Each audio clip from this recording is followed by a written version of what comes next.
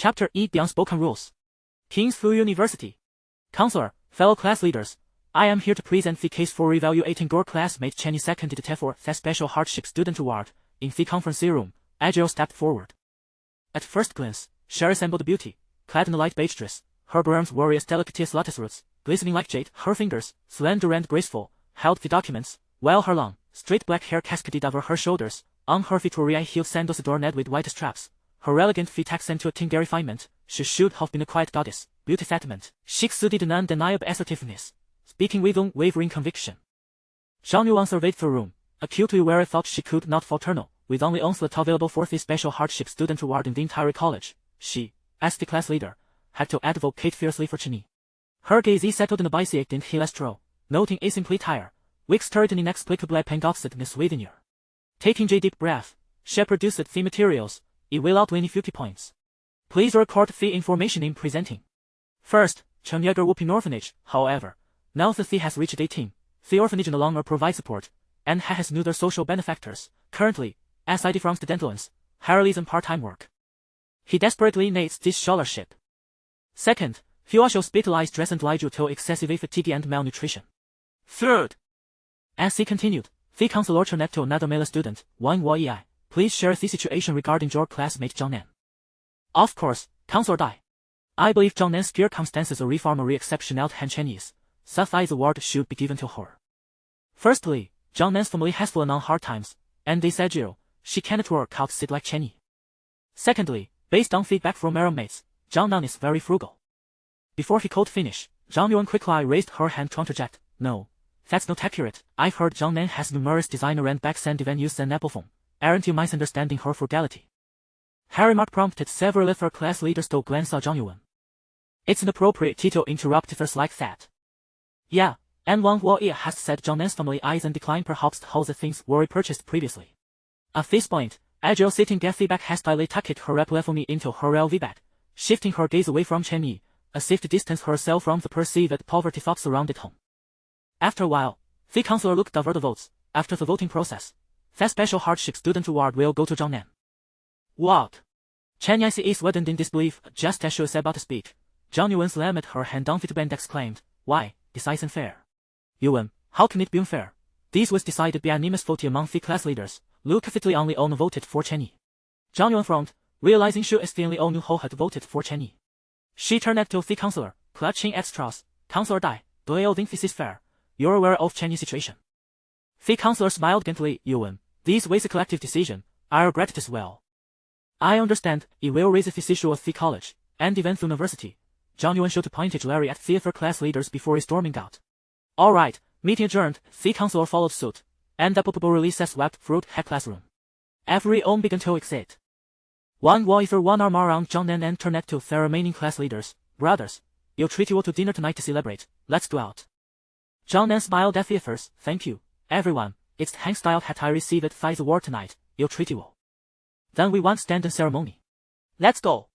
One class leader sighed. Beauty, no. It seems like Zhang Yuan is planning to give up easily. What's there to be afraid of? What more can she stir up? Wang Hu missed. Then paused. No worries, you'll talk to Chen Yan tomorrow. As long as she doesn't appeal, Zhang Yuan won't feel like to stand them. True. On the other side, Chen Yi stepped out of the classroom, letting out a sigh. He had anticipated this outcome. Earlier, he had seen Zhang Nan delivering several gift boxes to the counselor's office. He, on the other hand, had anything, hoping to win the slot from merit. Did think this was a talent show. Arriving at the cafeteria, he paid for a office, turned his gaze towards the variety of dishes at the serving windows, then read this Steve before turning to a quiet corner in the dining hall, where no one could see him consuming just plain rice. However, the next moment, a sweet voice called out, Chen Yi, over here. He looked up to see Zhang Yuan, how was nose turning towards the empty car beside her. Come here, I need a favor. What's up? I ordered too much food, and I don't want it up at all. Asked, she said with a bright smile, pulling Chen Yi down into the seat at beside her. Please help me order. Sure. Is that okay with you? Yes. Chen Yi glanced at this he's in front of him and all foreign person. Meanwhile, Zhang Yuan was devouring dairies, hardly touching theater dishes. Weak feel at home with meek motions. Chen Yi, don't worry, I will definitely think for a lot for you, Zhang Yuan promised earnestly. Thank you, Chen Yi replied, smiling. They continued to chat, as Chen Yi would be heading toward class that evening. Several hours later, After finishing its shift, Chen Yi prepared to return to campus. Just as she was about to enter the gate, several figures blocked this path. Wang Yi. Chen Yi, just go tough work, huh? Wang Wao noted, producing good beyond deck 10 dingy towards him here. 100 IUN as compensation for not getting fast special hardship student award, just take it. Doyle take me for a bigar.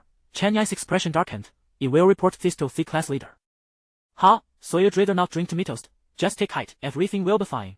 If you refuse it, Wang will issue 9 cash initiant, exhaling the hintful. Step aside. Chen Yu pushed Wang Yi aside, built in response, someone sees it is hurt. With a swift motion, Chen Yi glided, landing the punch squarely on Wang Yi's face. Seeing fear friend jetting it, fear first moved into Hind has tuffle. Chapter 2:9 Divine Sisters. Moments later, Chen Yi collapsed onto the ground, covering his face. Hit me, just hit me. Wang Huawei struck, and soon the air was filled with a whistling sound.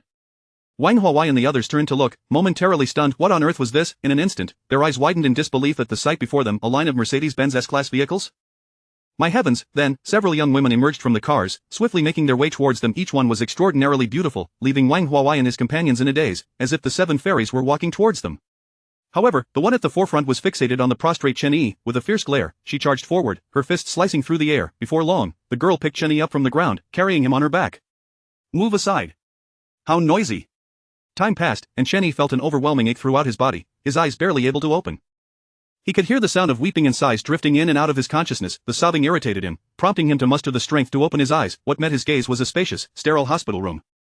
Seated beside him was a middle-aged woman, the source of the crying, while several tall, strikingly beautiful young women stood nearby, any one of whom could easily grace the cover of a fashion magazine. Mom, my little brother is awake. Little brother? The words left Chen Yi momentarily stunned. Having been an orphan since childhood, he had no siblings. However, this statement stirred a flurry of activity as everyone rushed closer to Chen Yi. He is really awake.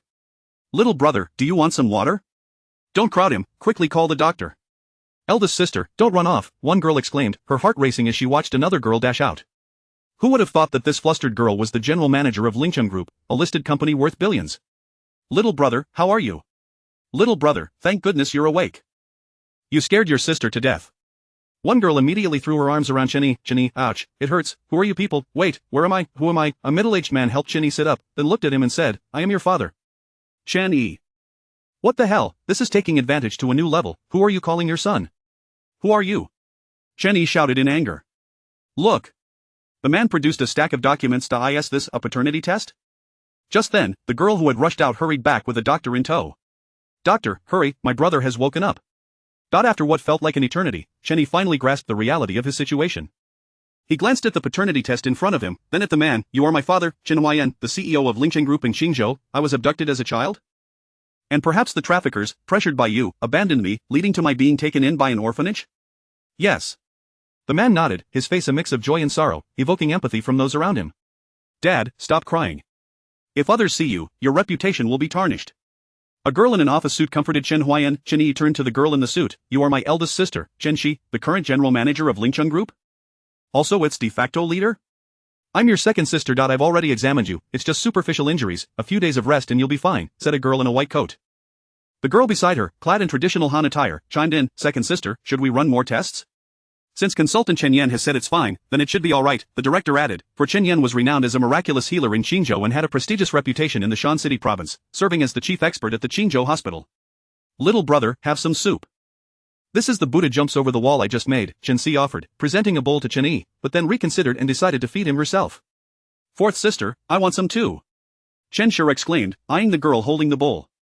She was promptly met with a playful slap on the head from an assertive girl beside her. Chen Shi, that is too much, you're always eating good food as a food vlogger, and now you want to snatch from little brother. Fifth sister, don't be mad. I was just joking, Chen Shi retorted, sticking out her tongue. The confident girl stepped in front of Chen Yi. Little brother, I'm your fifth sister, Chen Lan. I was the one who brought you back last night. You carried me back? Chen Yi looked incredulous. How could this delicate girl possibly lift him? He might be slender, but he was nearly 185 meters tall. Yes, little brother, I'm a master of national martial arts. You didn't see how I dealt with those brutes who attacked you last night. It was a single punch followed by a flying kick, and then, Chen Yi glanced at the animated girl beside him. And you are? I'm your sixth sister, Chen Xi.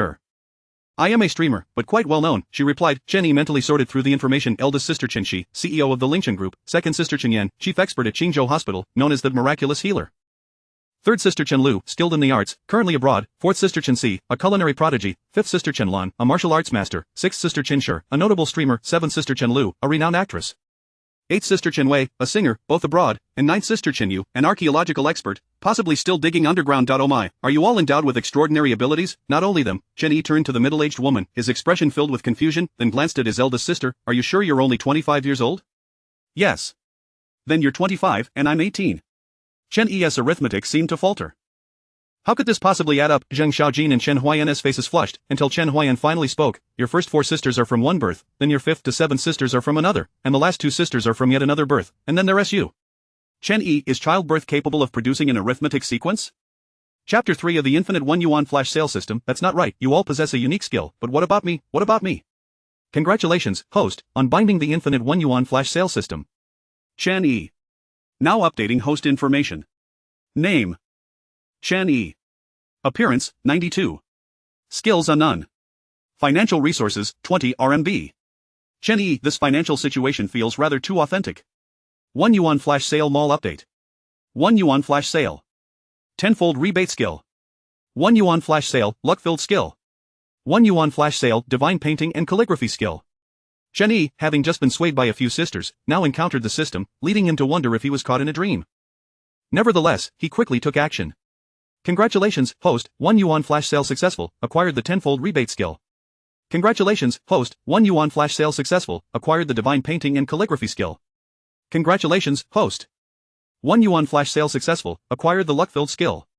The 1 Yuan Flash Sale Mall will undergo periodic updates. Detected that the host successfully spent 3 yuan, triggering the Tenfold Rebate Skill, now receiving a rebate of 30 yuan, current balance 47 yuan. Can it truly provide a rebate? Before Chen Yi could express his astonishment, his 6th sister, Chen Xi, approached him and leaned in. Little brother, what are you pondering? By the way, little brother, we haven't given you your welcome gift yet. I don't have much to offer, so I'll give you money instead. Following this, Chen Xi took Chen Yi's phone, held his hand to unlock it, opened Alipay, scanned the code, and transferred funds. Ding, Alipay transfer successful, 1 million yuan. The crisp sound echoed, leaving Chen Yi momentarily stunned, as were the others. Indeed, what should be gifted? After all, it was quite a hurried affair. At that moment, the eldest sister, Chen Xi, approached, her demeanor transforming from anxious to that of a domineering CEO. She looked at Chen Yi and declared, Little brother, I shall gift you a Ferrari LaFerrari worth 20 million, I will have someone bring it over shortly. What should I give? Pondered the 4th sister, Chen Xi. How about I offer you a diamond card for the Qingzhou International Hotel? After all, the owner invited me to be the chef for a week during their grand opening, and he gave me this card, which has no limit for spending. You can take it and treat your classmates to a meal. The 2nd sister, Chen Yan, furrowed her brows, contemplating her gift. Surely, she couldn't give a health check card? Forget it, I shall just give money instead. I will give money too, chimed in the 2nd sister and the 5th sister, Chen Liu, particularly the latter, who was not about to offer a gym membership. Perhaps she could simply gift her gold medal from the National Martial Arts Competition instead. In no time, Chen Yi's assets soared to 50 million, leaving him utterly astonished. Furthermore, he now possessed an unlimited spending black card and a Ferrari LaFerrari valued at over 20 million. What an exhilarating experience. With this wealth and his tenfold rebate skill, should he start spending? He felt an overwhelming surge of power. Chen Huayan, observing his daughters as they presented their gifts, felt compelled to contribute. Little Li, how about I gift you a villa? The number 3 villa in Yulong Tianyuan. Yulong Tianyuan, Chen Yi was taken aback. He had certainly heard of it, renowned as the most luxurious community in Qingzhou, nestled amidst mountains and waters, with stunning views of both mountains and the sea. The location was impeccable, a residence for the affluent and influential of Qingzhou. Even with wealth, one might struggle to acquire property here. Moreover, Yulong Tianyuan features a distributed design, separating the villa area from the small high-rise district, particularly the latter, which is centrally located near several schools, making it a prime educational district. However, upon hearing this, several sisters quickly interrupted. Little brother, you can't live elsewhere, you must stay with us, it's better for our family to be together. Exactly, Dad, this isn't right. Indeed. Upon Chen Huayan's suggestion, he was immediately met with criticism, prompting him to retract the gift for another occasion. Subsequently, the group escorted Chen Yi out of the courtyard. Upon descending the stairs, Chen Yi observed the vehicles before him. The eldest sister drove a Ferrari 812, the 5th sister a G-Class, and the others all possessed cars valued at over $1 million. The convoy thus set forth majestically towards Yulong Tianyuan. Upon arrival, the security guard, upon seeing the array of luxury vehicles, involuntarily swallowed. He was well aware of the identities of those before him. After the license plates were recognized, the barrier lifted, and the guards promptly bowed. The grandeur of Yulong Tianyuan exceeded Chen Yi's imagination. Even while seated in the car, it took them 2 to 3 minutes to reach the villa area. Upon arriving at villa number 2, Chen Yi finally grasped the opulence of his new residence. The exterior was adorned with white wooden fences, while the deep reddish-brown roof exuded an air of solemnity and romance. The lofty foyer and imposing entrance, along with the circular arched windows and corner stone sculptures, exuded grandeur and elegance. At that moment, a young woman stood at the entrance, gazing at Chen Yi with a broad smile. "Young master, greetings. I am the housekeeper for Villa number 2 at Yulong Tianyuan. My surname is Hao." The beauty extended a business card to Chen Yi, nodded at the others beside him, and then addressed Chen Yi. "I will now assist you in recording your information. The entire villa area at Yulong Tianyuan employs the most advanced smart home technology, with this villa and Villa number 1 being the finest. Shortly, I will collect your voiceprint, fingerprint, and iris recognition, and once your information is recorded, you will be the master of Villa number 2. Little brother, hurry over," beckoned the sixth sister, Chen Xi. Entering the expansive courtyard, Chen Yi stepped onto the cobblestone path. Surrounded by manifestations of luxury, the living room was spacious, and as Chen Yi stepped inside, he was momentarily taken aback. Was this what a mansion looked like? "Young master, please proceed to input your biometric information," the beautiful housekeeper whispered, her own gaze filled with awe. Although she had visited several times, each occasion left her deeply astonished. Who wouldn't be amazed? This place was nothing short of paradise. Chapter 4 A Ferrari La Ferrari for you. Fingerprint, voiceprint, pupil. As each piece of biometric information was entered, the entire villa seemed to come to life once more. Shortly thereafter, the beautiful housekeeper took her leave. Sixth sister, Chen Xi, took the initiative to offer Chen Yi a tour of the house, and merely completing a circuit took over an hour. After their exploration, Chen Yi stood before the expansive floor-to-ceiling windows, gazing out at the picturesque scenery in the distance. Once sixth sister had settled him in, the eldest sister, Chen Xi, entered the room. "Little brother, the car I ordered for you has arrived. Come and take a look." "The LaFerrari has arrived. I've never seen one before," Chen Xi exclaimed, her excitement palpable upon hearing her elder sister's words. However, she was met with a pointed glance from Chen Xi. "It's not for you. Why are you so excited?" Chen Xi then took Chen Yi by the hand, her eyes radiating a profound tenderness, as if the authoritative demeanor she had displayed moments earlier was merely an act for show. "Little brother, do you remember when I used to take you out to play? Back when you had just learned to walk and Father's career was beginning to flourish." As they walked, Chen Yi fell into a contemplative silence that he had often dreamt of being accompanied by a girl during his childhood, yet those memories were shrouded in indistinctness. He had assumed these dreams were merely manifestations of his loneliness, a yearning for connection. Little did he know that those memories were indeed real. Chen Xi interjected, attempting to lighten the mood. "Eldest sister, what are you doing? Isn't it enough that little brother is back?" She turned to Chen Yi, recalling a day from her childhood when the house was filled with jubilance, the air buzzing with the sounds of drums and laughter, and another day when a somber cloud loomed over them, as if the sky itself had fallen. Many had come to offer their condolences, and the chaos of those moments felt akin to witnessing the rise and fall of a grand edifice, an edifice symbolizing her little brother. Lost in thought, Chen Xi wiped away a tear from the corner of her eye, self-deprecatingly chiding herself for recalling the past after asking her elder sister to refrain from speaking of it. The group made their way outside, where they were greeted by the sight of a silver LaFerrari parked before them. Chen Yi gazed at the car, marveling at the fact that this was his first encounter with a supercar worth over 10 million, or even 20 million. The LaFerrari, Ferrari's flagship supercar, made its debut at the Geneva Motor Show in March 2013, designed to succeed the Enzo model. With only 499 units available equipped with the HYKRS hybrid powertrain, it boasts a 0 to 100 km/h acceleration time of under 3 seconds, 0 to 200 km/h in less than 7 seconds, and reaches 0 to 300 km/h in merely 15 seconds, with a top speed exceeding 350 km/h. If this isn't a supercar, what is? "Little brother, hurry up and take a look," urged Chen Xi as the other sisters began to gather, having set aside their own affairs in light of the joyous occasion at home. Upon entering, Chen Yi was awestruck by the interior, his mouth agape. He had never encountered such opulence before, and in a fleeting moment, his worldview and values were completely transformed. Yet, it was not entirely overwhelming. After all, as the saying goes, it is easier to move from frugality to luxury. "Can I actually drive this?" Chen Yi thought to himself, feeling a hint of disbelief. Although he had obtained his driver's license during the summer break by working, he had never had the opportunity to practice on a car. In the next instant, a holographic display emerged before him. 1 yuan flash sale update. 1 yuan flash sale. Godly driving skill. It was as if a pillow had arrived just as he was about to fall asleep. Without hesitation, Chen Yi tapped on the hologram. 1 yuan flash sale successful. Congratulations, host, for acquiring godly driving skill. Detected successful expenditure of 1 yuan by the host, triggering tenfold rebate skill, rebate of 10 yuan awarded. Immediately, an unusual sensation coursed through Chen Yi, causing his heart to tremble. He looked at the car, and suddenly, everything felt familiar. The godly driving skill granted him not only driving prowess but also extensive knowledge about automobiles, prompting him to smile. After exiting the vehicle, Chen Xi asked, "So, how was it, little brother?" "Absolutely amazing." His simple affirmation made Chen Xi's face flush with delight, akin to having tasted honey. However, her phone rang just then, and upon glancing at the screen, her smile faded. "Hello, it's me. We can discuss the contract later, I have other matters to attend to today." "He can't wait? Then switch to another company. Is it so hard to handle this?" Chen Xi's voice rose, her authoritative presence unmistakable. The atmosphere shifted as her commanding aura enveloped the room, leaving even Chen Yan momentarily stunned. This brought back memories of when she had first taken charge of the Lingcheng group. Her iron-fisted methods had eradicated inefficiencies, transforming the company into a thriving entity, effectively sidelining him as chairman. Yet, he understood why his eldest daughter had evolved into this formidable figure. In her youth, she had shown no interest in managing the company and had shunned any desire to learn about it. After Chen Yi had left home, she had languished for months in despair, until one day, she expressed her intention to study business management. Perhaps it was Chen Yi's absence that had led her and her sisters to immerse themselves in their respective pursuits, striving to obliterate their sorrow. Reflecting on this, Chen Yan was interrupted by Chen Xi's assertive voice. I understand, I'm heading to the company now, have General Liu wait for me. Her expression darkened as she turned towards Chen Yi, an apologetic look in her eyes. Little brother, big sister, you go ahead and tend to your business. Don't worry about me. Big sister? Chen Xi was momentarily taken aback, realizing this was the first time Chen Yi had addressed her thus. Aside from inquiring questions, her eyes glistened with unshed tears as she quickly replied, then I'll be off. With that, she hurriedly climbed into the Ferrari 812, departing in haste. And what about me? Sixth sister, Chen Xi, called out to Chen Yi, hurry, call me. Chapter 5 Not expensive sixth sister. Hey! Chen Xi's small mouth opened wide, instantly revealing a look of comfort, although her eyes were slightly red. Call me again. Sixth sister. Come on, call me again, will you? Sixth sister. Wow.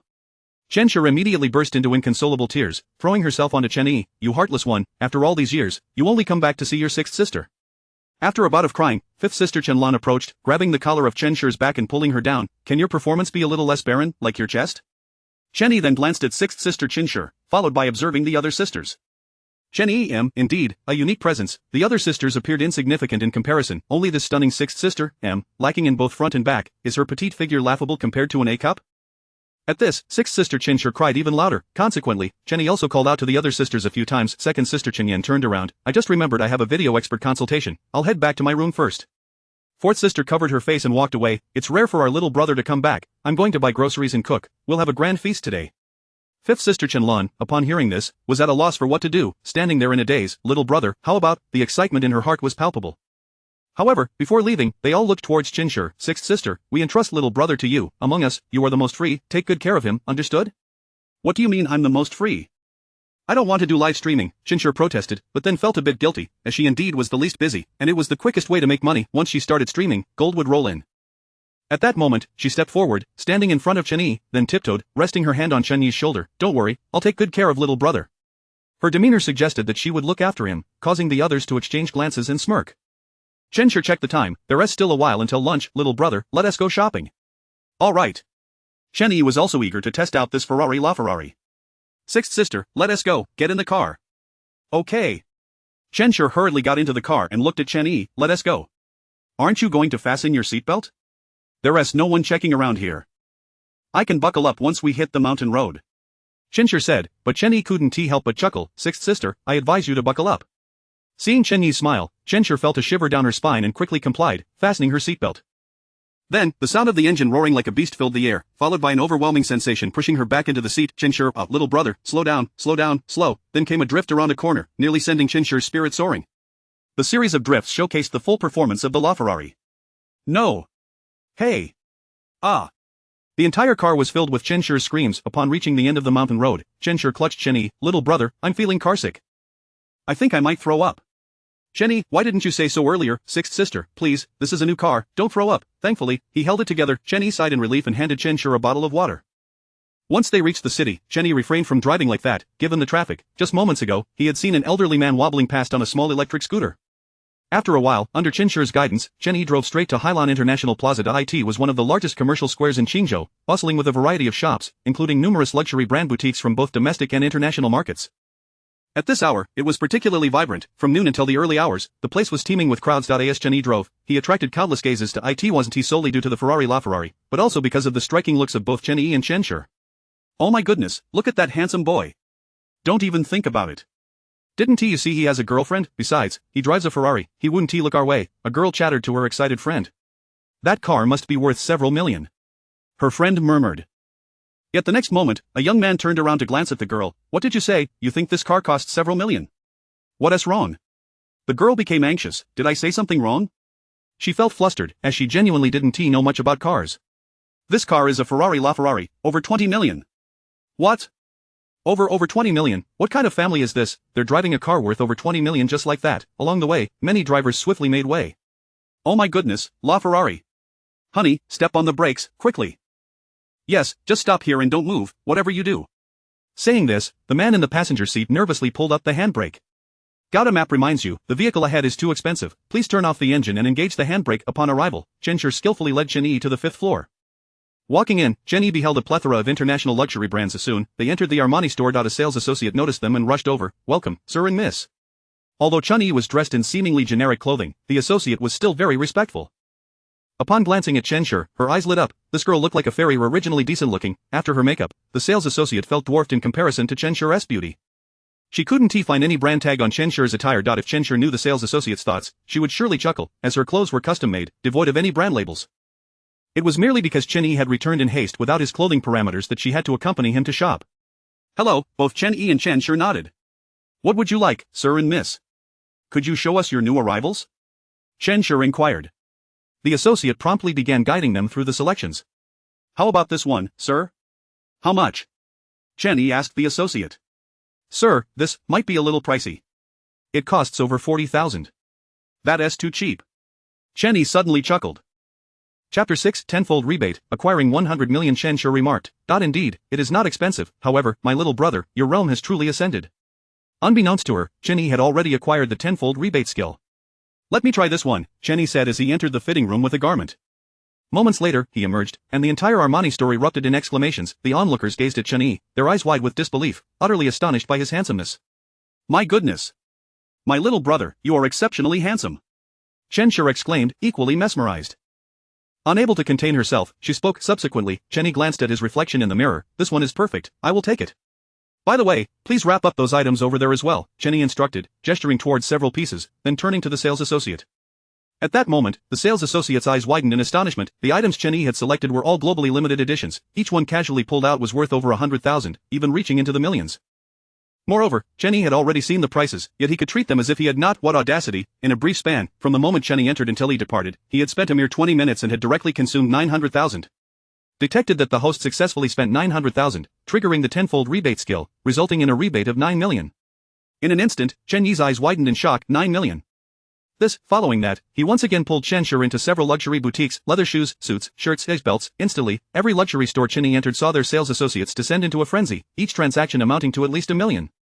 The news spread like wildfire, and soon, the managers of luxury stores personally appeared at the entrances to welcome Chen Yi, presenting him with stacks of VIP cards. In such a short time, Chen Yi found himself with a hefty collection of VIP cards, ultimately necessitating the purchase of an Armani wallet to hold them.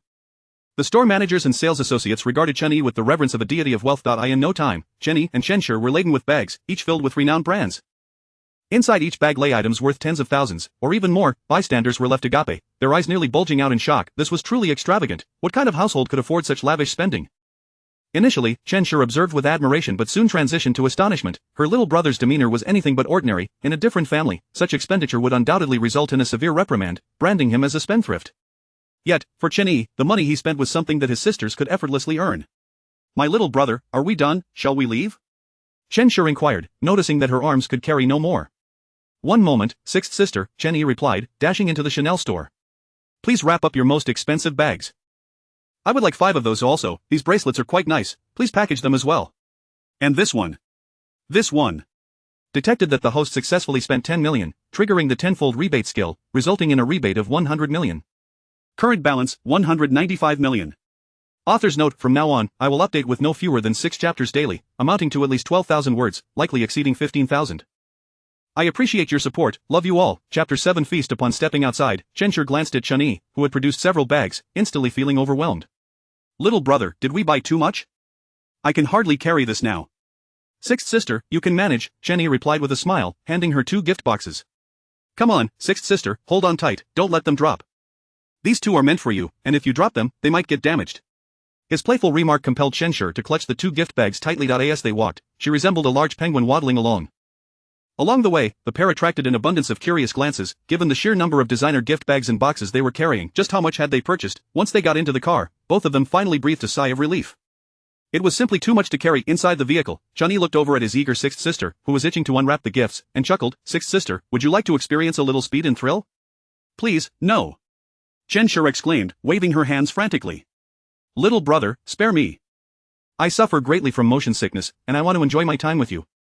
If I were to get motion sickness, I might not even be able to eat lunch, she added, her stomach growling audibly. Chen Xi, did you think accompanying someone on a shopping spree was an easy task? It's exhausting. Otherwise, I could simply become a streamer and stay home all day. It's far too physically demanding to go out. At that moment, Chen Yi looked at his sister and suggested, how about I go buy some snacks for you? No, I want to eat. I'm saving room for the meal that fourth sister is preparing. She rarely cooks, and I must indulge this time. Really, sixth sister, is fourth sister's cooking that exceptional? What do you think? Chen Xi replied, her eyes glimmering with anticipation. Chen Yi, your eyes shine with such longing.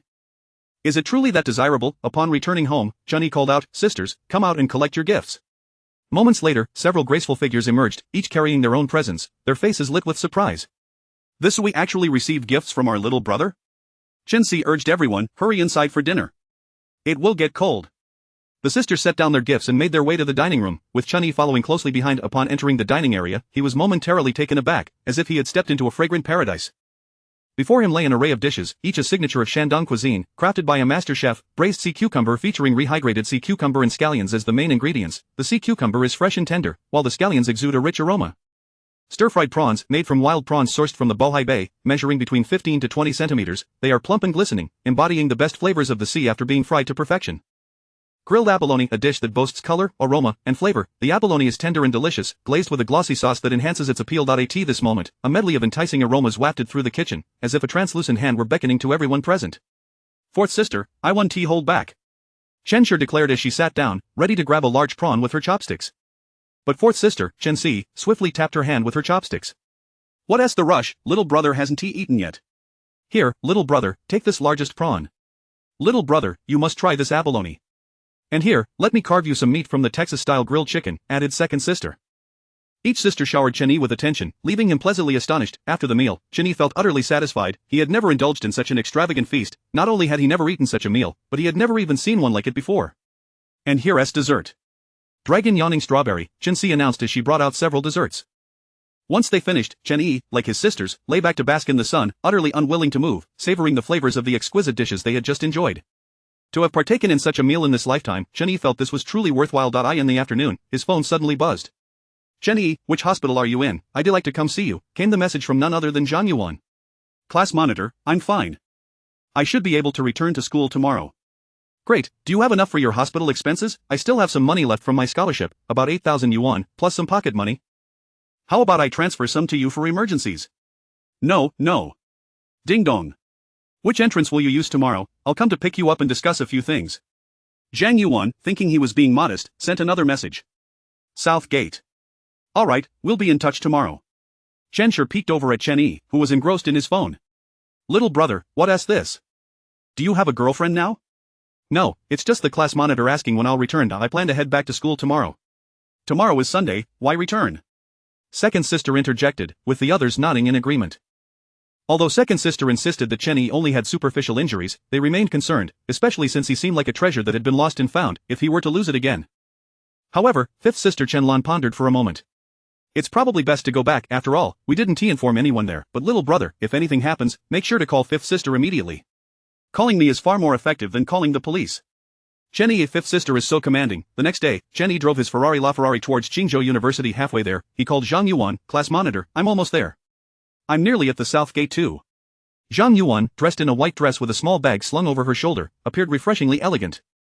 As she stood at the university's entrance, a multitude of gazes gravitated toward her. She was simply stunning, yet, Zhang Yuan paid no mind to the attention and remained focused on her phone, contemplating whether to call Chen Yi, but ultimately decided against it, as there was nothing pressing today. While she was preoccupied with her phone, the sound of an engine roared nearby, prompting her to turn and look, whereupon she spotted a sports car approaching. Chapter 8. Who dares to move? Zhang Yuan gazed at the emblem on the car before her. She was familiar with a few vehicles, and this sports car bore the iconic Jaguar logo, specifically the Jaguar F-Type, priced at approximately 7 to 800,000 yuan. Naturally, this was a new model. A used one would depreciate to nearly half that value. Zhang Yuan subsequently turned her attention to the approaching Jaguar F-Type. At that moment, a young man in the vehicle looked at the girl before him, his eyes glimmering with greed. He had frequented numerous clubs and night spots, encountering countless beauties, if not 1,000, then certainly 800, but he had never seen a girl like her, beautiful, and more importantly, she exuded an air of innocence, distinctly different from the nightclub queens, possessing a delicate charm that evoked a desire to protect her. The young man even pondered whether this girl might still be a virgin. If so, he would strike it rich. With that thought, he drove closer. Hey, beautiful, are you waiting for someone? He asked, pulling up beside Zhang Yuan and lowering his window with a grin. I'm waiting for someone, she replied curtly. How about I give you a ride? Where are you headed? He suggested, eyeing her. Zhang Yuan scrutinized him, though he wore an innocent smile, she was not easily deceived. No need to be so aloof, let's be friends? Sorry, I have other matters to attend to, she said, just as her phone rang. Answering it, she said, yes, I'm wearing a white dress, alright, Chen Yi, hurry over. As she searched for Chen Yi's figure, a voice suddenly rang out, oh, Zhang the class monitor, have you started taking on jobs now? This remark immediately furrowed Zhang Yuan's brow. She turned to see none other than Wang Huiwei and a few other young men, all of them bore bruises, especially Wang Huiwei, whose hand was bandaged. They looked at Zhang Yuan with dark, menacing expressions. If it hadn't been for her insistence on helping Chen Yi apply for a scholarship, they would never have sought him out or been taken down by that mysterious woman. Damn it, recalling this, he cast a glance at the group of young men behind him, inwardly cursing them for being useless, unable to even overpower a girl. What the hell? Yet he completely forgot that he had been the first to be knocked down, and the group glared at Zhang Yuan, their faces twisted in sneers, blaming her for the events of that night. Zhang the class monitor, how much do you charge for a day? Tell me, and I'll pay double. Or how about we pool together 2,000 yuan, what do you say? Ha you lot. Zhang Yuan was just about to stride forward when, from a distance, a wave of sound surged forth. The crowd turned to look, their eyes widening in astonishment at the sight of the silver supercar. Particularly striking was the emblem of a prancing horse on its front, a sight every man dreams of. What is this? My goodness, a Ferrari? So handsome. This isn't just any Ferrari, it's a LaFerrari, worth over 20 million yuan. Within the campus, numerous students turned their heads, eyes filled with shock. It was the first time they had encountered such an extravagant vehicle, not just in their school but in their entire lives. After all, a car worth 20 million yuan, what kind of wealth was that? Even Wang Huiwei and his cohort were momentarily stunned, staring at the silver supercar with mouths agape. A Ferrari? When did our school get such a wealthy second-generation heir?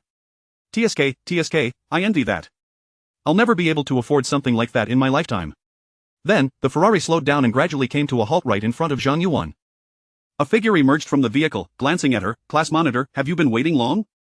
Class monitor. Zhang Yuan looked at the young man in a white blazer, adorned in luxury brands, radiating charm and confidence, and felt a wave of disbelief wash over her. You are Chen Yi, she gasped, covering her mouth in shock, her breath hitching. The transformation was staggering. The Chen Yi she remembered was an orphan, reliant on the welfare of an orphanage, even applying for school scholarships, but now, he was clad in designer clothing and exuding an aura of affluence, driving a LaFerrari. What had transpired in Chen Yi's life? In the distance, Wang Huiwei and his companions were trembling at the sight of Chen Yi, cold sweat trickling down their foreheads, their hair standing on end as if they had just emerged from an icy river. At that moment, Chen Yi spotted the group and approached them with a cold smile. What do you want? Wang Huiwei shouted defiantly at the advancing Chen Yi. Smack, a crisp sound echoed in the air as 5 finger marks appeared on Wang Huiwei's face. Wang Huiwei's eyes widened in disbelief, unable to comprehend that Chen Yi had slapped him. Were they seeking death? How dare you hit me, he roared. Smack, another slap, this time with enough force to draw blood from the corner of Wang Huiwei's mouth. What are you all standing around for? Attack! Wang Huiwei commanded, but Chen Yi's fierce gaze silenced the young men who dared to lift their heads. Who dares? Come on! The words fell with authority, rendering the crowd motionless, as if Chen Yi had become a formidable figure, intimidating everyone in his presence. After all, what kind of car was Chen Yi driving? A LaFerrari, worth over 20 million yuan. They might not know the circumstances, but that very ignorance kept them from acting rashly. Wang Huiwei was about to retort when Chen Yi kicked him away, launching a flurry of punches that turned Wang Huiwei into a battered mess, even breaking the bandage around his neck. This scene sent chills down the spines of many onlookers. What kind of enmity was this? After the altercation, Chen Yi stood tall, casting a glance at the young man before Zhang Yuan. And you are? Me? Well, I'm just a rideshare driver wanting to ask this beautiful lady if she needs a ride. Looks like she doesn't need one now, the young man stammered, panic rising as he hastily made his escape in his vehicle. Did he want to get beaten too? Chen Yi looked at the fleeing man, chuckling to himself. This fellow had some sense. He then waved at Zhang Yuan. Get in. Chapter 9. Then you may as well stay in there. As Chen Yi beckoned to her, Zhang Yuan was momentarily taken aback, but she quickly approached him, her eyes wide with astonishment. Chen Yi, what is this? Zhang Yuan hesitated, her words caught in her throat. However, Chen Yi smiled and reassured her. Don't be alarmed, I have found my biological parents. Really? The shock on Zhang Yuan's face was palpable as she regarded Chen Yi, realizing that his attire and the car before them were likely gifts from his true parents. Come, Yuan, thank you for taking care of me before. I have some gifts for you, Chen Yi said with a bright smile as Zhang Yuan, captivated by Chen Yi's grin, found herself utterly enchanted. He was already extraordinarily handsome, and now he appeared even more charming, causing her cheeks to flush. Unable to resist, she fanned her face with her hand. Isn't the air conditioning in this car sufficient? It shouldn't be this warm, Chen Yi remarked, adjusting the temperature of the air conditioning before leading Zhang Yuan to Hailan International Plaza, the very place he had visited the previous day. Upon arrival, Chen Yi glanced at the underground parking lot, then turned to Zhang Yuan, saying, Yuan, please wait in the car while I check if there are any available spots in the parking area. Zhang Yuan nodded in agreement. Chen Yi then descended to the lower level. True to its reputation as a hub for major brands, Hailan International Plaza was bustling with people. The underground parking lot was completely full, with several vehicles circling in search of space, and BBA-level cars were omnipresent. Chen Yi even spotted a few sports cars, though none were Ferraris or Lamborghinis. There are actually 2 vacant spots here. Chen Yi observed the 2 parking spaces in front of him, a smile breaking across his face. He quickly scanned the area and moved an advertising board to claim the spots. However, in the next moment, the roar of an engine shattered the serenity as a BMW sped towards him, aiming directly for the 2 parking spots, carelessly knocking the advertising board aside. Chen Yi's previously cheerful mood soured instantly. He approached and tapped on the car door, prompting a young man with bleached hair to lower the window and glare at him. "Bro, you're occupying 2 spots. I've already taken one. That's not very considerate, is it? I only entered because I saw there was space, and where is your car? You're talking nonsense without one," Chen Yi replied, his voice steady. The young man wore a smug expression. "Besides, can't you see how wide my BMW is? Taking up 2 spots is entirely reasonable. If you had a BMW, you could do the same." Chen Yi's demeanor shifted as he fixed a steely gaze on the young man. "Will you yield or not?" The young man's bravado faltered slightly as he stood before the imposing figure of Chen Yi, who towered over him at over 6 feet tall. Though he was typically a master of managing his time, he couldn't help but feel intimidated. Yet, he refused to back down, knowing he had a date in the car who wouldn't take kindly to him being intimidated. He resolved not to yield. "Fine." Chen Yi's lips curled into a smile, and he nodded before walking away. "What's this guy's problem?" The young man scoffed, thinking Chen Yi had backed down. He threw a parting insult and puffed up his chest. The beauty beside him glanced at him, her expression a mix of confusion and pride. However, their smiles quickly faded as a forklift pulled up and parked directly in front of their BMW, blocking it entirely. Given the length of the BMW, there was no way it could maneuver out without shifting sideways. At that moment, Chen Yi looked at the young man who had hurriedly exited his car, chuckling to himself. "Oh, you wanted to stay in that spot? Very well, then." As the young man stepped out and glared at Chen Yi, the beauty beside him wore a sour expression. After parking the forklift, Chen Yi walked away, waving to a staff member in the distance. The staff member nodded respectfully, bending slightly, a look of reverence on his face. Why? Because Chen Yi had just paid him 20,000 yuan for a day's rental. With such a sum, one could rent not just a forklift, but even a Bugatti Veyron. As Chen Yi sauntered away, the young man clenched his fists, muttering, "Damn it, I'll remember you. Who does this forklift driver think he is to block me? Don't get upset, Nangu. It's not worth it," the beauty advised, glancing at him. The young man shot her a look. "Let us go. I want to see how long he dares to block me." Just after the young man and Chen Yi had parted ways, a fiery red Lamborghini appeared, cruising through the parking lot before eyeing a spot. "What is going on here? Is a BMW so precious now that it needs a forklift to block it?" The enchanting figure in the driver's seat chuckled softly, shaking her head. She casually parked and headed upstairs. Meanwhile, Chen Yi ascended with Zhang Yuan. "Chen Yi, what are we doing?" "I'm buying you something as a token of gratitude for your help," Chen Yi replied with a warm smile. "Ah, but we're classmates, helping each other is what we should do," Zhang Yuan protested, yet Chen Yi simply laughed. "Come on." They stepped into an LV store. The sales associate's eyes lit up upon seeing them, recognizing them as a striking pair. "Hello, sir and miss, may I assist you in finding something specific? If not, I can introduce some items," the sales associate offered eagerly. Chen Yi nodded and led Zhang Yuan further inside. "Let us take a look," he said, gesturing towards a nearby garment. "Could you bring that piece down for me, Yuan? Why don't you try on this outfit?" Zhang Yuan glanced at the attire, then at the price tag on the back, her eyes widening in disbelief. "Oh my goodness, 18,800, that's quite expensive." Noticing the change in Zhang Yuan's expression, the sales associate swiftly interjected, "Miss, you must try it on. It will undoubtedly look stunning on you." Without giving Zhang Yuan a chance to object, the associate ushered her to the fitting room. Moments later, Zhang Yuan emerged in the garment, captivating everyone in the vicinity. Indeed, the adage held true, clothes make the man. At that moment, Zhang Yuan appeared as though she had just stepped out of a fairy tale, her porcelain skin radiant and flawless. Donning the exquisite outfit, she seemed to possess an ethereal beauty, enchanting all who beheld her. Chapter 10 Silver Card Member. Other customers turned their attention, gasping in astonishment. Many young men who had come with their girlfriends found it difficult to tear their eyes away. The girlfriends, observing the scene, let out a cold huff and began to stride towards the exit. Hey, darling, don't leave." Numerous youths rushed after them, but before stepping outside, they cast one last glance at the figure of Zhang Yuan, who stood there. Chen Yi nodded, then took out his phone. "Yuan, let me take a few pictures for you." "All right." The nearby sales assistant was about to intervene, as photography was prohibited in the store. However, upon glancing at the 2 individuals before her, particularly the young man, she chose to remain silent. After all, this young man was adorned in designer brands, though the logos were subtly concealed, indicating that his attire consisted of the finest pieces. Only lower-end clothing brands would display their logos prominently. High-end fashion emphasizes comfort over ostentation, thus logos are often nearly invisible. At that moment, a couple walked in from outside. The young woman was busy adjusting her phone, playfully posing for the camera.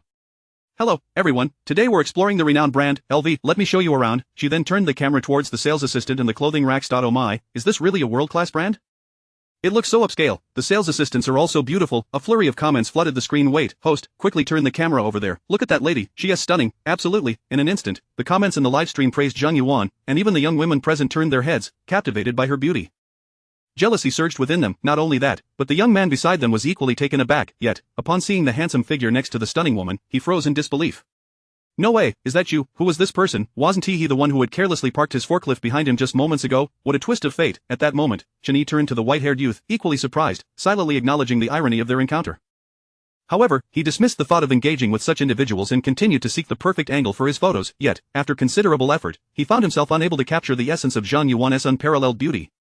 Just as he was about to put his phone away, the young man pointed at Chen Yi and addressed the nearby sales assistant. Has LV become a store for the masses?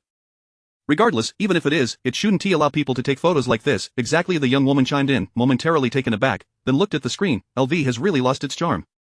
The sales assistant cast a glance at them, internally swearing 1,000 curses. They were the ones who were filming, yet they had the audacity to criticize, but she kept her thoughts to herself, knowing that the young woman was a frequent visitor, purchasing various items, albeit not for herself, but for the different men she brought along. She could be considered a customer. Furthermore, there was a deeper reason. This young woman was a live streamer. Although the exact number of her followers was unknown, it was apparent she had quite a following. It was rumored that she had previously visited the nearby Armani store, only to be stopped by the sales staff, and subsequently, she maliciously defamed that store online for several days, leading her followers to lower its ratings. She was truly ruthless. Thus, the sales assistant was reluctant to offend someone like her. At that moment, she approached Chen Yi, hoping to persuade him. Honestly, what kind of person has the audacity to come here? A mere forklift driver dares to show up. No wonder he doesn't know the rules. The young man interjected, his eyes filled with derision. Right, darling, look at him, he is still taking photos here. Regular stores don't allow photography, yet he is still doing it. The young woman echoed. However, Chen Yi turned to the pair. I haven't even taken a picture yet. Why are you two so chatty? It is you who is live streaming with your phone, and you dare to criticize me. The female streamer was taken aback by his direct response, and in a fit of rage, retorted, you don't understand anything. I am here to help this store boost its popularity. Chen Yi chuckled in response. I'll buy this outfit. Are you going to purchase everything you're filming in your live stream? The female streamer looked at Chen Yi, momentarily speechless, then glanced towards the young man for help. The young man smirked coldly. Do you really believe him? He can buy it. Can he afford it? The white-haired youth turned to the sales assistant. Why aren't you getting him kicked out? What kind of service is this? The sales assistant was left dumbfounded, unsure of how to respond. Just then, the sound of high heels echoed, and a graceful figure walked into the LV store. After surveying the scene, she turned to Chen Yi, little brother, elder sister. Chen Yi was equally taken aback. He hadn't expected his sister to exchange her lab coat for urban chic attire and look so stunning. Everyone was left in awe, their eyes widened in disbelief. What was going on today? First, a beauty appeared, and now another one arrived, equally captivating. Zhang Yuan also glanced at Chen Yan, momentarily stunned, so beautiful, and exuding a mature charm. This beauty was Chen Yi's biological sister? At that moment, Chen Yan turned to Zhang Yuan, giving Chen Yi a knowing look. She had suspected there was a reason for Chen Yi's haste to return to school. So that was it. Looking at his sister, Chen Yi felt a mix of emotions and thought, elder sister, please put away those bold thoughts. Chen Yan approached, sensing the unusual atmosphere, and asked the sales assistant, what is going on? Miss, this gentleman was just taking photos, and these two suggested we ask him to leave. Ask him to leave. Her expression grew cold as she looked at the duo. Who are you to demand someone leave? Don't worry about who we are. The rules are rules, and he broke them, so he should be kicked out. What is the problem? The white-haired youth felt self-righteous, pointing at Chen Yan. Miss, please don't be agitated. We do have such a rule. The sales assistant, caught between a rock and a hard place, spoke softly, not daring to offend anyone. In the next moment, Chen Yan retrieved a shimmering silver card from her bag, pinching it between her fingers and waving it in the air. Rules? Can they not change? That is my brother. If you want to kick him out, you'll have to consider kicking me out as well. This, a silver card member. The sales assistants felt a tightening in their chests. Though they weren't sure which store it belonged to, it was undoubtedly issued by LV, symbolizing wealth. The young man and the female streamer looked at the silver card in Chen Yan's hand, then at the sales assistant's expressions, and their hearts sank. What is this? Chapter 11. The silver card member. In an instant, a wave of trepidation washed over the sales associates as they cast their gazes upon the silver card held by Chen Yan.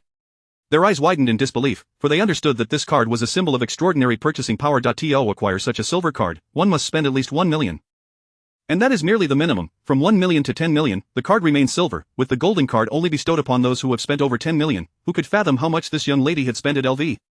After all, LV holds a sacred decree: the customer is king, and those who possess membership cards are the kings among kings. Can one simply eject a king from the store? At that moment, one sales associate glanced at the white-haired youth and the girl beside him, swiftly relaying the news. In an instant, they were left dumbfounded. Spending 1 million. It was worth noting that the white-haired youth's BMW was purchased for a mere 500,000. This card represented an amount spent by the woman at LV that could easily buy 2 of his vehicles. This was utterly terrifying. The two of them dared not move a muscle, merely watching as Chen Yan handed the card to the waiting sales associate. You may verify it, she stated. No need, miss, the associate replied with an awkward smile. Then, may we take a photo now? Of course, the associate nodded eagerly. After all, a silver card member, she would never dare to deny such a request. Little brother, the matter is settled. Feel free to do as you wish, Chen Yan declared. Chen Yi nodded. Thank you, sister. However, I can't shake the feeling that this card looks remarkably familiar. He then opened his Gucci wallet and revealed a thick stack of cards. A stack, he began to sift through them, and soon, several associates crowded around, their eyes alight with curiosity. There was the Gucci gold card, the high-tier Chanel membership card, the Patek Philippe gold card. As Chen Yi flipped through each card, he suddenly froze, staring at the gold card before him. No wonder it looks so familiar. I have one too. Had I known, I wouldn't have needed to go through such trouble. He waved the golden card in his hand, which bore a striking resemblance to Chen Yan's, save for the color, which had shifted from silver to gold. This card can be used here, right? At that moment, the nearby sales associate seemed to snap back to reality, exclaiming, "Gold card member! Gold card member!"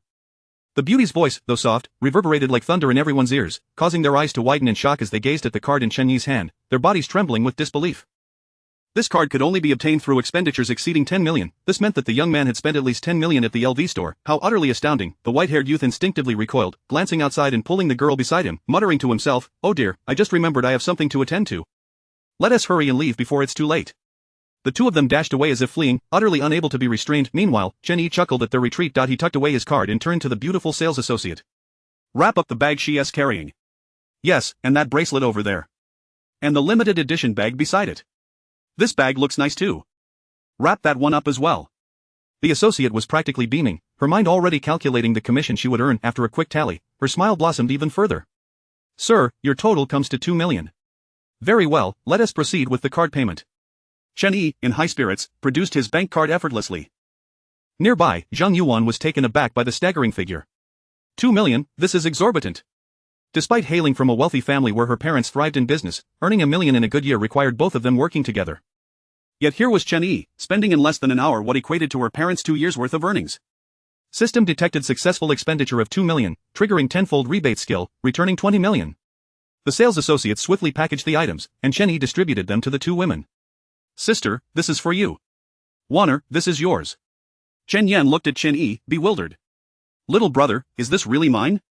"Indeed, sister." Chen Yan accepted it eagerly, treating it like a treasure.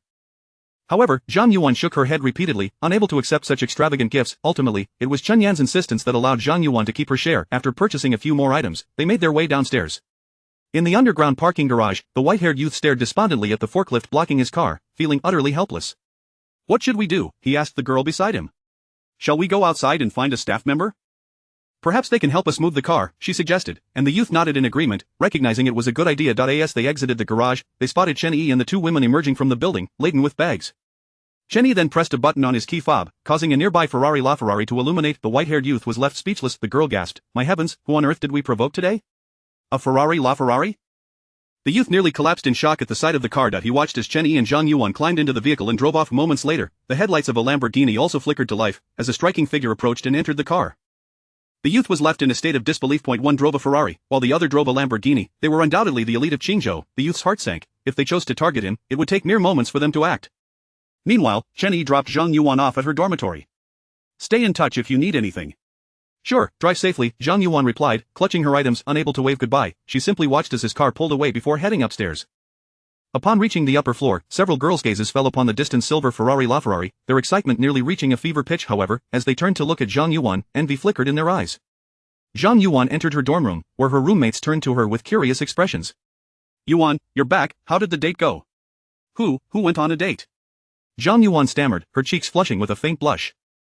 Chapter 12 of The speed of spending money is alarmingly slow. Still not admitting it, today is Sunday, a day when you usually rest well, yet you ventured out early this morning and have only just returned. Pray tell, if you did not go on a date, where could you have possibly been? Several roommates immediately gathered around, each wearing a teasing expression, for they found Zhang Yuan's blushing demeanor to be utterly delightful. However, in the next moment, one roommate suddenly exclaimed, "What is this? My goodness, is that an LV?" "What, LV?" The other roommates quickly leaned in, gazing enviously at the LV bag in Zhang Yuan's hands. "Yuan, how extravagant of you. Indeed, you purchased so much at once." Zhang Yuan, feeling a tad embarrassed by the attention, replied, "These are merely high-quality replicas." "How could they be genuine?" "Replicas?" One roommate inquired eagerly, "May we take a look?" "All right." Zhang Yuan handed over the items. Moments later, one roommate, examining a small receipt, stood there in shock, prompting the others to gather around and stare, their expressions frozen in disbelief. Subsequently, they cautiously returned the items to Zhang Yuan, cradling them delicately in their hands. Zhang Yuan couldn't help but think, how could I forget about the receipt? Meanwhile, on the other side, Chen Yi glanced at the balance on his card, realizing that he had just over 200 million, far from sufficient. The speed at which he was spending money was simply excruciatingly slow. He drove towards Yulong Tianyuan and soon spotted the sales office, a smile curving at the corners of his mouth. Yulong Tianyuan is divided into two areas. One is the villa district atop the mountain, where Chen Yi's family resides in Villa number 2, a place accessible only to the elite of Qingzhou. The other area consists of small high-rises at the foot of the mountain, surrounded by several middle schools, making it a desirable school district, albeit with exorbitant prices. Without hesitation, Chen Yi made his way to the sales office. Approaching noon, the parking lot was bustling, a testament to the popularity of the properties and shops here. After searching for a while, he finally found a parking spot and walked towards the sales office. However, upon entering, he noticed that most of the sales personnel were absent. Some were showing properties to clients, others had stepped out for lunch, leaving only a few engaged in idle chatter. When they glanced at Chen Yi, they merely exchanged a fleeting look before returning to their conversations. After all, they were seasoned professionals, adept at sizing up potential clients, first assessing age, then attire, and finally, the finer details. At first glance, they lacked the desire to assist Chen Yi. He appeared too young. They assumed he was merely accompanying his parents to purchase a property, and thus preferred to attend to the parents instead. At that moment, a beautiful saleswoman, taking a break, lifted her gaze and spotted Chen Yi standing there. She was momentarily taken aback before approaching him. However, to the other salespeople, this action seemed futile. "Ah, still a newcomer," one remarked. "Don't worry. We all started out like this. A few years of experience, and you'll be fine," another added, recalling their own beginnings. "Let me return and teach her how to discern clients," another saleswoman suggested. "Otherwise, this girl may end up putting in a lot of unnecessary effort, considering how meager the base salary is.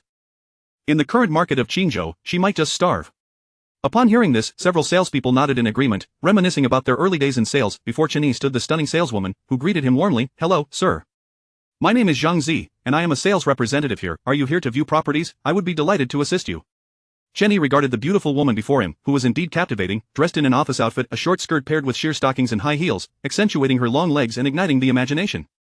One could not deny that she was every bit as enchanting as Chen Yi's elder sister, Chen Xi. Nevertheless, he soon understood the significance of the location. It was the most luxurious community in all of Qingzhou, and the presentation could not be lacking. Moreover, all the salespeople had been meticulously chosen, with numerous graduates from prestigious universities vying for positions here. Though the base salary was modest, commissions were high. Selling even one unit could cover living expenses for months.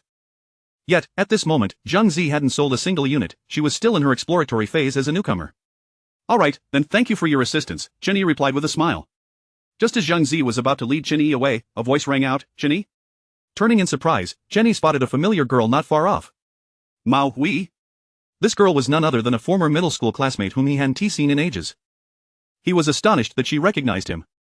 "You've really made it, looking so dashing. I almost didn't dare to recognize you," Mao Hui remarked, eyeing Chen Yi and recalling his past awkwardness. "How have you been lately?" "Pretty well. I came here to look at properties today. What about you?" Chen Yi's question widened Mao Hui's eyes in astonishment. "Looking at properties? You're doing so well that you're considering buying a place?" "It seems you've been thriving these past few years," she said, her smile genuine as she offered her congratulations. "I'm here with my parents. I'm just along for the ride while they look to buy something. I have a bit more free time," she explained. "Yes, the buildings here are quite impressive." "Indeed, but I'm already feeling fatigued from all the viewing." Chen Yi nodded. Naturally, one must compare options. "Absolutely."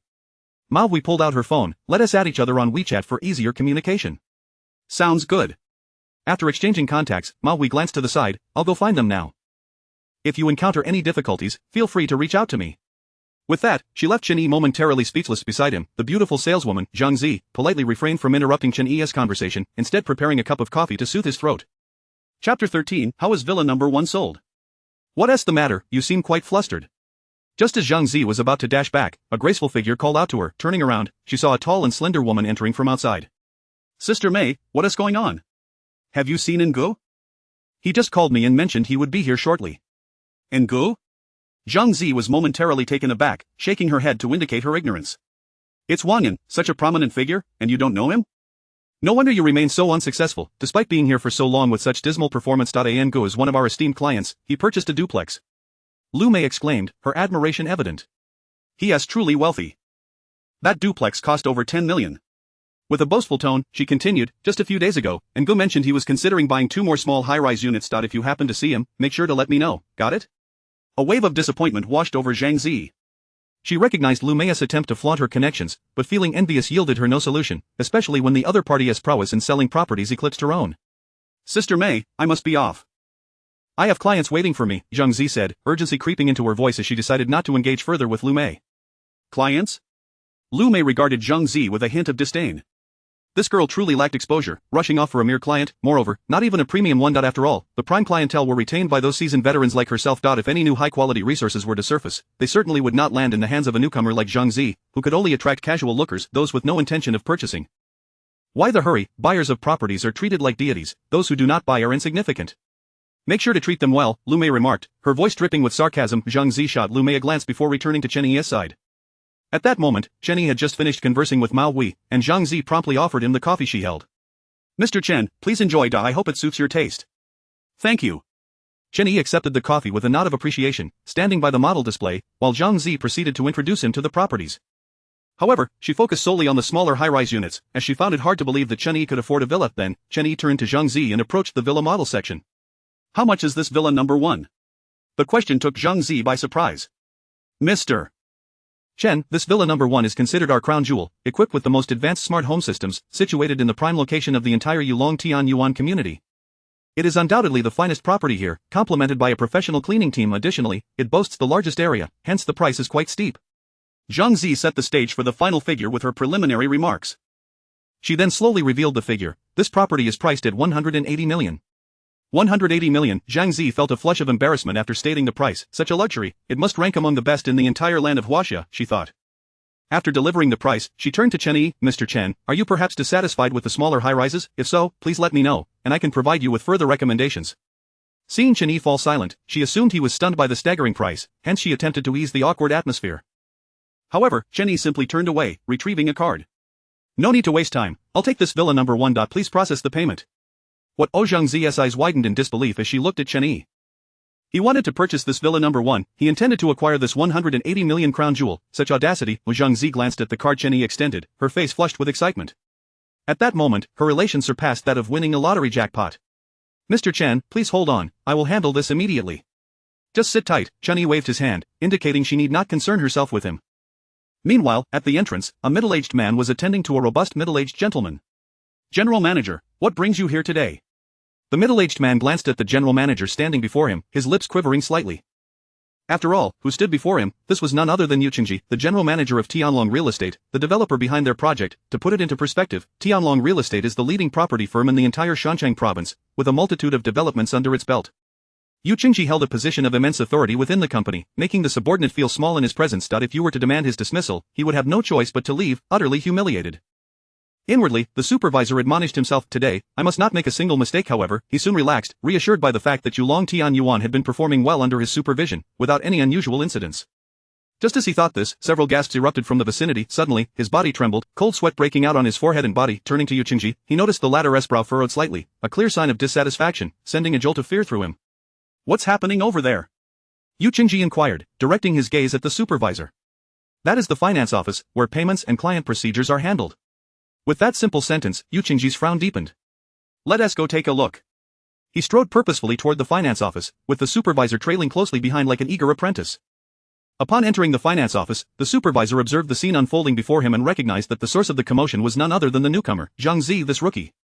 Truly, oh no, the supervisor thought helplessly, and indeed, Lingcheng turned his attention to Chen Xi. What is going on? Why are you making such a ruckus? Fearing Chen Xi might say something inappropriate, the supervisor quickly interjected. This is our general manager, Mr. You two, explain yourselves quickly. Chapter 14, I. Want all the remaining houses, Mr. Yu. The mere mention of this name rendered the members of the finance department and Chen Xi utterly speechless, behaving like obedient children. The finance room fell into such silence that the sound of a pin dropping could be distinctly heard. Speak up, what is going on? Chen Xi turned to the supervisor. Supervisor, I have sold the penthouse. Isn't it just the sale of the penthouse? Why are you so excited? The supervisor had prepared this retort in advance. No matter what Chen Xi said, he intended to reprimand her first. This way, he could safeguard his own position while protecting the newcomer. However, upon uttering those words, he himself was momentarily taken aback. What did you just say? You sold what?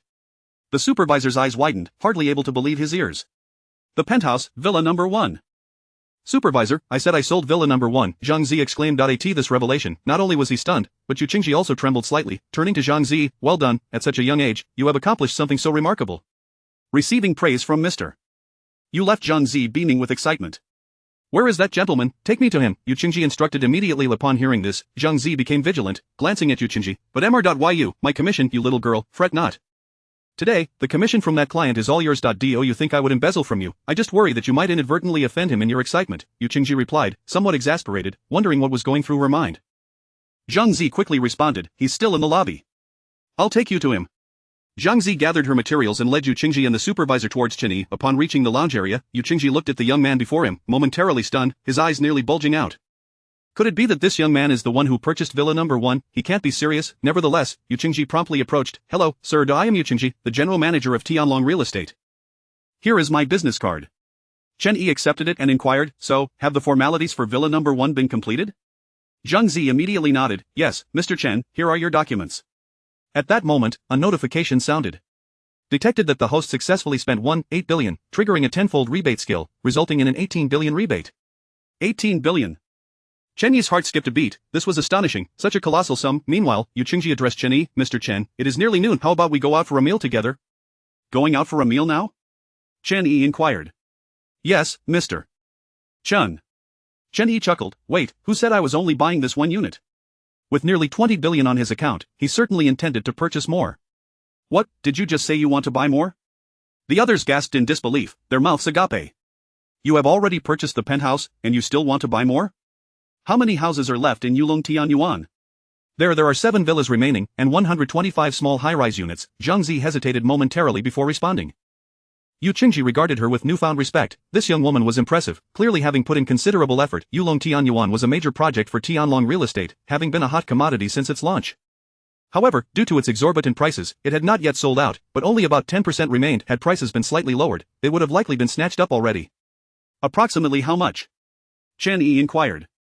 How much? Chen Xi momentarily faltered, her expression momentarily frozen. Understanding her predicament, Chen Yi waved his hand dismissively. Alright, no need to calculate, I want them all. Chen Xi's supervisor, Chen Xi, the crowd stood frozen in shock. A moment later, a bald man entered, adorned with a large gold chain and a face full of excess flesh. Lu, who had previously spoken with Chen Xi, rushed to greet him. Brother-in, you have arrived. Where have you been? Why did it take you so long to come in? Wang Yan? It was broad daylight. What nonsense was Lu spouting? He had just arrived here. He waved dismissively. Enough with the small talk, help me with the paperwork quickly. Those 2 prime properties, they haven't been given to anyone else, have they? Lu smiled, brother-in, what are you saying? Would I not heed your instructions? I've already spoken with them. Those 2 properties have been reserved for you, no issues at all. Good, let's get the paperwork done quickly. Certainly. Lu's face lit up with a radiant smile, feeling utterly elated. She was still thinking about Chen Xi, chuckling to herself, that little girl was probably still tirelessly showing properties to others. She then turned to Wang Yan, brother-in, I'll send you the room address tonight. I'll be waiting for you. All right. Wang Yan glanced at Lu, subtly caressing her, prompting a playful response from her. However, she reciprocated his advances, knowing well that in sales, what mattered most was closing deals. If one couldn't sell, then all talk was meaningless. This was the reality of society, where the destitute were mocked while the lewd flourished, and this was even more true today. At that moment, Lu accessed the system to check the 2 properties reserved for Wang Yan, but her eyes widened in disbelief. Where are the houses? Lu stared at the screen, realizing it was all red, indicating that there were absolutely no vacant properties left in Yulong Tianyuan. What? Wang Yan rushed over, observing the entire screen filled with red, his face darkening ominously, nearly dripping with anger. He glared at Lu. Lu, I asked you to reserve 2 properties for me, and this is how you did it. Where are the houses? Did they sell, or is this a system error? It can't be, I already spoke with our supervisor. Lu was filled with disbelief. Useless. Wang Yan cursed, where is your supervisor? I need to have a word with him. Is there no order here?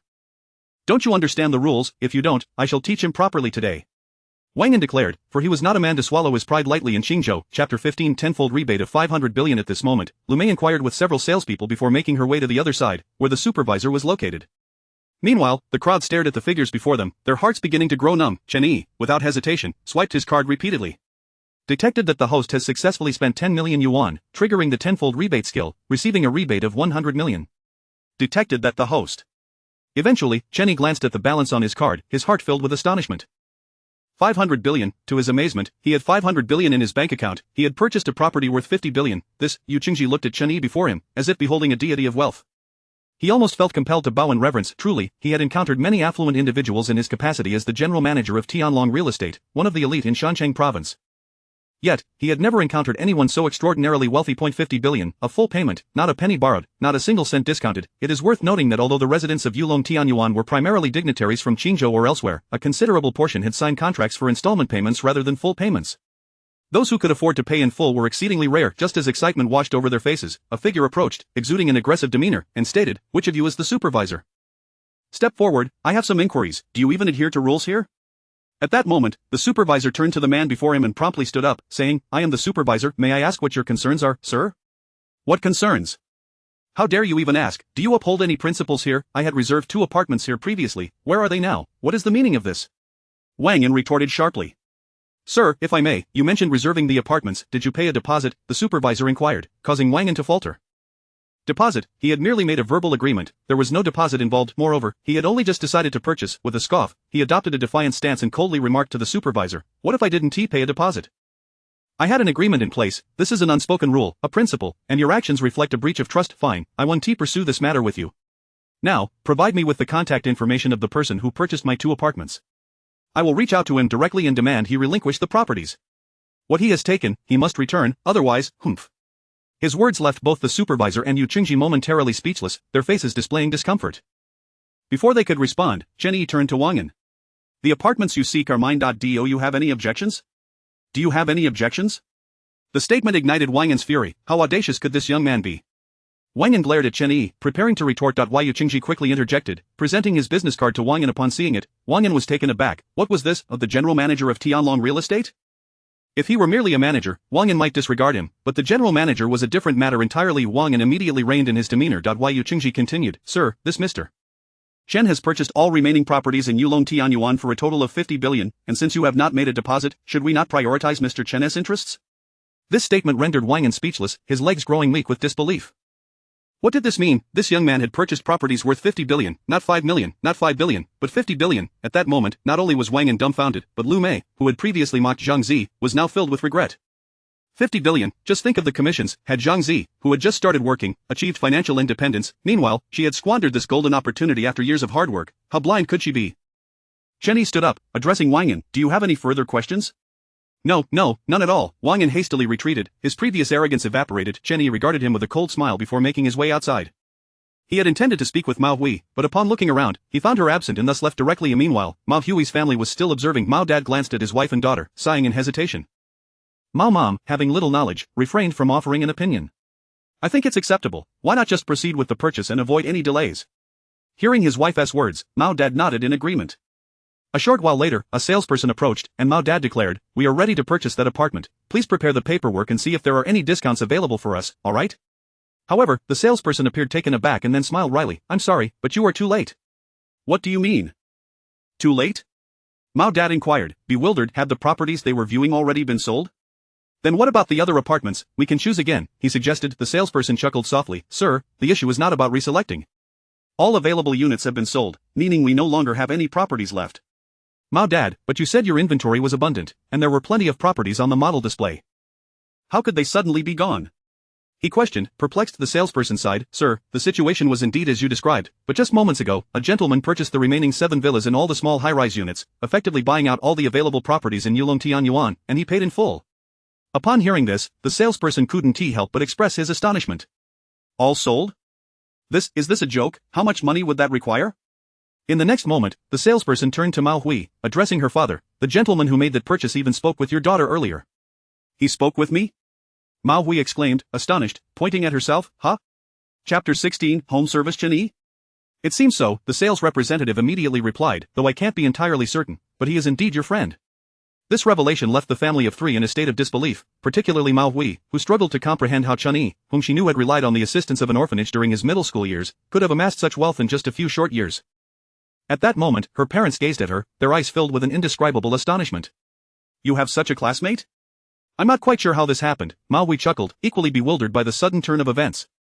Meanwhile, after finishing their meal, Chen Yi and the others proceeded outdoors. He surveyed the properties around him, noting that in addition to the villa, there were 125 small high-rise apartments. These apartments were all located within a desirable school district, and given their value, it seemed sensible to keep them rather than leave them idle. "Perhaps I should consider renting them out to experience what it feels like to be a landlord," Chen Yi mused with a smile. However, he decided against renting out the villa, as he was not in need of funds at the moment. With more than 100 small high-rise apartments, renting them out at 5,000 each would yield a lucrative total of 500,000 in monthly rent. Consequently, Chen Yi took the property deeds directly to a nearby real estate agency, a sizable establishment that handled not only rental services but also sales of new and second-hand properties. Upon entering, several sales representatives turned their attention to him, and soon a young woman approached. Sir, may I inquire what service you require? Renting a property. Oh, renting, is it? She replied, a hint of disappointment flickering across her face. She had hoped he might be a potential buyer, as commissions from sales were far more substantial than those from rentals. Still, she thought, a fly's leg is better than no meat at all. She promptly presented the available listings and asked, Sir, here are our listings. Do any of them catch your eye? If you find something you like, please feel free to let me know. Chen Yi paused, realizing she had mistaken him for a tenant rather than a landlord. Actually, I'm here to rent out properties. The young woman immediately adopted a more cautious demeanor. After all, for real estate agents, the most crucial element was the availability of properties. Without them, what purpose would the agency serve? Chen Yi then produced a property deed, and as she examined it, her eyes widened in shock. Is this a property in Yulong-Tianyuan? Her exclamation drew the attention of all the sales representatives, their expressions turning to one of sheer disbelief. They were all too aware of the prestige associated with Yulong-Tianyuan, where properties were notoriously scarce, both for purchase and rental. Thus, listings in this area were particularly coveted. Sir, I will assist you immediately, the young woman said hurriedly. However, Chen Yi halted her. No rush, there is more. More? He began placing deed after deed onto the table. Point 1 deed. Point 2 deeds. As the stack grew, the onlookers' jaws dropped further, their astonished expressions reminiscent of encountering a ghost. All of these are properties in Yulong-Tianyuan? A total of 9? And 9 properties in Yulong-Tianyuan? The young woman was momentarily at a loss for words. As a newcomer, she had never encountered such a situation. These 9 properties must be worth at least 30 to 40 million, if not more. Yet, the next moment, Chen Yi shook his head, leaving her momentarily baffled. What could this gesture imply? Was he perhaps reconsidering his decision? Chen Yi addressed the young woman. I'll show you these 9 first. There are more outside. Could someone assist me? More? What else could there be? The nearby sales representatives exchanged confused glances. Eventually, one of them rose to help. Chen Yi pointed to a storage box nearby, instructing, please take this as well. The sales representatives were utterly perplexed. What does this gentleman mean? What is he planning? I have no idea. He mentioned there was more outside. Who knows? Let us go take a look. At that, several female sales representatives stepped outside. They soon spotted Chen Yi next to a Ferrari, retrieving his keys and pressing a button, causing the headlights to flash twice. A Ferrari, a wealthy heir. The sales representatives were left in stunned silence, their astonishment palpable as they turned to Chen Yi. Then, he beckoned one of the saleswomen over, opened the front trunk, and began placing stacks of property deeds inside the box she had prepared. The saleswoman, the others, what in the world? Their minds were blown. Could someone explain what was happening? What were these property deeds stacked up like this? How many properties were we talking about? Over 100, surely. The young woman who had initially attended to Chen Yi glanced at the deeds, her heart racing. She turned her gaze behind her, utterly bewildered. At that moment, a charming young woman approached hastily.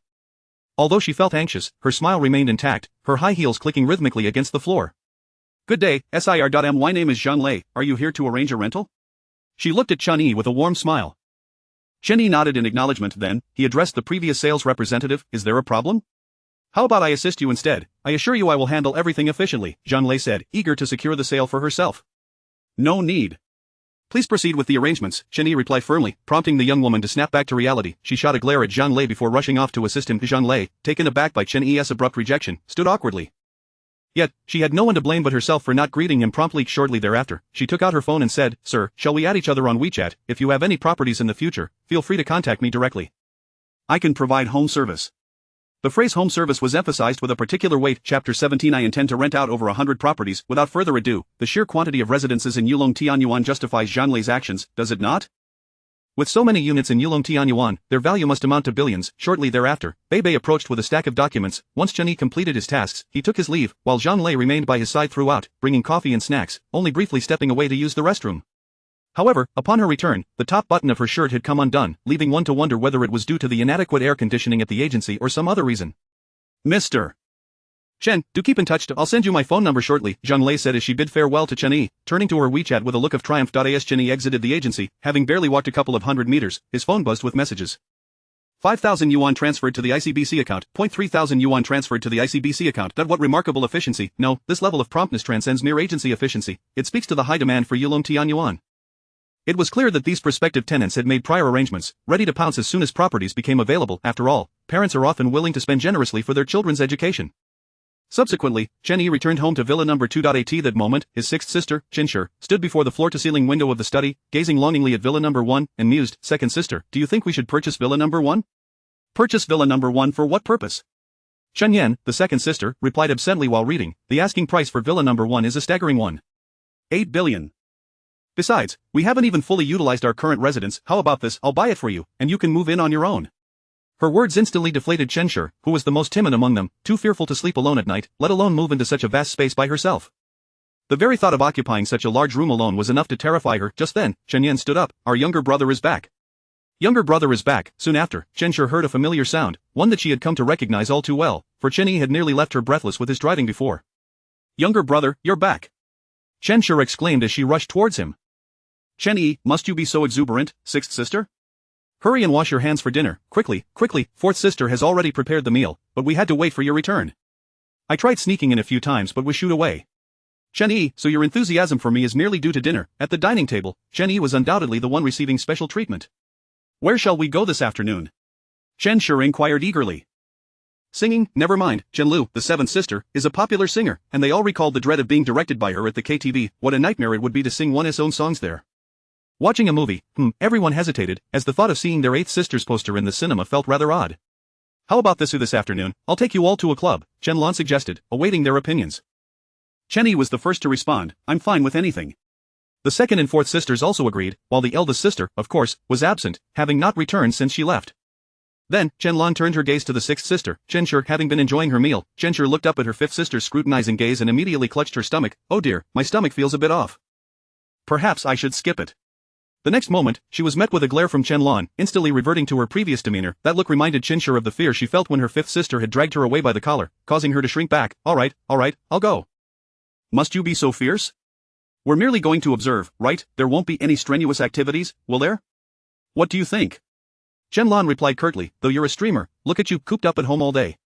When was the last time you exercised? You could use some movement. Do you know that being inactive makes one sluggish? Chen Xi, eldest sister, please return, fifth sister just insulted me, but if I'm sluggish, wouldn't that make you all sluggish as well? Eldest sister, fifth sister just called you sluggish. At that, Chen Xi burst into laughter. Then, a playful flick landed on her head. She turned to Chen Yi, wearing a look of feigned grievance. Unable to withstand her gaze, he reached out to pat her head. It's alright, I don't exercise much either and am unfamiliar with various activities. I'll accompany you this afternoon, Chen Yi reassured her. Good. With company, Chen Xi's spirits lifted. You hardly resemble a sixth sister, relying on your younger brother for comfort. I warn you, do not lead him astray. Chen Lan cautioned Chen Xi sternly. After finishing their meal, everyone retired for the night. Chen Yi, preparing for bed as well, noticed Chen Xi stealthily heading towards the kitchen. What is sixth sister up to? Chen Yi leaned over the second floor railing to observe. Once in the kitchen, Chen Xi glanced around and opened a lid on a basin, revealing a thick paste. Is this sesame paste? She wondered aloud, dipping her finger in and tasting it. Her eyes widened in astonishment as she realized, this was no mere sesame paste, it was a dessert. But this certainly differs from the sweets our second sister used to make. This one looks a bit unrefined, Chen Xi mused, for the fourth sister was quite particular about aesthetics, often insisting on visual appeal alongside fragrance. Despite this creation lacking in appearance, it was undeniably delicious. Honestly, why hide such a delectable treat? Fourth sister is hoarding it again. Alright, I'll use this for my live stream today. Chen Xi stealthily carried the basin away and entered the living room, pulling out her phone. Hello, everyone. How are you all doing? She greeted, but then paused, reconsidering, and returned to her room with the basin watching her. Chen Yi retreated to his room as she ascended the stairs. Once inside, he opened his phone to catch Chen Xi's live stream. Downloading the Shark Live app. Upon opening it, he noticed that her stream was prominently featured at the top of the homepage. Chen Yi, so, as long as one streams, they get top billing. After watching for a while, he realized that Chen Xi truly had a knack for this. She munched on her food while delivering a continuous stream of witty remarks, akin to a stand-up comedy routine, all completely improvised. Chen Yi even began to suspect that the viewers were not merely there to watch her eat but rather to enjoy her comedic performance. Just as he became engrossed in her antics, a flurry of comments began to flood the screen. Chapter 18:0? This streamer is far from our Xiaoyu platform Xiaoyu, and our Z in beauty is also quite distant. In an instant, not only was Chen Yi bewildered, but the viewers in the live stream were equally perplexed, including the host, Chen Xi, who was currently broadcasting. She too was gazing at Xiaoyu before her. Xiaoyu Live is another streaming platform, akin to Shark Live, and Black Bear Live is similar as well. These are among the larger streaming platforms in Huaxia, with Shark Live boasting the highest user base. However, why was someone from another platform appearing on Shark Live? Chen Xi recalled that there had been a collaborative event among various platforms previously, where several platforms joined forces for a grand undertaking. Given that Shark platform was the largest and wielded the most extensive influence, its streamers garnered the highest attention during this event, while the others did not enjoy the same privilege.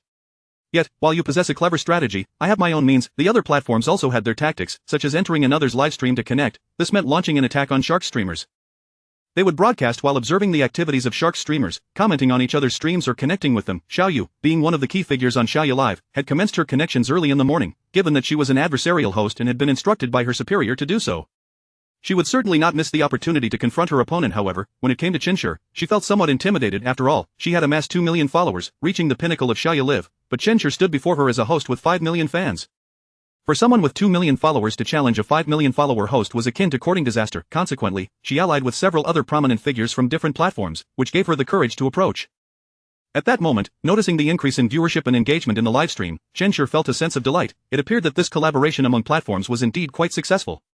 She then uttered a few welcoming remarks to the opposing party. However, just then, an icon suddenly illuminated, causing Chen Xi to pause in surprise. Following that, a girl's voice resonated through her headphones. Nevertheless, it was Chen Xi's first time receiving such a connection request. After all, within Shark Live, she was considered a pillar of strength, who would dare to disrupt her. Even in typical PKs, opponents would concede defeat outright, as they simply could not compete with her. Even other prominent hosts were well aware of her prowess and generally maintained a distance, avoiding confrontation. How could anyone willingly walk into the lion's den? Yet, this time, it was a battle among major platforms, and the individuals before her were indeed notable figures from other platforms, thus emboldening them to challenge Chen Xi. Chen Xi regarded the incoming request. Pondering the intentions of these individuals, she recalled that they seemed to belong to different divisions than her own. Once the connection was established, Xiao Yu's voice came through. "Sister, what delectable treat are you savoring so enthusiastically?" A sweet voice emerged, slightly coy, causing any normal listener to feel a shiver down their spine. "Are you referring to this?" Chen Xi scooped up a spoonful. "It is a dessert." "Dessert? Oh dear, perhaps the restaurants I frequent are more upscale and serve more refined desserts, which is why those I have eaten appear more exquisite. Yours, served in a basin, and the color and consistency, don't you think it resembles something akin to a rice field?" Chen Xi. What the hell? Suddenly, the dessert lost its appeal. A single remark could evoke such disgust. This statement was utterly heart-wrenching. Though she recognized that the other party might not come in good faith, she was unperturbed by their antics, but the immediate revulsion was intolerable. A flurry of comments surged, as the fans of several streamers began to bombard the chat. After all, they had coordinated their approach before confronting Chen Xi, informing their respective fan groups or delegating tasks to a few moderators, all for the desired effect. Observing the barrage of comments, Xiao Yu felt a sense of superiority wash over her. She looked at Chen Xi, who was about to consume such an unappetizing dish, at least one that appeared quite unappealing. Meanwhile, she merely had to make an appearance in the live stream, moving her fingers, and the disparity between them felt vast. Lost in her thoughts, Xiao Yu suddenly felt an inexplicable sense of superiority over Chen Xi.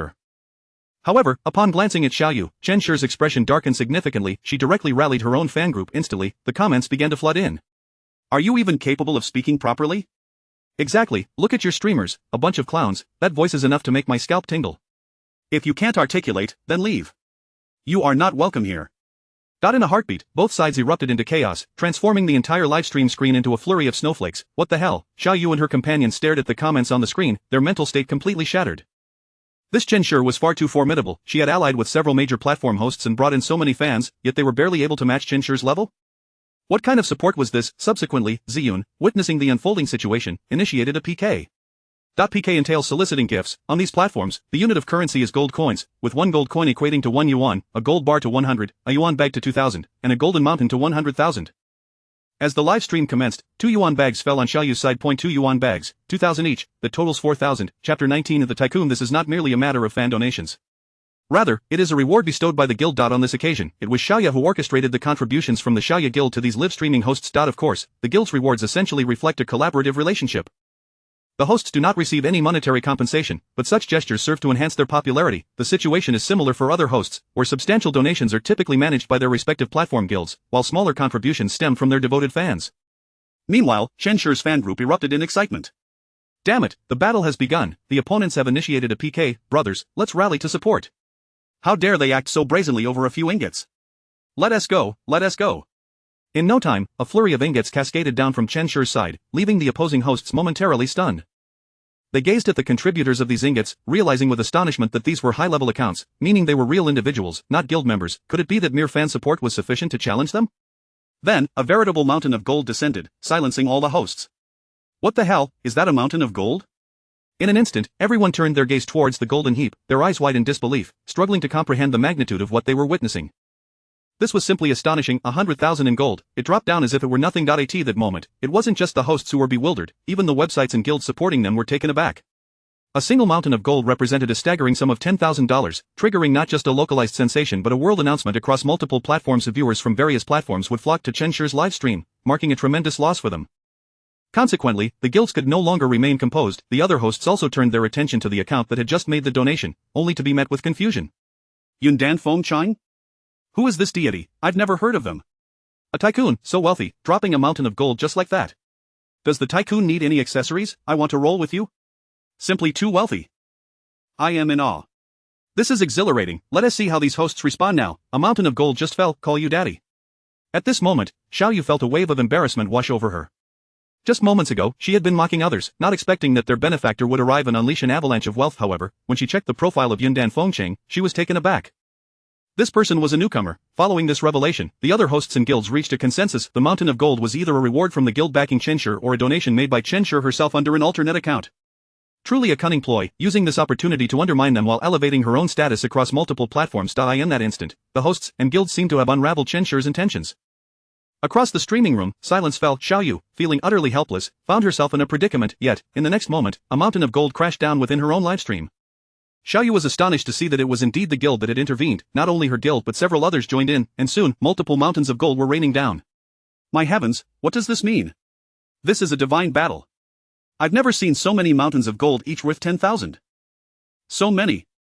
Stop with the useless banter, hurry and grab the gold. The comments erupted in a frenzy, as everyone became increasingly agitated. They had never witnessed such a spectacle. Even Xiao Yu and her fellow hosts had never encountered anything like it. In a villa within the Yulong Tianyuan complex, Chen Yi observed the unfolding spectacle with astonishment. Had he inadvertently crossed paths with a rival? Indeed, the newcomer who had just donated to Chen Xi was none other than Chen Yi himself. Initially, he merely sought to pass the time, but upon realizing that his sixth sister was being scrutinized, he decided to unleash a mountain of gold to quell the adversaries. Little did he expect that the opposition would also have considerable backing, and not just from one individual, but from many. This was becoming rather intriguing. Presently, Chen Yi possessed a staggering 500 billion, meaning he lacked nothing except perhaps boredom. Sending gifts, he glanced at the ongoing PK, noting that his sixth sister was being overwhelmed. After all, it was an entire army of hosts against a single individual, an utterly shameless endeavor. Meanwhile, Chen Xi's fanbase was taken aback by the events transpiring before their eyes. The opposition was ferocious, and they too rallied their efforts. However, no matter how hard they tried, they could not bridge the gap. After all, a mountain of gold equated to a staggering $10,000, a chasm that was insurmountable. Consequently, they turned their hopes towards the account that had previously donated the mountain of gold to Chen Xi. However, the very next moment, a comment appeared on the screen. User Yundan Fengcheng has left the livestream. Everyone was left speechless. What the hell, the tycoon has left. Xiao Yu was equally taken aback. The hosts and guilds echoed her sentiments, bewildered as they processed Chen Yi's exit. 1,000 curses raced through their minds, wishing to voice their frustrations. Was this some sort of jest? This is it. The tycoon has departed. We are but ants before a giant. What a pity. There is nothing we can do. A mountain of gold is worth $10,000, being able to send one is already remarkable. It would take me 2 years of salary to send a mountain of gold. At this moment, Xiao Yu and her fellow hosts began to gloat. Sister, I told you that your streaming performance was lacking. How could you possibly retain such a superfan when you're constantly consuming this sort of content? Though, I suppose it's not entirely fair to label him a superfan, considering he was driven away by a few mountains of gold. Alas. Indeed, sister, you're unable to keep your audience. The hosts wore smug smirks as they directed their gaze at Chen Xi, who was at the center of the live stream. But in the next moment, a new comment flickered across the screen. User Yundan Fengcheng has entered the live stream. Everyone stared in disbelief. What does this mean? Chapter 20 of the unprecedented reward. In an instant, both the crowd and the streamers felt their hearts leap. What could this possibly mean? Subsequently, the screen in the live broadcast room suddenly flickered, and a mountain of gold came crashing down. Before anyone could react, a second mountain of gold followed suit. Then came the third, the fourth. A stream of world messages flooded in, leaving all the viewers on these platforms utterly astonished. Many of the spectators were freeloaders, typically uninterested in tipping or participating in any way, and thus they initially ignored the coins that fell from the first few golden mountains. However, as time passed, they began to sense that something was amiss. It wasn't just a minor discrepancy, it was a significant anomaly. The relentless world messages led them to believe that perhaps the system had encountered a bug. In no time, everyone flocked to Chen Xi's livestream, causing its popularity to soar. Oh my goodness, so much gold. How many have there been? It's already 50, and they're still falling? Good heavens, 50? That's 5 million. My mom is asking why I'm kneeling to watch the stream. Can someone please tell me how to explain this to her? I'm waiting, it's urgent. The other streamers, including Xiao Yu, gazed at the gold mountains before them, their eyes wide with disbelief, unable to comprehend the spectacle unfolding. 5 million in tips, and all within a remarkably short span of time. The various guilds fell silent, realizing that this event was a collaboration across multiple platforms, thus, their guilds could not reclaim the tips that had been dispersed. Moreover, engaging in a bidding war with this maniac seemed utterly nonsensical. In a moment of panic, several guilds instructed their streamers to exit the scene immediately, leaving the streamers in a state of confusion. The streamers were left dumbfounded. What on earth are we going to do now? At this point, the live stream was in an uproar. It's a full 100 mountains of gold, and it's only been 10 minutes. That's a staggering 10 million in tips. What kind of situation is this? Ha, look at those streamers over there, they all look completely bewildered. Exactly, what gives them the right to investigate our room? Can those little streamers really check on Shu's stream? Now they're at a loss, aren't they? Point one after another, comments poured in, leaving the streamers feeling somewhat embarrassed. Xiaoyu quickly cut off her microphone, saying, I apologize, but I have an urgent matter to attend to at home. Farewell, dear fans. Ziyan added, my mom has summoned me for a blind date, so I must take my leave. Point one by one, the streamers logged off, leaving their fans in utter shock. Meanwhile, Chen Yi observed the streamers before him, pondering, is this it, just this, just this? Detected that the host has successfully consumed 10 million, triggering the tenfold rebate skill, successfully refunding 100 million. At this moment, Chen Xi was equally bewildered, reaching out to some guilds behind the scenes, only to find their president equally perplexed. Sure, we haven't done anything. This truly isn't from our tipping. Well, it might be your fans. The guild leader's face was filled with envy. In just a few minutes, they had managed to garner 6 or 7 million in tips. Was this not enviable? After receiving the response, Chen Xi regarded the account without much concern, as she had previously encountered substantial tips. For the moment, she continued to indulge in her food. Suddenly, the door to the room burst open. Chen Xi. Sister Xi? Chen Xi looked at the imposing figure of Sister Xi who had barged in, her expression far from pleasant. Instinctively, she hugged the bowl in her arms, eyeing Sister Xi with caution. What's the matter? Chen Xi feigned ignorance. What do you think? Did you take the honey face mask I prepared in the kitchen? Chen Xi, she glanced at the bowl she held and brought it into view. You call this a face mask? Sixth sister, my mind is blown. You must be absolutely starving. Sister Xi approached Chen Xi, gazing at the nearly empty bowl of mask, her lips forming a pout. Impressive, when it comes to eating, you truly excel. Meanwhile, Chen Yi stared at the livestream, momentarily taken aback. That your face mask, never mind, I'll let it slide. Just as Chen Yi prepared to take a nap before heading to the club with a few sisters later that afternoon, a notification appeared on the screen before him. Chen Yi was momentarily stunned. Could it be that such remarkable rewards could emerge from the updated 1 yuan flash sale mall? Chapter 21, is brother just here to be played with? 1 yuan flash sale update. 1 yuan flash sale. Body enhancement skill, includes mastery of Bajiquan. 1 yuan flash sale, god level archery skill. 1 yuan flash sale, god level roulette. The god level roulette will trigger at irregular intervals, offering rewards from the wheel. Chen Yi gazed at the luminous screen before him, his eyes widening in astonishment. This was simply exhilarating. He promptly began tapping the screen. 1 yuan flash sale successful, acquired body enhancement skill, mastery of Bajiquan. 1 yuan flash sale successful, acquired god level archery skill. 1 yuan flash sale successful. Acquired god level roulette. Detected that the host successfully spent 3 yuan, triggering the tenfold rebate skill, returning 30 yuan. Subsequently, an intriguing sensation surged through Chen Yi's body. He clenched his fist, a surge of power emanating from within. His gaze fell upon the steel tube supporting the chair beside him, and with 2 fingers, he pinched the hollow tube, applying gradual pressure. Astonishingly, the tube began to deform. Chen Yi had never anticipated that the body enhancement skill would be so formidable. It was simply astonishing. An hour later, hearing noises from outside, Chen Yi opened his eyes, rose from his bed, and stepped outside. Sixth sister, Chen Yi observed Chen Xi outside, who was on the floor, her hands being tugged by fifth sister Chen Lan. I really don't want to go, she protested. Not an option. You can't continue to laze about. How can you save money while staying at home? Of course I can, Chen Xi retorted, looking at Chen Lan. I'll have you know, fifth sister, someone just rewarded me over 10 million today. Chen Lan, that simply wouldn't do. You must go today, regardless of your reluctance. At that moment, second sister Chen Yan and fourth sister Chen Xi emerged, witnessing the scene and stifling their laughter. Little brother, hurry and save me. Chen Xi looked at Chen Yi, as if she had spotted a savior, and directly sought his help. Shall we both stay home together? Sixth sister will make you delicious food. Delicious food? That single phrase prompted a cold laugh from fourth sister Chen Xi. Are you certain you can cook something tasty for little brother? Didn't you once promise to make us cream cookies, and what did you end up presenting us with? That dark, unappetizing cookie. Chen Yi, sixth sister, I take my leave. Hey, alright, I'll go too. A moments later, the four sisters changed into refreshing sports attire, their hair tied back in ponytails, resembling tennis players. Second sister, with a voluptuous figure. Fourth sister, with a majestic presence. Fifth sister, exuding a tumultuous aura. Sixth sister, well, calm and unperturbed, not curvaceous in front or behind, merely petite compared to an A-cup. How laughable. Ordinary and unremarkable, that aptly describes sixth sister Chen Xi. Yet, these thoughts were confined to Chen Yi's mind. Voicing them could lead to dire consequences, for he suspected that sixth sister might very well crush his skull. Soon after, the group approached fifth sister Chen Lan's Mercedes-Benz G-Class, and naturally, Chen Yi was assigned the front passenger seat. Chen Xi felt a wave of relief seeing fifth sister at the wheel. Little brother, how about you drive? Absolutely not. The moment Chen Lan uttered those words, Chen Xi swiftly interjected from the back seat. Her eyes widened in horror, clearly recalling the terrifying experience of Chen Yi's driving skills. At that, Chen Yi chuckled. Sixth sister, why are you so agitated? I won TB driving. I plan to engage in some good exercise later. I'll just take a little nap for now. With that, Chen Yi closed his eyes. Subsequently, Chen Lan started the car, heading towards the fitness club. I in the back seat, Chen Xi leaned forward, gazing at the slumbering Chen Yi.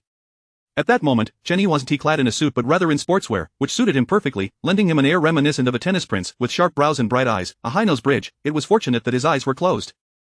Otherwise, those captivating orbs would surely astonish Chen Xi. Chen Xi couldn't help but reach out with her hand, instinctively wanting to poke Chen Yi's face. However, she was promptly seized by second sister Chen Yan. Second sister, Chen Xi inquired, "What are you holding me for, still questioning me? I'm curious about what you intend to do." Chen Yan shot her a glance, and Chen Xi grinned mischievously, "One for each." Deal. Thus, the two of them simultaneously pressed their hands against Chen Yi's face. Then, a third hand emerged from the side, joining in on the fun. "Chen Yi, what on earth have I done to deserve this? Is it possible that my return as a brother is merely for your amusement? Is there truly no justice left in this world? Am I not even allowed a moment's rest?" If Chen Yi's thoughts were to be revealed to the others, they would undoubtedly retort, stating that if a brother's return is not for amusement, then it holds no significance whatsoever. Chapter 22 of the bow for shooting the great eagle. Chen Lan glanced at the few individuals beside her, her brows furrowing in discontent. Had she known earlier, she would have summoned her second sister to drive. She too yearned to indulge. After a brief moment, the group arrived at the fitness club. Though it bore the title of a fitness center, its scale surpassed that designation. Upon disembarking, the group gazed at the establishment before them, momentarily taken aback. This was exceedingly vast. The plaza alone encompassed over 1,000 square meters. "Is this really a fitness club?" Chen Xi inquired, staring at the technologically advanced structure in bewilderment. "I always told you to venture out more often," fifth sister Chen Lan remarked as she gestured toward the entrance. "This place serves as a comprehensive venue, featuring not only a gym but an array of sporting facilities. It boasts basketball courts, soccer fields, volleyball courts, and even a kendo hall, among various other athletic venues. Everything one could desire is readily available.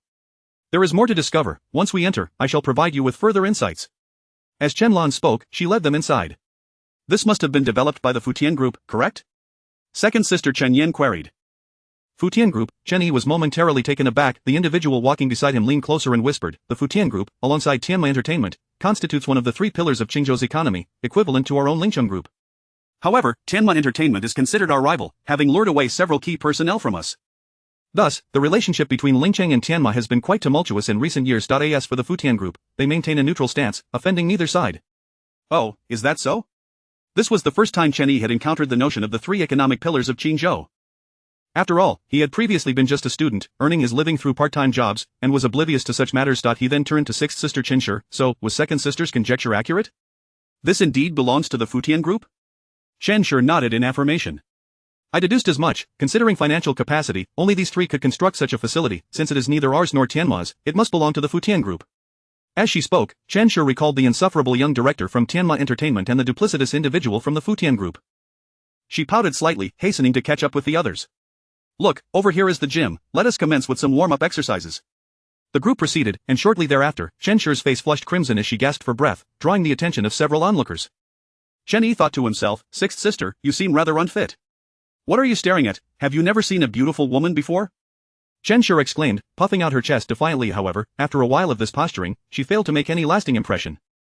Meanwhile, Chen Lan was greeting the other attendees. "Lan Jia, you have arrived rather late today. Have you been slacking off lately?" "Not at all. I recently located my little brother and have been preoccupied with that." "What?" The revelation caused the nearby individuals to widen their eyes in disbelief. They had heard tales of the Chen family's affairs but could hardly fathom that, after so many years, someone had been found. Quite impressive, indeed. They turned to Chen Yi, nodding in acknowledgement, recognizing him as the young master of the Chen family. After a while, Chen Lan addressed her companions, "Let us indulge in some other activities. You may continue your training." "Very well, Lan Jia." Chen Lan beckoned, "Come, let us engage in some exercise." In the next moment, Chen Xi seized Chen Lan's arm. "Fifth sister, Chen Lan interjected, "What do you intend to do? Surely you do not wish for us to return so soon?"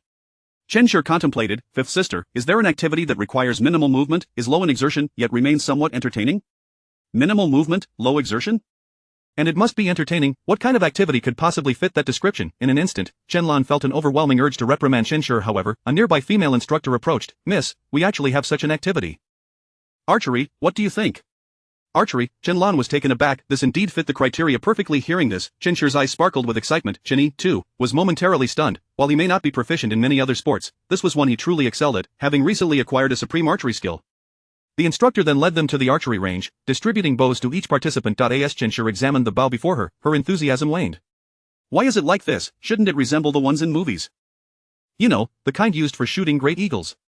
In the next instant, a hand brushed against Chen Xi's ear. "Where do you derive such extravagant demands?"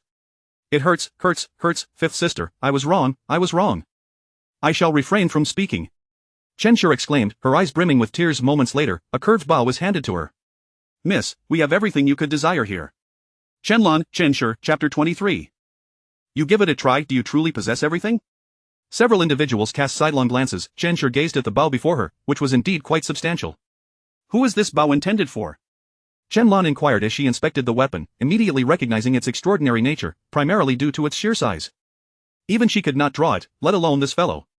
Some of the boys found this bow lacking in draw strength, so they suggested we acquire these bows. Chen Xi remarked, can I draw it? Subsequently, the attractive coach handed the bow to Chen Xi.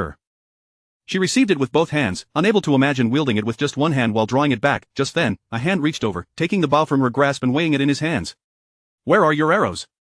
Right here, sir, Chen Yi replied, glancing at the arrows nearby. Just as he prepared to string the bow, two figures approached from a distance. A young man surveyed the group, his eyes narrowing with a hint of malice. Meanwhile, Chen Lan and the others were startled, their expressions darkening. So, it is you here. What a coincidence. Where is your elder sister, Chen Xi? I haven't seen her around. My sister is at the company, unlike some who waste their days away like a pampered dandy, Chen Lan retorted, prompting a cold snort from the young man. Sharp-tongued, aren't we? He could easily discern the veiled insults in her words. With a smirk, he dismissed her comments. These are tumultuous times, your elder sister is right to be at the company, otherwise, who knows, your Lingcheng group might just capsize, the young man continued speaking. At this moment, Chen Yi turned to the two young men, asking Chen Xi beside him, sixth sister, who are these two, and why does this one act so arrogantly?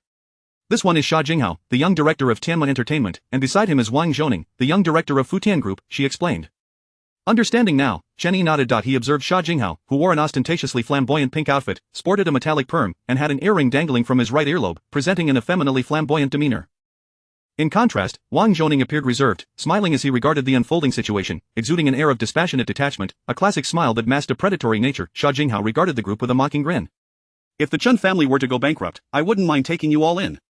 Who doesn't know about the 7 beautiful sisters of the Chen family? Rest assured, I would treat you all with utmost care. Oh, wait, I almost forgot, it seems the Chen family has more than just the 9 of you.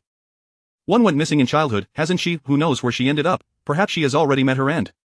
Sha Jinghao deliberately provoked Chen Lan, well aware that this topic was a taboo for the Chen family. Yet, he doubted Chen Lan would dare retaliate here. Chen Lan glared at Sha Jinghao, her expression shifting as she prepared to confront him. However, in the next moment, a sharp whistling sound pierced the air. She turned her head just in time to see an arrow hurtling towards Sha Jinghao's face. Whoosh, the arrow flew with such speed that it seemed to leave an afterimage in the air. Sha Jinghao's eyes widened as he spotted the deadly projectile, swiftly turning his head aside. The arrow grazed his cheek, leaving a faint trace of blood. Who? Sha Jinghao exclaimed, wiping the blood from his face, his eyes bulging in disbelief at the sight of his own blood. Not just him, Wang Zhoning beside him was equally astonished. Chen Yan and Chen Xi turned, while Chen Xi also glanced over, their eyes widening in shock as they looked at Chen Yi.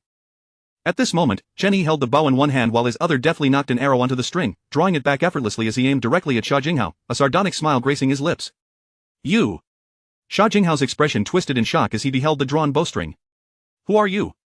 I am the very person you claim to have lost, perhaps already dead somewhere, Chen Yi replied, his words tightening the tension in the hearts of Sha Jinghao and Wang Zhoning.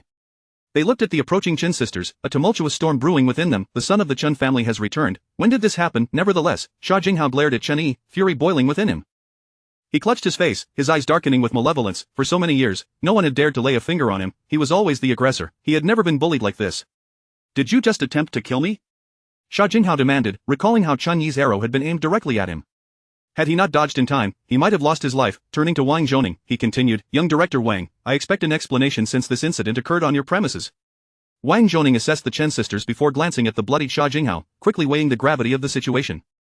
He then addressed Chen Yi, little brother, drawing a bow and injuring someone on my territory is rather excessive, wouldn't you agree? I offer you 2 choices: 1, apologize, or 2, I will have to invite you to leave. The choice is clear, is it not? Wang Zhoning's expression darkened, his tone dripping with menace. This was his domain. If today's incident was not resolved satisfactorily, what would it say about him when Sha Jinghao brought it up? Not to mention, his business would undoubtedly suffer. Thus, he spoke heavily, emphasizing the word invite, which meant he would have no qualms about throwing them out. He was not about to give the Chen sisters or Chen Yi any leeway. He demanded an apology, or they would be ejected. At once, Chen Lan grasped Wang Zhoning's intentions and exclaimed, Wang Zhoning, what do you intend to do? I intend to ensure my guest's safety. If he does not apologize, I will take it as a failure to guarantee my guest's well-being, Wang Zhoning responded, fixing his gaze on Chen Lan. Chen Lan, let me make this clear. I am offering him this chance entirely out of respect for you and the Chen family, otherwise, I would not hesitate to expel all of you. You. Second sister Chen Yan stared at Wang Zhoning, momentarily taken aback. Go ahead, try to throw us out. Chapter 24. How is this possible? At this moment, with elder sister Chen Xi absent, her influence was paramount, and thus she had to step forward. Although the other sisters were formidable in their own right, none could rival Chen Yan's extensive connections. After all, she was a renowned healer, having cured countless dignitaries over the years, which naturally afforded her a vast network. However, Xia Jinghao showed no restraint, declaring, Chen Yan, I am well aware of your wide connections, but tell me, do you truly believe they would dare oppose Tianmen Entertainment or challenge the Feng Tian Group? Would they dare? That utterance left the sisters momentarily speechless. They understood that Chen Yi's actions were misguided, yet he was their brother. Could they simply stand by and watch him bow to Xia Jinghao? Just then, a voice rang out, why should I apologize? The statement, though not loud, resonated like thunder in the ears of the crowd. Wang Zhoning turned to Chen Yi, a mocking smile gracing his lips. You still insist on being defiant, you shot an arrow at Xia, and now you dare to remain obstinate. I shot at him? A playful smirk danced on Chen Yi's lips as he regarded Wang Zhoning. Who claimed I shot at him?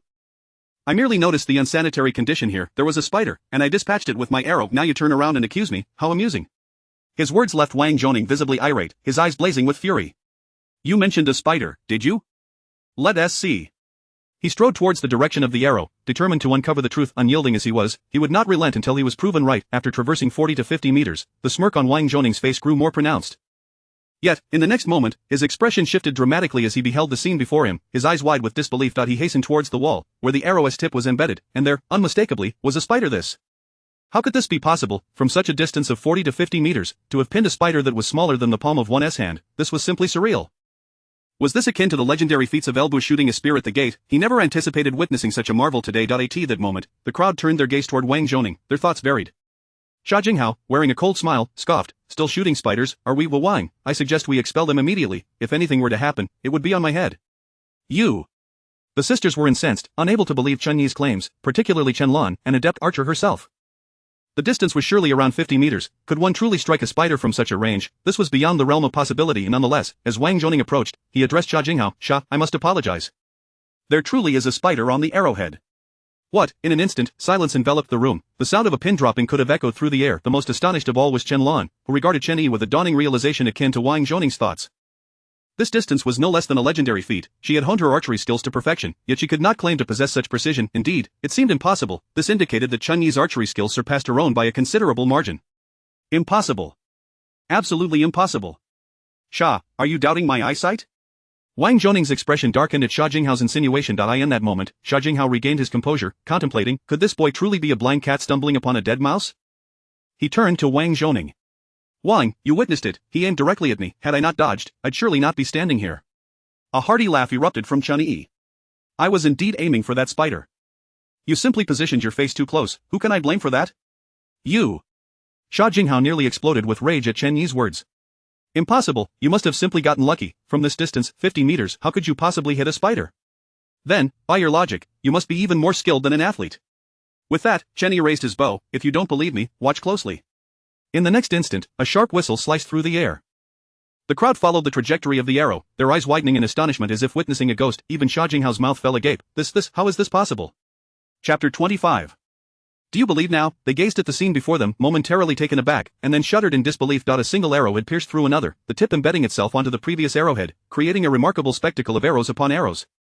At that moment, Chen Lan's eyes widened in astonishment as she struggled to articulate her thoughts. Utterly speechless, Xia Jinghao turned to face Chen Yi, only to find Chen Yi aiming the arrow directly at him, a cold smirk playing upon his lips. Do you believe now? Chen Yi's bow was drawn taut, poised to unleash its deadly projectile.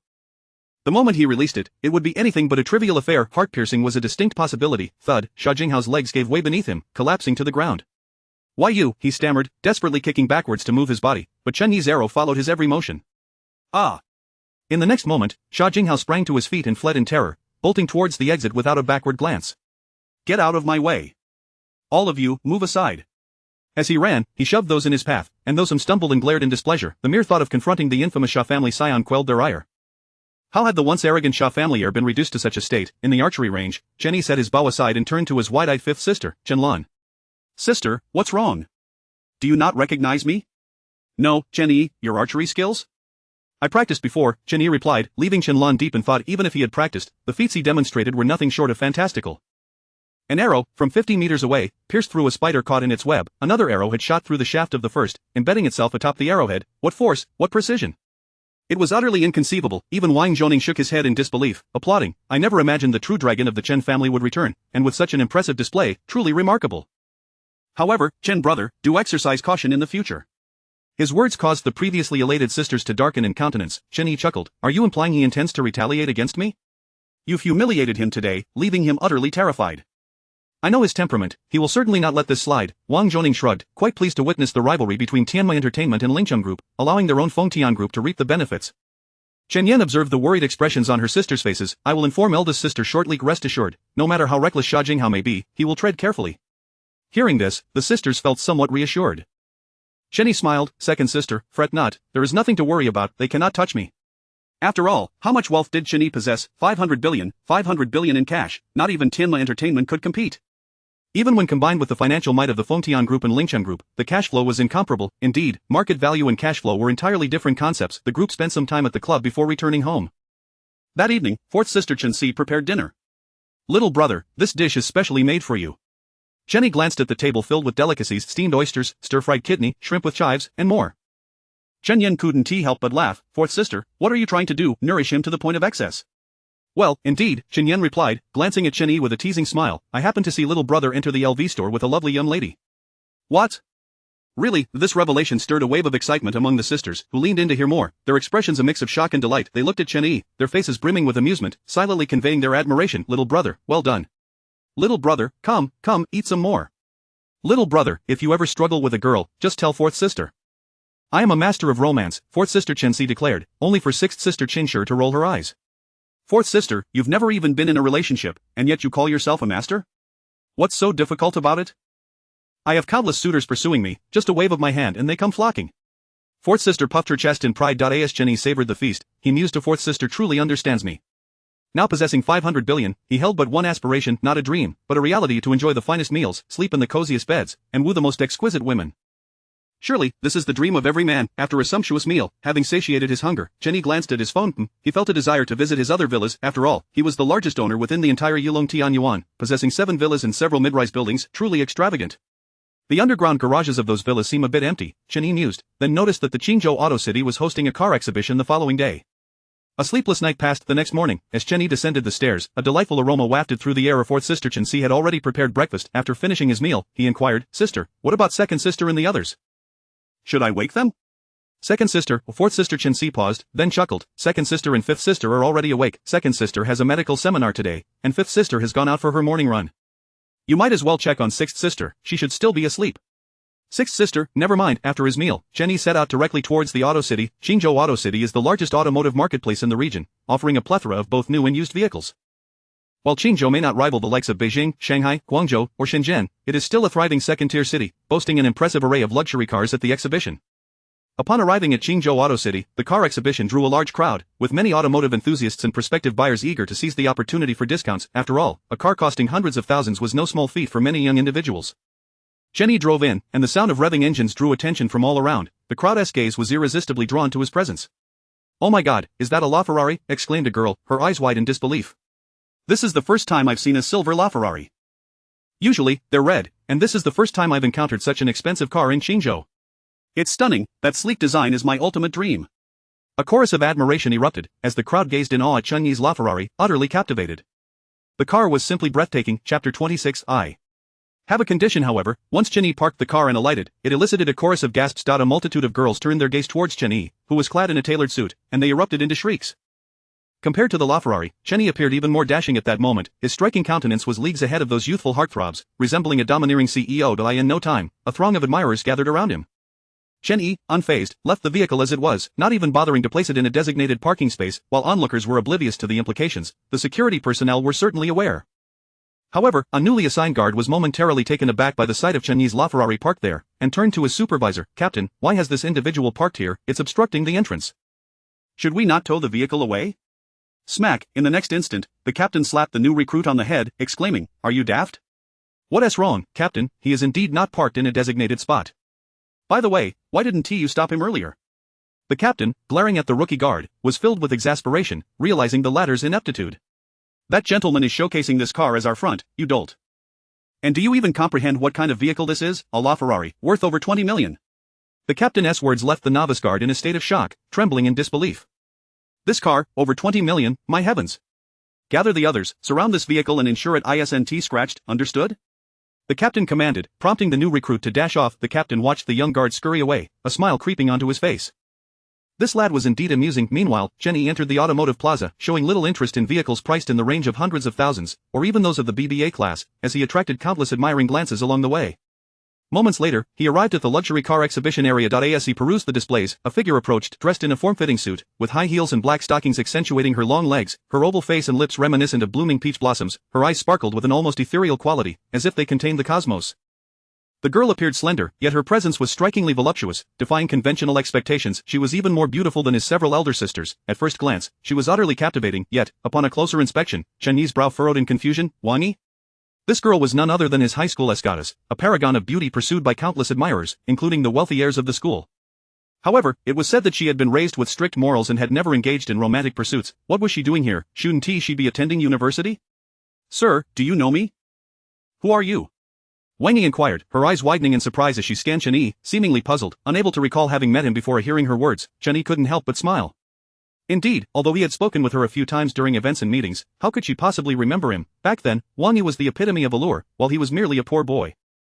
They were entirely different individuals at that time. Had he pursued her then, he would surely have been ridiculed as a toad yearning to court a swan. Yet, the current Chen Yi was a changed man.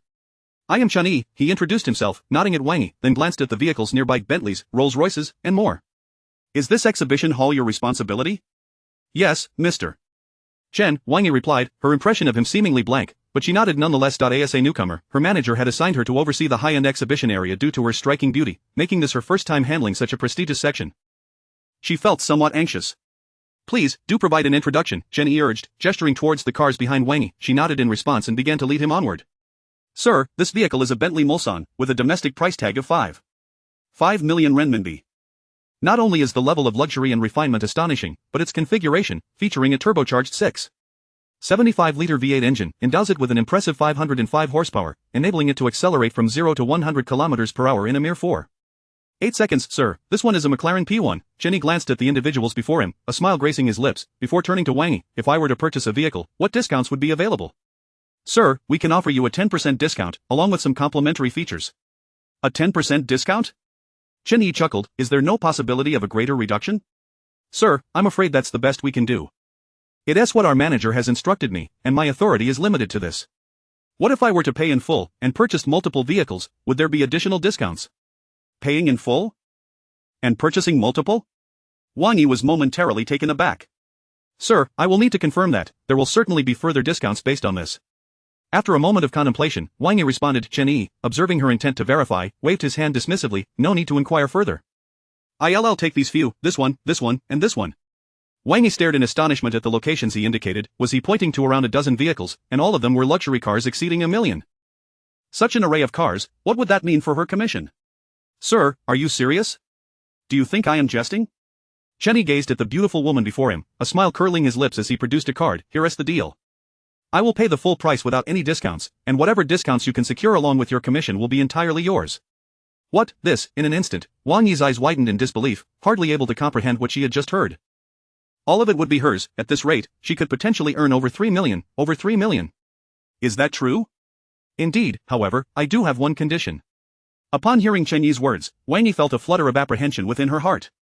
Chapter 27: New Fragile and Boneless Conditions. Upon hearing these words, Wang Yi's body trembled violently as a flicker of realization ignited within her. Such occurrences were not new to her. After all, she had heard of them from her peers in sales.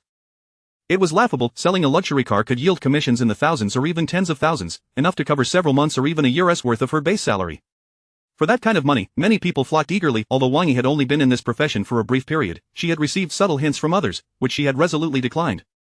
However, this time was different. This time the stakes were not in the thousands or tens of thousands, but in the realm of 3 million, even 4 million. In an instant, her breath quickened, but her rationality whispered another truth. Rewards are invariably accompanied by sacrifices. Caught in a whirlwind of conflicting emotions, Wang Yi felt torn. Chen Yi observed Wang Yi's expression and chuckled softly. I grant you the freedom to choose. Here is the card. If you have made up your mind, proceed to activate it. If you feel it isn't right for you, simply pass the card on to another salesperson. His words tightened Wang Yi's heart, yet she took the card and walked away resolutely. She understood this was an opportunity she could not afford to overlook. Her circumstances had deteriorated significantly. In her previous life, Wang Yi had been a dutiful daughter. Her mother had provided abundantly for her needs. However, 2 years prior, her mother had passed away, and soon after, her father remarried. This year, her father and stepmother welcomed a son, and all his affections were now lavished upon the new child.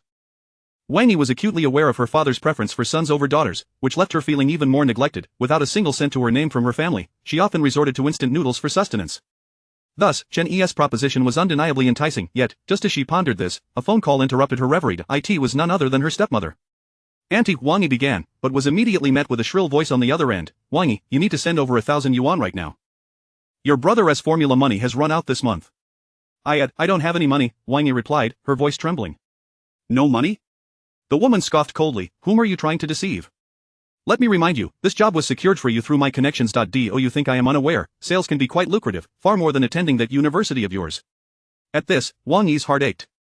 She had indeed been accepted into university, but her stepmother had pressured her father to deny her that opportunity and instead found her this job, effectively forcing her out of her home. To hear such words now was utterly infuriating. I truly have no money. Bah, little brat, if you don't have money, can't you borrow some? Let me make this clear, if you fail to comply, I will inform your father. With that, she added mockingly, ha, don't move, everyone. I've won. In that moment, Wang Yi's expression darkened, nearly dripping with despair. Since her stepmother had entered their lives, she had contributed nothing but occupied her time with social media and mahjong.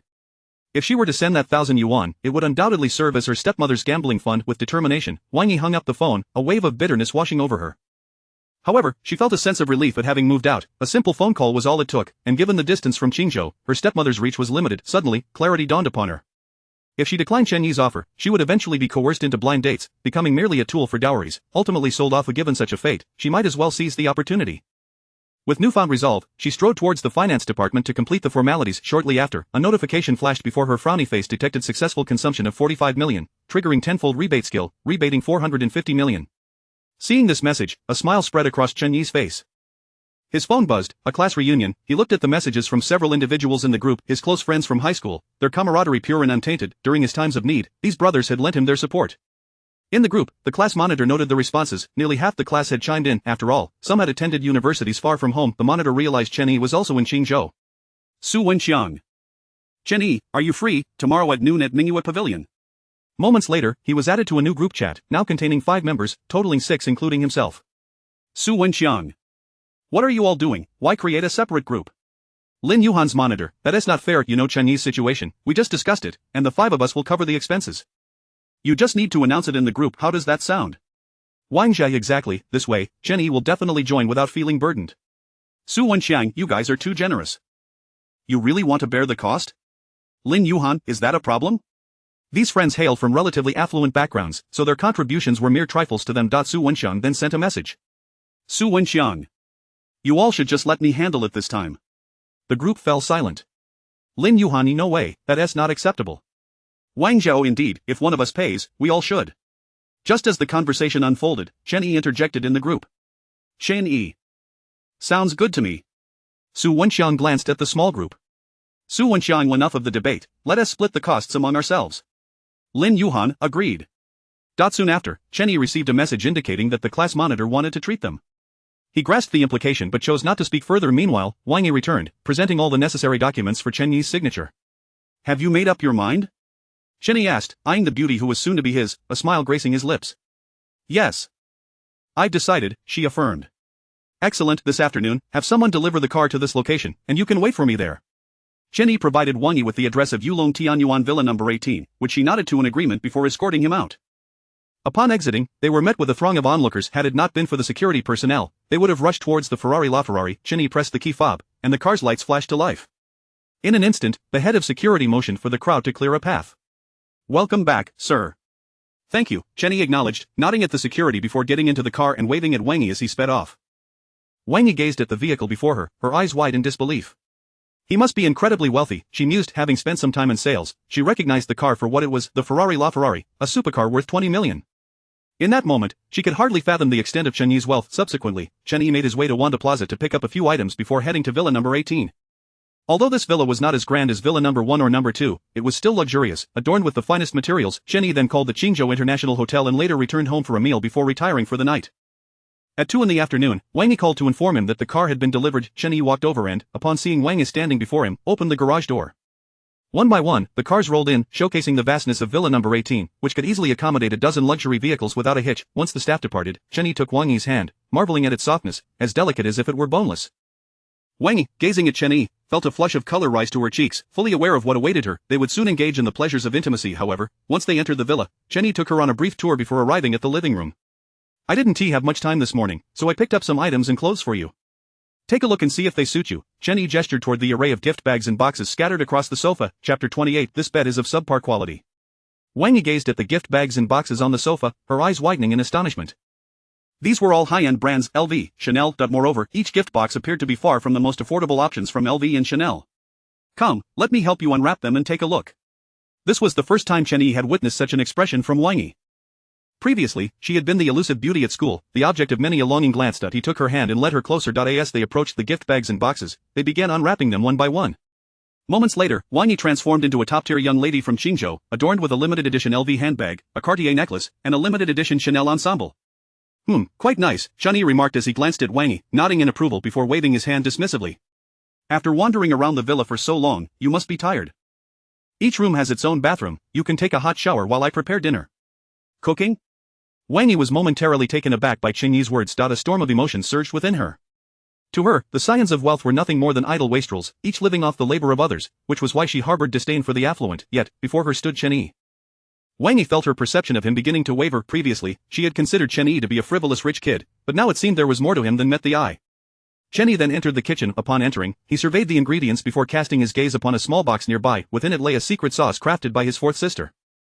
He discreetly took some for himself, reasoning that even if his sister discovered the theft, he would not be the first suspect.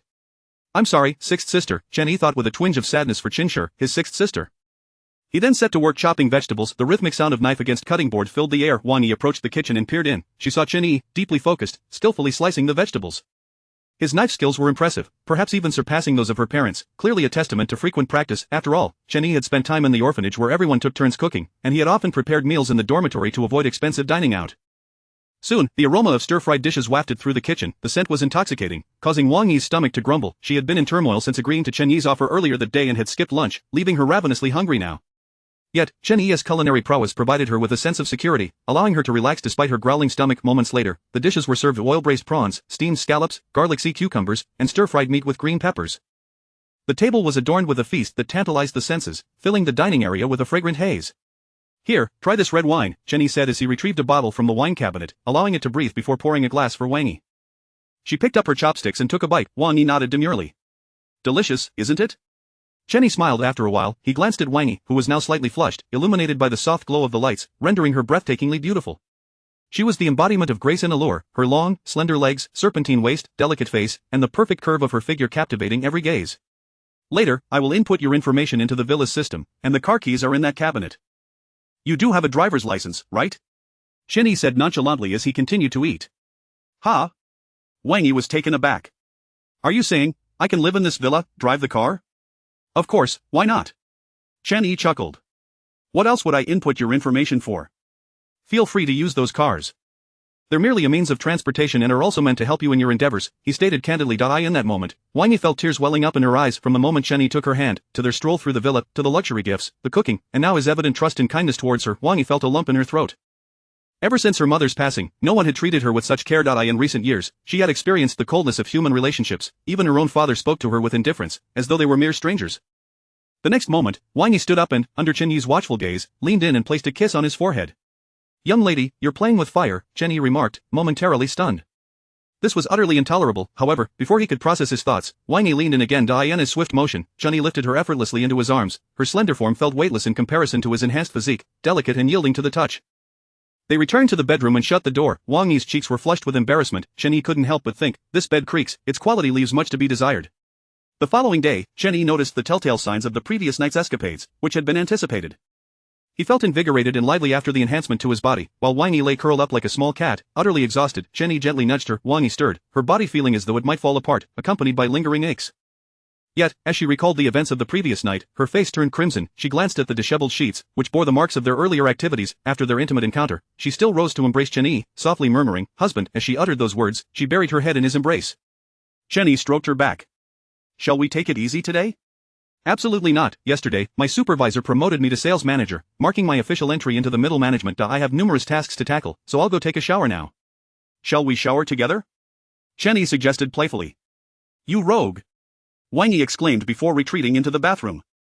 Chapter 29, Utterly handsome. After a while, Chen Yi finished his shower and emerged to find the bed linens had been replaced with fresh ones, and breakfast was ready. As he took a seat, his gaze fell upon the car keys in the nearby cabinet, each belonging to the luxury vehicles he had purchased the previous day. Which one will you drive today? Wang Yi glanced at the car keys, momentarily at a loss for a decision. How about you take the McLaren P1? I can teach you how to drive it shortly, Chen Yi suggested, concerned that Wang Yi might inadvertently accelerate in the S mode, which could lead to serious trouble. Wang Yi nodded in agreement and turned her attention to the keys. Once they reached the car, Chen Yi provided her with instructions, watching as she leisurely drove the McLaren P1 out of the garage. There it was, another individual cruising in a supercar. However, instead of returning home, Chen Yi remained in the garage, perusing the vehicles before selecting a Rolls-Royce Wraith and heading out. The Rolls-Royce, valued at 5 to 6 million, felt substantial beneath Chen Yi's touch, yet a hint of regret crept into his mind. Why did he feel as though he was merely a chauffeur? It appeared he would need to hire a driver upon his return. After a short while, he arrived at his destination, parked the vehicle, and ascended the stairs. Just as he reached the upper floor, he encountered his class monitor Su Wenxiang and Lin Yuhan entering. Upon spotting Chen Yi, they froze momentarily. Is that you, Chen Yi? Their eyes widened in disbelief. The transformation was staggering. Though Chen Yi had always been handsome, his previous attire had been quite plain, lending him an air of lethargy and self-doubt. The current Chen Yi, however, was undeniably striking. His clothing was immaculate, and his demeanor exuded an aura of authority that left them momentarily stunned. Class monitor, old Lin? Chen Yi approached them, acknowledging their presence. My goodness, what happened to you? Is that outfit a result of winning the lottery? Lin Yuhan exclaimed, prompting a chuckle from Chen Yi. Winning the lottery, the thought momentarily startled him. He realized he hadn't yet utilized his luck-enhancing skill and considered purchasing a lottery ticket later. What brand is that outfit? It looks fantastic, Su Wenxiang inquired, examining Chen Yi's attire but failing to spot any logo. This elicited another smile from Chen Yi. His clothing was custom-made by his sister, designed by an Italian designer, offering unparalleled comfort and fit. Yet, of course, such garments bore no branding to avoid appearing ostentatious. Wealthy individuals need not rely on logos to convey their status. Before Chen Yi could respond, several classmates entered, addressing Su Wenxiang. Class monitor, Wang Jia has arrived, and he is driving a Bentley. What? A Bentley? Su Wenxiang and the others were taken aback. No way, is he really driving his father's car? I recall his father's Bentley Continental is a prized possession. Can he truly be allowed to take it? Lin Yuhan added, both realizing they suspected Wang Jia had taken it without permission. Stepping outside, Chen Yi and the others spotted Wang Jia standing beside a brown Bentley Continental, engaged in conversation with a few female classmates. Upon noticing Chen Yi and the others approaching, he broke into a grin, abandoning the girls to stride over to them. Chen Yi, haha. My goodness, you look incredibly handsome now. Truly, absence makes the heart grow fonder. Wang Jia remarked, staring at Chen Yi. If I were as dashing as you, I wouldn't still be single. Look at you, and then look at me, short, overweight, with acne on my face. Sigh. He sighed dramatically, lamenting the cruel nature of comparison. Su Wenxiang chuckled, addressing Wang Jia, alright, stop putting on an act, just look at what you're driving. What, the car? Wang Jia turned to face the Bentley Continental, shrinking back slightly. I borrowed it from my dad. Today, he doesn't seem to have anything on his schedule, so I thought I'd take it out. After all, I want a date. I refuse to go on blind dates. I figured if I flaunted this car, perhaps some girls would take notice. The group stood in stunned silence. What, so that was your plan all along? And yet, just moments ago, you had numerous girls surrounding you. Why did you run over to us? At that, Chen Yi patted Wang Zhao on the shoulder, saying, buddy, your struggle to find a girlfriend has nothing to do with your looks or your physique. Then what does it relate to?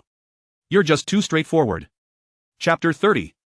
What the hell? Rolls-Royce. With a single utterance from Chen Yi, the individuals beside him nodded in agreement, acknowledging the bluntness of the remark. After all, the opportunity that had just presented itself was indeed squandered by this fellow. Excuse me, sir, could you please drive this vehicle into the underground parking lot? A staff member interjected from the side, his demeanor polite, for he recognized the car, a Bentley Continental. It was quite peculiar today. Luxury vehicles were arriving one after another. Just moments ago, he had heard of a Rolls-Royce Phantom entering, and now another Bentley had arrived. However, this particular Bentley paled in comparison to the Rolls-Royce Phantom. Listening to the staff member's words from a distance, Wang Zhi remarked to Chen Yi and the others, I'll refrain from further discussion for now and will park the car. Very well, go ahead, Chen Yi and the others concurred.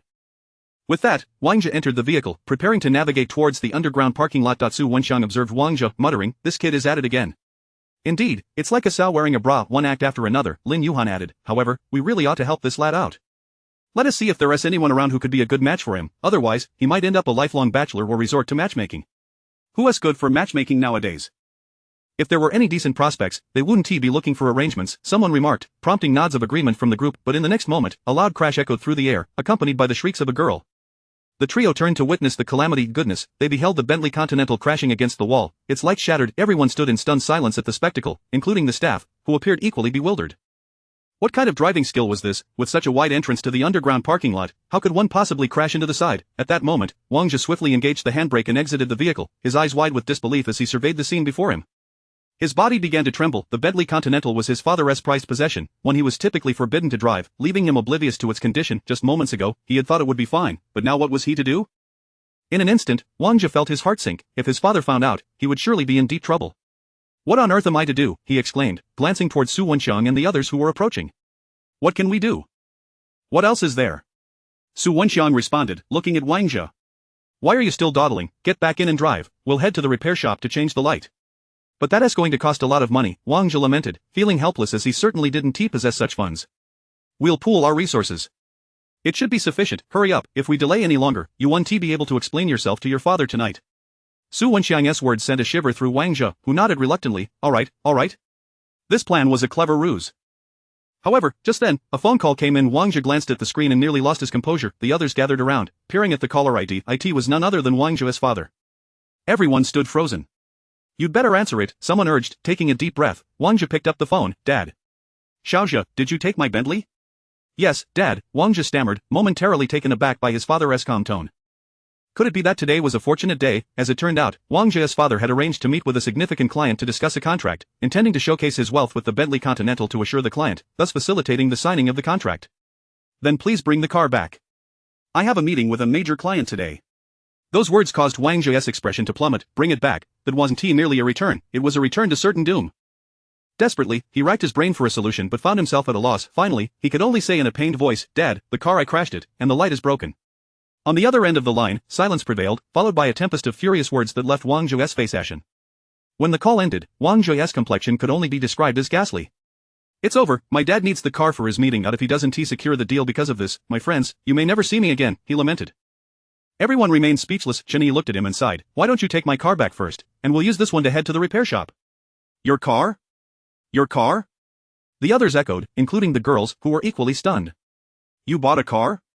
Su Wenxiang asked, astonished, for they were aware of Chen Yi's situation. Otherwise, they wouldn't have taken such care of him back in high school, always sharing everything with him. The revelation startled everyone. Wang Zhe, too, looked at Chen Yi. Brother, I appreciate your kindness, but my dad can likely borrow a BBA-level car, so there is no need for your help. BBA? BMW, Benz, Audi, what good would that do? Just wait, I'll bring my car up so you can see for yourself. If you think it's suitable, go ahead and take it. If not, we'll leave it at that, Chen Yi declared, making his way downstairs. BBA, compared to the Continental, what kind of car was that? If Uncle Wang drove that, the chances of success would undoubtedly plummet, and if it all fell through, Wang Zhe would be in serious trouble. This Chen Yi, Lin Yuhan muttered, somewhat exasperated. Moments later, the roar of an engine reverberated through the air, and a vehicle emerged from the garage. All the students, regardless of gender, gazed in awe at the car that rolled out, their breaths catching at the sight of the small golden emblem on the front. What do you think of this car? Chen Yi lowered the window and asked Wang Zhe. Wang Zhe could only respond with silence, utterly flabbergasted. What the hell, a Rolls-Royce? Chapter 31, you brought this back? My goodness, a Rolls-Royce. How stunning. One female classmate gazed at the Rolls-Royce before her, suddenly filled with excitement. Just moments ago, Wang Zhe's Bentley had already thrilled her, and now, the appearance of an even more exquisite vehicle sent her into a frenzy, prompting her to cast a flirtatious glance at Chen Yi. However, Chen Yi instinctively chose to ignore her. This classmate was unfamiliar to him, and her appearance was difficult to describe. It might also be because Chen Yi had just shared an intimate night with Wang Yi. Having experienced the vastness of the ocean, one finds it hard to appreciate mere water, and now he felt utterly indifferent toward the female classmate before him. What the hell? No way. Lin Yuhan and Su Wenxiang's eyes widened in disbelief, nearly popping out of their sockets. A Rolls-Royce? Chen Yi was driving a Rolls-Royce. This was utterly astonishing. Is this car even drivable? Absolutely, this car is simply phenomenal. Wang Zhe exclaimed with enthusiasm, but my driving skills, just take it slow. Don't worry, other cars will yield to you, there is no need for psychological pressure. If you damage it, I'll take the blame. What do you say? Chen Yi's words filled Wang Zhe with emotion, nearly prompting him to leap into Chen Yi's arms. Without further ado, Wang Zhe hopped into the car and drove off. After he left, Su Wenxiang and Lin Yuhan turned to Chen Yi. Chen Yi, is this car truly yours? Indeed. But, oh, I found my biological parents. Chen Yi smiled, leaving everyone astonished. You found your biological parents, so this car was a gift from them? That's one way to put it. Chen Yi reflected that without the financial support from his previous family, he wouldn't have been able to amass wealth so swiftly. That's truly wonderful news. Su Wenxiang congratulated him, then glanced at the Bentley Continental before turning to the other classmates nearby. You all go ahead. I've already ordered the food. Enjoy yourselves, and we'll be back shortly.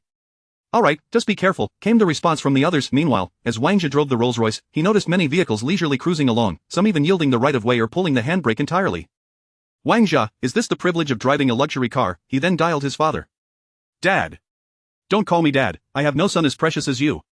Wang Zhe, I borrowed a great car for you. Drive this one. You, what kind of great car can you possibly borrow?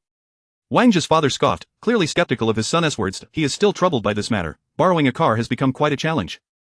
After several attempts, he finally managed to secure an Audi Q3. However, at this level, it is utterly insufficient, and his agitation only grows. Please don't bother me right now. Dad, could you take a look at my car first? This remark instantly elicited a chuckle from Wang Dad, though it simultaneously deepened his frustration. Downstairs, the sound of a horn suddenly resonated. Wang Dad paused, then heard a voice from the phone. I'm downstairs now, just open the window and you'll see whether this car is decent. At that moment, Wang Zhe's words were infused with extraordinary confidence. After all, what kind of car is this? It is a Rolls-Royce, a super luxury vehicle, isn't it far superior to a Bentley Continental? It could easily purchase several Bentleys. Did this kid really manage to borrow such a car? Wang Dad was momentarily taken aback, then scoffed inwardly, let me see what this boy has actually brought back. Although he moved towards the window, he could scarcely believe that Wang Zhe would present any luxury vehicle. He had already prepared himself to discuss the contract while driving his friend's Audi Q3. He opened the window and peered down the next instant. Wang Dad's eyes widened in disbelief. What was this? Was this truly what Wang Zhe had borrowed, a Rolls-Royce? Moments later, Wang Zhe engaged the handbrake and stepped out, glancing up at his father with a wave. Dad, what do you think of this car? What do I think? This is simply magnificent, yet, where on earth did this kid acquire it? Wang Dad quickly donned his clothes, took the elevator downstairs, and upon opening the door, he found Wang Zhe leaning against the Rolls-Royce. Dad, Wang Zhe greeted his father with a broad smile. Wang Dad then scrutinized the gleaming vehicle before him. Where did you get this car? Who did you borrow it from? My classmate. I had intended to drive your car to a class reunion today, but then I got into an accident. They helped me repair it, and I ended up driving one of my friend's cars back. Didn't you say you needed a nicer vehicle today? So, I brought this one back. Wang Dad was momentarily speechless. Was that really the crux of the matter? The key issue was, this car was simply too splendid. If he were to drive it, wouldn't he be akin to a chauffeur? Without further ado, Wang Dad settled into the back seat, declaring, take me there. Wang Zhe could only respond with silence. Chapter 32 Chen Yi, you scoundrel. A moment later, in a tea house, a middle-aged man glanced at his watch, a hint of impatience etched on his face. In the next instant, a sleek black vehicle approached. Good heavens, a Rolls-Royce? Since when did Xinzhou possess such an automobile? I have never seen one before.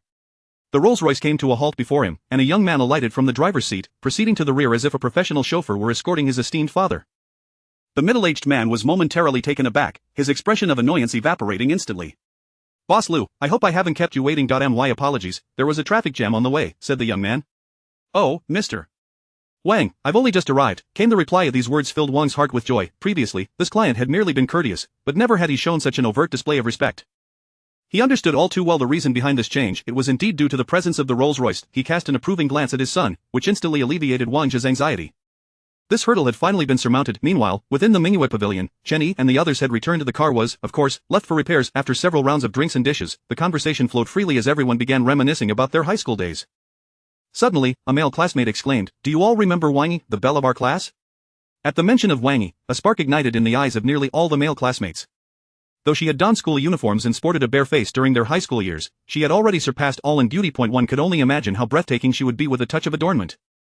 Chen Yi turned to look as well. However, Ling Yuan then remarked, I haven't heard any news about her in ages. She must be attending university out of town now. Indeed, after all, we are from different worlds, another chimed in. A collective sigh filled the room, yet, Chen Yi wore a smile, for he had savored the taste of the once revered school goddess just the previous night. Having tasted the sweetness, he found it utterly delightful. Lin Yuhan sighed, the ice queen. Do you think she is indifferent to everyone? Su Wenxian laughed, what are you thinking? She is only cold to those she does not fancy out. If she were to meet someone she truly liked, I can only imagine how forward she would be. At that moment, Chen Yi recalled how Wang Yi had actively pursued him yesterday, and the state of the sheets by nightfall had been quite the sight. Lin Yuhan, hearing Su Wenxian's words, rolled his eyes. I truly wonder which scoundrel has the fortune of winning such a beauty. Chen Yi could only remain silent. After a while, as they finished their meal, Wang Zhe had yet to return, as he needed to wait for his boss to conclude his business before escorting his father home. After all, one must maintain appearances. Chen Yi, your car is gone, how will you return? Lin Yuhan approached him. Shall I give you a ride?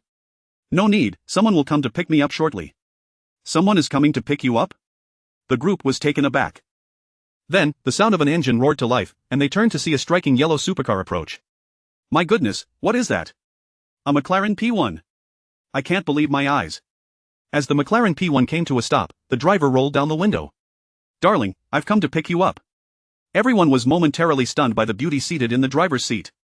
She was nothing short of breathtaking, a vision of loveliness that could captivate a city, let alone a nation. Wang Yi.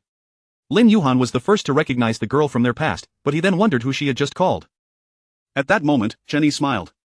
My ride has arrived, I must take my leave, let us gather again soon.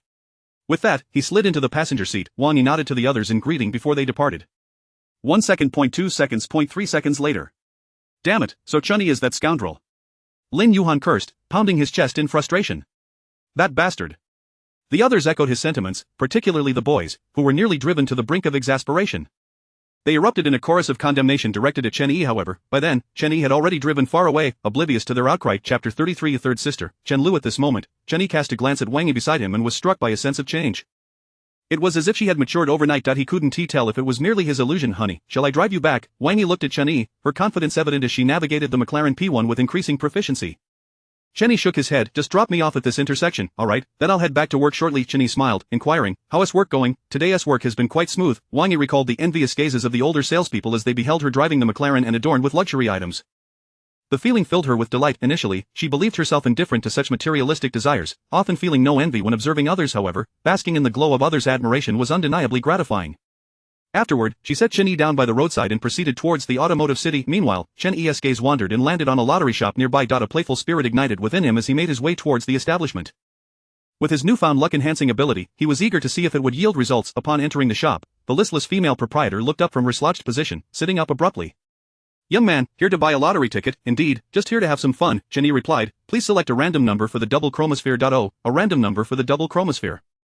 The proprietor completed the selection and inquired, 1 ticket, is it, 100 tickets? Wait, what? The proprietor was momentarily taken aback, her disbelief evident as she scrutinized Chen Yi. Did he really just say 100 tickets?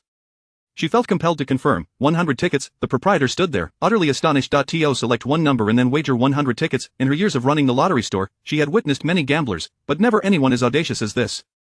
The odds of winning the first prize in the welfare lottery were over 17 million to 1, even the likelihood of winning any prize was nearly 1 in 10. And he believed so fervently in this single number? That amounted to a wager of $200. Moreover, the young man appeared rather youthful. Please don't take offense, but I feel compelled to advise you, playing like this is akin to tossing money away. After extensive research, I wouldn't dare to engage in such a manner. If you wish to gamble, perhaps consider a combination ticket instead. Chen Yi waved his hand dismissively. Just this, 100 tickets. He regarded the proprietor without any disdain for her concern. After all, a typical lottery shop owner would have already printed the tickets and then silently cursed the customer after they left. If you trust my suggestion, you might as well buy a ticket. Chen Yi flashed a smile. The proprietor, rolling her eyes internally, had no intention of wasting her money. Seeing that Chen Yi was resolute in his decision, she promptly printed the tickets and handed them over. After settling the transaction, Chen Yi exited the lottery shop. Moments later, Wang Zhe arrived with the car. Chen Yi, after stepping out, Wang Zhe handed the keys to Chen Yi. My good brother, I owe you one. Not only did my father secure the deal, but the other party has also arranged for the next collaboration, which has made my father incredibly happy. Not only did he spare me from a scolding, but he even increased my allowance. Observing Wang Zhe's exuberance, Chen Yi waved his hand, and after a brief exchange, he got into the car and headed towards Yulong Tianyuan. After returning the vehicle to Villa number 18, Chen Yi made his way back to Villa number 2 on foot. Inside, a graceful figure sat in the courtyard, with a relaxed ponytail and clad in a moonwhite long garment, her delicate wrists adorned with a string of prayer beads. She exuded an aura of tranquility. Yet, gazing upon her countenance left one in a quandary. Her visage belonged to a 20-year-old maiden, yet her demeanor suggested the languor of a 30-year-old, reminiscent of a 40-year-old matron. This captivating figure seamlessly combined the finest attributes of femininity across all ages. It was indeed Chen Yi's first encounter with such an enchanting woman. Third sister. Just then, Chen Xi dashed out from the main villa. Third sister, I want to drink the tea you brewed, she exclaimed as she ran, only to turn and see Chen Yi, her eyes widening in surprise. Young brother, you're back? The utterance of young brother echoed in the ears of the nearby girl, striking her with an intensity akin to thunder. The shock was palpable. She sprang to her feet, her calm demeanor evaporating as she turned to Chen Yi, her eyes reflecting a tumult of emotion. Even Chen Xi was taken aback, witnessing the girl's vehement reaction, finding it utterly inconceivable. After all, she was well acquainted with the nature of third sister Chen Liu, who had always been calm and composed, unflinching even in the face of calamity.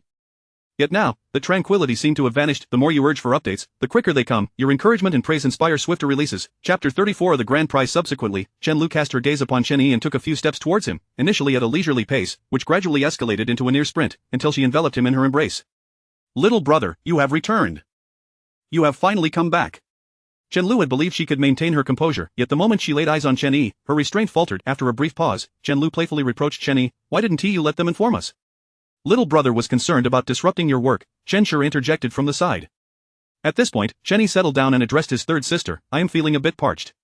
Chen Liu then led both Chen Yi and Chen Xi into the villa, eventually arriving at the tea room.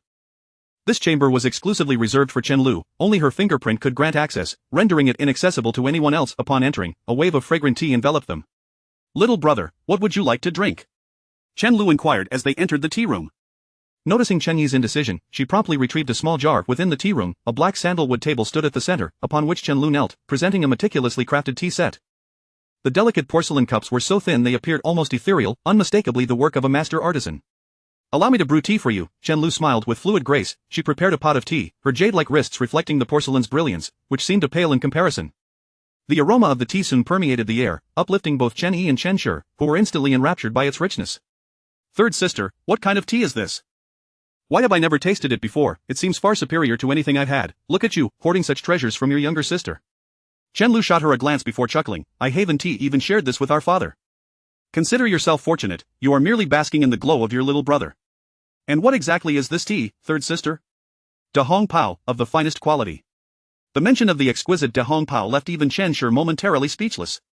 Such remarkable tea, this was the kind that would be sent to Tianjing. How fortunate she was to have a taste. After a while, Chen Yi had spent 3 hours in the villa, and as the night grew darker, he announced, "Third sister, sixth sister, I'm stepping out." "Where are you headed?" "Dinner is nearly ready," Chen Liu replied, but was promptly interrupted by Chen Xi pulling her back. "He's off to find our sister-in-law." "Alas, a younger brother is hard to keep," Chen Xi sighed dramatically, her voice raised intentionally.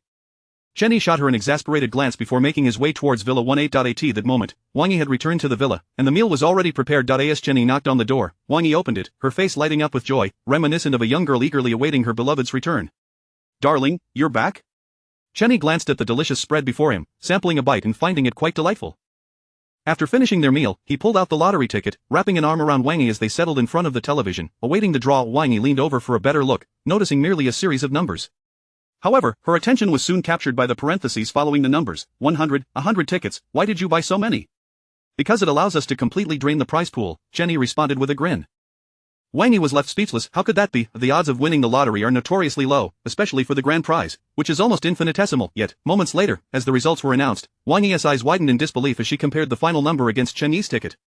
Could it be, they had truly won the grand prize, 100 grand prizes? In an instant, Chen Yi chuckled, marveling at the sheer improbability of his extraordinary luck. However, a wave of concern washed over him. How would he explain this? With just one set of numbers claiming 100 grand prizes, it would inevitably raise suspicions of foul play. Yet, as he glanced at Wang Yi, her eyes brimming with astonishment, he realized this naive girl genuinely believed it. "Shall we go claim our prize tomorrow?" Chen Yi asked Wang Yi, who pondered for a moment before nodding in agreement. "Now, it's time for us to attend to more pressing matters." "Ah?" Wang Yi was taken aback, glancing at Chen Yi, her legs feeling somewhat weak. After all, the fatigue from last night had yet to wear off, and now they were to engage again. A life filled with sumptuous meals was indeed appealing, but she found herself reminiscing about the blissful slumber of yesteryears. A night spent in harmonious union, akin to the bond of Guan and Bao. Chapter 35. Obtaining god-level rewards. Meanwhile, as the harmonious melodies intertwined, in a different location, the female proprietor of the lottery shop gazed at the information before her, her eyes wide with astonishment, devoid of any other emotion. "This is it, they have won the lottery. That young man has actually struck gold, randomly selected, 100 tickets, and he won." This was her selection, after all, yet, she had disregarded his suggestion to purchase even a single ticket. Just one ticket would have sufficed, that would have guaranteed her at least 5 million, but alas, she failed to seize the opportunity presented to her. She feels utterly useless. In that moment, the female shop owner wished for nothing more than to vanish from existence. Within the confines of Villa 18, the night wore on, the sounds finally subsiding in the early hours of the morning. Upon rising the next day, Chen Yi found himself quite content with the bed he had occupied the previous night. The bed in this room was sturdy, devoid of the creaking noises that often accompany such furniture. However, the bed linens were rather unsatisfactory. They were already on the verge of being ruined, with wrinkles that rendered them unsightly. Wang Yi had sent a message to her supervisor the day before, informing them that she would not be coming in today. She intended to provide a reason, yet the supervisor showed no hesitation in granting her request, much to Wang Yi's surprise. After Chen Yi got out of bed, he noticed that Wang Yi was still asleep. After all, he possessed physical enhancement abilities, while she did not. It was not until an hour later that Wang Yi finally awoke, followed by her morning routine of washing up and applying makeup. "Hurry, let's eat. We need to go claim our winnings," Chen Yi urged. Shortly thereafter, he took Wang Yi for a ride in his McLaren P1. Once they hit the highway, they sped away, and Wang Yi found herself exhilarated, her earlier fatigue completely vanishing. She now had a clear understanding of the McLaren P1's capabilities and horsepower. It was evident that this extraordinary vehicle was being squandered in her hands. Due to the substantial amount of their winnings, they could only claim their prize at the provincial lottery center. Although Qingzhou is the most economically developed city in the mountainous province, the welfare lottery center is not located here. By the time Chen Yi and Wang Yi arrived, a couple of hours had passed, and noon was fast approaching. Despite it being lunchtime, a considerable number of reporters had gathered outside the welfare lottery's entrance. Given the current state of the internet, this was monumental news. 100 first prizes. It had completely drained the prize pool.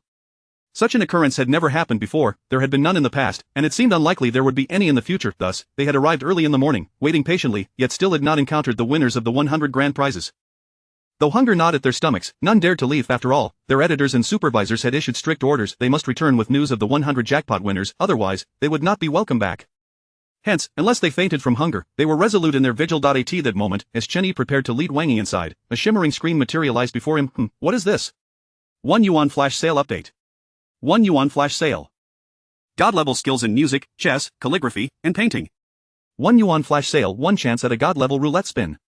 This, a flash sale, all of it is available for immediate purchase. Chen Yi's mind raced. Congratulations to the host for successfully participating in the 1 yuan flash sale, obtaining God-level skills in music, chess, calligraphy, and painting. Congratulations to the host for successfully participating in the 1 yuan flash sale, obtaining 1 chance at a God-level roulette spin. Detected that the host has successfully spent 2 yuan, triggering the tenfold rebate skill, returning 20 yuan. Chapter 36. The billionaire subsequently, a shimmering disc materialized before him. Detected that the host has 1 opportunity for a roulette draw. Shall it be executed now? Draw. Unlike last night, when Chen Yi procrastinated until the wee hours, he preferred to resolve such matters swiftly, without delay. Immediately, the roulette began to spin, and soon, a dazzling light flashed. Congratulations, host, for acquiring 90 shares of the Tianlong Group. Tianlong Group. This revelation left Chen Yi momentarily stunned. He had indeed heard of Tianlong Group, one of the prominent conglomerates in China, headquartered in the bustling metropolis of Magic City, with branches established in numerous major cities. Furthermore, this conglomerate had experienced meteoric growth in recent years, astonishing in its rapid expansion. Within a mere few years, its market capitalization had surged beyond 100 billion, and that figure was from a year ago. With the relentless pace of its development, one could only speculate on its current valuation. Not long ago, Chen Yi had come across an article likening Tianlong Group to a potential giant, rivaling Alibaba and Tencent within 5 years, which spoke volumes about its formidable strength. At that moment, Chen Yi couldn't help but feel exhilarated. 90% of the shares, he had now become the captain of the entire Tianlong Group. Soon after, Chen Yi's phone rang. He glanced at the screen and answered the call.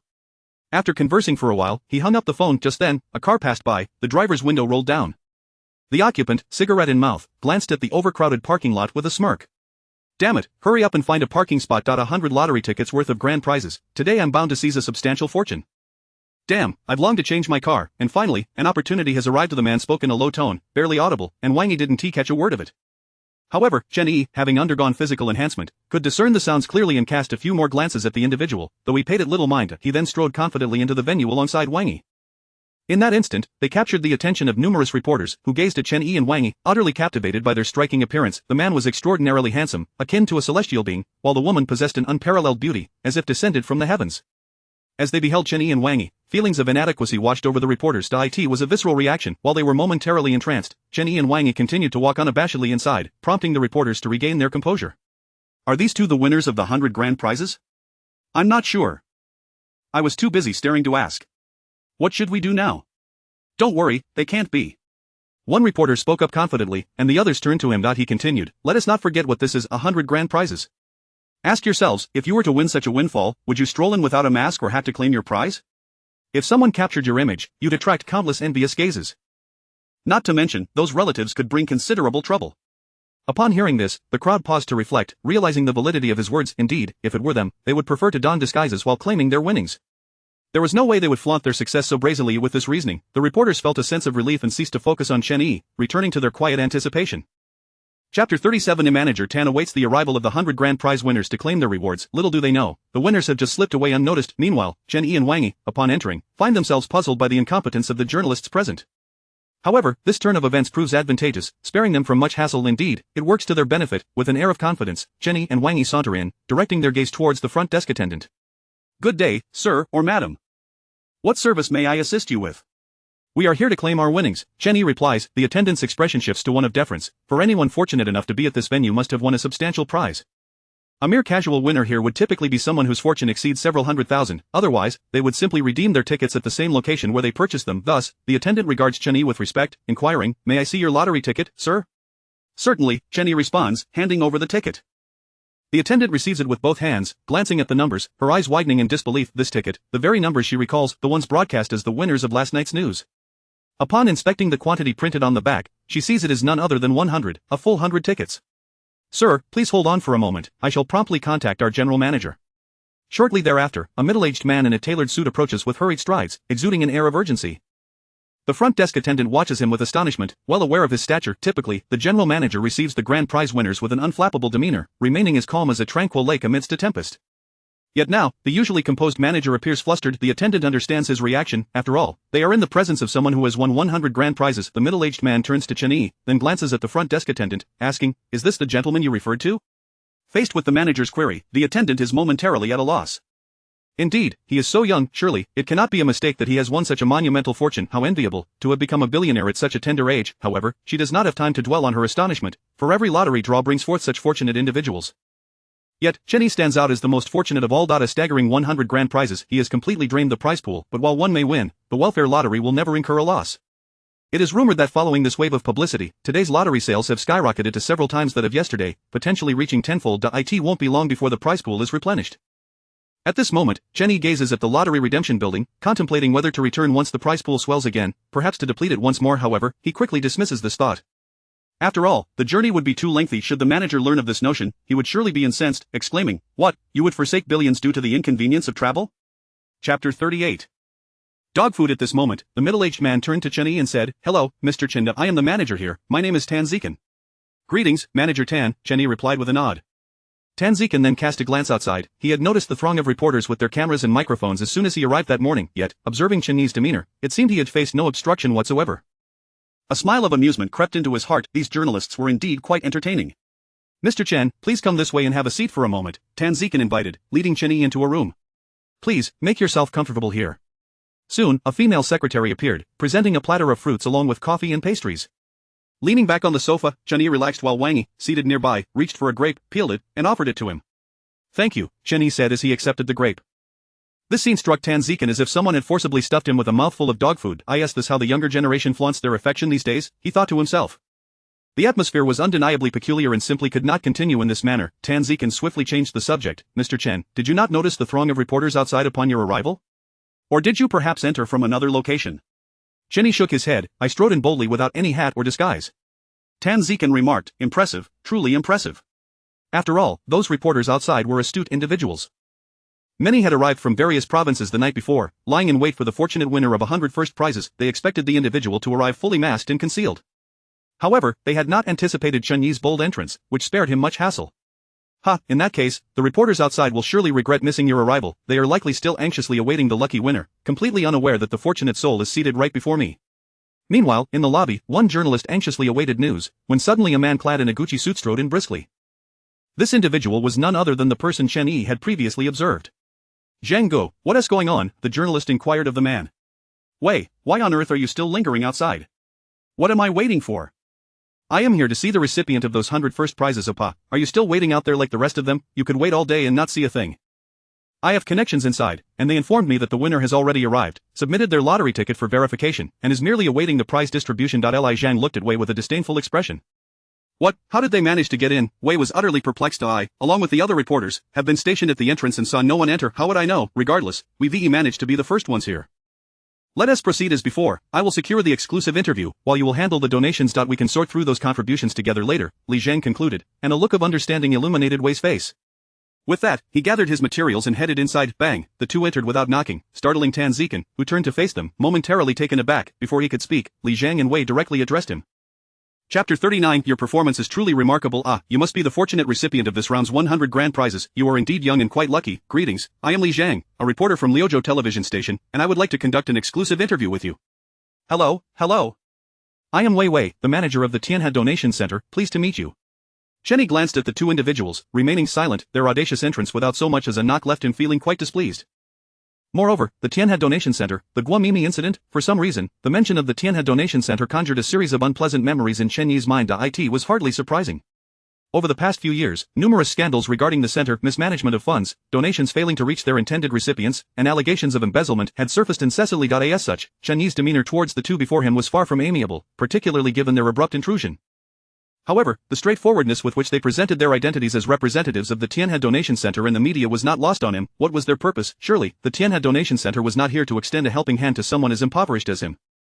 They were undoubtedly here to solicit donations, and yet, they approached him before he had even received the prize money. Moreover, as Chen Yi observed the impeccably dressed man among them, a sardonic smile crept across his lips. Wasn't this the very same individual he had encountered previously? In that instant, it dawned on him that he was the fat sheep they had mentioned. Instantly, Chen Yi's expression darkened as he addressed Tan Zikan. Manager Tan, you ought to have a reception area outside. Otherwise, anyone can waltz in uninvited. He then scrutinized the two visitors and couldn't help but chuckle. Having frequented luxury goods sections, he could discern the quality of their attire. The man wore a Gucci suit, while the reporter sported expensive shoes and other branded clothing, all of which appeared genuine. Had it become the norm for fundraisers and reporters to dress so lavishly, Chen Yi couldn't suppress a smile. It was worth noting that the beggars outside were clad in tattered rags, soliciting money from passers-by, while these two exuded an air of affluence. It seemed that only Chen Yi's designer ensemble could match their elegance, otherwise, a typical prize winner might find themselves dressed in attire inferior to theirs. Truly, they embodied the audacity to make such demands. Tan Zikan, sensing Chen Yi's ire, shared in his dissatisfaction with the two intruders. You two, leave at once. Who permitted your entry? Do you think this is your television station or your donation center? How outrageous! Oh dear, Manager Tan, my sincerest apologies, Li Zhang replied, a hint of discomfort evident in his voice. I accompanied Manager Wei inside, as he wished to speak with this gentleman. You understand the significance of this matter, so I thought it prudent to report on it promptly and entered without hesitation.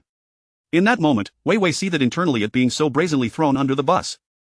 However, he maintained his composure and turned to Chen Yi. Good day, sir. I have briefly introduced myself, and I trust you are familiar with our Tianhe Donation Center, which is dedicated to various charitable endeavors.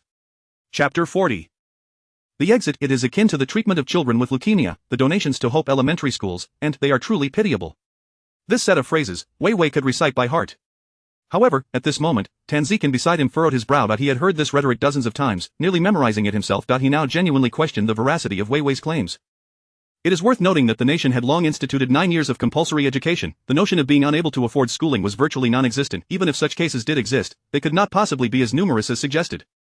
It was sheer nonsense, utterly preposterous. Yet, on the other side, Wei continued unabated, chattering incessantly. Instead of directly soliciting a donation from Chen Yi, he chose to present the circumstances, akin to beggars outside, who lie prostrate with a cardboard sign detailing their hardships, invoking the sympathy of passers-by. As Chen Yi listened to his words, he responded, You are correct. I am usually quite willing to engage in charitable endeavors. I am profoundly grateful for your contributions to the cause of charity, Wei remarked, momentarily exhilarated by Chen Yi's words. Did this mean Chen Yi intended to donate? However, Chen Yi merely turned to walk away. Wei, what on earth? You're leaving? After I've said all this, aren't you eager to partake in charity? What does your departure signify, sir? Wei asked impulsively, and Chen Yi turned back. What is it, sir? You mentioned that you were quite willing to engage in charity, correct? So, would you, perhaps, consider, well, you know? Our Tianhe Donation Center warmly welcomes benevolent individuals like yourself to contribute. Who said I was going to donate? Chen Yi's single remark caused Wei's expression to plummet, and it was not only Wei. Even Li Zhang beside him wore a considerably grim countenance. What did Chen Yi mean by that? He had won an astonishing 100 tickets, depleting the jackpot, and secured 600 million. After taxes, he still had over 500 million. So, no donation. Goodness, we were planning to extract a hefty share from you. If you refuse to donate now, what shall we eat? As both men contemplated this, their gazes darkened. Li Zhang stepped forward. Sir, I am Li Zhang. I would like to conduct a special interview with you shortly. Given your recent windfall, if you were to refuse, it is likely that audiences would harbor discontent, potentially tarnishing your reputation. Wouldn't you agree? Are you threatening me? Chen Yi smirked. Are you attempting to intimidate me? And when did I agree to grant you an interview? As Chen Yi's words hung in the air, the atmosphere shifted palpably, causing everyone to momentarily hold their breath, unaccustomed to the oppressive tension. The silence in the room was so profound that one could hear a pin drop. Even Li Zhang was taken aback. He could hardly fathom that someone of Chen Yi's age could exude such an aura. Enraged yet flustered, he softened his tone. Sir, I would never dare to threaten you. I merely wish to offer a suggestion. Well, the suggestion has been duly noted. Now you may take your leave. Chapter 41. What did you say? You. Both individuals were momentarily taken aback. All right, sir, since you refuse to heed my counsel, do not blame me when the situation spirals out of control. After uttering these words, they stormed out, slamming the door behind them. Meanwhile, Wang Yi glanced at Chen Yi, yet remained silent. Regardless of the circumstances, she stood firmly by his side. However, a deep sense of concern welled up on Tan Zikan's face. He was acutely aware of these individuals' tendencies. They would not turn back without securing their monetary demands. Nevertheless, he refrained from voicing his thoughts to Chen Yi. What could he say? Urge Chen Yi to donate. Apologies, but he was not complicit with their unscrupulous schemes. Outside, the two did not depart but instead lingered, anticipating Chen Yi to emerge, feeling guilty after their confrontation and fearing they might expose the matter to the media, thus chasing after them in desperation. However, after their exit, there was no sign of Chen Yi. Instead, after a brief moment, Tan Zikan slowly stepped outside. He regarded the two with a steady gaze. Wait. What is it? Has Mr. Chen decided to donate? How much? How much? Tan Zikan's eyes glinted coldly as he chuckled. Mr. Chen has instructed me to enhance security and ensure that no unauthorized individuals are allowed entry. This revelation sent a chill down Wei Wei's spine, prompting him to stride out with Li Zhang. Wei, what are you doing? Where are you going? Going, Brother Zhang, I intend to inform the journalists and see if they will write this little brat off. I will make him regret his arrogance. I, too, want to witness if he can withstand the fury of those online. With that, Wei headed outside, having already devised his next strategy. At that moment, Li Zhang was also seething with anger. For years, who dared to treat him in such a manner? The two wasted no time and hurried outside. At that juncture, the reporters outside were listless, lamenting their fate. If that person delayed claiming the prize, would they be forced to remain here for several days? It was utterly excruciating. However, in the next instant, two figures emerged. The reporters immediately recognized Li Zhang. Oh my, Li Zhang, how did you get in there? Don't concern yourself with how I entered. You are still foolishly waiting here. The prize claimant you have been waiting for has already been inside for quite some time. Wei Wei's words stirred a frenzy among the reporters, who promptly surged toward the entrance, with even the security unable to halt them. As they advanced, the individuals inside the room also began to emerge. They regarded the reporters with understanding. The reporters, witnessing this turn of events, quickly surrounded them. Sir, are you the winner of the 100 grand prizes? Incredible! When did you come to claim your winnings? Hello, I am a reporter from the television station. May I inquire what prompted you to purchase such a large quantity of lottery tickets and what you plan to do with the winnings? Chen Yi observed their eagerness and, with a slight smile, replied, I will undoubtedly allocate a portion of these funds for charitable contributions. This statement instantly brightened Wei Wei's demeanor, and he hurriedly stepped forward. Just as he was about to speak, however, before he could utter a word, Chen Yi turned to Wei Wei, a cold smile gracing his lips. You may not be aware, but when I arrived, I happened to cross paths with you as you were driving into the parking lot. I believe you expressed certain sentiments at that time, which need not be reiterated, correct? Chapter 42. This is our chairman, Mr. Chen. Are you planning to tear my flesh apart, and then prepare to buy a new car? May I inquire whether the funds for your new vehicle come from your own pocket or from benevolent individuals? With this single statement, Chen Yi rendered Wei Wei utterly speechless, his eyes wide with disbelief. How could it be that Chen Yi had actually heard his words? No wonder Chen Yi had been so indifferent towards him. In that fleeting moment, Wei Wei's face flushed crimson, his heart racing in a tumult of panic. Yet he understood that he must remain composed, not allowing even a hint of anxiety to escape him, otherwise, it would be nothing short of catastrophic for him. Sir, if you choose not to donate, that is your prerogative. There is no need to slander me. I have always conducted myself with integrity, even donating my own salary over the years. How could I possibly engage in embezzlement? Your words could be construed as defamation. He then turned towards the nearby journalists. He is defaming me, he is defaming me. Before he could finish, a decisive figure pushed through the crowd. Excuse me, please make way. The man squeezed through, prompting discontent among the journalists nearby. What do you mean? Why are you pushing? Which media outlet are you from? The man shot a glare at him, causing the journalist to falter just as he prepared to retaliate. Another reporter swiftly covered his mouth. Don't speak recklessly, don't speak recklessly. What are you doing? The muffled journalist protested, breaking free. Do you know who he is? This is General Manager Lu Zonlin of the Tianlong Group's Shancheng branch. Gasp, that single revelation caused all the reporters to hastily retreat. The previously indignant journalist nearly stumbled to the ground. Tianlong Group's Shancheng branch General Manager? Such a person was indeed a rarity in the entire region, one of the most distinguished figures among the elite. However, Lu Zonlin did not linger, his strides brisk as he approached Chen Yi, bowing slightly. Chairman Chen, my apologies for the delay. I was caught in traffic. Chairman Chen, that single phrase left Tan Zikan utterly astounded. He recognized Lu Zonlin, the general manager of the Tianlong Group's Shancheng branch. The branch managers from several banks who had followed the reporters, poised to secure deposits, also widened their eyes in disbelief. They, too, recognized Lu Zonlin. Chairman Chen, what do you mean, Chairman Chen? Tan Zikan inquired, turning to Lu Zonlin. Lu Zonlin glanced at the stunned individuals nearby. This gentleman is our newly appointed chairman of Tianlong Group, Mr. Chen Yi. The words, though softly spoken, struck the crowd like a thunderclap. Suddenly, the hands of all the journalists trembled away. Wei nearly collapsed, having initially intended to pressure Chen Yi into granting him millions. Yet, he never anticipated that Chen Yi was the new chairman of Tianlong Group. At that moment, Chen Yi regarded him coolly. Is it not permissible for me to allocate funds through my own organization? Why must it be given to you? After this remark and recalling the earlier exchange, Lu Zonlin approached Tan Zikan, piecing it all together. Coercive donations, this was a common tactic employed by the Tianhe fundraising center. Facing the cameras, Lu Zonlin smiled. If I recall correctly, you are Supervisor Wei, are you not? Coincidentally, our Shancheng branch frequently engages in charitable endeavors, and I believe I have heard of your activities. As the general manager of the Shancheng branch, Lu Zonlin not only prioritized business but was also deeply invested in the social impact of the group, having approved several philanthropic projects, all under his guidance. He was aware of some peculiar operations of the Tianhe fundraising center. However, since it did not directly concern him, he had refrained from speaking out, but now, the Tianhe fundraising center had crossed a line, encroaching upon his employer's domain. How could he remain silent? Lu Zonglin directed his gaze towards Wei Wei. Supervisor Wei, I recall that for the Hope Primary School in Qingshan District, you allocated a sum of 10 million, correct? At that time, I found it perplexing why our construction of a primary school, situated in a superior location, with higher specifications and newer equipment, cost less than 5 million? Moreover, I have heard that under your supervision, donations were solicited in the name of children suffering from leukemia, amounting to 400,000, raised within a single day, yet only 2,000 was disbursed to the parents of the affected children? And furthermore, Chapter 43. You're finished. As the words escaped his lips, Wei Wei's eyes widened in disbelief as he stared at Lu Zonglin before him. What are you babbling about? Am I babbling? Lu Zonglin retorted with a chilling laugh. All you need to do, as the supervisor, is present the data for everyone to see. Where exactly has the funding for this 10 million yuan Hope Primary School been allocated? What on earth could be so exorbitantly costly? Furthermore, I believe that if our Tianlong Group Shancheng branch conducts an investigation, we should be able to trace the child who received merely 2,000 yuan, for all subsequent expenses have been covered by our branch. He has already recovered, and I can still locate his parents. Shall we confront them? Do you dare? Lu Zonglin's voice suddenly escalated, causing everyone present to flinch. Wei Wei, upon hearing Lu Zonglin's words, felt a storm of emotions brewing within him, his face darkening to the point where it seemed ready to drip with water.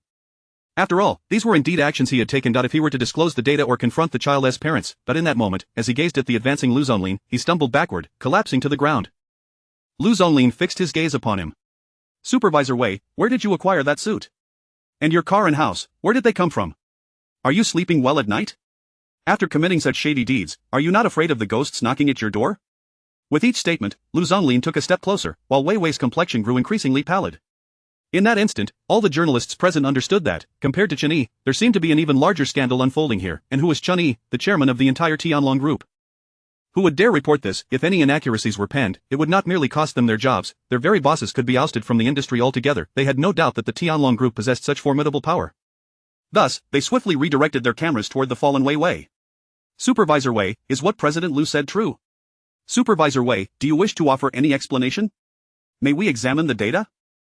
Can we review your donation records? Can we inspect your bank statements? A few hours later, a series of articles emerged. Tianhe Donation Center Supervisor Wei Wei engages in such deeds. 40,000 yuan raised in one day, yet only 2,000 yuan given to the beneficiary, utterly shameful. Using donors' charitable contributions to buy clothing, is that comfortable? As these reports circulated, the internet erupted into a frenzy. The Tianhe Donation Center's reputation, already tarnished, found itself thrust into the eye of a storm. My heavens, is this truly the case? This is utterly deranged. Honestly, why appoint such a person as supervisor? I shall never trust the Tianhe Donation Center again. If it weren't for Tianlong Group's intervention, that child who received merely 2,000 yuan might have already perished. Indeed. A barrage of comments swiftly nailed both the Tianhe Donation Center and Wei Wei to the pillar of shame. The entire organization was shaken to its core, prompting the management to convene an emergency meeting and establish an investigation team to head to Shancheng. Meanwhile, Wei Wei's phone was inundated with calls. Hello, leader? Leader, you bastard, a man bellowed into the phone. What on earth have you done? I specifically appointed you to Shancheng to rake in funds. Supervisor, please allow me to explain. I explain what Tianlong Group has already initiated an investigation against you. They have even teamed up with the investigative department. Prepare yourself for imprisonment. In a moment of sheer panic, Wei Wei's face turned ashen. On what grounds? Why does Tianlong Group have the right to investigate me? You ask me, I would like to ask you the same, the leader shouted before abruptly hanging up. As Wei Wei listened to the voice fade away and glanced at the news online, he collapsed to the ground, tearing his Armani suit in the process. All the deeds he had committed were being exposed by the Tianlong Group. It was over for him. Within mere hours, Tianlong Group's stock surged by 5 points against the tide. Ultimately, the beneficiaries of this incident were Tianlong Group and the multitude of media outlets, while netizens feasted on the unfolding drama. However, it was the Tianhe Donation Center that bore the brunt of the fallout. Yet, the frigid depths of winter do not form in a single day. The Tianhe Donation Center's reputation had plummeted, undoubtedly linked to its prior notoriety. Meanwhile, Chen Yi, accompanied by Lu Zonglin, Tan Zikan, and several bank presidents, headed towards a restaurant. The meal, including food and drink, totaled 50 to 60,000 yuan, leaving the bank presidents astounded. Is this truly the lifestyle of the wealthy? At the dining table, the bank presidents and managers rose in unison to toast Chen Yi, who, opting for tea instead of alcohol, occasionally raised his cup, causing the drinks at the opposite end to be swiftly downed. As they were departing, Chen Yi exchanged contact information with a group of bank presidents and managers before taking Wang Yi aboard the McLaren P1. Mr. Chen, please drive slowly. Mr. Chen, let us dine together once we return to Qingzhou. Mr. Chen, take care and drive safely. One by one, the bank executives bowed and showed utmost respect towards the individuals inside the vehicle. Seated in the front passenger seat, Wang Yi gazed at Chen Yi beside her, momentarily spellbound. Who were these people? She had no idea that they were the branch presidents or managers from various major banks, figures who were typically elusive and rarely seen, yet now, they were deferentially acknowledging her man. This was truly the demeanor a man ought to possess. As she looked at Chen Yi, Wang Yi found herself utterly captivated. Chapter 44 I wager my Ferrari LaFerrari. After a brief moment, Chen Yi set off in his McLaren P1, heading towards the highway, and subsequently returned to the Yulong Tian Yuan. I'm just going home for a bit, Chen Yi remarked to Wang Yi before strolling back to Villa number 2. Upon entering the courtyard, an unusual silence enveloped the space. Chen Yi glanced around and spotted 3 individuals in the yard: his second sister, third sister, and sixth sister, Chen Shi. At that moment, Chen Xi stood nearby, intently observing the chessboard below. Meanwhile, his second sister, Chen Yan, and third sister, Chen Liu, were engrossed in a game of chess, deeply immersed in the match. They remained oblivious to Chen Yi's return. Curiosity piqued, Chen Yi approached them, quietly watching the unfolding game. However, with just a glance, he discerned that the white pieces controlled by Chen Yan were on the brink of defeat. Though they were still fighting back, it was merely the desperate struggle of a cornered beast. Chen Liu's black pieces had established an overwhelming advantage and unstoppable force. Previously, Chen Yi had struggled to comprehend the intricacies of such a game, but now, armed with his extraordinary skills in music, chess, calligraphy, and painting, he found himself on an entirely different level. Observing Chen Liu's moves, he was struck by her sheer dominance. In the current state of play, the white pieces, besieged by the black, were forced to sacrifice a portion to save the whole, yet several positions remained isolated and ensnared, leaving them utterly helpless. The outcome was irrevocably determined. Shaking his head, Chen Yi let out a soft sigh. His gaze then fell upon Chen Xi, who seemed to be watching with rapt attention. He was momentarily taken aback. Did the sixth sister truly understand the game of Go? There was nothing left to see. It was akin to a chess match where one side retained all its pieces while the other was left with merely a single king. There was hardly anything to behold, and victory or defeat was merely a matter of time. Yet, in such a dire situation, Chen Xi appeared thoroughly engrossed. Sister Liu, you're still watching. Sister Yan has already lost, Chen Yi remarked. Ah. Chen Xi, lost in her reverie, was startled by the sudden voice and let out a shriek. Ah! This unexpected sound caused Chen Yan, who was about to make her move, to flinch, resulting in her white piece falling haphazardly on the board. That doesn't count. This is all her fault. I was playing poorly because sixth sister was watching me. You see, she just startled me, so this round doesn't count. Chen Yan protested. Chen Xi could only stare in disbelief. How could this be so difficult? Feeling isolated and helpless, she dared not voice her thoughts, knowing full well that it would invite a double assault from her second and third sisters. What was she to do? She felt utterly at a loss.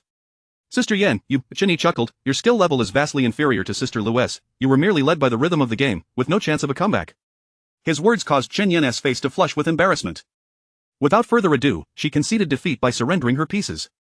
Ha, Sister Yan, I'll be taking the shopping cart someone gave you, Chen Yi teased. Chen Yan pouted, waving her hand dismissively, though her heart ached at the thought of losing.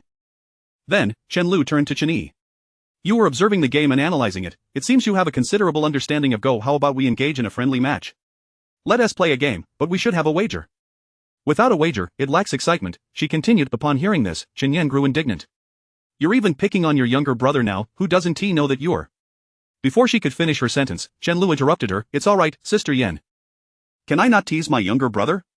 Chen Yi, amused, gazed at Chen Liu. Sister Liu, are you truly certain you wish to challenge me? The question, though softly spoken, elicited suppressed laughter among the onlookers. Yet, Chen Xi stepped forward, poking Chen Yi with her finger. You mustn't play with Sister Liu. The stakes she mentioned are anything but trivial. That shopping card was worth 8 million. An 8 million shopping card? Chen Liu replied proudly, if you don't want a wager, that is fine, we can simply play for fun. How can it be entertaining without stakes? Here is what I propose, Chen Yi declared, pointing at the silver LaFerrari parked nearby. Sister Yan, my wager shall be this. The LaFerrari, worth over 20 million, gifted to me by my eldest sister, and it's a rare find, one that money cannot easily procure. This wager should suffice, wouldn't you agree? At that moment, both Chen Xi and Chen Yan's eyes widened in disbelief as they stared at Chen Yi, struggling to comprehend his audacious proposition. Chen Yi was offering the LaFerrari, a gift from their eldest sister, as a wager. This was no mere bet, it was tantamount to gifting the car to Chen Liu. Do you truly have such confidence in winning against me? Chen Liu asked, momentarily taken aback, her expression darkening. After all, she had never been so underestimated before. It was an affront she found hard to accept. Chapter 45 Unparalleled chess skills. Alright, little brother, since you insist on this, I can hardly be blamed. Chen Liu held a certain pride in her chess skills. However, now that her pride was dismissed by Chen Yi, she felt a twinge of displeasure. She accepted the challenge. After all, Chen Liu had resolved to teach her little brother a lesson, making him aware of which games were suitable for play and which were not. At worst, she would return that Ferrari to him in a few days. Nodding, Chen Liu declared, very well, I'm in. And what about your stake, third sister? Chen Xi inquired from the side. Do you think I might lose? Chen Liu raised an eyebrow, glaring at Chen Xi, who immediately fell silent, too intimidated to speak. Chen Yan, on the other hand, smiled. She was still a bit discontent from having just lost a card game. If you lose, we shall raid your tea cellar for selection. Furthermore, return the consumer card I just lost to you. Chen Liu shot her a glance, that's hardly fair. I accept the tea seller raid, but why should I return your card? I won it fairly. You. If you want your card back, second sister, you must put forth an equal stake. This left Chen Yan momentarily speechless. She was taken aback when Chen Liu agreed to her suggestion of visiting the tea seller. It was well known that this third sister adored collecting tea leaves, particularly the finest varieties. Thus, her tea cellar was likely to contain numerous invaluable treasures, perhaps even many rare gems. For instance, the exquisite De Hongpao Chen Yi had previously enjoyed was among her prized collection, locked away where no one else could access it, let alone the tea cellar and even more forbidden domain. Her agreement implied that the third sister was utterly confident in her victory. However, Chen Yan was not willing to concede. Turning to Chen Yi, she asked, "Little brother, how confident are you in this match?" "I cannot claim certainty, but I shall exert my utmost effort," he replied. This made Chen Yan hesitate for a moment. "I'm in," she declared, pulling out a shopping card from her purse. "It has a limit of 10 million. Excellent." Chen Liu beamed with delight. She then turned to Chen Xi, "Sixth sister, what about you? Care to join the fray?" Chen Xi pondered for a moment, then nodded, producing a bank card and gently placing it beside Chen Liu. "Chen Yan, Chen Liu, Chen Yi, sixth sister, do you truly doubt me?" "All right, sixth sister, I accept your wager," Chen Yi promptly agreed. "How much is on your card?" 20 million. "What? How much?" Both Chen Yan and Chen Liu were taken aback. What a substantial sum. Was there really that much money in live streaming these days? A wealthy patron gifted me several million recently, which is how I came into this fortune. Chen Xi scratched her head sheepishly. "Chen Yi, so, that's essentially my money. Let the games begin." Chen Liu disregarded Chen Xi, recognizing her sixth sister's cleverness and seizing this opportunity to capitalize on her. At that moment, both Chen Yi and Chen Liu took their seats. "Third sister, please show some mercy," Chen Yi chuckled. "In this game, there is no favoritism," Chen Liu replied, allowing Chen Yi to make the first move. The first move was determined by guessing, a method to see who would play first. The elder would grasp a handful of pieces, and the younger would guess odd or even. If guessed correctly, they would play first. If not, they would be at a disadvantage. Confident in her prowess, Chen Liu decided to forego the guessing. "Little brother, I shall let you take the first move." Chen Yi, not one to decline, made his move without hesitation. As soon as he placed his piece, Chen Liu felt an unexpected tremor within her. She gazed at Chen Yi's demeanor and was suddenly struck by an unfamiliar sensation of unease, an emotion she had never experienced before.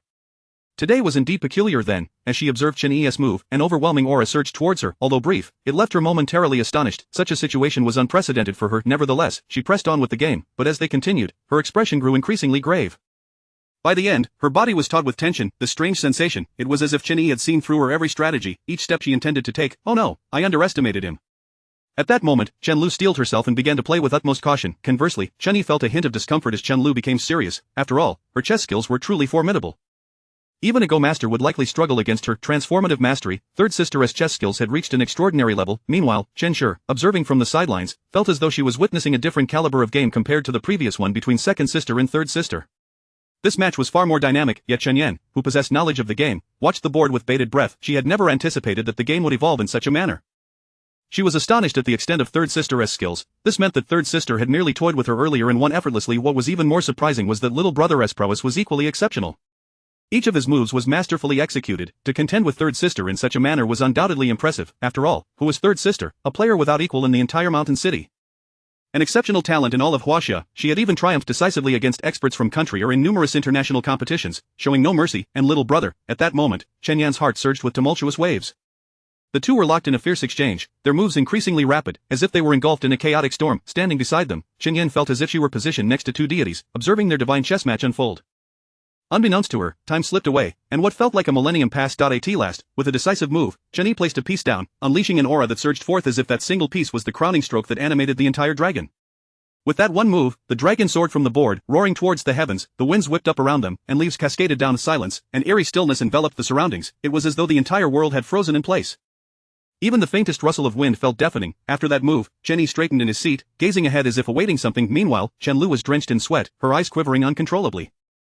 Her hand trembled as she held a piece, suspended in the air for several moments. With a slight shake, the white piece landed on the board, producing a clanging sound. Then, Chen Liu, in disbelief, raised her head and murmured, I actually lost."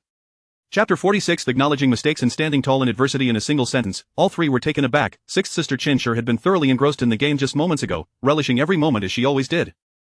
She even entertained thoughts of taking a gamble, envisioning a modest bicycle transforming into a motorcycle, with fortunes doubling to 20 million. Yet, she never anticipated this. Third sister had lost? A world champion, a two-time national chess king, had been defeated, admitting defeat by surrendering the pieces? "Third sister, please, do not frighten me, my savings are nearly depleted."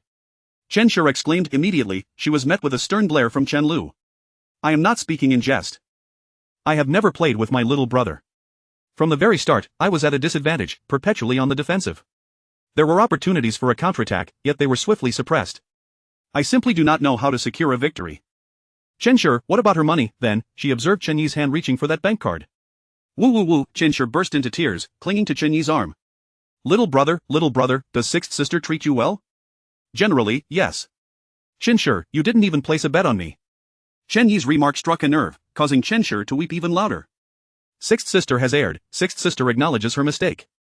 Would you kindly return the bank card to her? Chen Yi cast a glance her way. A man of honor must stand by his word. How can you breach trust? This was agreed upon as a wager. In gambling, there are no familial ties, sixth sister. Today I must impart a lesson upon you, to remind you that some games are not to be entered recklessly. Chen Xi, I am not a man of honor either. Chen Yi, what? I truly have no words to counter that. Meanwhile, second sister Chen Yan retrieved her shopping cart and enveloped Chen Yi in a hug. This is magnificent, she actually guessed correctly. Chen Liu contemplated the previous wager, opened her mouth, but refrained from speaking. She then turned to Chen Xi, giving her a light tap on the head. A loss is a loss, we can bear it, how embarrassing. With that, she rose to her feet. A loss is a loss. I shall take you all to the tea cellar, where you may choose at your leisure. Excellent. Chen Yan's eyes sparkled with excitement, she had longed to explore the treasures within the tea cellar. Chen Yi followed suit, although his arm remained firmly grasped by the weeping sixth sister, who clung to him like a sloth, refusing to let go. She displayed no semblance of an elder sister.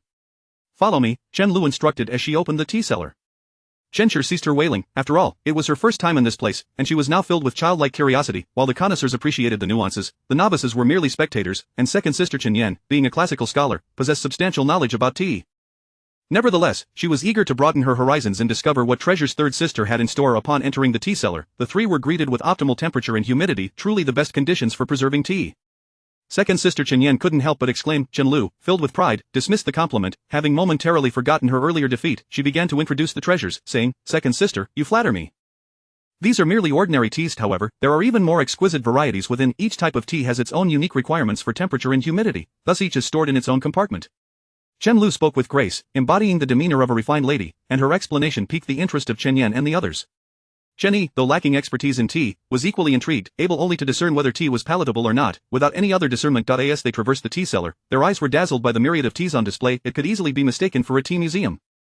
Chen Xi, too, broadened her knowledge, realizing that the teas here were of the highest caliber, none of which were priced below several thousand per kilogram each variety. Even the common tea Guanyin or Jin Jun Mei was regarded as a premium within its category. With each step, Chen Xi felt increasingly aware of her own ignorance. This was rather humiliating. Instantly, she abandoned the notion of retreating into seclusion, questioning whether being a homebody was truly so undesirable. Chen Liu led them to the first compartment. This is Lion's Peak Longjing. The trio gazed inside, where a modest jar of approximately 30 centimeters stood, seemingly unable to contain much tea. Yet, what astonished them was that this compartment housed Lion's Peak Longjing itself. This implied that what lay beyond must be even more precious than Lion's Peak Longjing. Chen Yan was well aware of the extraordinary status of this tea. The Westlake Lion's Peak Longjing, a top-tier brew. The jar before them contained the renowned 18 trees before the emperor, referring to the 18 tea trees situated before the Hugua Temple on Lion's Peak. These trees first garnered fame during the Qianlong era of the Qing dynasty, when Emperor Qianlong traveled across the land and ventured to Hangzhou. He admired the beauty of Westlake and, upon arriving at the Hugua Temple, was graciously offered the finest tea by an elderly monk.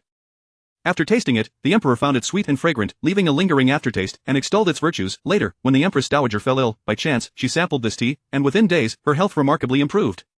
Elated, Qianlong issued an edict, declaring the 18 tea trees before the Hugua Temple to be imperial tea. Each year, the harvest was sent to the capital, exclusively for royal enjoyment.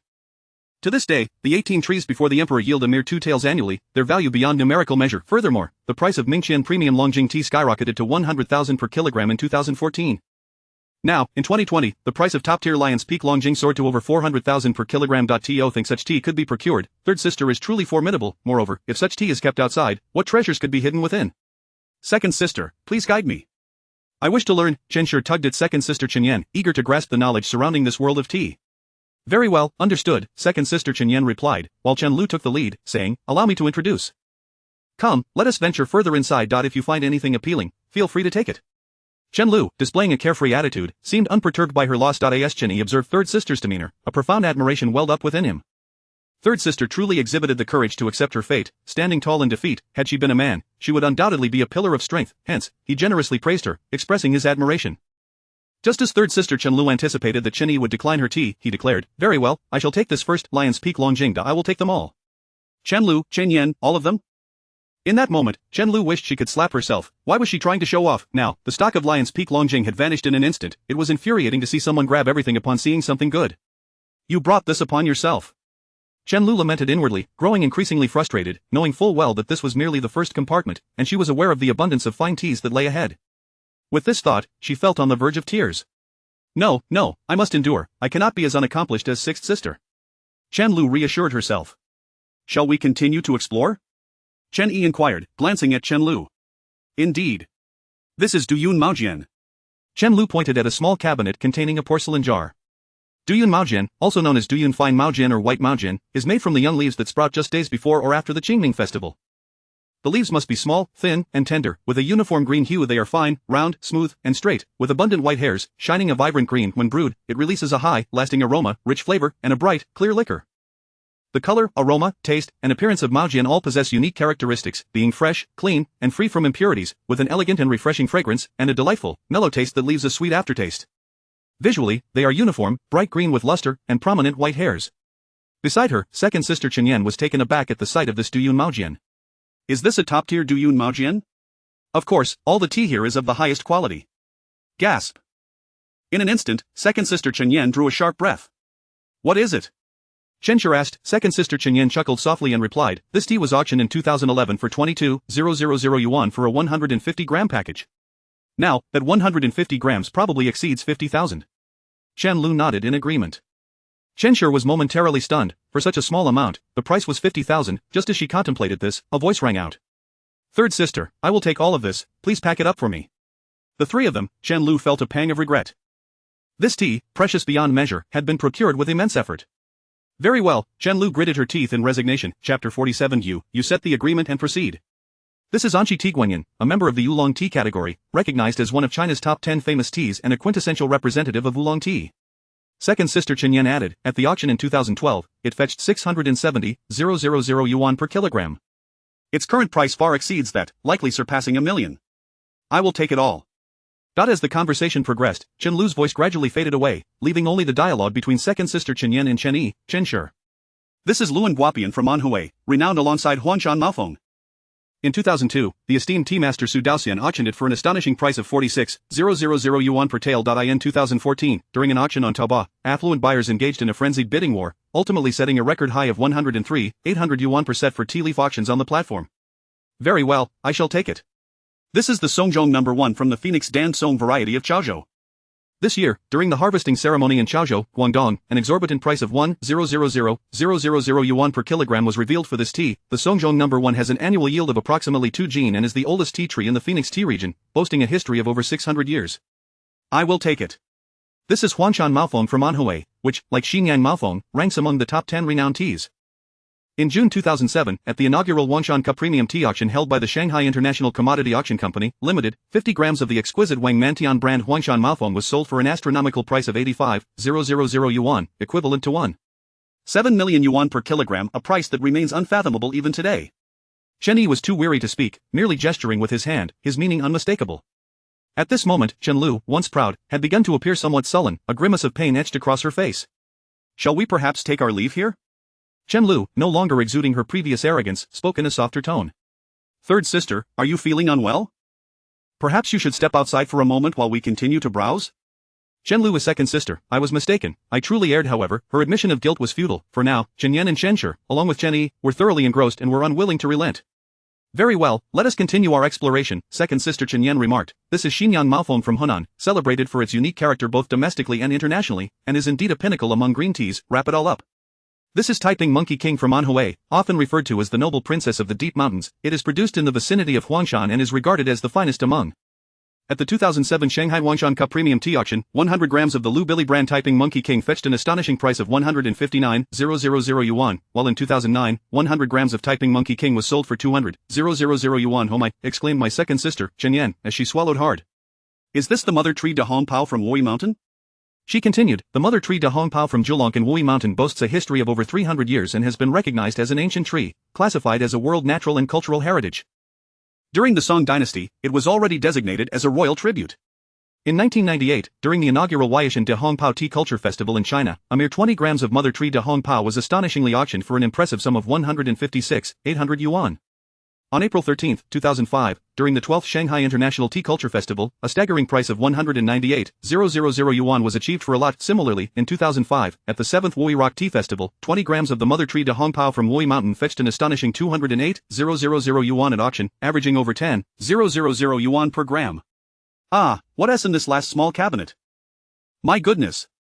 The second sister, Chen Yan, was momentarily taken aback, her lips trembling slightly. Could it be? I never expected to see this tea. Yunnan Jinhua Tribute Tea. A rare gem among pu'er teas, revered in the tea circles of Hong Kong and Taiwan as the supreme emperor of pu'er. Regarded as the divine tea. In an instant, Chen Yi's eyes sparkled with excitement. Yunnan Jinhua Tribute Tea. Chen Yan felt a jolt in her heart. This tea was thought to be extinct, an absolutely priceless treasure, otherwise, it could not possibly be dubbed as divine tea. Chen Yi, equally astonished, retrieved 2 canisters of tea from the small cabinet. In the next moment, Chen Liu cradled the 2 canisters in her arms, squatting down with tears nearly spilling from her eyes. Is this never ending? These are all my cherished possessions. I may have lost the game, but this is just too much. Chen Yi observed his third sister with amusement. The current demeanor of Chen Liu was a stark contrast to her previous self. Once the epitome of humility and acceptance of defeat, she now bore a countenance that rivaled even the proudest of her siblings. At that moment, Chen Liu wiped her tears. You all must be here to rob me. I was wrong from the very beginning. I shouldn't have played chess, I shouldn't have suggested stakes. I shouldn't have accepted the challenge, I shouldn't have let my younger brother make the first move. How did it escalate to this point? Crouched on the ground, Chen Liu felt a sense of injustice swell within her. All I wanted was to teach my younger brother a lesson. How did it come to this? My Douyin Maojin, my Xinyang Maojin, my Taiping Hokue, they are all gone. If I lose these 2 canisters as well, what will become of my tea collection? All these years, I've collected in vain. Third sister, what do you mean by that? Chen Yi inquired. I was wrong, these 2 are my treasures, I would rather die than part with them. Chen Liu squatted on the floor, hugging the 2 small canisters of tea, embodying a vulnerable demeanor that starkly contrasted with her previous poised aristocratic air, leaving everyone utterly astonished. Chen Yan and Chen Xi were momentarily speechless, having always perceived Chen Liu as a serene and unflappable figure. They never imagined that the third sister could exhibit such vulnerability. They turned their gazes toward Chen Yi, their younger brother, the true instigator of this chaos. It was all because of him, with no connection to their predicament. At this point, Chen Liu began to sob, as if bearing an immense grievance. Chen Yan and Chen Xi were at a loss for words, standing helplessly by. Chen Yi, however, knelt down and patted Chen Liu's shoulder. Third sister, let us discuss this calmly. Why the tears? Chen Yi glanced at the 2 canisters of tea in her grasp. I was merely teasing you earlier. I have no desire for these 2 canisters. In fact, I don't want any of the other tea leaves either. It was all just for fun. Realizing the gravity of the situation, Chen Liu suddenly stood up, her gaze fixed on Chen Yi, her finger trembling as she pointed at him. The second sister, Chen Yan, felt a shiver run down her spine. It was over. Third sister was furious. Chen Xi shared the sentiment, her heart racing as she prepared to mediate. In the next moment, Chen Liu wiped her tears and fixed her gaze on Chen Yi, resolutely stating, You promised, you must write it down. Chen Yi, Chen Xi, Chen Yan, Chen Liu glared at them, her eyes narrowing at Chen Xi, who dared to return her gaze defiantly. However, third sister, I do have one condition. Chen Yi's words sent a fresh wave of tension through the previously relaxed Chen Liu. What do you want? Don't worry, dear sister, I merely wish for you to brew tea for me in the future. Is that all? Chen Liu asked incredulously. That's it. Meanwhile, the sixth sister, Chen Xi, chimed in, Little brother, you're being unfair. You refuse to take anything from third sister, what about mine? Chen Yi shot her a glance before handing her a bank card. Here. Thank you, little brother, Chen Xi exclaimed, her face lighting up with joy. In that moment, Chen Yi felt a profound realization wash over him. Women can change their moods faster than anything else. Soon after, the third sister invited them to sit in the living room, preparing to brew tea for them. After a while, she presented a pot of tea, and Chen Xi poured herself a cup, savoring it thoughtfully. Chen Yi then turned to Chen Xi, noticing her sitting comfortably, exuding an air of composure. Sixth sister, have you become an expert in tea tasting? Chen Yi chuckled helplessly. What did you discern? This tea is soft and glutinous upon entry, leaving a lingering fragrance on the palate, invoking salivation. It is truly a fine specimen, undoubtedly worth over 1,000 yuan per gram, Chen Xi declared with gravitas. Put. Chen Yan couldn't contain her laughter. This is just ordinary barley tea, not worth a penny. You should have rinsed your mouth before tasting the good tea. Though your choice of words in appraisal is quite eloquent, she added, Chen Xi, enough of this charade, it's no longer amusing. Chapter 48. May we dine first? Shortly thereafter, Sister Chen Liu approached, carrying a pot of tea, and poured each person a cup. Sister, what kind of tea is this? Lion Peak Longjing. The 18 trees from the imperial court? Sister Chen Yan inquired, to which Chen Liu nodded affirmatively. Chen Yi gazed at the fine tea before him, silently chuckling, for he was utterly inept at discerning the quality of tea, let alone his sixth sister beside him, who had just been extolling the virtues of barley tea. Little brother, I truly have benefited from your favor this time, Sister Chen Yan beamed at Chen Yi. Not only had he helped her reclaim the consumption card, but he also guided her through the tea cellar of their third sister. Just that brief tour had broadened her horizons, revealing that it was not merely a tea cellar but rather a museum of top-tier tea. Eldest sister, where are the fourth and fifth sisters? Chen Yi wondered aloud, noticing their absence at such a late hour. You know how your eldest sister is, a workaholic. She usually leaves early and returns late. She is likely still at the company. It seems things have been rather tumultuous there lately, but she typically handles such matters alone, keeping us in the dark, Sister Chen Yan explained. Chen Yi nodded, pondering whether his eldest sister had eaten. As for your fourth sister, it appears she has been invited to serve as a chef somewhere, or perhaps she has returned to her master, she continued. Master, Chen Yi recalled that Sister Chen Xi was a disciple of a renowned Shandong cuisine master. And as for the fifth sister, it goes without saying that she is at the dojo, ha ha ha. Sister Chen Xi interjected enthusiastically, her limbs animatedly gesturing in the air, her face alight with excitement, truly a delightful spectacle. Shall we seek out the fifth sister for some fun? No, no, no. Chen Xi waved her hands dismissively, it seems she has some competition coming up. We shouldn't intrude. If she drags us in as sparring partners, it would be quite unfortunate. The moment those words left her lips, Chen Xi's eyes flickered, evidently recalling some unpleasant memories. After finishing his tea, Chen Xi volunteered to prepare dinner. Instantly, the expressions of sisters Chen Yan and Chen Liu soured. Observing their discontent, Chen Yi inquired, Sisters, why do you appear so troubled? Is there something wrong with sixth sister's cooking? Upon hearing this, both Sister Chen Yan and Sister Chen Liu nearly burst into tears. Don't cry, is sixth sister's cooking truly that dreadful? Seeing their nods, Chen Yi sprang to his feet. Little brother, are you taking us out to eat? Sister Yan eagerly tugged at his sleeve. However, Chen Yi gently pulled her hand away, saying, Sister, going out to eat is indeed an option, but it is I who shall go, not you. Chen Yan, Chen Liu, oh, you heartless brother. Are you truly planning to abandon us like this? No, we must go out too. Just as they prepared to leave, Chen Xi stood in their path, puzzled. Two sisters, where are you headed? We're not going anywhere, really. And little brother? He has gone out to eat. Perhaps we should join him? Sister Chen Liu suggested, seizing the opportunity. Chen Xi hesitated for a moment, then glanced outside. Little brother shall have no culinary delights tonight. Why go out? My cooking, though not as exquisite as fourth sister's, is no less commendable. Just you wait. Chen Yan, although it may not rival fourth sister's, is she under some misapprehension regarding her own culinary prowess? After a brief interlude, a plate was placed on the dining table. Sister Chen Yan stared at the darkened contents before her, laughing. Sixth sister, you could have simply made dessert. Why serve it in a plate like chocolate? Chocolate? What chocolate? These are potato chips. Sister Chen Yan immediately, she turned to Sister Chen Liu, third sister, this is but a small plate. It surely one tea suffice for two. You should have it. Sister Chen Liu, my patience is wearing thin. Sister, I'm not that hungry yet. You eat, there is no need to be so modest. Third sister, you take it. Sister, you are both being excessively courteous. There's no need for such pretense. I have another plate, one for each of you will suffice. Sister Chen Yan and Sister Chen Liu. Meanwhile, Chen Yi arrived at Villa number 18, where Wang Yi had already prepared a meal of 4 dishes and a soup. Upon seeing Chen Yi return, Wang Yi rushed over.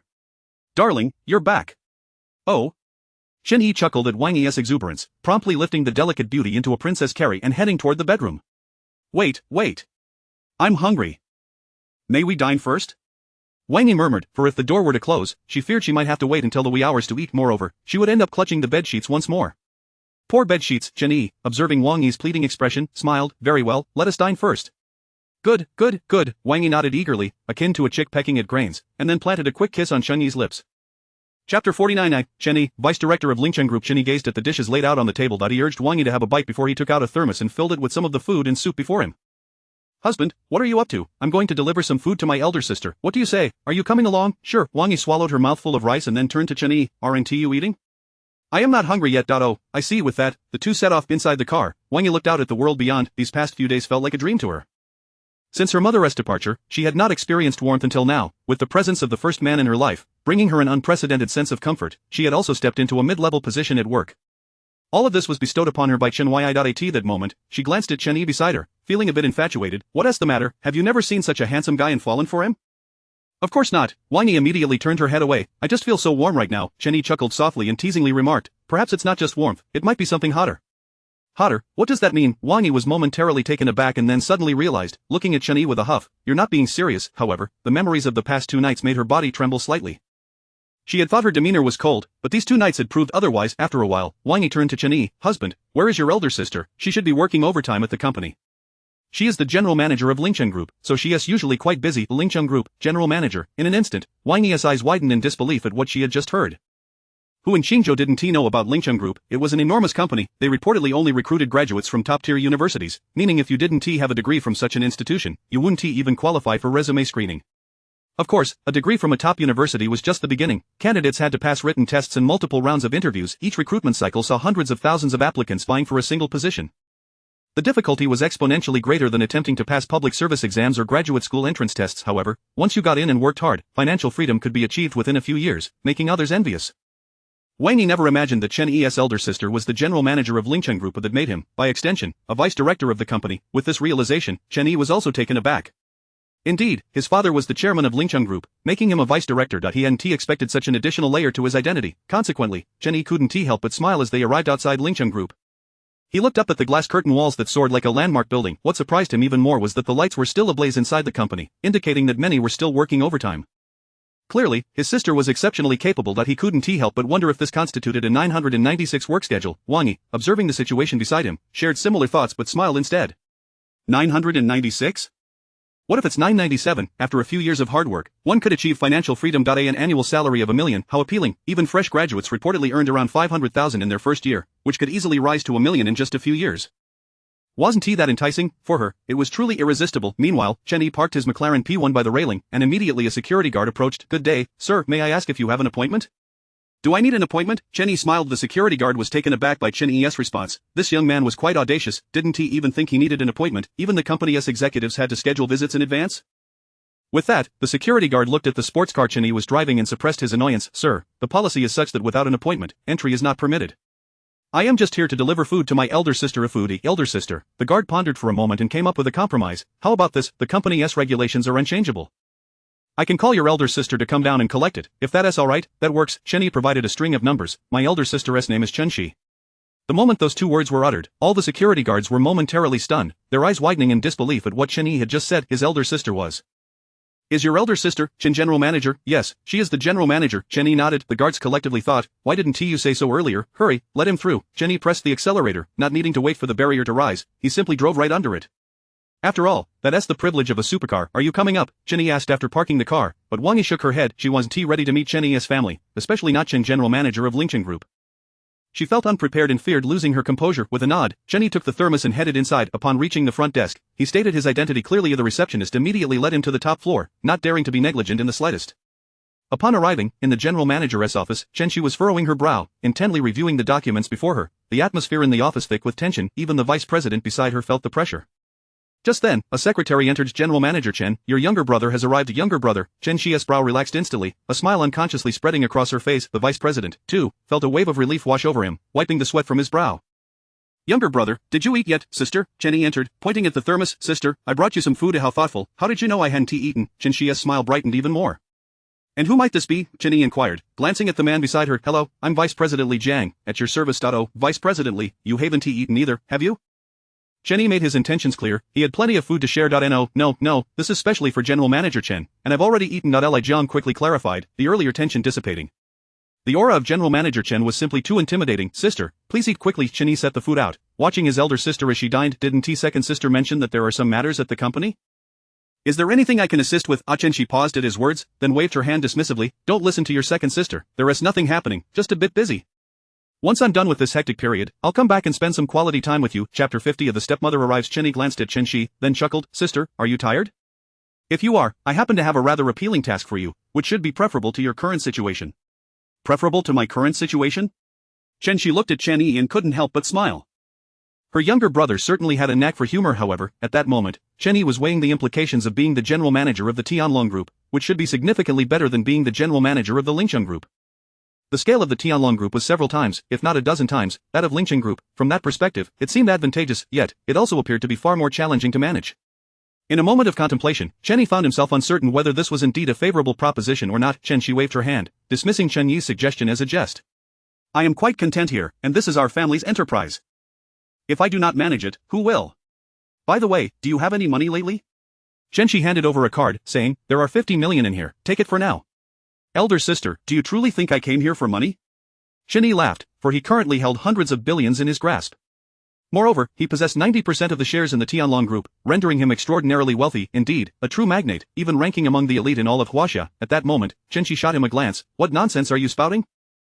Do I seem like I think you are here for money? I merely feared you might need it while out having fun. Don't be ridiculous. Chen Yi, such a haughty little demeanor.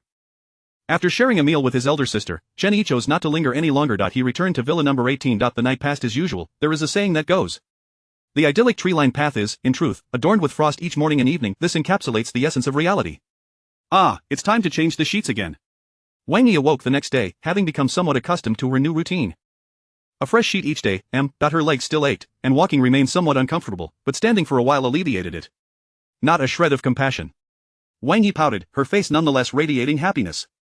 After breakfast, Chen Yi prepared to head to school today. He was too lazy to drive back. Instead, he took the McLaren P1, intending to drop Wang Yi off at the automobile city.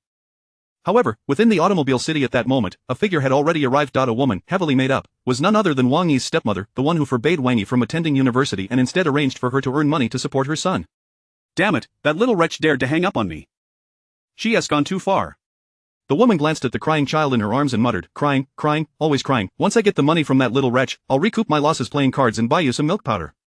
As for Wang Yi's father, she dared not ask him for anything, especially since he had already provided her with living expenses for the month, which she had lost in mere days. Sigh, my luck has been abysmal lately, all thanks to that little wretch. If only she had given me the money that day, I surely would have recovered my losses. Just wait, today, I will make you cough up that money. Do you think that just because you've come to the big city, I can't handle you? Today, that little wretch will know what is coming. The woman thought to herself, then turned her gaze to a nearby young girl. Yes, you. Come here. Me, the young girl was taken aback, looking at the woman holding the child with confusion. Who is she, to be so arrogant? Reluctantly, the young girl approached with poise. Hello, ma'am, how may I assist you? Ma'am? The woman glared at the young girl. You dare call me ma'am? The young girl, what else should I call you, sister? Do you even deserve that? At this, Wang Hua, holding the child, became infuriated but chose not to engage further. She stated plainly, is there a Wang Yi here? Where can I find her? Bring her to me. Wang Yi? The young girl paused. Manager Wang, she was new and, had it been anyone else, she might not have known them. However, Wang Yi was well known as her sales manager, and it was rumored she had a handsome and wealthy boyfriend. Yet, Wang Hua's attitude left her quite displeased. What kind of demeanor was this? Who did she think she was? Demanding to see their sales manager, testing the waters, she asked, who are you? What business do you have with our sales manager? Sales manager, Wang Yi has become a sales manager? Wang Hua was momentarily taken aback, but soon, excitement surged within her. Isn't the position of sales manager quite significant? She must be earning a lot. Who exactly are you, and what does her position or income have to do with you? Why are you prying into matters that do not concern you? The young girl was now irritated.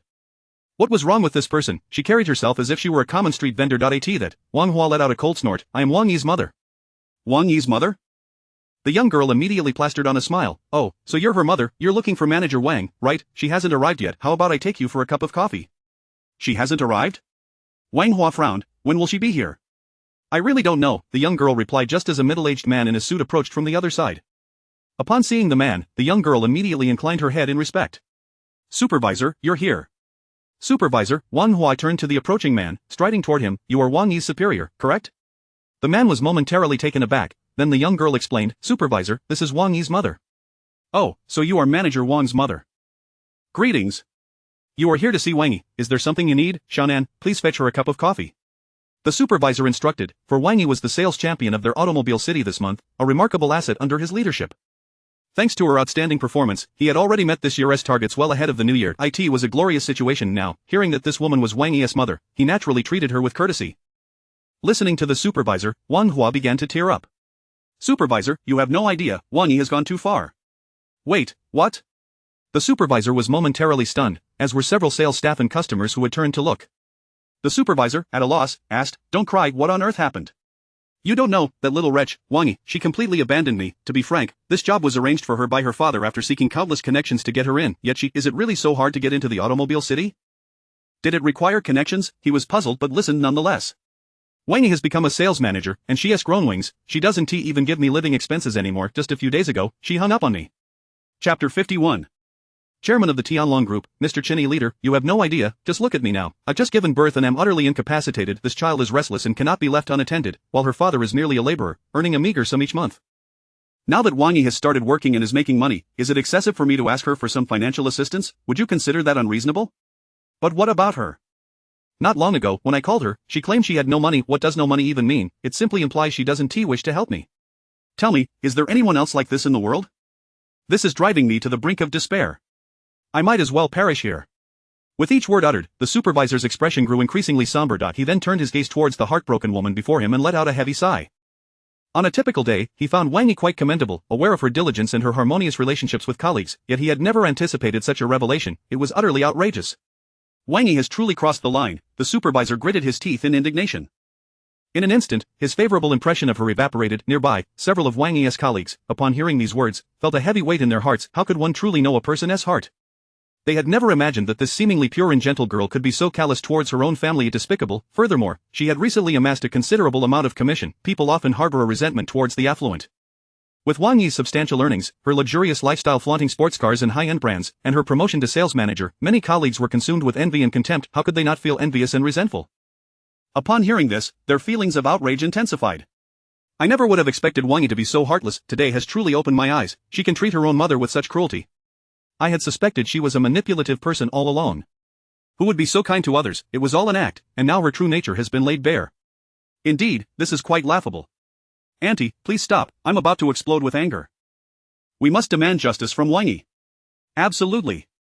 At that moment, the leader nodded. Such a subordinate, no matter how exceptional her business acumen or sales figures, could not be retained. It was utterly inhumane.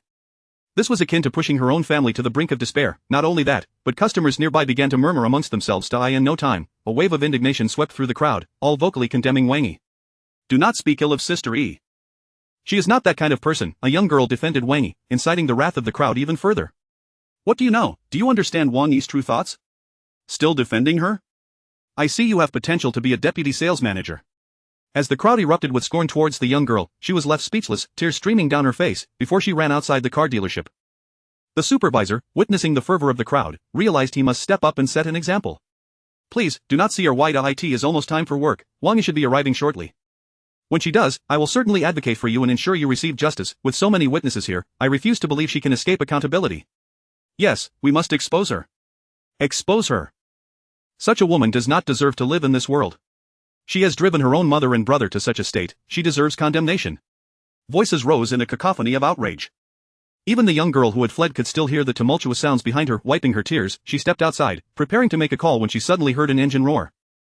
Looking up, she saw a McLaren P1 speeding towards them. Is Sister Yi arriving? Why is she driving so recklessly today? The car came to a halt, and the young girl hurried over, tapping on the driver's window. As the window rolled down, Chen Yi looked at the young girl, momentarily taken aback. What was this girl doing, crying and knocking on his window? At that moment, the girl was equally stunned. Who was this? Not Sister Yi. What do you need? Chen Yi inquired, while Wang Yi turned to the girl outside, waving her hand. Xiao Tao, what is wrong? Why are you crying? Who bullied you? No, no one bullied me. Sister Yi, you need to leave quickly. You cannot go inside now. What do you mean? Wang Yi was taken aback. Your mother is inside, crying to the supervisor about you not providing her with living expenses, claiming you are driving her to death. She is making a scene, and her words have placed you in a precarious position. You have no idea how your colleagues are mocking you, and some customers are equally outraged. The supervisor is furious after hearing your mother's complaints. If you go in now, you will be walking straight into the line of fire. Moreover, some have even suggested exposing you, and, Xiao Tao whispered, they are calling you a heartless woman. What? Wang Yi instantly realized that her stepmother had come. Incredible, she managed to find her way here from so far away and was even slandering her first. Quite the tactic. Wang Yi's chest heaved with rage. Chen Yi observed Wang Yi's furious expression and then turned to the young girl outside, smiling. Thank you. He then raised the car window and addressed Wang Yi. Can we have a word? Moments later, Chen Yi's expression darkened, a cold smile gracing his lips. He made a phone call, speaking briefly before accelerating into the car dealership. Hey! Xiao Tao watched the McLaren speed away, panic rising within her. What was he doing? Wasn't this heading straight into danger? Meanwhile, the atmosphere inside the dealership was thick with tension. Suddenly, the supervisor's phone rang, and upon answering, his eyes widened in shock. The caller was none other than the chairman of the car dealership, Mr.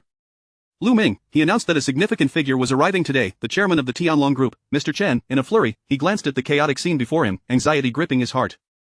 If Mr. Chen were to arrive and witness such a disarray, he would undoubtedly unleash his wrath upon Wang Yi. Determined to resolve the situation quickly, he prepared to take action. Then, the roar of an engine reverberated through the air.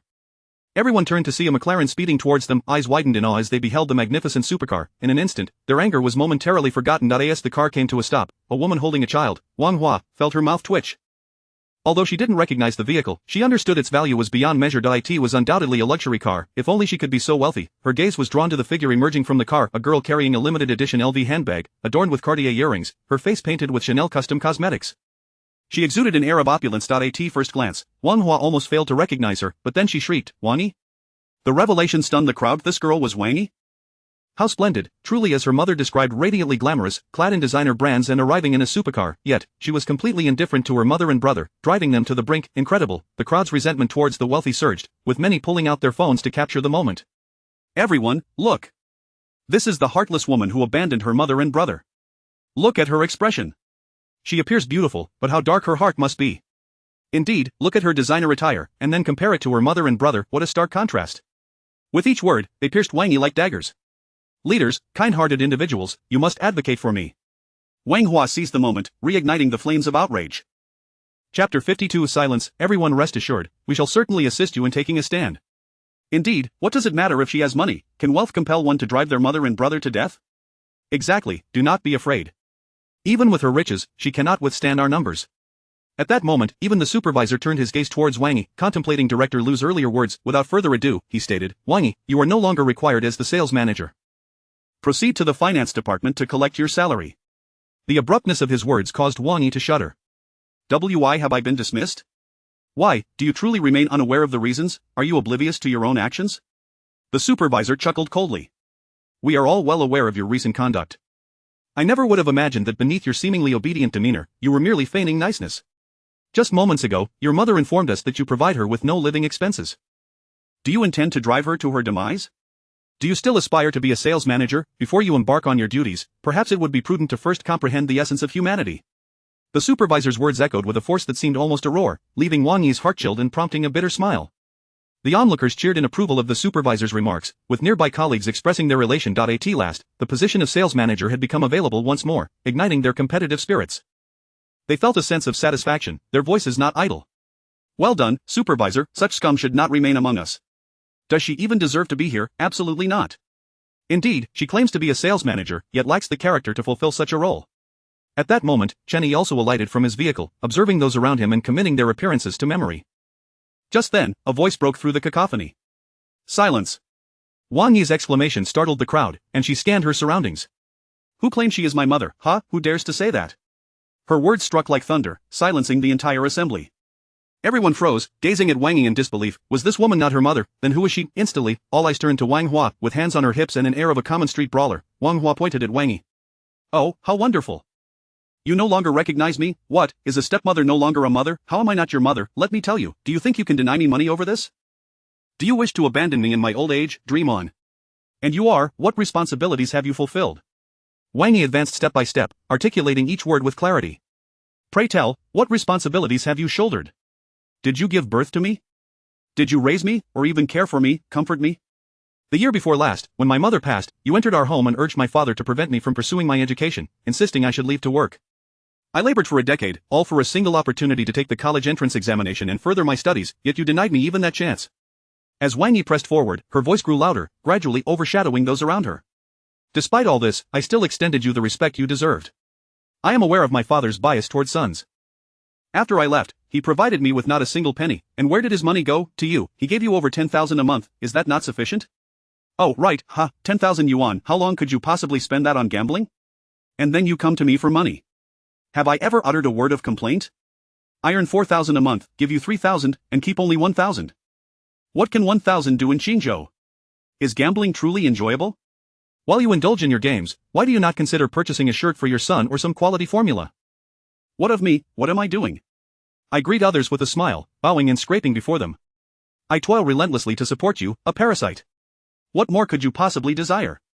Is your insatiable greed never to be quenched? Tell me, what must I do to satisfy you? Speak." Finally, Wang Yi stood 3 meters away from Wang Hua, her voice resonating with unwavering conviction, her words struck like steel, piercing the hearts of those present. The crowd, taken aback by Wang Yi's declarations, found themselves in a state of shock. What was happening? Had they been deceived by this woman? Had they wronged Wang Yi? At that moment, all eyes shifted to Wang Hua. Wang Hua's complexion paled as she realized that she had always viewed Wang Yi as her source of sustenance, demanding money from her whenever she found herself in need, yet, she had never anticipated that the seemingly meek Wang Yi would stand her ground with such resolve. As Wang Yi approached Wang Hua, the latter stammered, "What are you going to do?" Retreating, Wang Hua stumbled and fell to the ground. Help, someone is about to be attacked. We're in grave danger. Yet, no one paid her heed. As she faced the murderous glares of those around her, she began to weep, looking up at Wang Yi. Wang Yi, you appear so prosperous now, you must have plenty of money. Please, help me, I've lost so much gambling, and they are pressuring me for repayment. I am truly at my wit's end. You need not give me much. 50,000, no, 30,000 will suffice. I promise I shall never gamble again, never. Chapter 53. Is this how you treat Mr. Chen? The crowd nearby, upon hearing these words, felt as though something was lodged in their throats. They turned their furious gazes towards Wang Hua, seething with indignation, wishing they could tear her mouth apart. Just a moment ago, you appeared so sincere. How has it come to this? So, were you deceiving us all along? They glared at Wang Hua, who was sobbing on the ground, their anger boiling over. Had it not been for the child in her arms, they would have descended upon her in a fury. Get out! Wang Yi exclaimed, unleashing an expletive. You dare to mention sums of 300 to 500,000. On what grounds? Chen Yi, standing nearby, nodded in agreement with Wang Yi. The tide of public opinion swiftly turned against Wang Hua, who became the target of their scorn. It was as if they were mere puppets, swayed by the winds of popular sentiment, devoid of independent thought. At that moment, the supervisor approached, his previously frosty demeanor dissipating as he smiled warmly at Wang Yi. Manager Wang, I must confess, I was misled by others, please do not take it to heart. Indeed, Manager Wang, we too were deceived, which is why we reacted as we did. Please forgive our ignorance. We are colleagues, after all, do not hold it against us. Is that all right? Several colleagues gathered around, pressing Wang Yi further. Come now, Manager Wang, you wouldn't be so petty, would you? Their relentless remarks cornered Wang Yi, suggesting that if she did not forgive them, she would be perceived as narrow-minded and grudging. It was a scandalous display of moral superiority. At that moment, Chen Yi stepped forward, wrapping his arms around Wang Yi as if offering her support. She cast a resolute glance at him, then turned to the supervisor. I'm sorry, but I cannot remain here any longer. I will take your advice and head to the finance department to collect my salary. Please, don't, the supervisor exclaimed, but the others nearby were elated, not expecting Wang Yi to be so resolute as to leave voluntarily. This could potentially open up the managerial position once again. Chen Yi regarded Wang Yi and asked, why would you resign when you were doing so well here?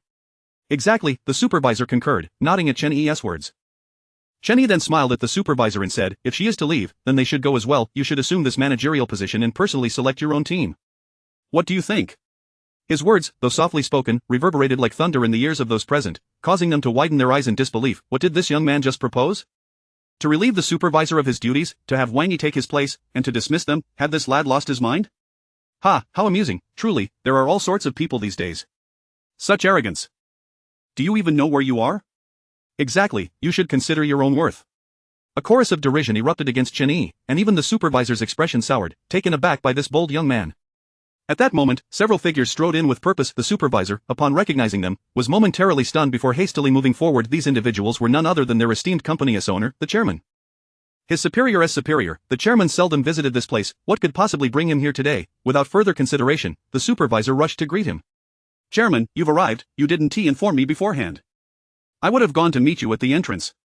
Just as he prepared to bow and scrape, he noticed the chairman walking briskly past him, completely ignoring his presence. He turned sharply, eyes widening in shock. The chairman approached Chen Yi, wiping his hands on his fine suit before grasping Chen Yi's hand. Mr. Chen, I am Lu Ming, the chairman here. Your visit truly brings honor to our establishment. Mr. Chen, what Mr. Chen, what does this mean? Questions surged in the minds of the onlookers, and Lu Ming turned to the supervisor. Xiao Zhang, have you been taking good care of Mr. Chen? What, this man is the Mr. Chen that Lu Dong instructed him to look after? He is the chairman of Tianlong Group. The supervisor gasped in disbelief. At that moment, the crowd trembled at the realization. Tianlong Group, the chairman? Chen Yi, Mr. Chen, this cannot be a joke. It was utterly astonishing. Did I not inform you beforehand that Mr. Chen would be visiting? Mr. Chen, they haven't neglected you, have they? Lu Dong inquired, a tremor of concern in his voice, laced with respect. Chen Yi smiled. Chairman Lu, you jest, they have not only refrained from neglect but have been exceedingly hospitable. His words prompted a wave of trepidation among the onlookers, their legs quaking. Lu Dong, hearing the first half of Chen Yi's statement, felt a surge of relief, but the latter half caused his expression to darken. A seasoned businessman like him could not possibly misinterpret Chen Yi's implication. This supervisor wields his authority quite liberally, threatening to dismiss my girlfriend, and the others here were scathingly critical of us just moments ago. They seem ill-suited for sales, perhaps they would be better off as street performers. With that, the supervisor crumpled to the floor. Mr. Chen, I had no idea, I was misled, please forgive my ignorance. Before he could finish, Lu Dong interjected, what is going on? Speak up. After a brief exchange, Lu Dong turned sharply to Wang Hua, but she had vanished. He kicked the supervisor in frustration. Is this how you host Mr. Chen? In an instant, the usually composed Lu Dong erupted in fury. Chapter 54 of The Art of Leadership lies in balancing kindness and authority. Get out, leave this instant. In a fit of rage, Director Lu's entire demeanor transformed, for he was acutely aware of the identity of the individual beside him. This was none other than the chairman of the Tianlong Group. What stature does the Tianlong Group hold? It is among the select few enterprises in all of Huaxia. In the presence of such a colossal entity, their automotive city was inconsequential. Not only were they unworthy of comparison with the Tianlong Group's headquarters, but even when juxtaposed with its branches, they fell woefully short. The thought that one of his subordinates had offended Chairman Chen sent a shiver down Lu's spine. If Chairman Chen were to pursue the matter, it would spell disaster for them, leaving no room for hope whatsoever. Leave, I said leave, now. Following Lu's bellow, the manager dared not linger, promptly scurrying towards the finance office. Once the manager had departed, Lu turned to Chen Yi, his expression shifting from one of coldness to profound respect. Chairman Chen, may I inquire if this arrangement meets your approval? Is this all? Chen Yi chuckled, though his eyes remained icy. The glance he cast made Lu's heart race, prompting him to hastily reply, Chairman Chen, whatever you suggest, I shall comply without question. Chen Yi gestured to himself, is it inappropriate for me to speak? Chairman Chen, I was not present during the earlier events, hence I am unaware of the specifics. However, since you were here, I believe it would be far more prudent for you to address the matter. Very well, allow me to express my thoughts. Chen Yi then raised his hand, pointing at a male salesperson, you. Next, he directed his finger at a stunning woman beside him, you. In a short span, over a dozen salespeople found themselves singled out, their faces drained of color as they gazed at Chen Yi, pleading for mercy. They then turned towards Director Lu, who, observing their pallid expressions, understood that Chairman Chen had not unjustly accused them. What you uttered and did earlier need not be reiterated. Proceed to the finance office to collect your wages. Secondly, effective immediately, Wang Yi shall assume the role of sales department supervisor, empowered to select her own subordinates. And this young lady, you are Xiao Tao, correct? The position of sales manager is now yours. Chen Yi declared with conviction. Everyone turned to Xiao Tao, the very girl who had previously advocated for Wang Yi, only to face the ire of the crowd, subsequently rushing out to inform Wang Yi of Chen Yi's presence. The remaining salespeople gazed at Xiao Tao, astonished. Sales manager, that if only they had known, they too would have spoken in favor of Wang Yi. It felt as though they had simply handed Xiao Tao a managerial position without effort. Regret washed over them, yet it was too late to voice their thoughts. What good would it do to speak now? As for those dismissed, they understood that their termination was not merely a simple matter. Given Director Lu's capabilities, he could ensure their inability to thrive in the automotive sales industry. They were left wishing they could slap themselves for their folly. What a predicament this was. All due to a moment of thoughtlessness. Where was that woman? They all sought her out, for had she not misled them, would they have dared to utter such words? The current situation was entirely her doing. However, after searching high and low, they discovered that Wang Hua had vanished without a trace. At this moment, Chen Yi turned to Director Lu. Director Lu, do you have any objections to my handling of the situation? His inquiry sent beads of cold sweat trickling down Lu's forehead.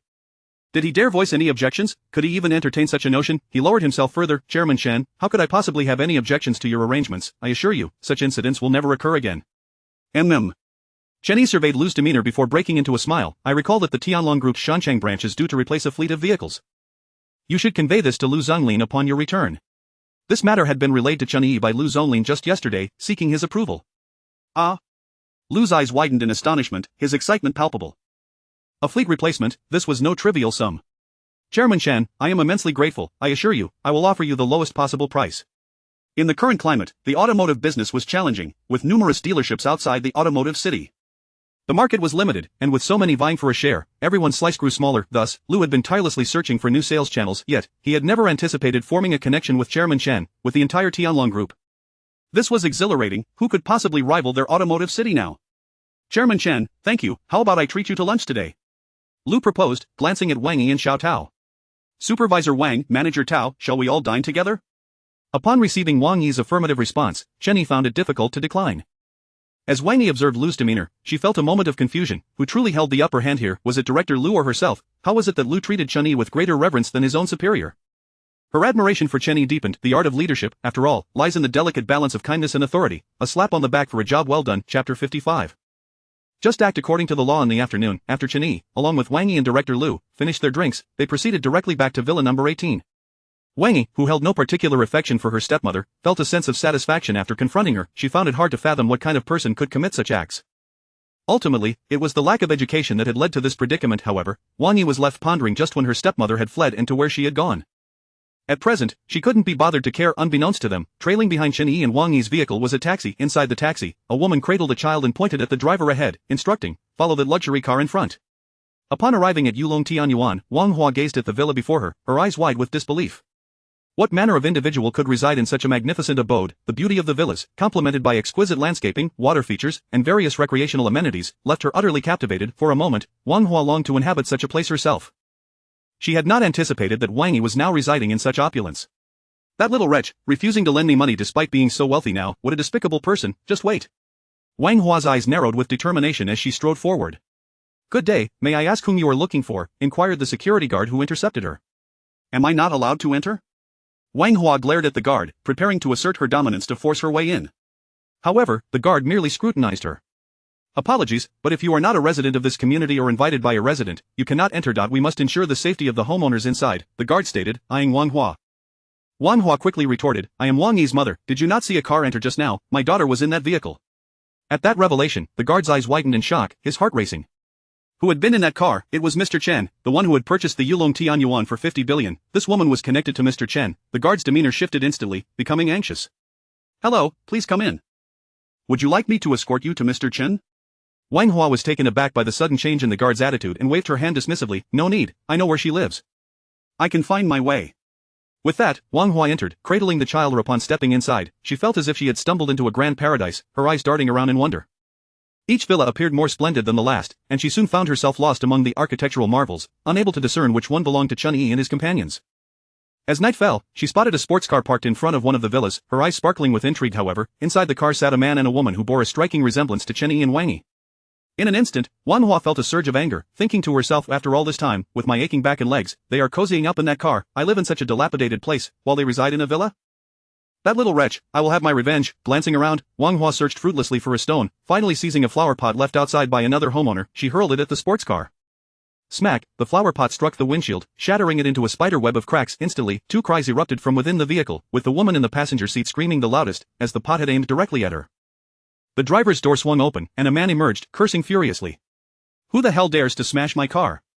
His anger was palpable. Wang Hua's eyes widened in shock as she recognized the man before her, his face adorned with excess flesh and a thick gold chain around his neck, clearly a figure of the streets. This, wasn't he Chen Yi and Wang Yi? Oh no, I've made a grave mistake.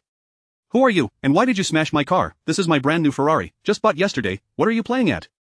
Wang Hua was taken aback, her legs trembling as the adrenaline subsided, leaving her in a daze.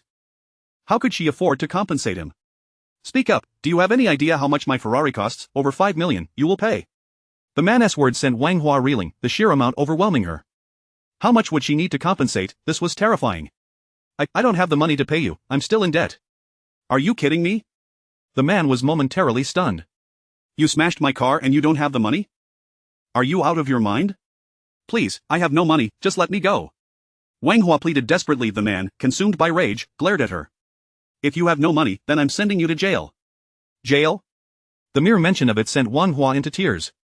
She looked at the man. I don't want to go to jail. Wait, I have a daughter, and she's stunning. How about I let her accompany you? How dare you? The middle-aged man's expression darkened, incredulous at her suggestion. In a fit of anger, he called the police. Moments later, as Chen Yi and Wang Yi prepared dinner at home, the landline rang. Chen Yi picked it up. Mr. Chen, hello, this is the security from Yulong Tianyuan.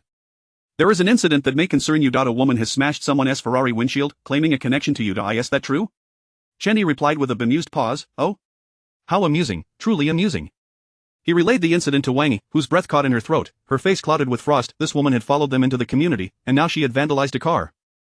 No, smashing a windshield was more than mere vandalism, it was an assault. In an instant, Wang Yi realized that Wang Hua had mistakenly identified the vehicle, taking it for the one they had driven today.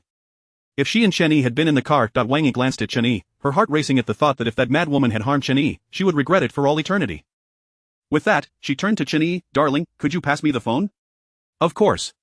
Wang Yi took the phone. Hello, regarding the woman you mentioned, we do not know her, please handle the matter as you see fit. After all, we live in a society governed by law, so just act according to the law. Chapter 56, what a stunning beauty, she simply hasn't encountered someone she fancies. Good day, madam, I understand. I apologize for disturbing you and Mr. Chen, the security guard said before hanging up the phone. He then turned to the man in front of him, who also returned his gaze. What did he say? Ever since the security guard mentioned that this woman was linked to a super-rich tycoon who spent 50 billion on a property in Yulong Tianyuan, the man's anger, though still simmering, had significantly subsided, at least in terms of his verbal assault on Wang Hua. Nevertheless, his expression remained cold and forbidding. After all, who wouldn't feel displeased if their vehicle had been vandalized, especially when it was done intentionally? At that moment, Wang Hua also looked over, her eyes fixed on the security guard, eager to hear the outcome she longed for. However, the next instant, the guard addressed the man, Mr. Li. Mr. Chen stated that this individual has no relation to him whatsoever. In an instant, the man was left speechless, his gaze burning with fury as he turned to Wang Hua. Meanwhile, upon hearing the guard's words, Wang Hua frantically lunged at him. That's impossible, I need to call him, give me the phone. The nearby security guards promptly restrained her. I don't want to go to jail. Please, spare me, I promise I won't do it again. No, don't call the police. Moments later, the police arrived and took Wang Hua away. The following day, after Chen Yi awoke and returned to his villa, he found that only his sixth sister, Chen Xi, was present, blissfully asleep. Chen Yi discreetly drove out his LaFerrari, heading towards the school. Upon arriving at the campus, which was still basking in the early morning light, he encountered a number of students who were out exercising. The sound of the engine caught their attention, and they turned to see the gleaming silver LaFerrari. Oh my goodness, Anan, look at that. It's a Ferrari. So handsome. A pure-looking girl dressed in sportswear turned to her friend, Anan, should we go see who was driving that car? And Xi, momentarily taken aback, poked her friend Zhang Lei on the forehead. What are you thinking? I see you've been reading too many CEO romance novels, believing that only handsome men drive sports cars. What if it's an old man? After all, and Xi thought, someone who could afford such a vehicle must be far from youthful. Young people these days are under immense pressure, nearly crushed by the weight of housing costs. How could they possibly afford such luxury? Those who drive cars like that typically fall into two categories. Either a middle-aged man with ulterior motives for coming to school or a wealthy second-generation heir. The latter category is hardly composed of individuals who are modest. Alright, let us hurry and jog. There is a grand exhibition of Han culture at school today, and we, as the student council, are the hosts. If anything goes awry, it would be a disaster. There is no rush. We rerunning anyway, why not take a look? Unable to resist Zhang Lei's enthusiasm, and Xi eventually nodded, let us just take a peek. Understood. I just don't see what is so captivating about an old man, and Xi remarked, while Zhang Lei pouted, maybe he is actually a handsome guy? If he is handsome, I'll treat you to bubble tea today. And Xi declared without hesitation. As the two approached, Chen Yi had just parked his car and stepped out. In an instant, he captivated those around him. The pristine white blazer fit him impeccably, complemented by his sharp brows and starry eyes, as if he had stepped straight out of a painting. The two girls were momentarily entranced. Wow, he is incredibly handsome. Zhang Lei was spellbound, while Xi, who had just moments ago doubted, now found herself in a daze, her eyes sparkling with admiration. I'm treating. I want bubble tea.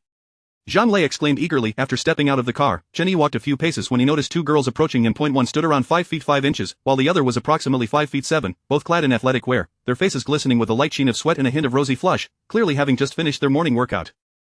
Yet, even in their casual attire, the allure of the two young women was undeniable. Their natural beauty seemed further accentuated by their unadorned faces.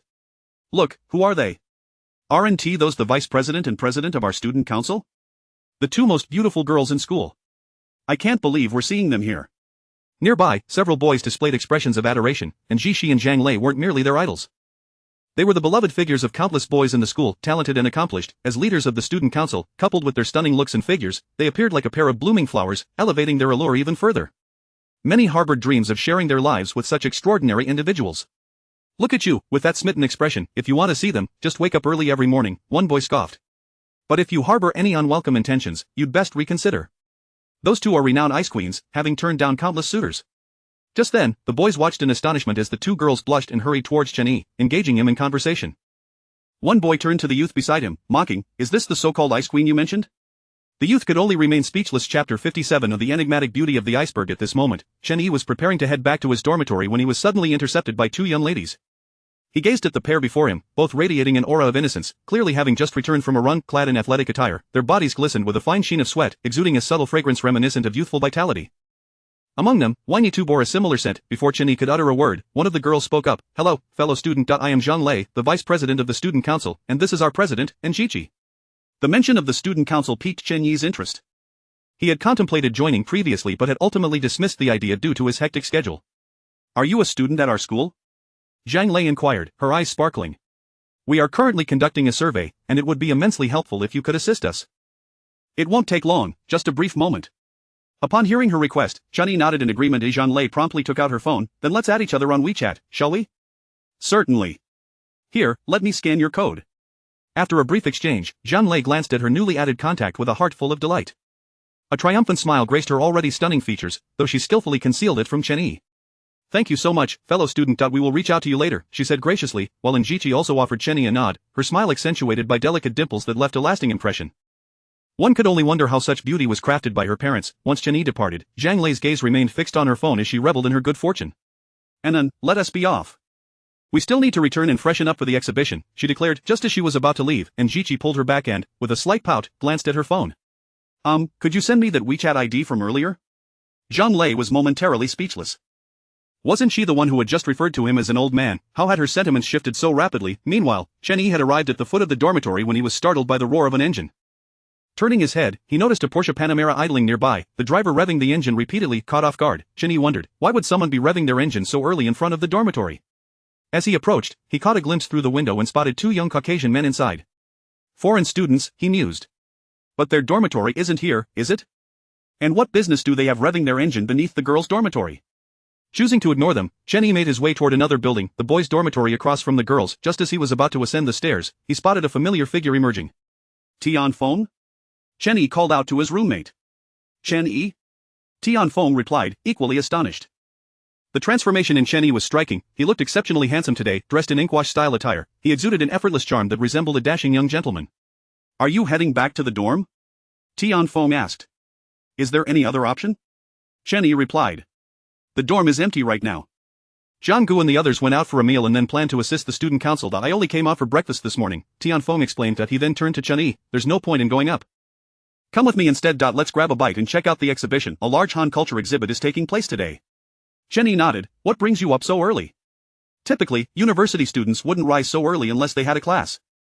Most would still be asleep at this hour, but here was Tianfeng, already awake before 7, a stark contrast to his usual habits. With a sigh, Tianfeng pointed towards the revving Porsche in the distance. Damn it, that car has been revving its engine down there every day. How can we possibly sleep? I noticed. It seems to have foreign students inside, Chen Yi remarked. Exactly, Tianfeng spat in frustration. You wouldn't believe it, but just a few days ago, I often saw girls from our school getting dropped off by that car in the morning. God knows what they were up to all night. Chen Yi was taken aback by Tianfeng's indignation, momentarily speechless. Wow, how narrow-minded, he thought. Such sentiments seem misplaced. Chapter 58, An inch of mountains and rivers, an inch of blood.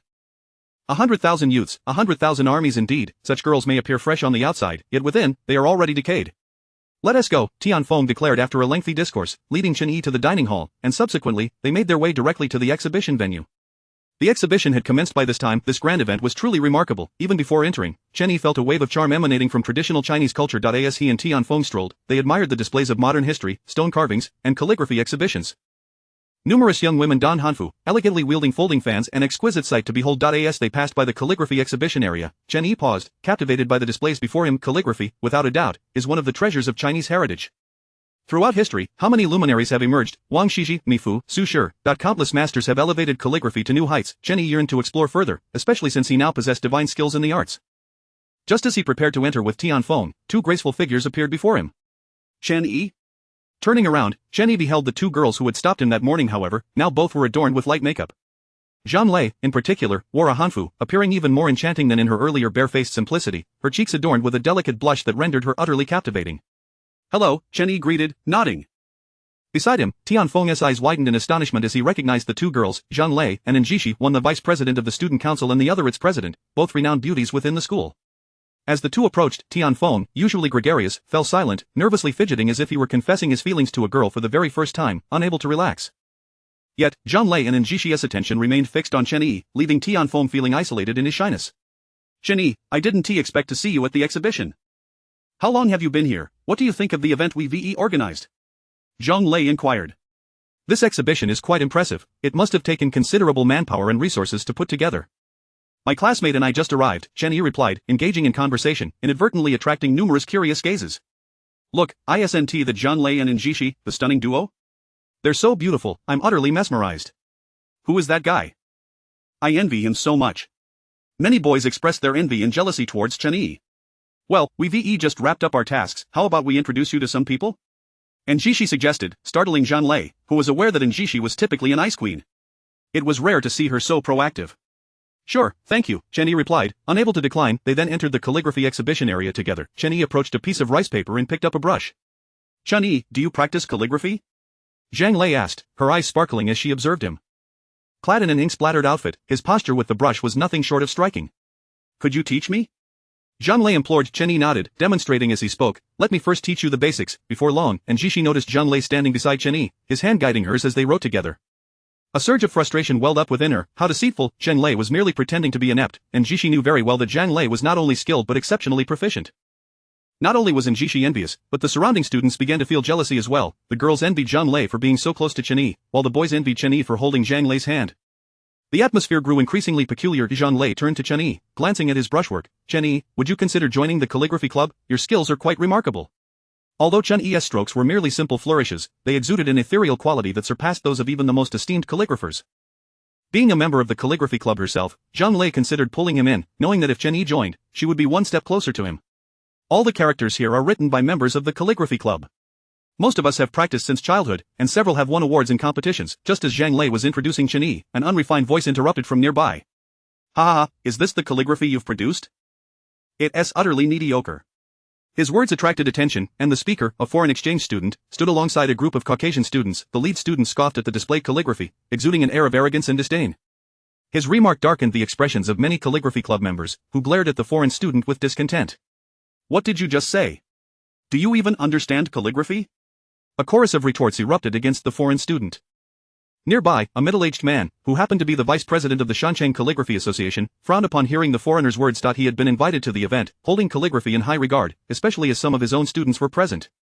Naturally, he felt displeased when a foreign student disparaged his students. Liu Shizhang, the president of the Calligraphy Association, recognized the foreign student. Blake, notorious among exchange students, he was infamous for his reckless behavior, and often provoked local students, knowing he could rely on the school's leniency toward foreign students. There's a saying in China, you can eat your fill, but you must not speak carelessly. I see you're unaware, so let me enlighten you. Liu Shizhang stepped forward, addressing Blake. Ha, Blake replied, a mocking smile on his face as he strolled past the paintings. None of these artworks capture my attention. They are all too pedestrian. With such quality, how dare you establish a calligraphy association?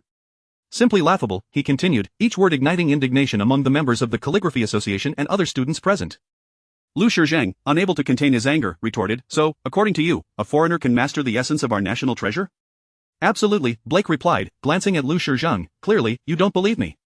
Then, under the watchful eyes of the crowd, Blake picked up a brush and began to write. This is Yan Qinli steel? The representative work of Yan Jinqing? The calligraphy club members, discerning the skill exhibited, could hardly believe their eyes. A foreigner had managed to write the Yan Qinli steel with such finesse. His strokes danced across the paper, displaying an impressive vigor that rivaled their own efforts. Even Gao Lingcheng, the vice president of the Shancheng Calligraphy Association, was taken aback, his heart racing. To produce such work at his age was truly remarkable. He had not anticipated that Blake possessed such talent. After a moment, Blake turned to the onlookers, a cold smile gracing his lips. What do you think? Is my writing not superior to yours? The crowd fell silent, rendered speechless. What could they say? Their skills paled in comparison, leaving them feeling disgruntled. They turned to Liu Shizhang, their association president, only to find him lowering his head in shame, feeling he had tarnished the reputation of the Calligraphy Association and the dignity of Chinese culture. How could they allow a foreigner to trample upon them so brazenly? What's the matter, cat got your tongues? Ha, I came to this Han culture exhibition, eager to engage with you all, only to find that, alas, none of you measure up to me. With skills like yours, how dare you form a calligraphy association? Are you not embarrassed? You claim calligraphy is your national treasure. Nonsense, you can't even compare to me, just like gunpowder, which you supposedly invented, yet ultimately, it was used against you. How utterly ridiculous. With each taunt, the foreign students erupted into laughter, igniting a fire of indignation within the local students, who felt utterly powerless to retaliate. Gao Lingcheng, witnessing the scene, had a face as dark as a storm cloud, his fury palpable. However, at his age, he could not engage directly, as that would be beneath him. As the atmosphere grew tense with silence, a light chuckle broke through. Everyone turned to see that it was none other than Chen Yi, who was now holding a brush, inscribing something on the rice paper. An inch of mountains and rivers, an inch of blood. 100,000 youths, 100,000 armies. The crowd gathered around him, drawn to the words he penned. An inch of mountains and rivers, an inch of blood. 100,000 youths, 100,000 armies. In that moment, the audience felt as though they had been transported back to a time of humiliation, yet these words spoke of the indomitable spirit of China. They embodied the tenacity of countless youths. Back then, they triumphed against overwhelming odds. How could they now allow a foreign student to belittle them? As the characters emerged, their hearts surged with fervor. The more they gazed, the more they felt an exhilarating pride. Blake and his companions approached, glancing at the words, and as they sensed the rising tide of passion around them, their hearts trembled. The crowd, once akin to startled ostriches, now resembled awakened lions, and what had roused them was this very phrase, this very sentiment. Blake stared at the inscription. An inch of mountains and rivers, an inch of blood. 100,000 youths, 100,000 armies. These words, combined with the forceful strokes, pierced his very essence like a sword aimed at his brow. This. Blake stumbled back a few steps, nearly losing his footing. Chapter 59. Fleeing in disarray. As Blake hit the ground, a surge of pain jolted him awake, yet the imposing aura of the characters he had just witnessed still sent a chill down his spine. It felt as if 100,000 youths had leapt forth from the rice paper, forming a formidable array before him. It nearly terrified him to the core. Meanwhile, several international students, along with the onlookers, were fixated on those characters. Chen Yi. The moment the brush touched the paper, it was as though a grand panorama unfurled before the audience. What is this? What kind of brushwork is this? Even Gao Lingcheng stood there, entranced, gazing at the characters inscribed on the rice paper. The peculiar descent of a suspended needle, the extraordinary crash of thunderous stones, the soaring of swans and the fright of beasts, the dance of the phoenix and the alarm of serpents, the formidable presence of crumbling cliffs, the posture of standing firm amidst peril. Sometimes as heavy as collapsing clouds, sometimes as light as cicada wings. When guided, springs gush forth. When halted, mountains find tranquility. The first line alone displayed such poise. After absorbing the content and the grandeur, he offered a professional critique of the first line, all while enduring the shock within his heart. A myriad of bizarre forms, yet, they were in perfect harmony, as if the rice paper itself were a vast universe, and Chen Yi's characters were the mountains, rivers, verdant grasses, and myriad creatures, with Chen Yi as the sovereign of heaven and earth. Chen Yi began a new line, continuing to write. Liu Shizhang was also mesmerized, unconsciously exclaiming, delicate as the first moon rising at the horizon, luminous as the multitude of stars in the Milky Way. Born of nature's wonder, not merely the strength of one's hand, one could say it exemplifies both wisdom and finesse, a seamless synergy of heart and hand. The brush is not moved without reason. Within a single stroke, transformations arise. Within a single dot, extraordinary nuances emerge. Such expressions of brushwork flowed forth, unprecedented in their experience, even surpassing the authentic masterpieces of ancient calligraphers they had encountered. Once the writing was complete, everyone was left in a stupor, utterly astonished. No one had anticipated such an outcome. The characters radiated an aura of decisive action, as if Chen Yi were the commander of 100,000 youthful soldiers, invincible in his advance. Exquisite! Gao Lingcheng exclaimed, his eyes wide with astonishment, his expression brimming with delight. Over the years, he had seen countless characters, yet none compared to Chen Yi's work. This embodied intention, the essence of a master is found within the characters, but he had never witnessed such an aura of decisive power as in Chen Yi's work. Indeed, it is a remarkable piece. After practicing calligraphy for so many years, to witness this work today is truly a fulfillment of my life. Gao Lingcheng declared loudly. Liu Shizhang, observing Gao Lingcheng's excitement, felt a similar thrill. In that instant, he believed his understanding of calligraphy had ascended to a new level. Many of his previous confusions suddenly became clear. It was as if seeing a master's work was worth a decade of study. Amidst the shock, Chen Yi turned to the crowd, then glanced at Blake, who had collapsed on the ground. What do you think of my work? At that moment, Blake looked at Chen Yi, feeling as if he were gazing up at a towering figure. Speaking to him felt like an affront. The weight of the characters made him feel utterly humiliated. Recalling his earlier boastful words, Blake swiftly turned and fled outside. The remaining international students, witnessing their leader's disgrace, hurriedly followed suit. A chorus of hisses erupted from the onlookers. At that moment, Xi and Zhang Lei looked at Chen Yi, their eyes filled with admiration. What a proclamation! An inch of mountains and rivers, an inch of blood, 100,000 youths, 100,000 troops. This phrase, combined with such brushwork, was utterly deafening in its impact. In university, those with special talents are always in demand, and one can only imagine the allure of someone like Chen Yi. Instantly, a throng of girls gazed at him, almost entranced. Meanwhile, Liu Shizhang hurried over to Chen Yi and said, my dear fellow, it seems you are not a member of our calligraphy association. How about this? If you join us, I shall relinquish my position for you. What do you think? Of course, I have a small request as well. Might you be willing to part with this piece? You desire this work? Chen Yi regarded Liu Shizhang, the characters merely a casual creation, lacking any extraordinary significance to him. Just as he was about to agree, a strong voice interjected from the side. Shizhang. Liu Shizhang turned to see none other than his mentor, Gao Lingcheng, the vice president of the Mountain City Calligraphy Association, approaching. Liu Shizhang recognized his mentor, renowned for his expertise, one of the finest calligraphers in the entire region. Teacher? How can you invite this young friend to your association?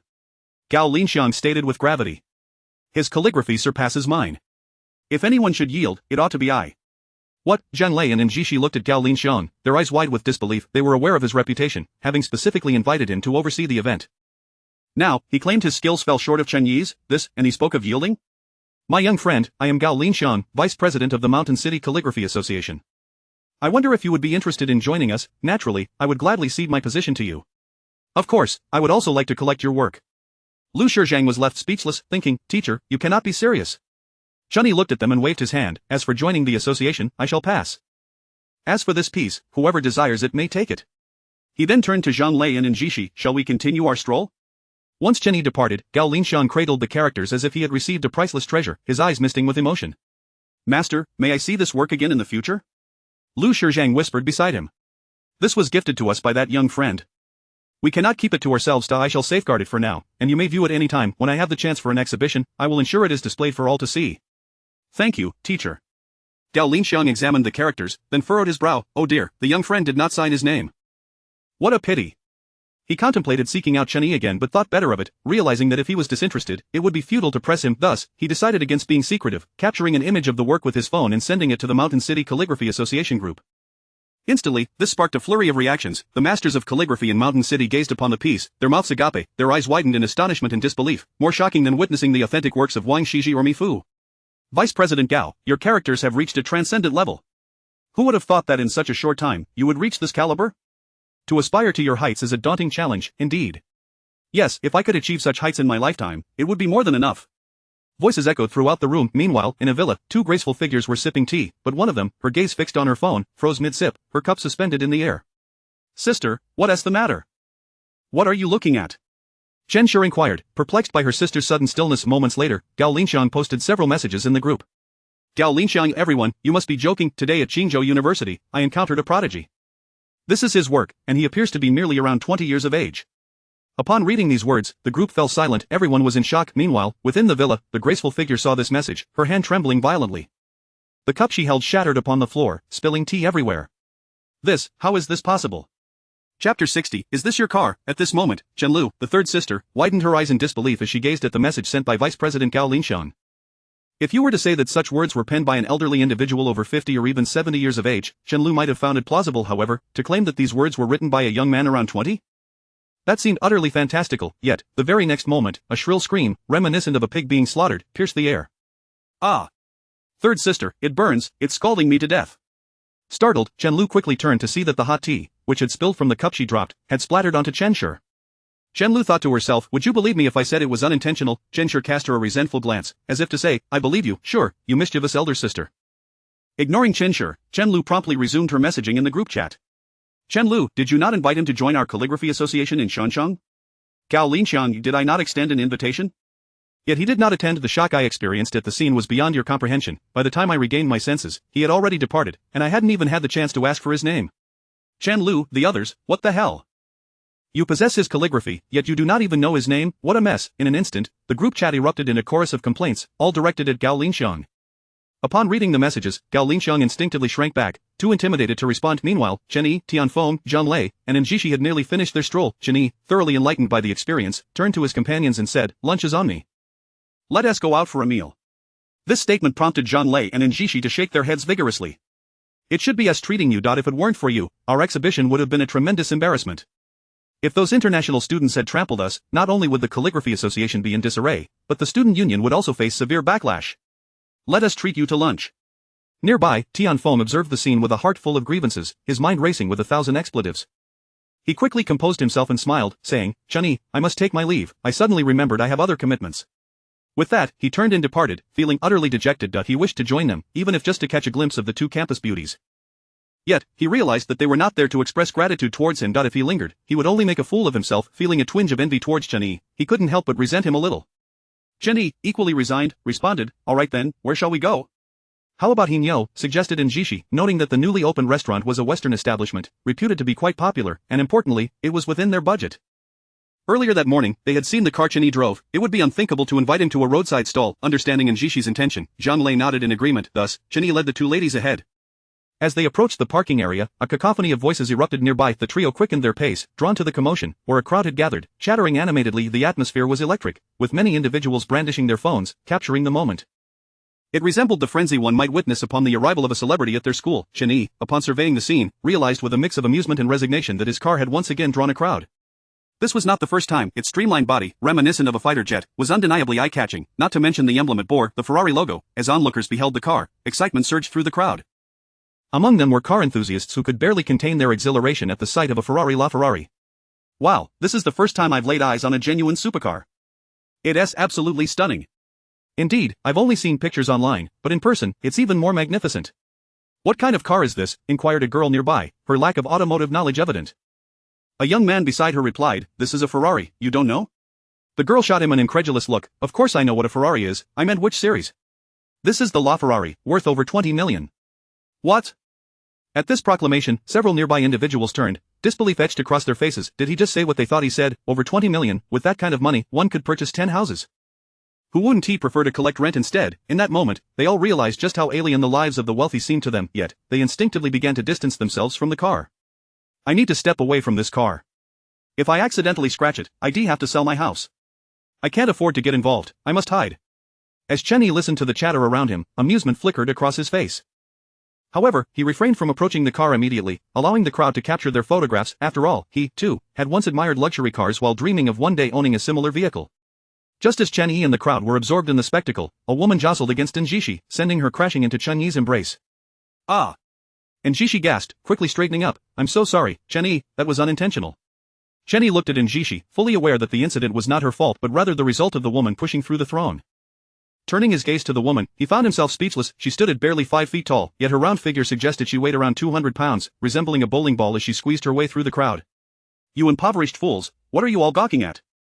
Instead of envying others, why not buy your own, she sneered, her words dripping with derision. The crowd, already irritated by her intrusion, felt their frustration boil over at her taunts. How dare she, who had just arrived, push her way through and belittle them? What the hell, what's your hurry? Exactly, calling us poor losers while you're here live streaming? What are you doing? The woman, upon hearing their retorts, glared at the speaker. What did you just say? Say it again. Yes, I called you poor losers. So what? If you weren't poor, why are you surrounding my car? Go on, speak up. Can T find the words now, can you? The crowd froze in astonishment, suddenly realizing the car she was referring to was indeed hers. Good heavens, in that moment, a wave of indignation washed over them. How could someone like her tarnish the beauty of such a car? Yet, they kept their thoughts to themselves, harboring jealousy as they yearned for the car while knowing it was unattainable. Now, to be called poor losers by the owner, many sighed inwardly. As the live streaming woman reveled in the silence of the crowd, she grew bolder, filming herself alongside the car. On screen, the woman, enhanced by beauty filters, transformed into a striking beauty with an oval face. In her live stream, the audience was captivated by the spectacle. Wow, the streamer is actually this wealthy. If I had that much money, I wouldn't bother live streaming, I'd just collect rent. Exactly, who wouldn't prefer that? The live streamer beamed with delight as she read the comments and received gifts. This was her modus operandi. Whether at luxurious hotels or encountering high-end cars, she would seize the opportunity to capture the moment without spending a dime. This was far more efficient than the socialites of the metropolis. As she reveled in her success, a voice pierced through the excitement. Wait, are you saying this is your car? The words drew the crowd's attention to the young man speaking, none other than Chen Yi. Chapter 61. After you got into the luxury car, tell me how it feels. The female host seemed to be well prepared, gazing at Chen Yi with a mocking smile. She then retrieved a key from her bag and waved it in front of him. Do you see this? Do you recognize what it is? In an instant, everyone turned their attention to the key in her hand, all momentarily stunned. They recognized the Ferrari key. Was that car truly hers? However, they were unaware that these keys were mere fakes, used by her when she pretended to flaunt her wealth. She never anticipated that they would come in handy today. Her bag contained not just the Ferrari key, but keys to nearly every luxury vehicle imaginable. At that moment, the woman turned her gaze toward Chen Yi and let out a cold snort, challenging him. Look carefully. This is a Ferrari key. Chen Yi stared at the key in her hand, momentarily bewildered. Where had she obtained such a key? Yet, in the next moment, realization dawned upon him, and a smile crept onto his lips. Why don't you try and unlock it? The female host nearly let an expletive slip, incredulous at his naivety. Are you blind? I've already shown you the key, what more do you want? In an instant, she cursed him and his ancestors. Can't you see what this is? A Ferrari key. If I can't unlock it, do you think you can? In the next moment, Chen Yi produced his own key and pressed it, causing the headlights of the Ferrari to flicker twice. He then stepped forward and pulled open the car door. The female host, the two women in the crowd of the livestream. In that fleeting moment, everyone was rendered speechless, gasping in astonishment. They had not anticipated that Chen Yi was indeed the owner of this supercar. This was utterly surreal. They turned to look at the female host, their eyes wide with disbelief. You mean to say you were just pretending all along? You truly are something else. The viewers in the live stream erupted in outrage. I thought this was your car, why are you pulling this stunt on us? What the hell, could those other pictures she posted also belong to someone else? I'm starting to have my doubts. Give me back my gifts. Return them. Report her for scamming gifts. Yes, report her. Everyone, unite. The live stream was filled with righteous indignation as viewers began to file reports. Suddenly, the screen went dark, the stream was directly shut down. The female host stared at her phone, utterly stunned. That she paled in shock, never having anticipated such a consequence. Chen Yi glanced at Zhang Lei and Chen Xi beside him, then looked at his car, momentarily taken aback. Had he known, he would have opted for a business vehicle instead. What do we do now? He inquired. Let's take a taxi, and Chen Xi suggested, to which Zhang Lei added, and then, you get in the car. After all, Chen Yi might not know the way. She then tugged Chen Xi gently, come back and tell me how it feels to ride in a luxury car. And Chen Xi nodded, her cheeks flushed, as she got into the car. Chen Yi followed suit, exchanging a brief greeting with Zhang Lei before driving away. Within the confined space, the atmosphere became increasingly intimate, and Chen Xi found it hard to steal glances at Chen Yi's profile, for he was simply too handsome. A single look would cause her to succumb to her infatuation. In an instant, her mind began to wander into daydreams. Chapter 62. Golden. Along the way, it attracted an astonishing amount of attention. It was not solely the Ferrari that captivated the onlookers. Many were initially drawn to the Ferrari LaFerrari, but soon their gaze shifted to the exquisite countenances of Chen Yi and Chen Xi. There was no need to elaborate on Chen Yi, as numerous young men found their eyes gravitating towards the passenger seat where Chen Xi Saturday a mere glance was enough to widen their eyes in astonishment. Those wretched wealthy individuals. Just look at the stunning girl beside him, she is simply breathtaking.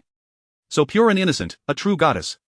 Don't be envious, my friend, if you had a car like that, beautiful girls would certainly flock to you. Not only would they get in your car, but they might even complain about the air conditioning inside. Such backhanded consolation was indeed lethal. Chen Yi also cast a glance at Chen Xi, and it was undeniable that her status as the campus belle was well deserved. With her delicate oval face, exquisite features, and smooth skin, she appeared as if bestowed by the heavens. With looks like hers, she could effortlessly gain popularity in a live stream. Not to mention her height of 1.7 meters and her long, slender legs that outshone even the top models. In comparison to Wang Yi, and Xi exuded a more pure and intellectual aura, perhaps due to her prolonged stay in the academic realm, untouched by the harsh realities of society. After a short while, Chen Yi and Xi arrived at the hotel she had mentioned. Observing the parking lot in front of the hotel, it was evident that while there were still several vehicles, none were of high caliber, most were of the BBA variety. Clearly, this was not a top-tier hotel. Chen Yi found a suitable spot to park, and shortly thereafter, Zhang Lei arrived in a taxi. The three of them proceeded towards the hotel. Just as they were about to enter, and Xi unexpectedly glanced into the distance. What's wrong, do you know them? Chen Yi inquired with a gentle smile. That's a high school classmate of mine. I didn't expect to see them after such a long time. It's been ages, but let us catch up another time. And Xi responded with a soft smile, mindful that she was the one inviting Chen Yi to dinner today. Then let us not bother with them. Let us go. Chen Yi replied nonchalantly. At that moment, Lu Run, who was approaching, also recognized this high school classmate. However, unlike Xi, Lu Run felt a twinge of discontent. Back in high school, and Xi was the belle of the school. It would be impossible for her not to feel a pang of jealousy. In terms of looks, figure, and even academics, she fell short of Xi. With nothing but jealousy to conceal, she could only keep it to herself. However, the situation was different now. She had found a wealthy boyfriend. In society, financial status is a key determinant of one's identity and standing. Subsequently, Lu Run approached with a smile on her face, as if greeting an old friend with great enthusiasm. Xi? Long time no see, what a coincidence. Are you here for dinner as well? We're inviting a few friends to dine here, why don't you join us? Lu Run exclaimed, surprised, faced with an unexpected encounter, and Xi felt somewhat troubled. However, she was determined to treat Chen Yi to dinner today, otherwise, it would feel as though she were taking advantage of the situation. She then cast a pleading glance towards Chen Yi. Since they've invited you, let us go, Chen Yi remarked casually. You've already gotten a free meal. Shouldn't you seize the opportunity? His words elicited a radiant smile from Xi. Meanwhile, Lu Run's boyfriend was discreetly eyeing Zhang Lei and Xi. The sight of their smiles left him momentarily stunned. They were simply too beautiful. Compared to those exquisitely made-up A-list celebrities, these two appeared as if they were naturally sculpted from flawless jade. Originally, he had thought Lu Run was quite attractive in terms of looks and figure. However, in this moment of comparison, he felt Lu Run to be merely ordinary. Please, Lu Hao said, seeing that they had agreed, pulling Lu Run to stand beside him while he took the opportunity to position himself next to Xi. You may not know this, he continued, but this hotel is one of the highest-rated establishments in the city. The dishes served here are crafted from the freshest and finest ingredients. For instance, the caviar is sourced from wild sturgeons in the Caspian Sea, and the ice lake pine needle rice is considered an absolute delicacy even locally. Lu Hao expounded with great enthusiasm, showcasing his extensive knowledge. For someone who navigates high society, it is essential to be well informed about the venues one frequents. Understanding the origin of every ingredient, the requirements for dining, and the optimal flavor profiles are all crucial. Engaging in mindless banter is not something a person of high society would do. That is the realm of uncultured nouveau riche, far removed from the true elite. Lu Hao had certainly done his homework before arriving, and he felt grateful for his preparations, as otherwise, he would lack the conversational fodder to engage with such a beauty. Lu Run, at this moment, felt a surge of excitement. She was impressed with Lu Hao's sophistication. In contrast, the taciturn Chen Yi seemed quite superfluous. Wasn't he Xi's boyfriend? It must be quite embarrassing for Ng11. Xi frowned slightly, glancing at Chen Yi with a hint of impatience, worried that he might be upset. However, when she saw Chen Yi's warm smile, devoid of any sign of disturbance, her heart gradually settled. To her, Chen Yi always exuded such a gentle and serene demeanor, as if nothing could ever ruffle his composure. What's wrong? Noticing Xi's gaze upon him, Chen Yi asked with a slight smile. And Xi gently shook her head, feeling remarkably at ease in that moment. Look at those surveillance cameras at the entrance. These cameras serve a purpose beyond mere surveillance. For esteemed guests, the hotel records their facial information in the system. Whenever these guests return, regardless of how much time has elapsed, the hotel's concierge will receive immediate notification to welcome them. Moreover, I've heard that this hotel is part of a prestigious chain, and the interiors are extravagantly luxurious. A single meal here can easily reach a starting price in the 5 figures, which is beyond the means of an average person. Lu Hao shot a jealous glance at Chen Yi, once again elaborating with an undercurrent of something unspoken. Meanwhile, Lu Run felt increasingly pleased. Yes, just like that, the more Lu Hao displayed his gentlemanly demeanor and scholarly prowess, the more she felt a sense of pride. Meanwhile, in the hotel security room, 2 guards were intently monitoring dozens of surveillance feeds. Beep beep beep beep beep beep beep. The guard's expression suddenly shifted. Gold, gold, gold. Quickly notify the manager and the director to come at once. One guard exclaimed, observing the golden lights flashing in sync with the sound in a state of panic. Alright, you keep watch. I'll go fetch the manager and the director. The other guard hurriedly dashed out. In this hotel, even esteemed guests are categorized by their level. For regular patrons whose consumption hits the million mark at once, blue lights will flash upon their entrance, and the concierge will be promptly informed to welcome them. A higher tier is indicated by purple lights, where the minimum standard for such guests is a single expenditure of 10 million or more. Of course, hotel shareholders also belong to this category, and while the concierge is informed, they will not extend a welcome in person, as doing so could make the esteemed guests feel as though they were merely arriving at a hotel. Instead, the aim is to discreetly facilitate their comfort, allowing them to feel as if they have returned home. That is the essence of true service. The highest echelon is signified by gold. The golden lights are a signal reserved solely for one individual or the chairman. This is the pinnacle of status within the hotel, and at this level, the concierge is not privy to any notifications, as they are deemed unworthy of service. The manager will personally attend to the guest, pouring drinks, yet even the manager does not have the privilege to sit and share drinks with them. Author's note: seeking favorable reviews, urging for updates.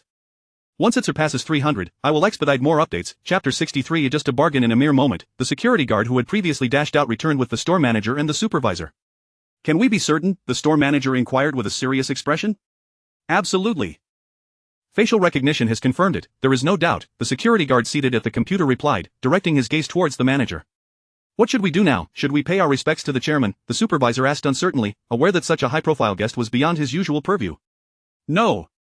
Let's wait. It appears the chairman entered with those individuals. Perhaps he was merely invited for a meal. We should refrain from disturbing him for now, the manager said, having noticed the details on the screen before him, shaking his head earnestly.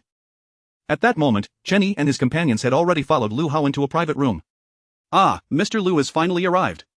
Indeed, Lu Run, your boyfriend is truly enviable. Please, take a seat. Upon seeing Lu Hao and Lu Run enter, the young men and women in the room began to shower compliments. Please, sit down. Lu Hao gestured towards an adjacent chair, not hesitating as he took a seat at the head of the table. Oh. You must be Chen Xi, right? A girl exclaimed in surprise, staring at Chen Xi. Cheng, you know her?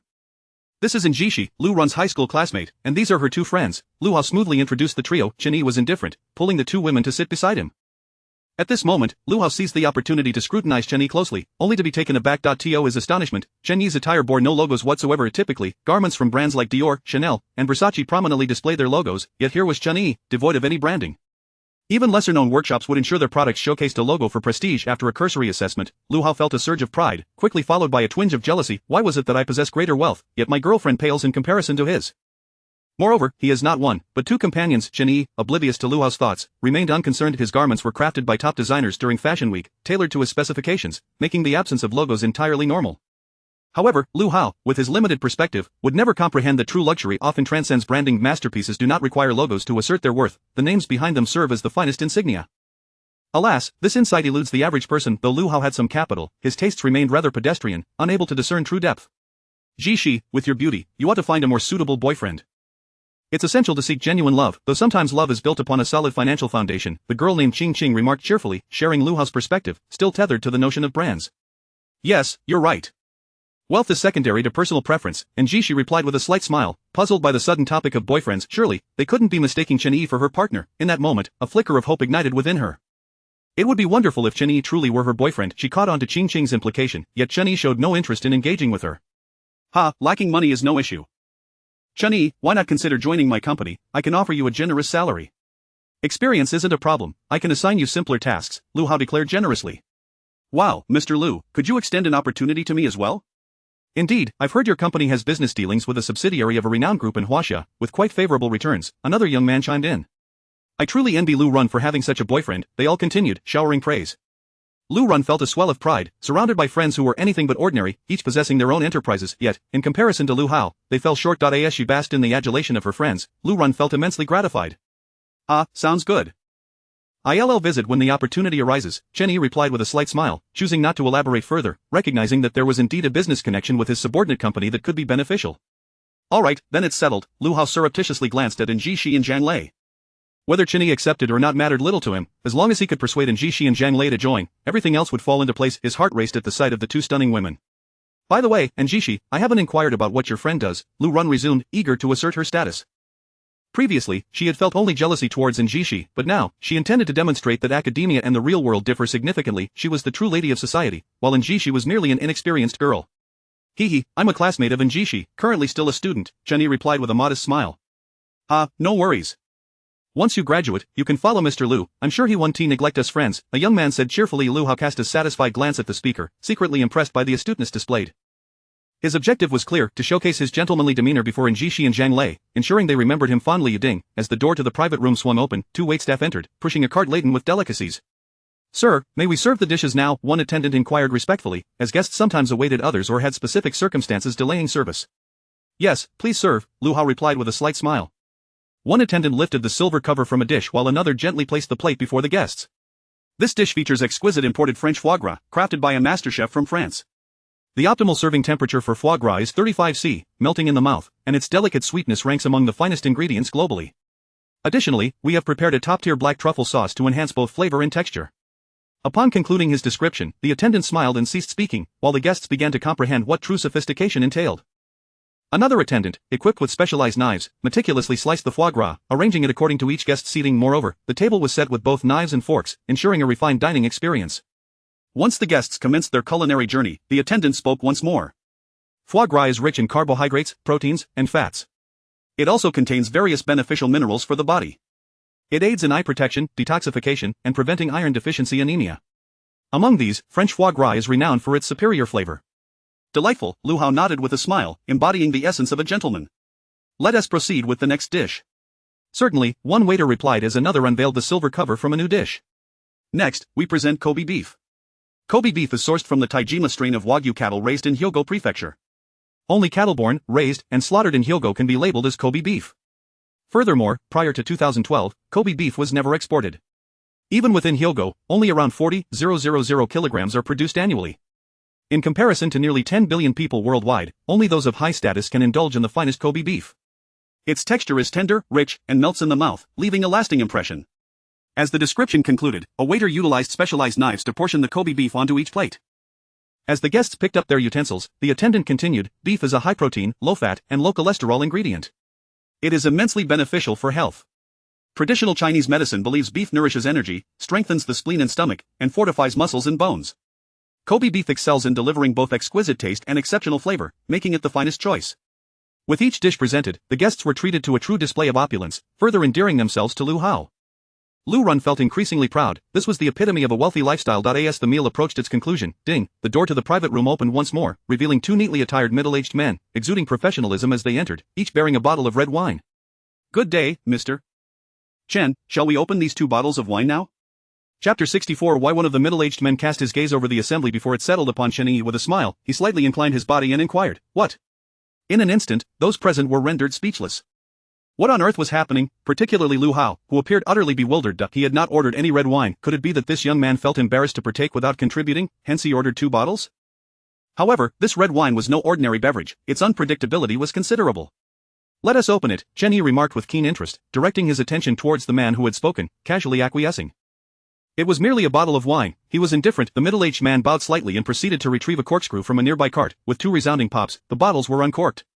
Yet, Lu Hao's brow furrowed in concern. Red wine was an enigma. Some subpar varieties could be purchased for mere pennies, while truly exquisite vintages could command prices soaring into the hundreds of thousands. There were even instances of premier wines at auctions fetching millions, and the figures could potentially rise even higher, as the value of those aged bottles appreciated with each passing year. Excuse me, may I inquire what these 2 bottles of wine are? Lu Hao could no longer contain his curiosity, despite the awareness that such a question might diminish his standing. Nevertheless, he was unable to resist. After all, he presumed that Chen Yi was not particularly affluent and might possess limited knowledge about such high-end luxuries. The thought of him inadvertently selecting an extraordinary wine made Lu Hao anxious, as he did not wish to shoulder the blame. A meal costing around 100,000 was within his realm of acceptance, but if a single bottle were to cost several 100,000 or even 1,000,000, that would be beyond his means. Most importantly, he was not prepared to bear that burden. Good day, the wine I currently hold is the Roman e Conti 1998, the middle-aged man replied politely as he placed the bottle on a metal rack lined with ice. What, Roman e Conti? 1998, it was this particular vintage. At that moment, Lu Hao was utterly flabbergasted. He happened to have some knowledge of this wine, having come across a news article about it a few years prior. In an auction house, the 1998 Romani Conti fetched an astonishing price of 257,000 yuan. As the years have passed and this vintage wine has become increasingly scarce, its value has naturally surged. It is likely that the current price has soared to at least 300,000 yuan or more. To gulp. Liu Hao felt his heart race wildly, his mouth parched as he cast a glance at another bottle of red wine. May I inquire about the other bottle of wine? Liu Hao's complexion turned a shade of pale as he struggled to suppress the urge to flee from the bill. Good day, sir. This bottle is the 1992 Shaoying, replied the middle-aged man with a gentle demeanor. What? Liu Hao felt darkness closing in, nearly collapsing to the ground. It's over. This time, he was utterly doomed. If he could barely stomach the price of the previous bottle, that bottle of 1992 Screaming Eagle has utterly surpassed his capacity to bear. I fear it could lead him to financial ruin.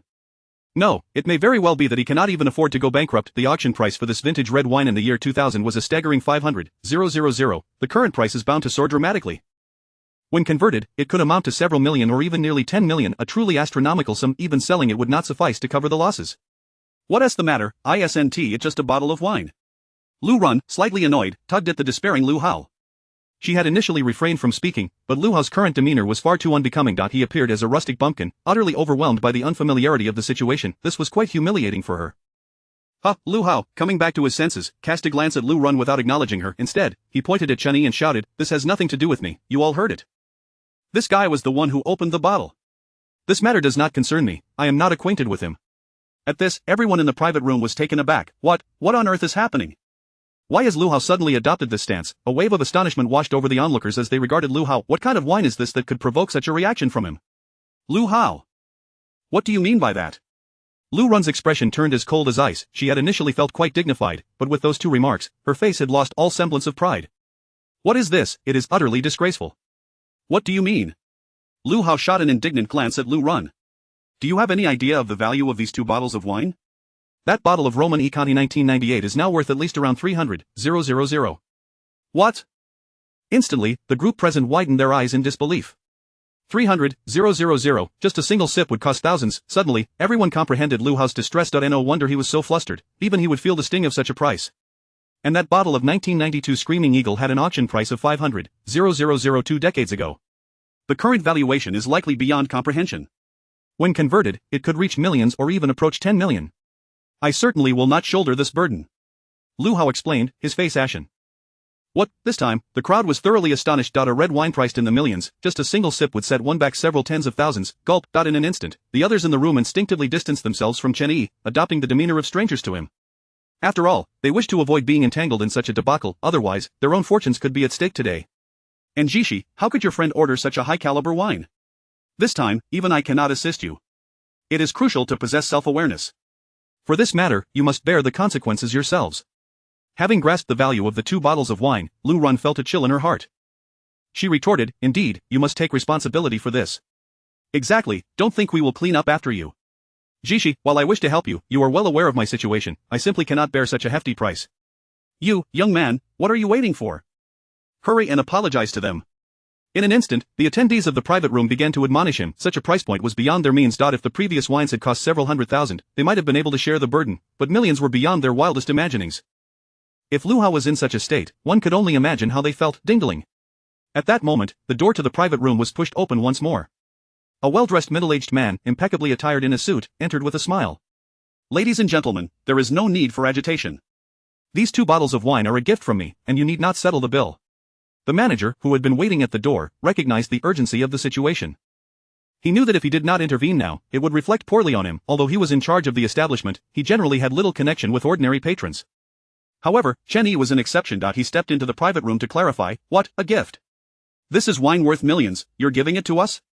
Have we perhaps won some sort of lucky prize as guests?" In an instant, the young people present found it hard to believe. Chapter 65. A young lady, are you experiencing infatuation? May I inquire why you have presented us with these two bottles of red wine? Liu Hao, maintaining a clear mind, cautiously posed the question. If there was a misunderstanding, the situation would become exceedingly awkward. It is because the esteemed chairman of our Tianlong group has graced us with his presence, and thus, this fine red wine is a gift for him, the manager explained with a warm smile directed at Liu Hao. The chairman of Tianlong group, surely, this must be a jest. Who among us could possibly be the chairman of such a legendary entity? After much ado, it appeared we had indeed been mistaken. Fortunately, he had not misidentified anyone, otherwise, he would inevitably bear the blame. I apologize, but I believe you may have mistaken us for someone else. There is no chairman of Tianlong group among us. If you must pursue accountability, feel free to direct your inquiries toward this young man. We are not acquainted and have merely crossed paths occasionally, Lu Hao earnestly clarified. At this moment, it was not the time to uphold gentlemanly decorum. He could not afford the burden of this exorbitant wine. He had to deflect the blame. The manager paused momentarily, then realization dawned upon him. This gentleman is indeed Mr. Chen Yi, the chairman of Tianlong Group. I am quite certain I would not misidentify our chairman, he continued. Therefore, there is no need for concern. Please enjoy the red wine we have graciously provided. The manager gestured politely, signifying that Chen Yi was indeed the chairman of Tianlong Group. How could this be? This young man is the chairman of Tianlong Group. Surely, this is a joke. In an instant, everyone present was left in disbelief, their eyes wide with astonishment. The revelation was simply too staggering to comprehend. Moments ago, he was merely a student. How had he suddenly transformed into the fabled chairman of Tianlong Group? Is that so? Chen Yi frowned slightly, pondering the situation. Could it indeed be a case of mistaken identity? Observing Chen Yi's furrowed brow, Lu Hao felt a slight wave of relief wash over him. This made sense. How could he possibly be the chairman of Tianlong Group? At that moment, however, Chen Yi was lost in thought about this hotel. He realized he had no particular recollection of it, as the subsidiaries under Tianlong Group were so numerous that even he, as chairman, struggled to keep track of them all. I apologize, I do not recall this hotel specifically. Perhaps I have too many enterprises under my purview and have overlooked it, he mused, flashing a polite smile at the manager. Not at all. Not at all, like the manager, clearly taken aback, had not expected such a young chairman to be so approachable and devoid of pretension. He hastily poured an appropriate amount of red wine into Chen Yi's glass, as well as into the glasses of Chen Xi and Zhang Lei. He possessed enough acumen to recognize the significance of the moment, otherwise, he would not have attained his position. However, the sight of the manager's uncharacteristic demeanor was not lost on many of the nearby waitstaff. The manager was usually quite stern, diligent in his work, and had high expectations of them. He rarely made an appearance unless a VIP was present, yet today, he appeared almost subservient. Alright, the wine is placed here. Would you all care to join me for a meal? Chen Yi inquired, glancing at the manager. The manager quickly waved his hand. Chairman Chen, I shall not intrude upon your dining experience. Chen Yi did not press the matter further and continued his meal with the others. Nevertheless, the atmosphere remained rather somber, with Lu Hao sweating profusely, feeling an overwhelming sense of tension. After all, who was seated across from him, the chairman of Tianlong Group? At that moment, regret washed over Lu Hao. If only he had not been so arrogant and had treated Chen Yi with the respect he deserved. Had he managed to cultivate a connection with Chen Yi, he could have soared to great heights. As these thoughts plagued him, Lu Hao found himself wishing to slap his own face for his foolishness. However, it was too late for such reflections, and he felt too embarrassed to speak. After their meal, Chen Yi departed, accompanied by the manager and the head concierge, while Lu Hao and the others made their way to the BMW. Once inside the car, Lu Hao let out a sigh of relief, feeling as though he had narrowly escaped a calamity. He sensed the heavy silence in the atmosphere and glanced into the rearview mirror, his eyes widening in disbelief at what he beheld. What is that? He tapped the silent Lu Run on the shoulder, pointing at the mirror. Darling, you must see this. What is it? Lu Run turned to look, her eyes widening in shock the moment she caught sight of the vehicle. Its striking front end was unmistakably distinctive. Is that a Ferrari 812? Lu Run inquired, but Lu Hao shook his head vehemently. No, this is no Ferrari 812. In the presence of this vehicle, the Ferrari 812 would be but a mere sibling. What? Lu Run was left in awe by Lu Hao's words, which resonated in her ears like thunder, leaving her utterly astonished. Not even a sibling. She glanced back at the car, realizing it certainly appeared unlike the Ferrari 812 she had seen online. What kind of car is this? How much does it cost? Lu Run asked Lu Hao. After a moment of contemplation, Lu Hao responded, if I am not mistaken, this should be a Ferrari LaFerrari, a supercar valued at around 20 million. What, 20 million? My heavens, to spend 20 million on a car, surely, wouldn't it be more prudent to invest that sum in several villas? Whose car is this? Lu Run queried, but then suddenly realized, glancing at Lu Hao, this wouldn't be the supercar of Chen Xi's boyfriend, would it? She instinctively assumed Chen Yi was Chen Xi's boyfriend. Before Lu Hao could answer, the Ferrari LaFerrari approached, honking its horn, while Chen Xi in the passenger seat lowered the window. Lu Run, we are heading off now, please drive safely on your way back. Chen Xi waved to Lu Run with a smile. Lu Run nodded in acknowledgement, while Lu Hao also offered a brief nod to the two.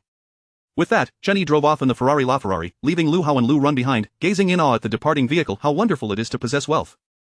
However, a shared silence soon enveloped them, each lost in their own thoughts. Let us go. Lu Hao finally broke the silence after a long pause. Meanwhile, in the passenger seat, Chen Xi cast a glance at Chen Yi, her cheeks flushed. Who was Chen Yi, the chairman of Tianlong Group, an entity that was recognized among the top 10 in all of Huaxia, and Tianlong Group had only recently risen to prominence, with the potential to rival titans like Tencent and Alibaba. And Chen Yi was the head of such a colossal enterprise. After dropping Chen Xi back at school, Chen Yi addressed her, I shall be taking my leave now. After bidding farewell, Chen Xi lingered, watching as Chen Yi's car receded into the distance, while Zhang Lei playfully nudged her, and then, what are you still staring at? He has already gone. By the way, I've given you 2 opportunities, have you made the most of them? Any substantial progress? Zhang Lei inquired, looking at Chen Xi. None. Chen Xi shook her head, recalling how, during the car ride, she had scarcely dared to meet Chen Yi's gaze, let alone claim any meaningful advancement. Without a doubt, Chen Yi was the most exceptional man she had ever encountered, not only for his status but also for his striking features and his extraordinary calligraphy. Hearing Chen Xi speak, Zhang Lei furrowed her brow, and then, what is going on with you? Just wait, if someone else snatches Chen Yi away, I wonder if you'll shed a tear. If you don't, I certainly will. Had I known, I would have pursued him myself. Her words struck in Xi's heart like a dagger, tightening her chest at the thought of Chen Yi being taken away. This was a sentiment she had never experienced before. She looked at Zhang Lei, opening her mouth, yet unsure of what to say, ultimately lowering her gaze in dismay. Had Zhang Lei known the turmoil within in Xi's heart, she would have surely remarked, "Young lady, you are smitten." Chapter 66. Dear sister, I have been waiting for you all morning. On the other side, Chen Yi had driven straight back to Villa number 2.at this moment. Chen Xi was engrossed in the challenges within their guild group. A girl in the group was currently boasting. Xiao Xian do dear, I seem to have accidentally overshadowed Shi's homepage recommendation today. Xiao Xian alas, it was not my intention, but my street interview livestream has garnered such immense popularity that it's unavoidable. Honestly, it's far more engaging than watching certain individuals merely eat or ramble on. Xiao Xian, to express my apologies, I shall send everyone a red envelope. Shortly thereafter, Xiao Xian distributed a red envelope of 200. Given the considerable number of participants in the group, upon claiming the envelope, many began to wail in despair. A significant number were also expelled from the group, immediately turning their attention to the messages. As they observed the chatter in the group, they noticed someone was challenging Chen Xi, prompting them to indulge in the drama. Naturally, many others joined in, for since Chen Xi had entered the live streaming realm, her distinctive style had established her as one of the pillars of Shark livestream. Where there is fame, there is often envy. Some individuals, suffering from a case of green-eye jealousy, fail to recognize the hard work behind others' success and instead assume that those who thrive do so merely through superficial means or dubious tactics. Thus, they began to voice their disdain. Xiao Xian, you are truly impressive, managing to push a certain deity in the group down. Indeed, some are still unaware whether dubious methods were employed to maintain their place in the recommendations. Our moderators surely cannot engage in such activities, can they? Not necessarily. What if they were simply offered a helping hand? After all, if the opportunity is right in front of you, why not seize it? Messages flooded in, and Chen Xi glanced at the chatter, a smile gracing her lips. The inept taunts of these individuals struck her as rather juvenile. She reclined on her chair, munching on potato chips and sipping her sugary soda, embodying the demeanor of a spectator. It seemed as though the battles unfolding were not hers, but rather those of others. Sixth sister. Suddenly, the door swung open, startling Chen Xi, causing her sugary soda to nearly spill. She cast a playful glare at Chen Yi. Chen Yi beheld his sixth sister, Chen Xi, clad in a hamster-themed sleepwear, with potato chips in hand and her soda nearby, lounging in an office chair while fixated on the screen. The image was rather vivid. With a sigh, Chen Yi mused that he never feared returning home to find it empty, for Chen Xi would invariably be present. Little brother, would you care for some potato chips? Chen Xi offered the snacks. No, thank you. Processed snacks are unhealthy. Chen Xi retorted, how rude, you decline my offer. When the elder sister requests, I might not even oblige, yet here I am, offering you snacks, and you refuse. Humph. In an instant, Chen Xi rolled her eyes at Chen Yi. She resumed her attention to the messages, suddenly struck by inspiration. Hey, why not join me for street interviews? Chen Yi paused, taken aback by her suggestion, then waved dismissively. What a ridiculous notion. Lying at home is far more enjoyable. However, the next moment, as he glanced at his phone, a message from Wang Yi caught his eye. She was going on a business trip to the bustling metropolis. Chen Yi thought to himself, my mindset is crumbling, yet, he understood, after all, Wang Yi had ascended to the role of supervisor in the automotive sales department, with numerous responsibilities, making a trip to the metropolis quite reasonable. After replying to her, he intended to retreat to his room, but was promptly halted by Chen Shi's tug. What is it? Chen Yi turned back. We're going for street interviews tomorrow. Chen Xi appeared momentarily stunned by his inquiry. She regarded him with a displeased expression. I am informing you, not seeking your opinion. Chen Xi conveyed a sense of inevitability in her tone, as though he would join her regardless of his feelings. Very well, I shall accompany you tomorrow, but you must rise early. Upon hearing this, Chen Xi nodded eagerly.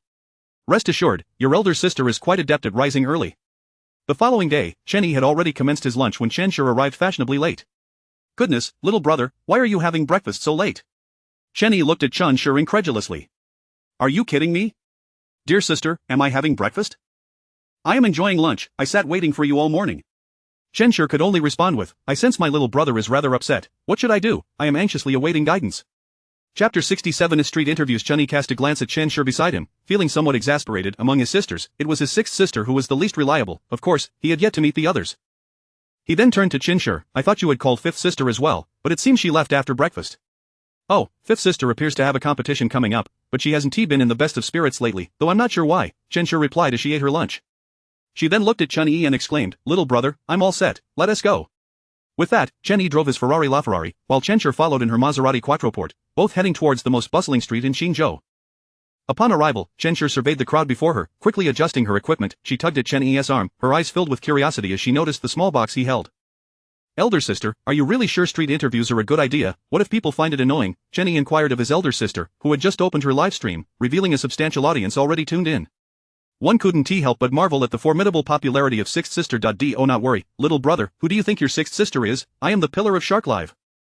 Everyone will undoubtedly recognize me at first glance, Chen Xi proclaimed confidently, patting her flat chest with pride. Chen Yi thought, really, are you that popular? Let us not forget the unremarkable Gu Tianla and the ordinary citizen Lu Qingyan. Meanwhile, in the livestream.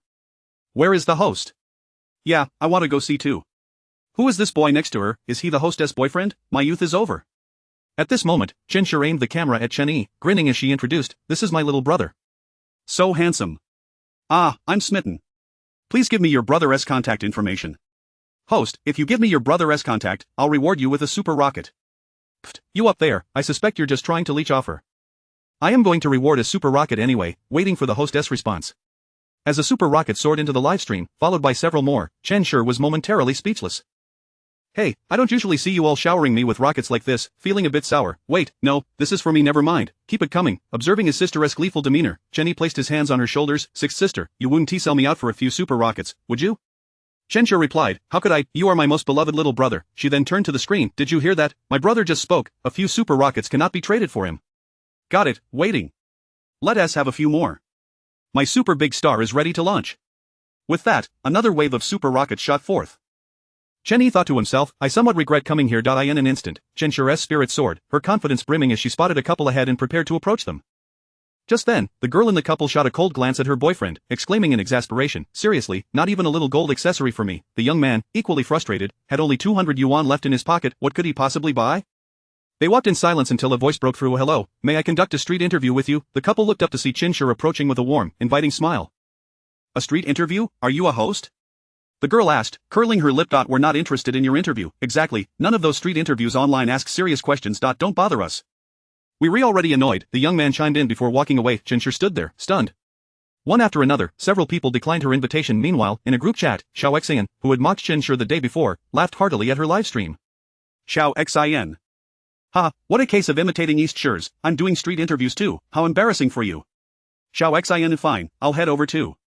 Xiao Xian was reveling in her amusement, continuously mocking in the chat. On the other hand, Chen Xi gradually found her rhythm and finally succeeded in securing an interview. Thank you for your cooperation, Chen Xi said gratefully, only to realize Chen Yi had vanished. At that moment, Chen Yi had intercepted the young man who had just walked away from the interview. Hey, brother, wait a moment. The young man turned, puzzled, as Chen Yi opened the small box he was holding, a golden glow shining brightly in the young man's eyes. What is this? This is a gift. Please choose one. As a token of appreciation for cooperating with our street interview, Chen Yi smiled. The young man gazed into the box, his eyes widening in disbelief. This is gold. Small golden nuggets were neatly arranged within, nearly filling the box. He picked one up, weighing it in his hand. This must be around 3 to 4 grams. At that moment, several onlookers approached, stunned by the scene before them. After selecting a nugget, Chen Yi walked away, leaving the young man in utter bewilderment. Is that gold you have in your hand? No way. Did I just get a golden nugget for a few words during a street interview? That looks like it weighs 3 to 4 grams, worth over 1,000 yuan. No way, that's impossible. Exactly. In an instant, many shook their heads, watching Chen Yi depart with condescending smirks, believing it to be a mere gimmick. Even the young man, who initially thought it was real, started to doubt, glancing at a nearby gold store and deciding to go inside. The crowd followed suit. After a while, the store clerk examined the young man's nugget. Sir, this nugget is pure gold. We also have similar premium products priced at 1888. What do you think? Would you like to consider our offerings? Those words left everyone in the store dumbfounded. They stared at the young man's nugget, eyes wide with disbelief. The clerk's low voice was like thunder in their ears, too astonishing to be true. Is this real? One person dashed out of the store, prompting others to follow suit. Where are you going? To do a street interview. 1888, this nugget isn't free. They earned only 4 or 5,000 a month. Now, an opportunity to earn half a month's salary for just a few words was right in front of them. How could they not seize it? Soon, Chen Xi was surrounded by eager individuals. Hey, what do you want? In broad daylight, you're not planning to rob me, are you? We want to participate in the street interview. Street interview, quick, ask me questions, I can't wait any longer. Hey, slow down, one at a time. Chen Xi was overwhelmed, unsure of what to do with the news of street interviews giving out gold nuggets spread throughout the commercial street. Once this information circulated, people went wild, all searching for the legendary host giving away nuggets. Meanwhile, in the car, Xiao Xian continued to taunt in the group, little brat, just wait until I surpass you today. Street interviews, you're not even in my league, Xiao Xian mused, her smile malicious. She thought about yesterday's homepage recommendation, so enticing. However, the next moment, as she opened Shark Live, she was left stunned. What the Chen Xi's livestream was now at the top of the homepage, the best recommendation. The entire platform was broadcasting live. I can't believe it. Instantly, Xiao Xian cursed under her breath. Just wait, I'll definitely be better than you, little girl. You're infuriating. After getting out of the car, she prepared her equipment while seething. Just then, a couple who had rejected Chen Xi's interview earlier walked by, engrossed in their social media feed. The girl suddenly gasped to this, she pointed at a picture showcasing the golden nuggets, her mouth agape. Look, this girl, she was the one who wanted to interview us, they give out nuggets worth 1888 after the interview. What, a nugget? The young man felt an overwhelming urge to slap himself. He earned just 3,000 a month, and now he realized he had missed out on an opportunity to earn a nugget worth half a month's salary for just a few words. Let us hurry back, the young man, filled with regret, pulled the girl along as they rushed back. However, the girl paused, noticing Xiao Xian not far off. Isn't there also a street interview happening here? Look, meanwhile, Xiao Xian had just finished her setup when several people rushed over. Miss, are you conducting street interviews? Yes, Xiao Xian replied, momentarily taken aback. Fantastic, we were just looking for a street interview. I am all set, let us get started. Right, hurry, interview me, I was here first, interview me first, voices clamored, leaving Xiao Xian dumbfounded. This was her first experience with such a scene. Her spirits lifted. It seemed yesterday's stream had amassed her a considerable following. Just like that, fans were eager to be interviewed as soon as she arrived. Instantly, Xiao Xian envisioned her rise to fame, surpassing Chen Xi. Little brat, isn't it just a pretty face? Just wait, if you can be popular, so can I, I'll be even more popular. Greed and envy consumed Xiao Xian as she dismissed the notion that Chen Xi's success was anything but superficial. As she surveyed the crowd pleading for interviews, she put on airs. Everyone, please line up, one at a time. One by one, the interviews unfolded seamlessly, and within mere minutes, a long line formed, comprising dozens of eager participants, with more joining the throng. This was sheer bliss for Xiao Xian. She had never witnessed such a scene before. Clearly, yesterday's momentum had paid off. Xiao Xian's mind raced with thoughts of luxury living once she became famous. But then she noticed the young couple who had previously rejected Chen Xi's interview still lingering nearby, causing her to pause. You all want to be interviewed again? The young couple exchanged glances before bursting into cheers, pointing at themselves. Can we do it again, Xiao Xian? But it was her first time encountering individuals addicted to street interviews. You two have a promising future ahead. However, the young man interjected, could you first give me that little nugget? What nugget? Xiao Xian was taken aback. What are you talking about? The nugget worth 1888. Didn't you say there would be nuggets for participating in the street interview? His voice rose in pitch. The crowd chimed in, right, you wouldn't back out, would you? Exactly, we only came here because we heard there were nuggets after the interview. Otherwise, do you think we want to be interviewed? Quick, show us the nugget, or we won't let you go. Compensate us for the time wasted. The crowd closed in around Xiao Xian, surrounding her in layers, leaving her and her assistant paralyzed with fear, phones and microphones dropping to the ground. At that moment, she was utterly bewildered, completely at a loss for what was happening. Chapter 68:1 Yuan flash sale for divine rewards. On the other side, Chen Xi was bustling with activity. At that moment, Xi, who was strolling through the commercial street, paused as she gazed at the crowd gathered around. Was there a promotional event? What kind of promotion could draw such a throng of people? Xi edged closer, standing on tiptoe to see what was happening. Then, her eyes widened in disbelief. Was that Chen Yi? What was he doing here? As her gaze shifted to the girl beside him, an unusual feeling welled up within her. Was that girl Chen Yi's girlfriend? In an instant, the smile on Xi's face faded, and she bit her lip, realizing that Zhang Lei had indeed been right. Chen Yi was so exceptional. Wasn't it perfectly normal for him to be liked by girls? Xi had never experienced such emotions before, and suddenly she recalled the boy she had turned down, who had also worn expressions of sorrow. Perhaps they had felt just as heartbroken. Meanwhile, Chen Yi had finished distributing the small golden beans in his hand. After announcing it, the crowd did not disperse. Many of them recognized Chen Xi and were her fans, disregarding the small golden beans entirely to gather around for photos with her. Chen Yi, however, was unceremoniously pushed aside. Chen Yi thought, just a moment ago, when I had the golden beans, you didn't treat me like this. What is this, a case of tearing down the bridge after crossing it? Little brother, you can head back now. My fan club is treating me to dinner tonight. Chen Xi's laughter echoed. Feeling dejected, Chen Yi stepped outside, where a light screen suddenly popped up before him. 1 yuan flash sale mall updated, 1 yuan flash sale. Eye of Truth. 1 yuan flash sale, 1 chance for a divine skill lottery draw. Chen Yi looked at the screen in front of him, amazed that the 1 yuan flash sale mall had updated. He quickly clicked on the screen. 1 yuan flash sale successful, obtained Eye of Truth skill. 1 yuan flash sale successful, obtained 1 chance for a divine lottery draw. Detected that the host has successfully spent 2 yuan, triggering the tenfold rebate skill, returning 20 yuan. Eye of Truth. Can be actively activated to glimpse the essence of all things while simultaneously analyzing them. Would you like to use the divine lottery draw opportunity now? Naturally, Chen Yi opted to use it.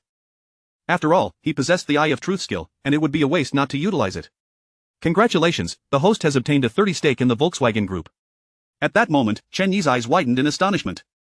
A 30% stake in Volkswagen Group, incredible, absolutely incredible, an extraordinary sensation surged through his body. As he surveyed his surroundings, everything appeared clearer than ever. Soon after, a graceful figure caught his eye. As he looked at the figure, a translucent light screen appeared beside her. Name Xi, age 20, attractiveness 96, figure 36C, talent management talent. Gazing at the light screen, Chen Yi couldn't help but feel the Eye of Truth was a bit inappropriate. Was that 36C a genuine measurement? Xi? Chen Yi called out to the girl. After a brief moment of sarcasm, he focused on her. Xi turned around, lightly brushing her fingers at the corner of her eyes, and her face broke into a broad smile. Chen Yi, what a coincidence. Are you out shopping too? No, I'm accompanying my sister for street interviews. Sister? And Xi was momentarily at a loss for words, unable to articulate her thoughts. The sensation was akin to winning the lottery, but the next moment, she recalled Zhang Lei's teasing remark, and a blush crept onto her cheeks. You're out shopping? Chen Yi noted the clothes and fruits Xi was carrying. She quickly handed him an orange, saying, Here, have this. Thanks. Chen Yi peeled it and started to eat, while Xi glanced into the crowd. Should I get one for your sister? Her? Chen Yi recalled how Chen Xi had waved goodbye earlier and chuckled. Eating an orange, I suspect you're thinking of something else. No need to give her one. Just then, a phone call interrupted. Chen Yi glanced at the caller ID and chuckled. What made this guy think to call me? The caller was Ji Ruhai. The name was rather peculiar, and Chen Yi wondered what his parents were thinking. However, their relationship was good. They had once shared a dormitory. Ji Ruhai came from a family with connections and would surely be arranged into a state-owned enterprise in the construction sector after graduation, securing a stable job. Consequently, he led a carefree life, aiming for nothing more than a passing score of 60 in exams. What's up? You haven't thought to reach out to me in ages. Hey, ego, I thought of you because I have something to discuss. If you say that, it sounds like we've grown distant. Ji Ruhai's boisterous voice came through the line. Chen Yi laughed. What is going on? Have you been causing trouble for some girl again? Need to borrow money? Ji Ruhai replied with a sigh. Come on, can't a brother just think of you without needing to borrow money? Pretty much. Chen Yi mused before jokingly adding, Hey, ego, let us meet at the New Era bar later. Ivy got some good news. I found 2 girls to hang out with, and since you're still single, I figured I'd invite you. You better come. If you don't, I'll just send the girls to find you. And hey, dress nicely, I've been bragging about you. Ivy told them you're the most exceptional guy around, and it's all about helping you out since you're still single. You've got some ambition there. Of course. Ji Ruhai chuckled, and upon hearing Chen Yi agree, his smile widened. It had been a while since he and Ego had hung out together. After making plans for the evening, Chen Yi was about to tell Ji Ruhai about the girls he had found but hesitated as Ji Ruhai hung up, leaving Chen Yi feeling a bit awkward. He understood Ji Ruhai's perspective all too well. Looking at Njishi beside him, he smiled and decided to keep his thoughts to himself. Is your friend looking for you? Njishi asked, noticing Chen Yi's hesitation. He invited me to the New Era bar tonight. A bar? Njishi's eyes widened. She had heard that bars could be chaotic. Would there be any trouble waiting for Chen Yi? She leaned closer and asked, Can I join you? I've never been to a bar before and would like to check it out. You don't have any plans tonight? Not at all. Alright, let us go. After arranging their evening plans, Chen Yi followed the directions and soon arrived at his LaFerrari.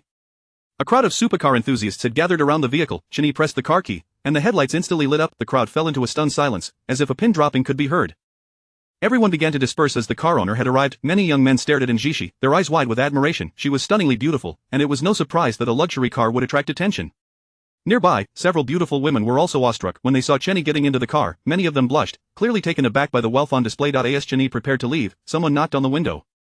He rolled it down and saw a beautiful long-haired girl standing there, looking captivating. However, compared to Njishi, she paled in comparison. Is there something you need? Chen Yi inquired, his expression neutral. Handsome, can I add you on WeChat? If you have time, we could hang out. As soon as she spoke, curious glances from the surrounding crowd turned her way. Forget it, I'm not keen on adding strangers on WeChat. Sorry, Chen Yi replied, rolling up the window and revving the engine. The roar startled the girl, who watched as Chen Yi drove away. She huffed in frustration. What is he so proud of? It's just a Ferrari, I'm not impressed.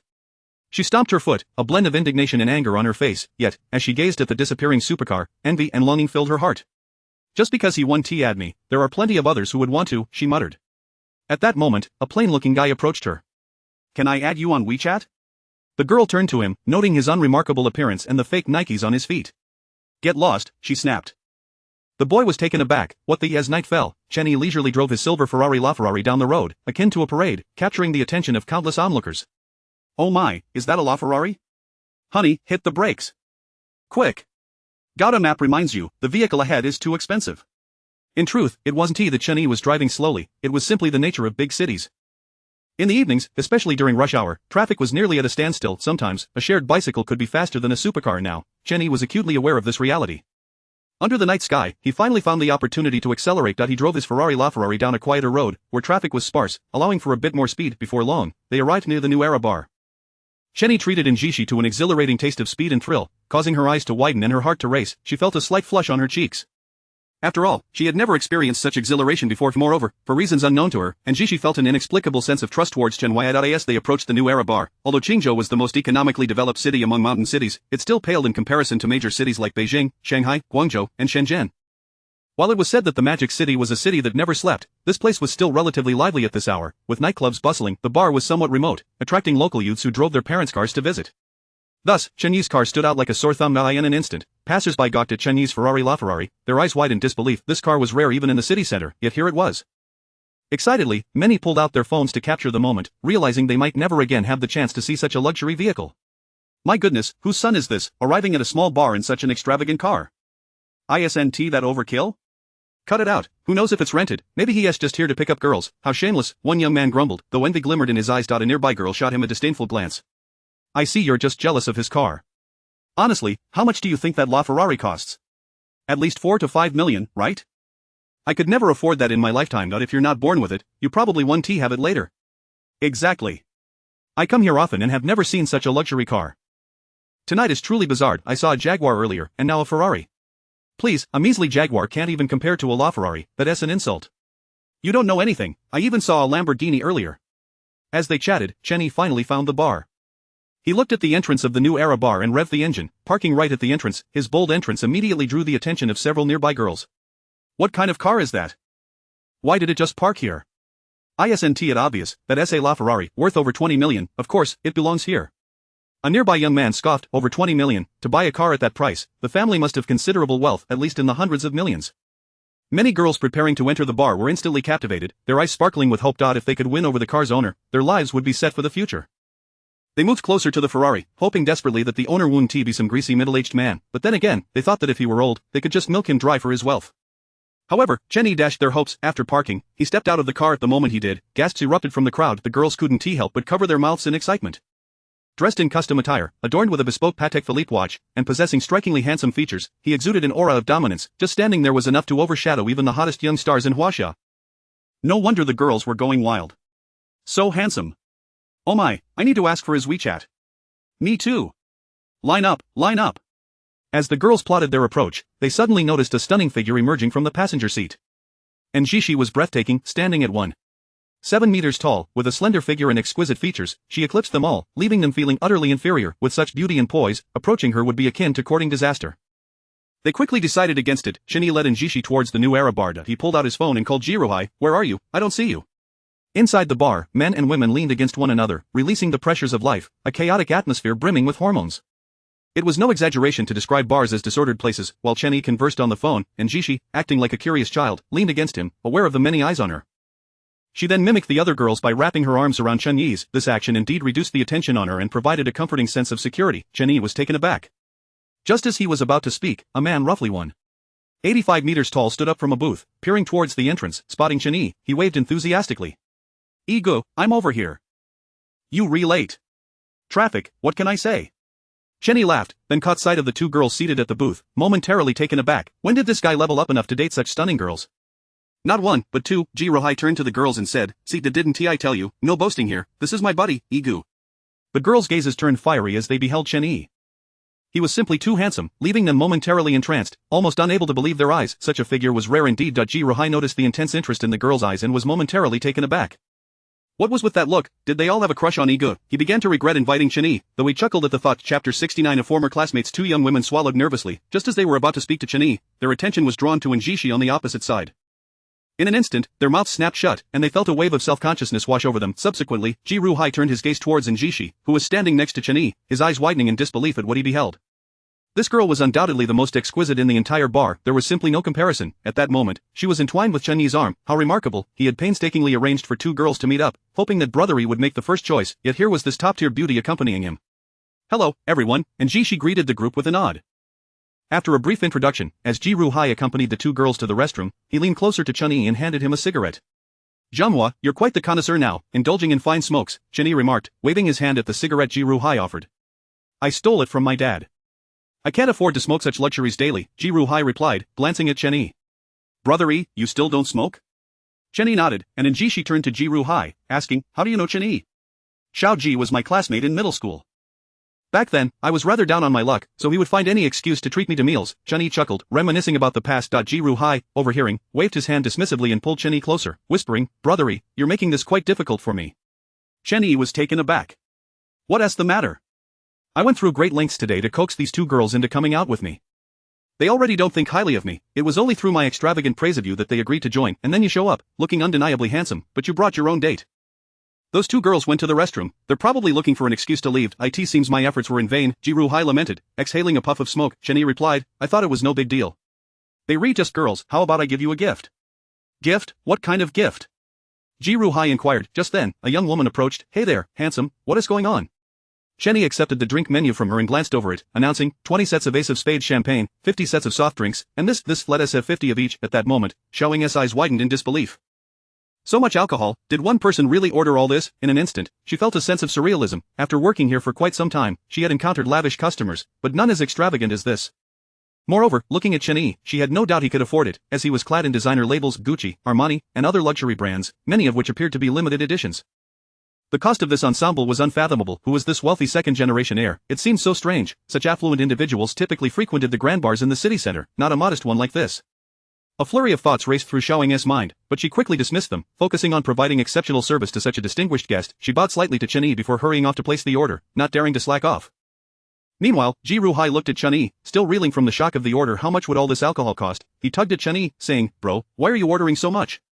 There are only a few of us here. Even if those two girls come back, we can't possibly finish all of this. Plus, if we take it to go, it would be quite embarrassing. You just wasting money. Chen Yi sighed at his narrow-mindedness. What kind of perspective is that? We can't possibly drink all this. If we did, we'd be dead. I ordered this for everyone, of course.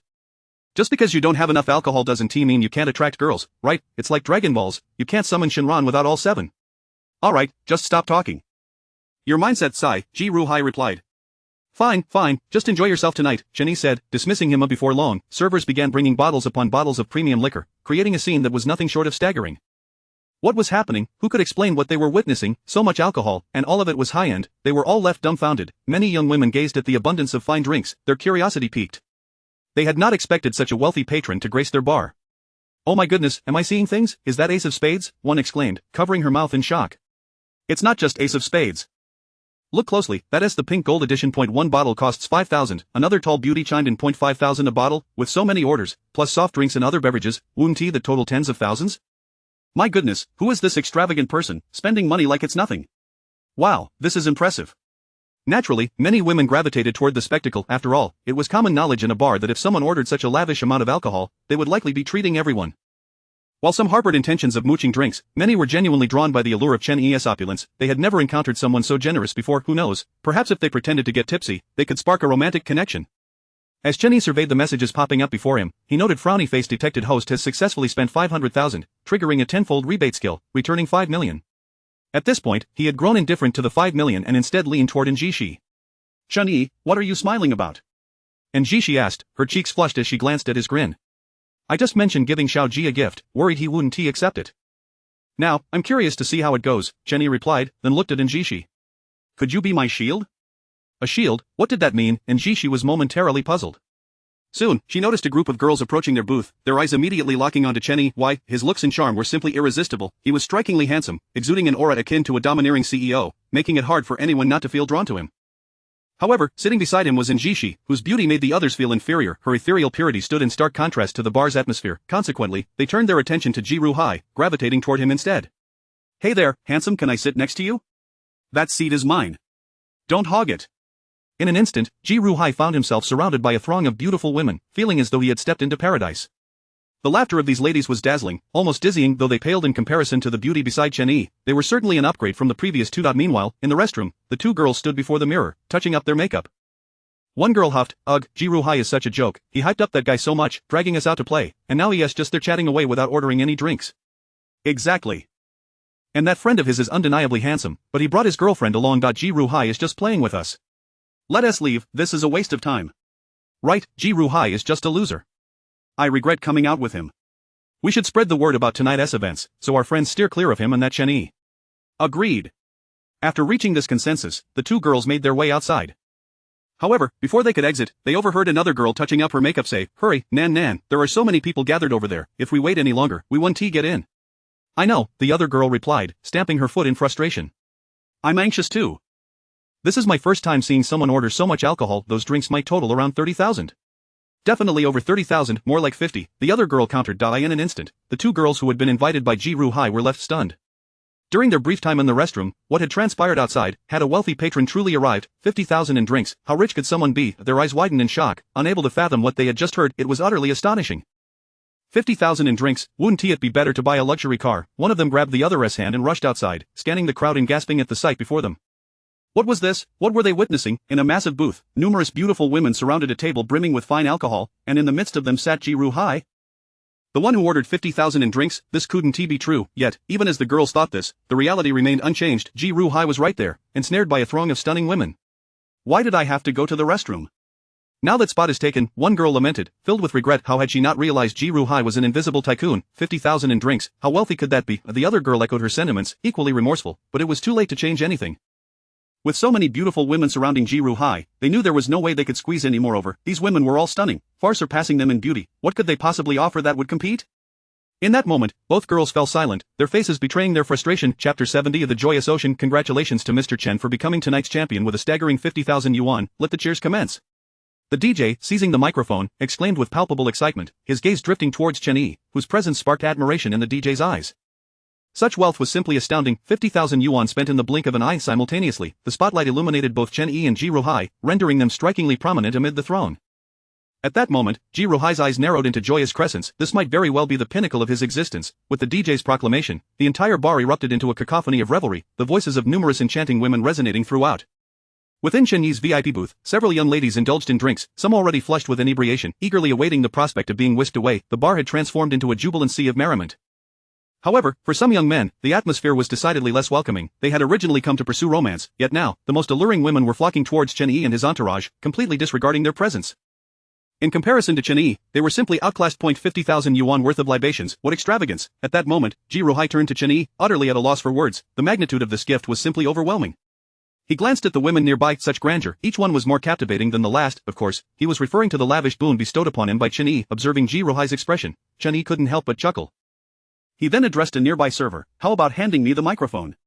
Oh, certainly, the server replied, somewhat puzzled by Chen Yi's intentions but nonetheless hastening to comply. Grasping the microphone, Chen Yi declared, bring me 200 sets of ace of spades, 200 sets of martel, 200 sets of vodka, all drinks here are on the house. Drink freely. As soon as his words fell, the crowd was left utterly astounded. What kind of audacity was this? How much would all of this cost? Surely, it must amount to over 1 million. This young man was extravagantly generous. Who could possibly be this affluent? A wave of speculation swept through the onlookers. They eagerly anticipated the spectacle of 200 sets of ace of spades. However, just then, a server approached Chen Yi with a hesitant expression. Mr. Chen, I'm afraid we don't have that many available. Not that many? Well, never mind then, Chen Yi replied nonchalantly, prompting a chorus of disapproving murmurs to rise among the crowd. Their gazes shifted towards Chen Yi, their expressions transformed. He simply let it go. 200 sets, why not ask for 1,000? Now that the server had mentioned a shortage, he merely shrugged it off. How amusing. Yet, in the next moment, Chen Yi, microphone in hand, beamed. Since we don't have that much, then tonight, everyone drinks freely, it's on me.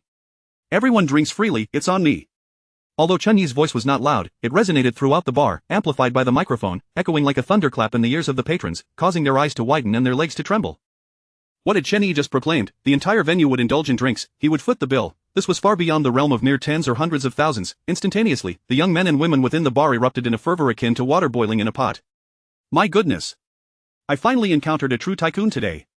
To cover the entire venue's tab, how extraordinary! Just how wealthy is he? Chapter 71 Your Brothery, this is your car. As the night unfolded, the bar was enveloped in an atmosphere of exuberance. The revelers indulged in merriment until the stroke of midnight. And Xi remained by Chen Yi's side, taking the occasional sip of her drink, while Chen Yi abstained from alcohol, mindful of his responsibility to drive. After finishing her drink, and Xi felt a warm flush spread across her cheeks. So, this is what liquor feels like. It was her first encounter with such spirits, and a delightful dizziness began to envelop her. Gradually, swayed by the lively ambience, she leaned closer to Chen Yi. Hours passed, and after a night of unbridled enjoyment, the group made their way outside. Ji Ruhai had indulged quite a bit, while Chen Yi had remained sober. You drove here? Chen Yi asked, noticing Ji Ruhai's inebriated state. Of course. I'll just come back tomorrow to fetch my car. If I were to drive now, it would be a recipe for disaster, Ji Ruhai replied, self-aware of his condition. He then turned to Chen Yi. But what about you, brothery? Why didn't you have a single drop to drink tonight? I drove here, Chen Yi explained. What, you drove here? Ji Ruhai was taken aback, finally understanding why Chen Yi had abstained from drinking. However, his mind was foggy, and all he wanted was to find a place to lie down. The group continued their exit. Upon stepping outside, Ji Ruhai's spirits lifted as he beheld the car before him. Goodness, is that a Ferrari? La Ferrari? A supercar? How did it end up in a place like this? Are the wealthy now venturing to the suburbs? This shabby bar can attract such a golden phoenix? At that moment, Ji Ruhai began to marvel, while a lovely girl beside him gazed at the car with awe, exclaiming, "Brother Ji, I don't remember seeing this when I arrived."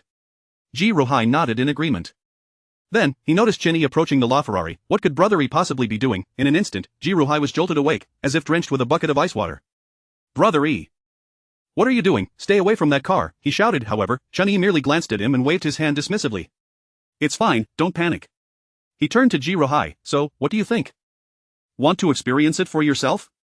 "Brother Yi, how can you say that? A supercar is every man's dream, and I am no exception. How could I not want it? But if one isn't born into it, it's likely unattainable in this lifetime. I'll just hope to reincarnate into a good family in my next life." "Do you think Uncle Ji would find this amusing and break your legs for saying that?" Chen Yi chuckled. In that moment, Ji Ruhai instinctively shrank back, grateful for the family that raised him. Realizing he was merely jesting, Chen Yi then pulled a car key from his pocket and tossed it to Ji Ruhai.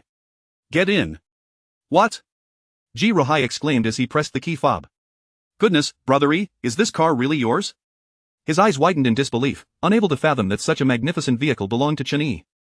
The next moment, Ji Ruhai pinched the cheek of the girl beside him. "Ow," she gasped, looking at the newly acquainted Ji Ruhai. "Why did you pinch me?" "I just wanted to see if I was dreaming," he replied. The girl retorted, "Then pinch yourself." Ji Ruhai lamented his intoxicated state, realizing that if he hadn't drunk, he could have leisurely driven this car around, making his life feel worthwhile. For now, he could only take a look inside. Yet even that prospect brought a smile to his face. He hesitated for a moment before finally giving in. "If you're not getting in, we might as well head back," Chen Yi said with a grin. He then turned his attention to Njishi, who stood there with a rosy complexion, swaying slightly. Chen Yi paused, realizing she had only taken a sip. It seemed on the verge of intoxication. He gently supported her and helped her into the car, waving to Ji Ruhai.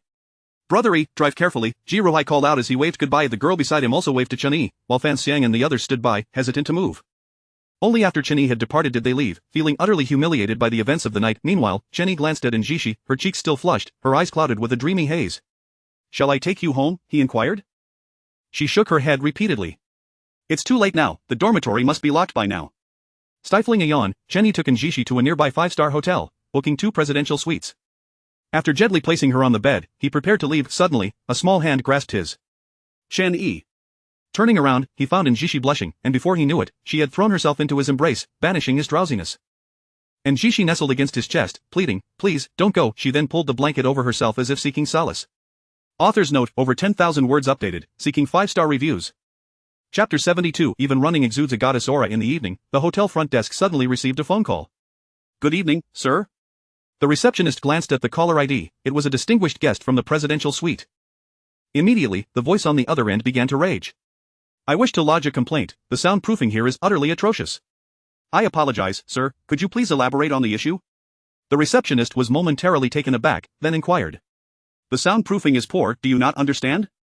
It is simply dreadful, and it shows no sign of abating. It's been going on for quite some time now, and it's nearly the middle of the night. How can one even sleep?"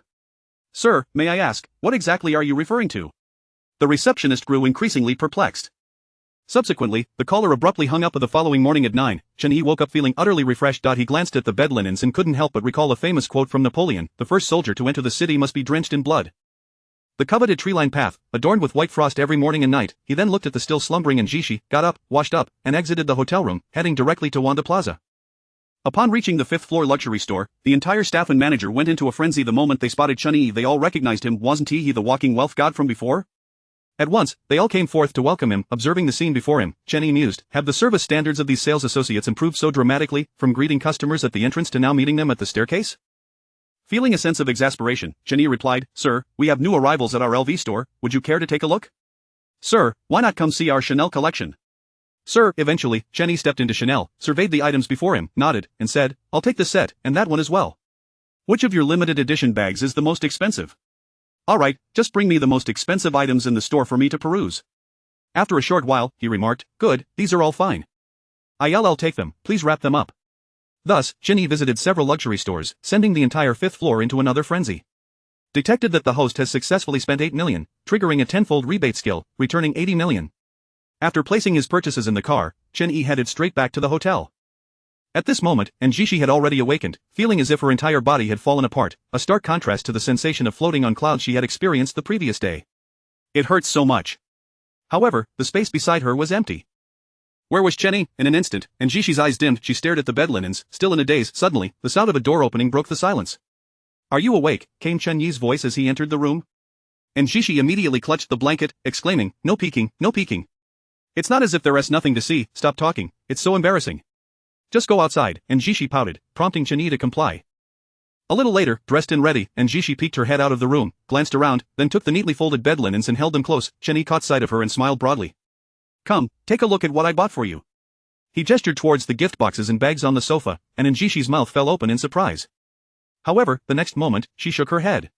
Can it be returned? It must be quite expensive, but this isn't what I wanted.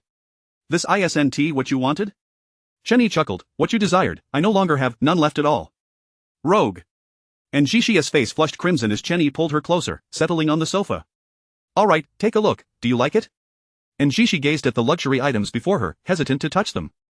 Dare she touch them? No, she did not dare. After a while, Chen Yi assisted the limping and Xi downstairs to check out. How are you feeling? Can you still walk? Still asking, and Xi puffed her cheeks in annoyance, it's all your fault. You have no sense of compassion. Chen Yi chuckled awkwardly, thinking to himself that Chen Yi said that last night. The two then headed directly to the school. Once they arrived, Chen Yi dropped Xi off near her dormitory. Rest well. Drive safely, and Xi replied, then turned to Chen Yi, husband blushing, she hurriedly dashed towards the dormitory building. Nearby, several boys turned their heads to watch.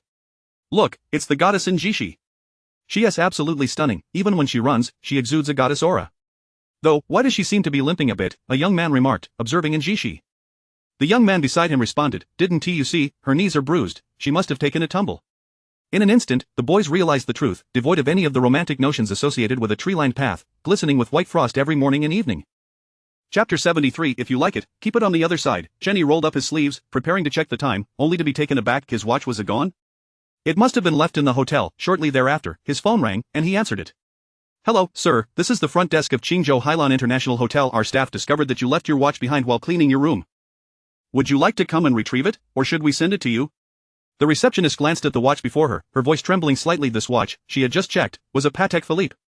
This model was worth over $1 million watch. What sort of mindset could lead someone to abandon it here? Oh, so it was indeed left in the hotel. I'll give you an address, and you can send it over. Thank you. Certainly, sir, it's our duty. After noting down the address, the receptionist hesitated momentarily, wanting to ask Chen Yi about the missing bedsheets in his room. However, she decided against it. It was truly a trivial matter. Meanwhile, Chen Yi headed straight towards the adjacent Hailan International Mall, stopping directly at a Patek Philippe boutique. Upon entering, the chime of the doorbell rang. The beautiful sales associate in the store perked up. A Patek Philippe was no ordinary watch brand. Anyone who could walk through that door was likely part of the elite society, a group rarely accessible to the average person. As the sales associate approached with a smile, her gaze discreetly swept over Chen Yi. As a high-end watch sales representative, having such observational skills was essential. While she couldn't judge everyone perfectly, a quick appraisal often revealed quite a bit.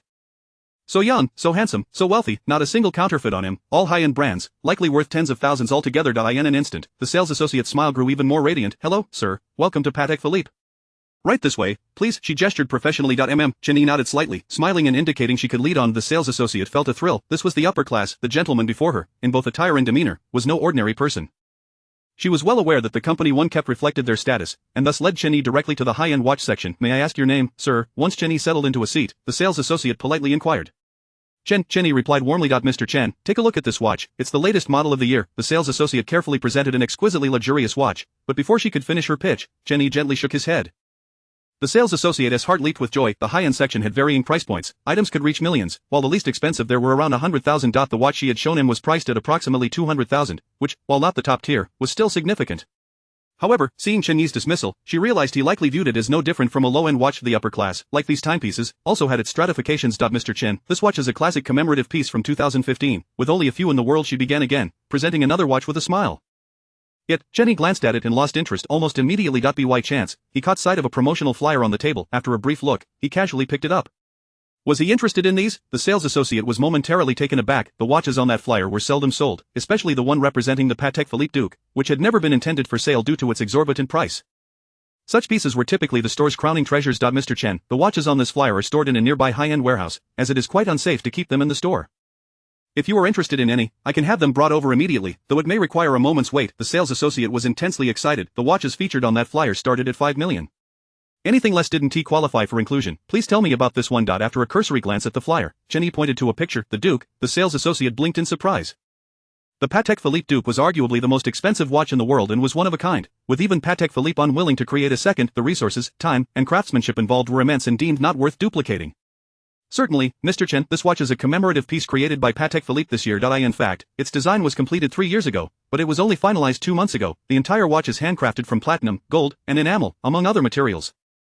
The cover is made from what is considered the most flawless sapphire in the world, intricately engraved to create a visual sensation akin to gazing at the stars. The dial features 762 diamonds, including red diamonds, rubies, and emeralds, among other gemstones.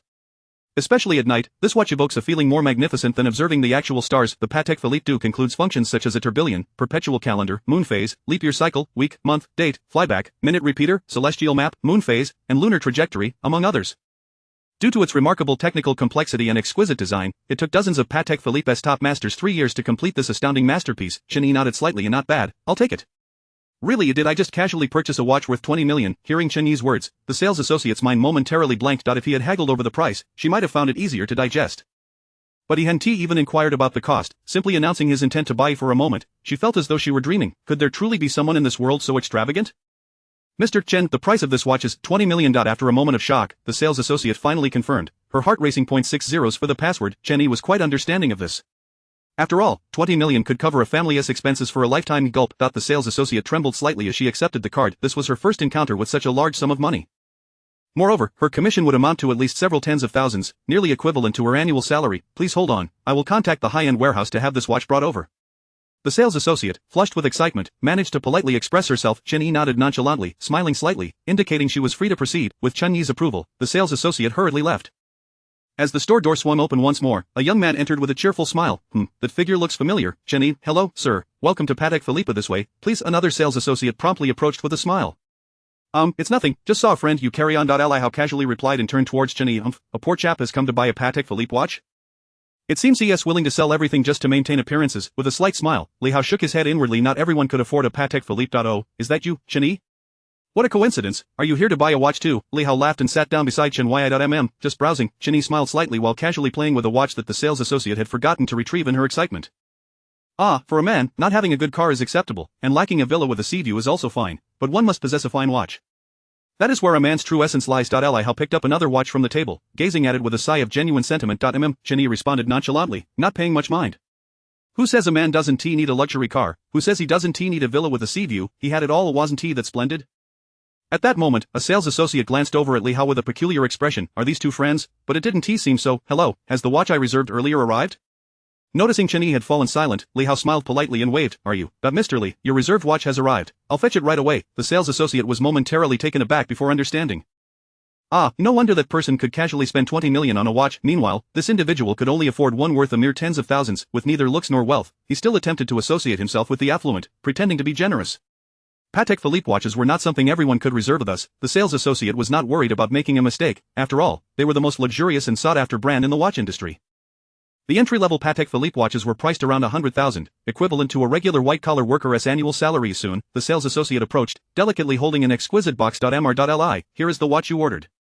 Please check if there are any issues. The sales associate spoke with utmost courtesy. Li Hao casually accepted the box and took out the watch within. Not bad. After a quick appraisal, Li Hao smiled slightly and handed his identification to the sales associate.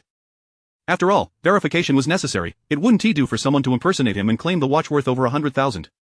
Chen Yi, this is what I meant. My work necessitates such ostentatious displays. Alas, it truly feels a bit overwhelming. Patek Philippe 5270p001. The official price is 160,000, but due to my amicable relationship with the manager, I managed to acquire it for 140,000. Li Hao casually remarked as he donned the watch. Quite nice. It suits you well, Chen Yi responded with a smile, choosing not to elaborate further. It indeed complimented him perfectly. Not at all. You and I are quite different. You are still in school and have no need for such extravagant purchases.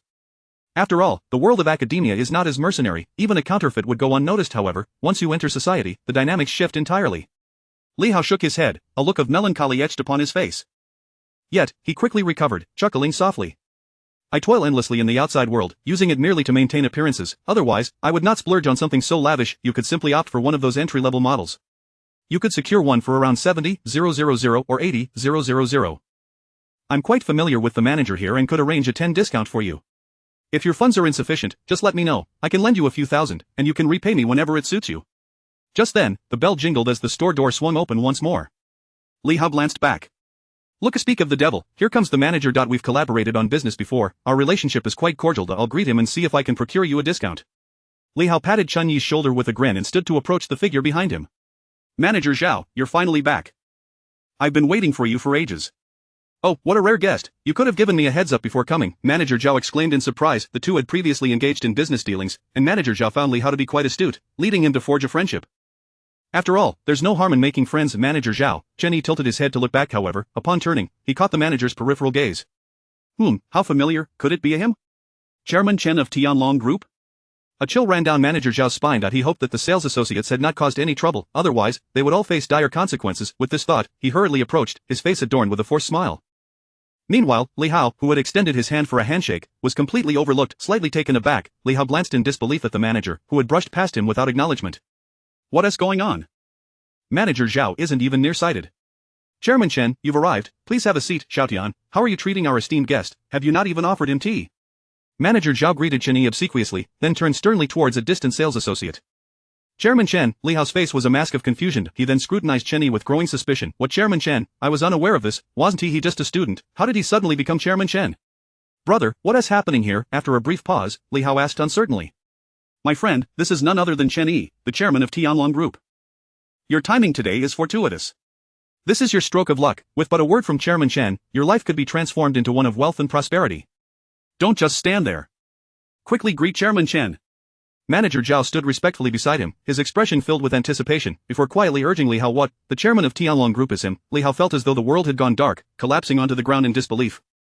How could this be? How could he possibly be the chairman of Tianlong Group? Wasn't he an orphan raised in an orphanage? How could he have suddenly ascended to such heights? Meanwhile, the two sales associates were equally stunned. They had heard of Tianlong Group, a name that echoed in their ears. However, they could never have imagined that this courteous and remarkably composed young man was the legendary chairman.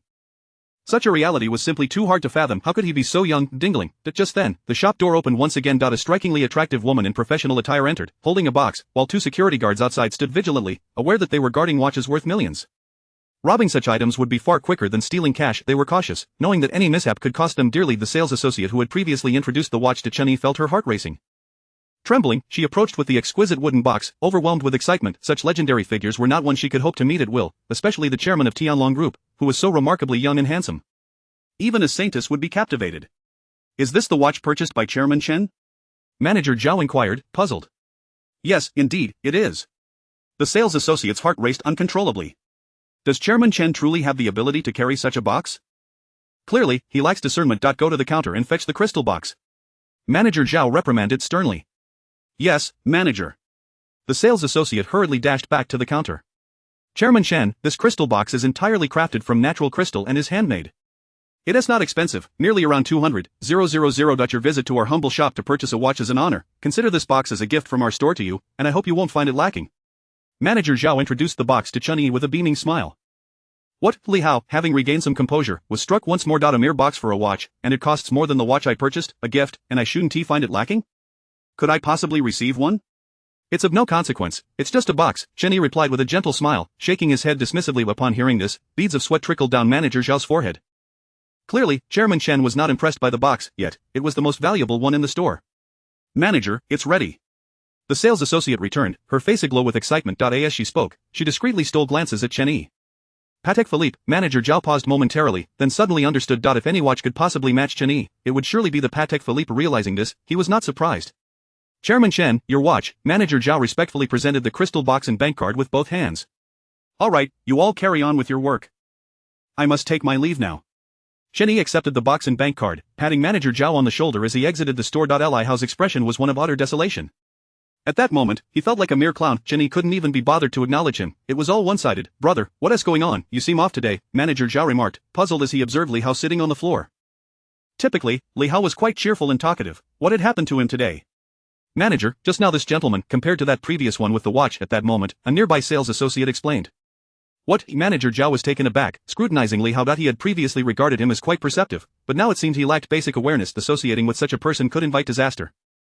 Subsequently, he removed the watch from Li Hao's wrist. I usually find you quite sharp, but who would have thought you lacked such basic discernment? I will refund your money, you may keep the watch. Li Hao, utterly dumbfounded, stood there with his mouth agape, feeling as though he had just been slapped in the face, painfully stinging. Chapter 74. Reluctant to embrace the present at this moment, Li Hao found himself at a loss for words, utterly stunned. The slap he received had been excruciating. It was not that Chen Yi could not afford a watch worth tens of thousands. Rather, he simply held it in disdain. As he gazed at the Patek Philippe in his hand, Li Hao suddenly felt it had lost its allure. In comparison to the other timepiece, his watch appeared nothing short of shabby. Meanwhile, after purchasing the watch, Chen Yi returned home. Just as he stepped out of the car, a corgi was staring at him. Chen Yi thought to himself, what on earth is this creature? With such short legs and a round, plump rear.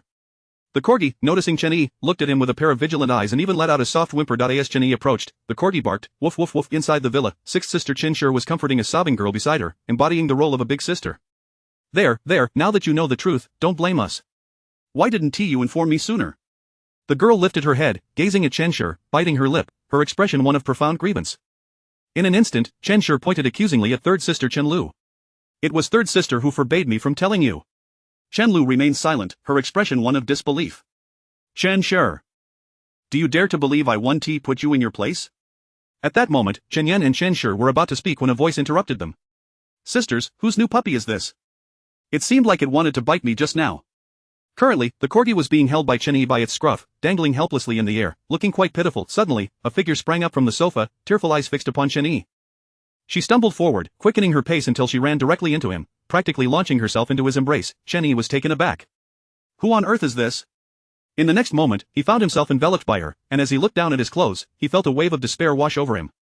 This was his newly tailored outfit, worth 300,000, and now, it was ruined by tears. However, at that moment, Chen Yi was more curious about the identity of the girl clinging to him in tears. Surely, she wasn't the betrothed he'd been promised since childhood by his father, was she? He glanced over at his parents, who were also standing, looking at him. This is your seventh sister, Chen Liu. Seventh sister? Chen Yi inquired, to which she looked up abruptly, nodding in affirmation. Call me again. Seventh sister, Chen Yi repeated, gently wiping away her tears. Please don't cry so sorrowfully.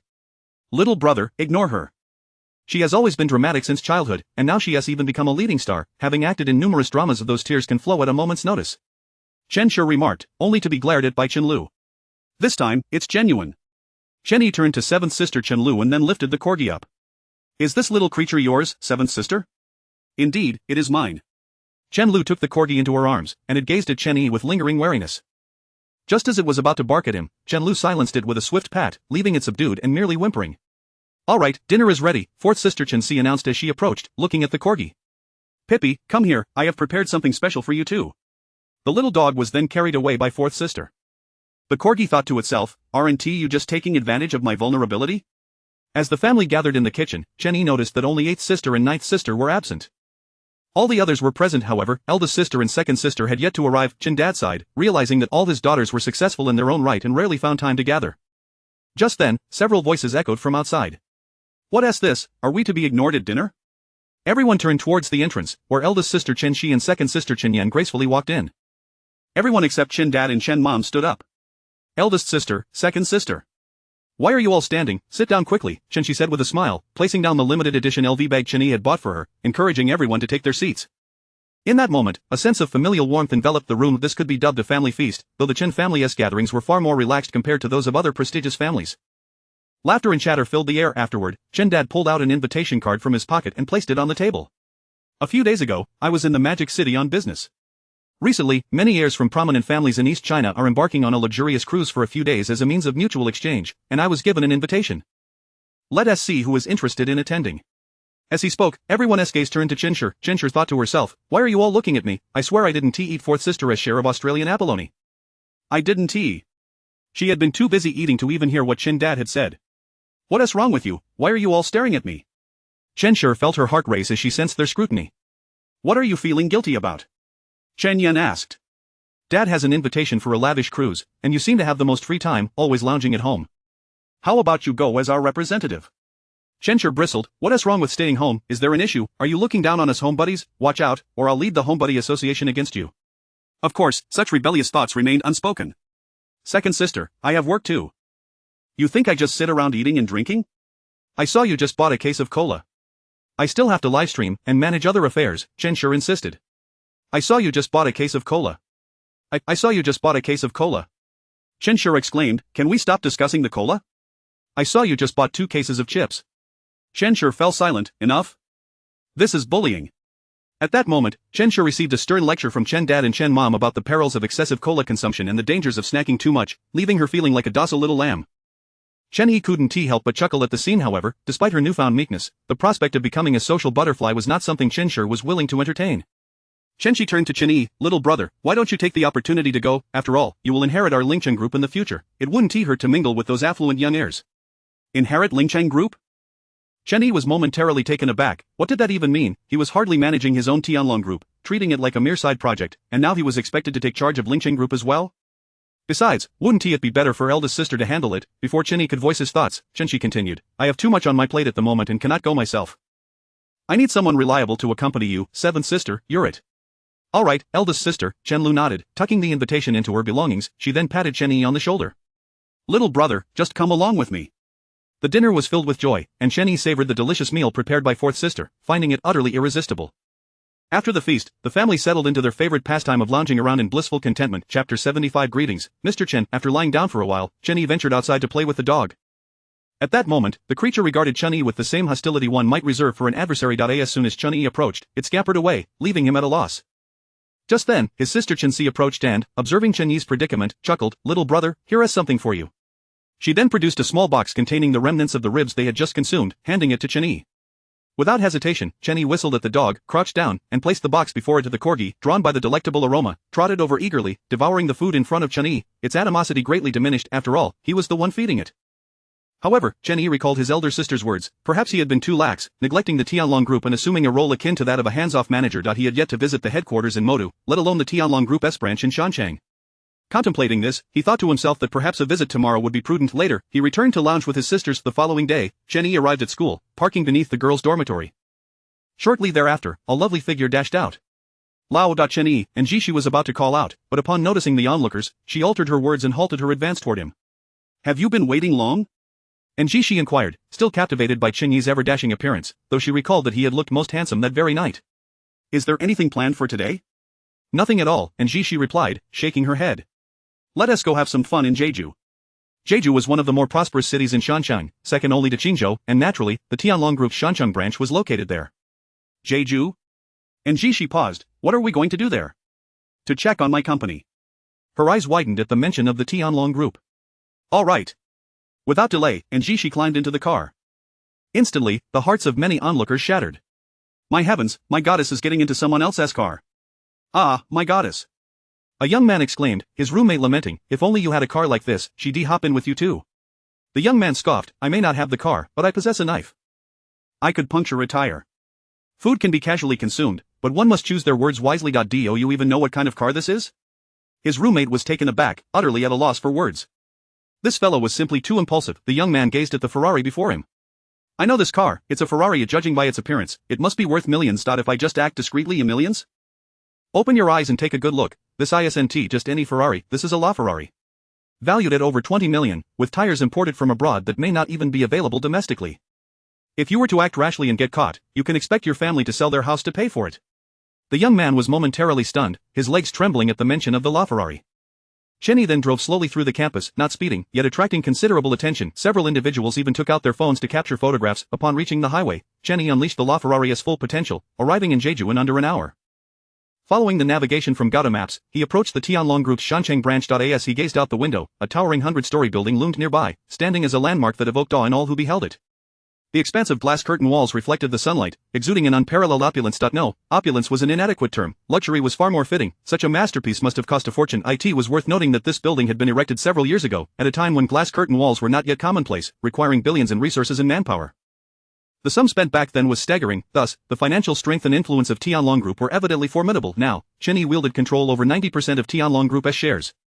The entire organization was at his command, including this very building. Shortly thereafter, within the Tianlong Group's Shanchang branch, Lu Zonglin, having received prior notification, was already suited up, accompanied by numerous senior executives as they descended the stairs. Many employees gazed in astonishment at such a formidable assembly, their eyes wide with disbelief at what they were witnessing. Is that our general manager Liu? Indeed, and the individuals beside him are senior executives from our branch. My goodness, this is the first time I've seen such a spectacle. What could be happening? A female employee covered her mouth, her face painted with shock as she observed the executives, uncertain of their purpose. I have no idea. Look, General Manager Liu and the senior executives have already gone downstairs and are standing in formation.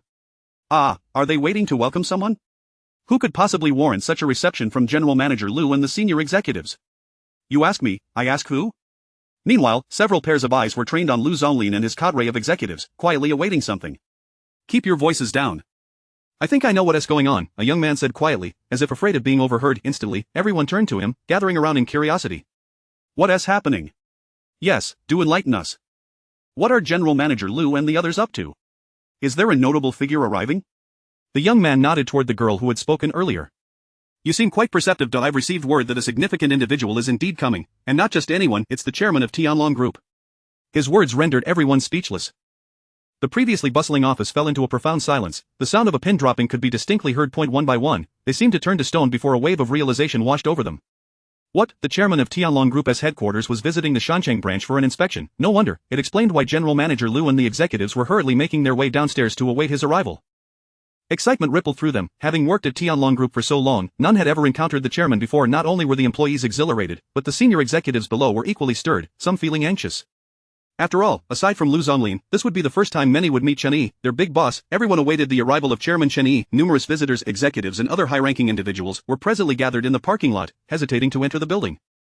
They dared not intrude upon the gathering of Tianlong Group's senior executives, lest they appear foolish. Offending even one could jeopardize any future collaborations with Tianlong Group. Having navigated the turbulent waters of commerce for years, they understood that today's visitor was undoubtedly a significant figure.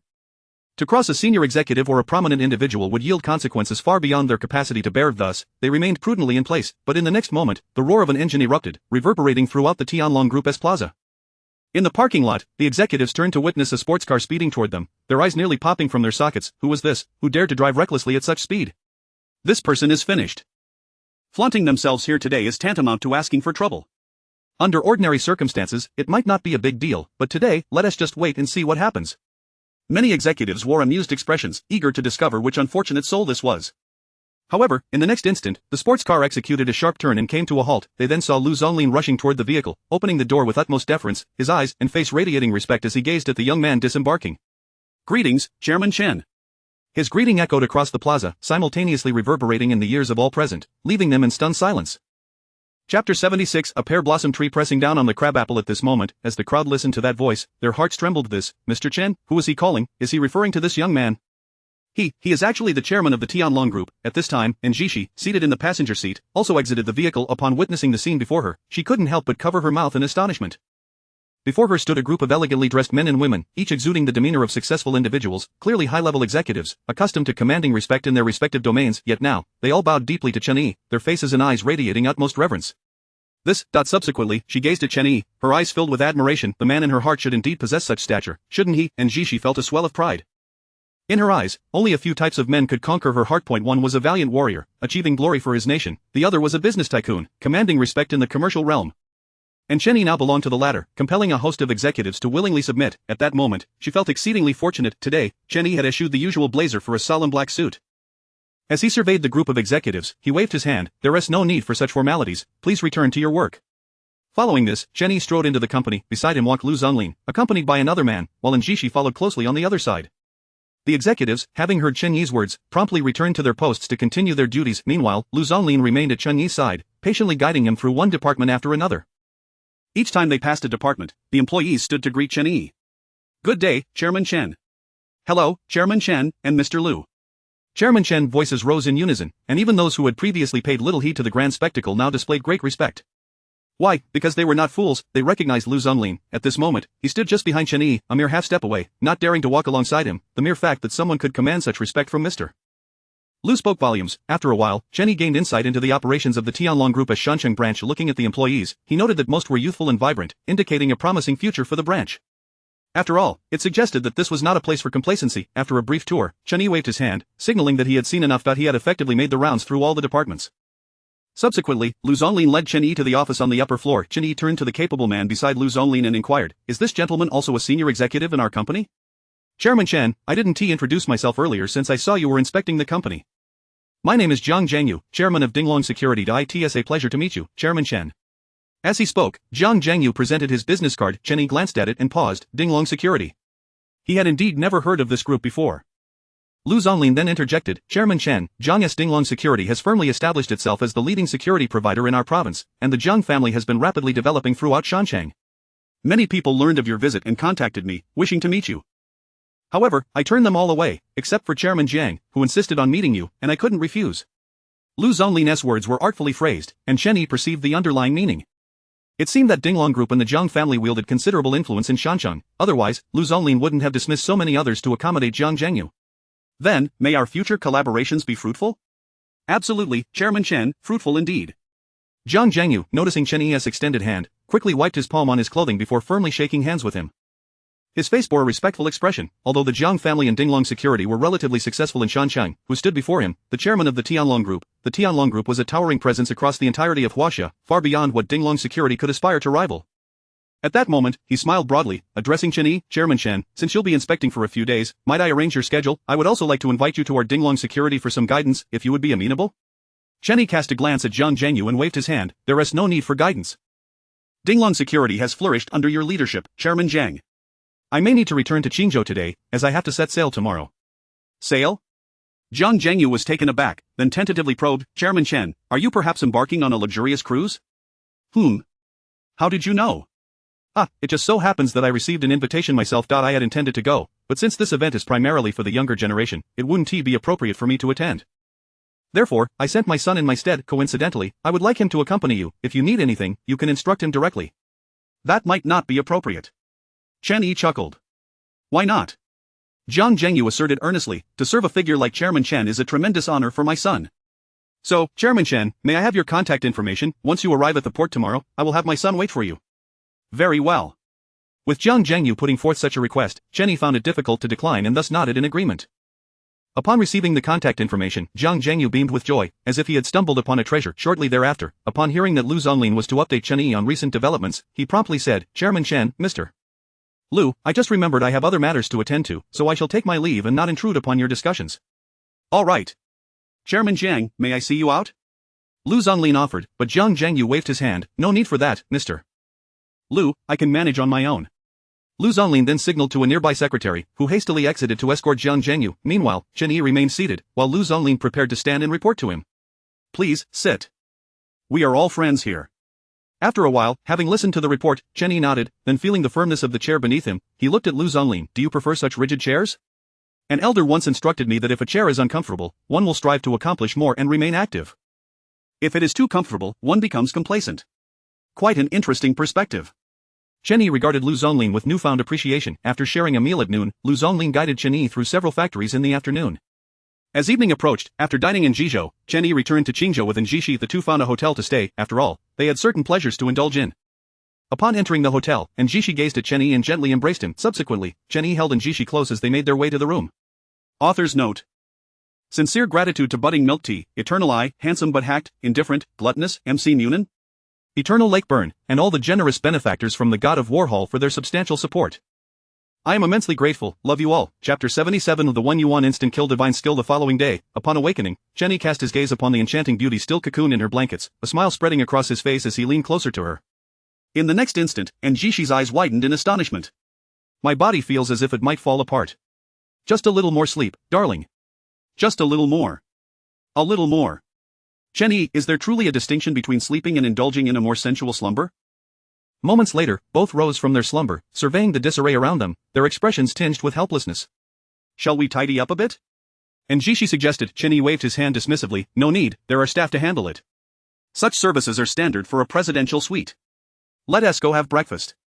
After finishing their meal, Chen Yi escorted Njishi back to her school. She had other matters to attend to and gently declined his invitation to set sail with him. Upon returning to the campus, Njishi secured her jacket around her waist, carefully covering her knees, and hastened towards her dormitory. Next time, I absolutely must wear long trousers instead of a skirt. As Chen Yi entered his vehicle, preparing to head towards Yulong Tianyuan, a luminous screen flickered to life before him. 1 Yuan Instant Kill Mall Update. 1 Yuan Instant Kill. Divine Makeup Artistry. 1 Yuan Instant Kill. 1 ownership card. The host may use this card to claim possession of an item valued at no more than 1 billion. Chen Yi's mind stirred, and he focused on the screen. Instant Kill. Congratulations to the host for successfully executing a 1 Yuan Instant Kill, acquiring Divine Makeup Artistry. Congratulations to the host for successfully executing a 1 Yuan Instant Kill, obtaining 1 ownership card. Detected that the host has successfully spent 2 Yuan, triggering a tenfold rebate skill, returning 20 Yuan. Suddenly, an influx of sensations coursed through Chen Yi's body, as an array of cosmetics and knowledge of various combinations flooded his mind. Initially believing that makeup was a straightforward endeavor, he quickly reassessed. It was anything but simple. It was, in fact, exceedingly challenging, yet, Chen Yi chose to disregard this for the time being, as he had plans to set sail with his seventh sister later that day. Upon returning to Villa 2, he found that several of his elder sisters had already departed, leaving only sixth sister Chen Xi and seventh sister Chen Liu behind. Without a doubt, sixth sister was likely deep in slumber at that moment. When Chen Yi arrived home, seventh sister Chen Liu was practicing yoga, her supple form and elongated legs creating a breathtaking tableau before the floor-to-ceiling windows. "Seventh sister, let us go," Chen Yi called, knocking gently on the door.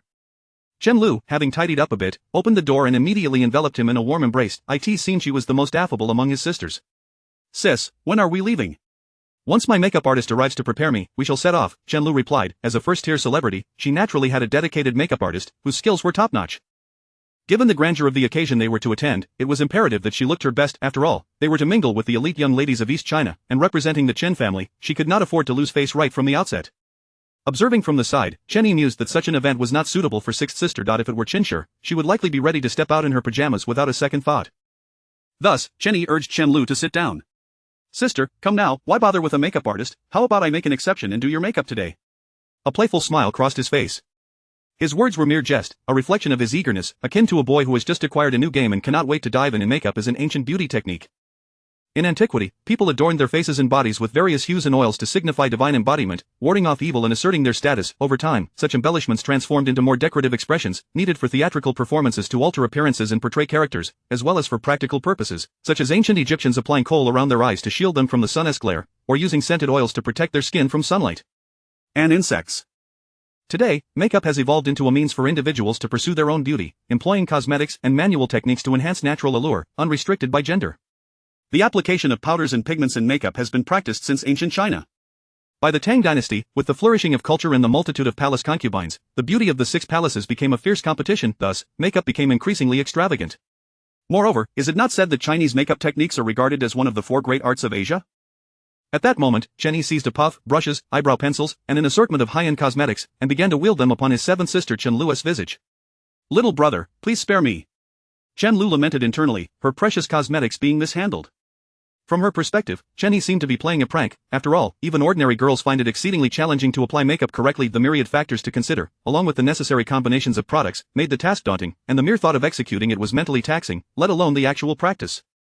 As Chen Liu felt the sensations on her face and glanced at Chen Yi, she noted his earnestness, yet, the more serious he appeared, the more uncertain she felt. It was akin to a child earnestly scribbling with her Chanel lipstick upon the wall. Ultimately, Chen Liu surrendered her resistance, reclining against the chair, eyes closed, allowing Chen Yi to carry out his whims. Still, she silently hoped her makeup artist would arrive soon. "Qingqing, hurry up. My face is being ruined. I'm going to lose my mind. Wait, if I have to remove this and reapply, will there still be time? Perhaps, my cosmetics, those high-end products were all pilfered from second sister." In a fleeting moment, Chen Liu's mind raced with thoughts, her expression one of pure grievance. She could only imagine how she must currently appear, likely resembling a flower, or perhaps even more exaggeratedly so. At that moment, she felt utterly helpless. Finally, Chen Yi declared, "Done, it's perfect." "Perfect," Chen Liu felt tears welling up. "Good heavens, you finished in such a short span of time and declared it perfect." This left her feeling quite anxious. Just then, a faint voice echoed from outside. "Sister Liu, I'm here." "It's Qingqing, how do I open this? I'm clueless." A girl's voice suddenly pierced the air, and upon hearing it, Chen Liu felt as if she had found her savior. Without even reaching for her phone, she dashed toward the door. "Qingqing." As she prepared to open the villa door, she remembered her current appearance and instinctively covered her face before pulling the door open. In the next moment, Qingqing gazed upon Chen Liu, who was hiding her face, her heart racing. "Why are you covering your face? Are you having an allergic reaction?" Qingqing's voice brimmed with concern as she rushed to inquire, but Chen Liu merely continued to shield her face. "Let me see, is it serious?" With that, Qingqing took hold of Chen Liu's hand, pulling it away. Upon beholding Chen Yi, she was utterly stunned, shock, utter astonishment. "Sister Liu, what on earth happened to your face? Who did your makeup? Tell me, quickly, who was it?" Qingqing demanded, her eyes darting between Chen Liu and Chen Yi in disbelief. Chapter 78 The Joy of the Indolent. As Chen Liu gazed at Miao Miao before her, she was momentarily taken aback. Why did Miao Miao appear even more exhilarated than herself? Shouldn't she simply burst into laughter? What on earth was happening? "Liu Jia, please don't keep me in suspense, quickly tell me who did your makeup. I have never witnessed such artistry," Chen Liu hurriedly exclaimed. She was a makeup artist herself, having spent many years in the industry, encountering no fewer than 1,000 makeup artists. Yet, none could reach such a level of skill, not even she herself. What was this mastery? What did it mean to be transcendent? This was truly a case of being beyond perfection. At that moment, Miao Miao regarded Chen Liu with sheer awe. It was almost unbelievable that such beauty existed in the world. If the makeup she had previously done for Chen Liu had elevated her beauty by a fraction, the current look had propelled her to the pinnacle. Miao Miao stared at the present version of Chen Liu, who could be described as exceptionally striking, one among billions of women in Huaxia, a rarity indeed. Her beauty was indeed formidable. Quickly, tell me, Lu Jia. Chen Liu, still in a daze, turned to Miao Miao, contemplating her words, and asked, is my makeup really that good? She began to doubt Miao Miao's judgment. Was it possible she had a penchant for abstract art, but could abstract art be suitable for a human face? Is Miao Miao, upon hearing Chen Liu's words, nearly sputtered in disbelief. Sister, are you serious? What could possibly be better than this? Without further ado, she opened her makeup box and held a mirror up to Chen Liu. In an instant, Chen Liu's eyes widened in astonishment as she gazed into the mirror. What was this? Who could possibly explain who this was? Was this truly her? How exquisite! At that moment, she felt she could rival the legendary beauties of ancient times. Were she in the past, she would undoubtedly be the captivating heroine amidst the chaos of warring states. The downfall of the tyrant Zhou would be her doing, and the reason why emperors would neglect their morning audiences would stem from her allure, irresistibly enchanting. One glance could captivate a city, a second glance could enthrall a nation. No matter from which angle one viewed her, she was perfection incarnate, so beguiling. Was this really her? Was this the Chen Liu after Chen Yi's makeup? Chen Liu soon realized she could no longer look into the mirror. The longer she stared, the more she felt herself getting lost in its depths, as if under a spell. At that moment, she turned her gaze back towards the main villa and thought, little brother, your makeup skills, henceforth, I shall refer to you as the strongest. Meanwhile, Chen Yi remained in the room, tidying up the makeup supplies. Soon, he noticed that his sister, Chen Liu, had rushed in with a girl in tow. Little brother, who did you learn your makeup skills from? I taught myself. Why do you ask? A genius. Miao Miao was momentarily taken aback by Chen Yi's response. Her own skills were the result of relentless study and attending numerous makeup classes to become a top-tier makeup artist. Yet, here was Chen Yi, achieving such heights through self-study alone. Had she not seen Chen Liu's transformation, she would have never believed it. But now, the evidence was irrefutable. Could you teach me? Miao Miao gazed at Chen Yi, her eyes filled with yearning. Then she realized she hadn't introduced herself. My apologies, I got overly excited. I'm Miao Miao, please, I hope to learn from you in the future. She immediately bowed slightly. In that moment, both Chen Yi and Chen Liu were taken aback. Chen Liu understood Miao Miao's standing in the makeup world. In terms of prestige, Miao Miao's reputation in makeup was on par with Chen Liu's in the entertainment industry, if not more esteemed. It had taken Chen Liu considerable effort to recruit Miao Miao, yet now this proud artist was showing such deference to Chen Yi, underscoring his remarkable talents. Chen Yi regarded Miao Miao and said, perhaps in the future, when the opportunity arises. For now, we must prepare to set sail. Chen Liu glanced at the time. It was indeed time to embark. She hastily jotted down a note and pinned it onto the dog before carrying it to Chen Shi's door, subsequently opening it to let the dog in. A moment later, a shrill scream erupted from Chen Shi's room. What on earth is this? Chen Shi, having been asleep, felt something licking her foot. Upon looking down, she was met with the sight of the dog. Oh no, a true lapdog. Without hesitation, Chen Shi scooped up the dog and examined the sticky note attached to it. Sixth sister, please take care of Pai Pai. Chen Shi was left speechless. She promptly set the dog down on the floor. Stay put and behave while I finish my nap. We'll have a little party at home after I wake up. Meanwhile, at the headquarters of Dinglong Security, Jiang Zhengyu addressed the gathered individuals. Leading the group were his son Jiang Shohong and his girlfriend Hu Xiaolei, accompanied by a cadre of burly bodyguards. Hu Xiaolei felt a sense of unease at the scene, as everyone appeared serious. Even Jiang Shohong, usually playful, stood solemnly. Shohong, what are we doing? Hu Xiaolei tugged at Jiang Shohong's sleeve, inquiring, aren't we setting sail today? Yes, but what is the matter? Hu Xiaolei asked, perplexed. My father wants us to accompany a significant figure on this voyage. A significant figure? Hu Xiaolei's eyes widened in surprise. She was well aware of the Jiang family's influence and Dinglong Security's standing in the region. For Jiang Shohong to accompany someone of such importance was unexpected. In that instant, Hu Xiaolei's curiosity piqued, prompting her to ask, who is this significant figure? Jiang Shohong nodded affirmatively. We are to accompany Chairman Chen, the head of Tianlong Group, who holds 90% of the company's shares. What? Hu Xiaolei's eyes widened in disbelief. Who would they be accompanying? The chairman of Tianlong Group. She knew that Tianlong Group was one of the most distinguished corporations in all of Huaxia, a name that resonated with the public. If the Jiang family had some influence in the city, Tianlong Group stood as a paragon across the entire nation. The thought of accompanying such a notable figure sent Hu Xiaolei into a frenzy of nerves. Just then, Jiang Zhengyu stepped forward, addressing Jiang Shohong. Today, it's all on you, son. Dad, I understand the gravity of the situation, but do we really need to bring all these people? It seemed ostentatious. Jiang Shohong gestured towards the assembled bodyguards, the elite of Dinglong Security.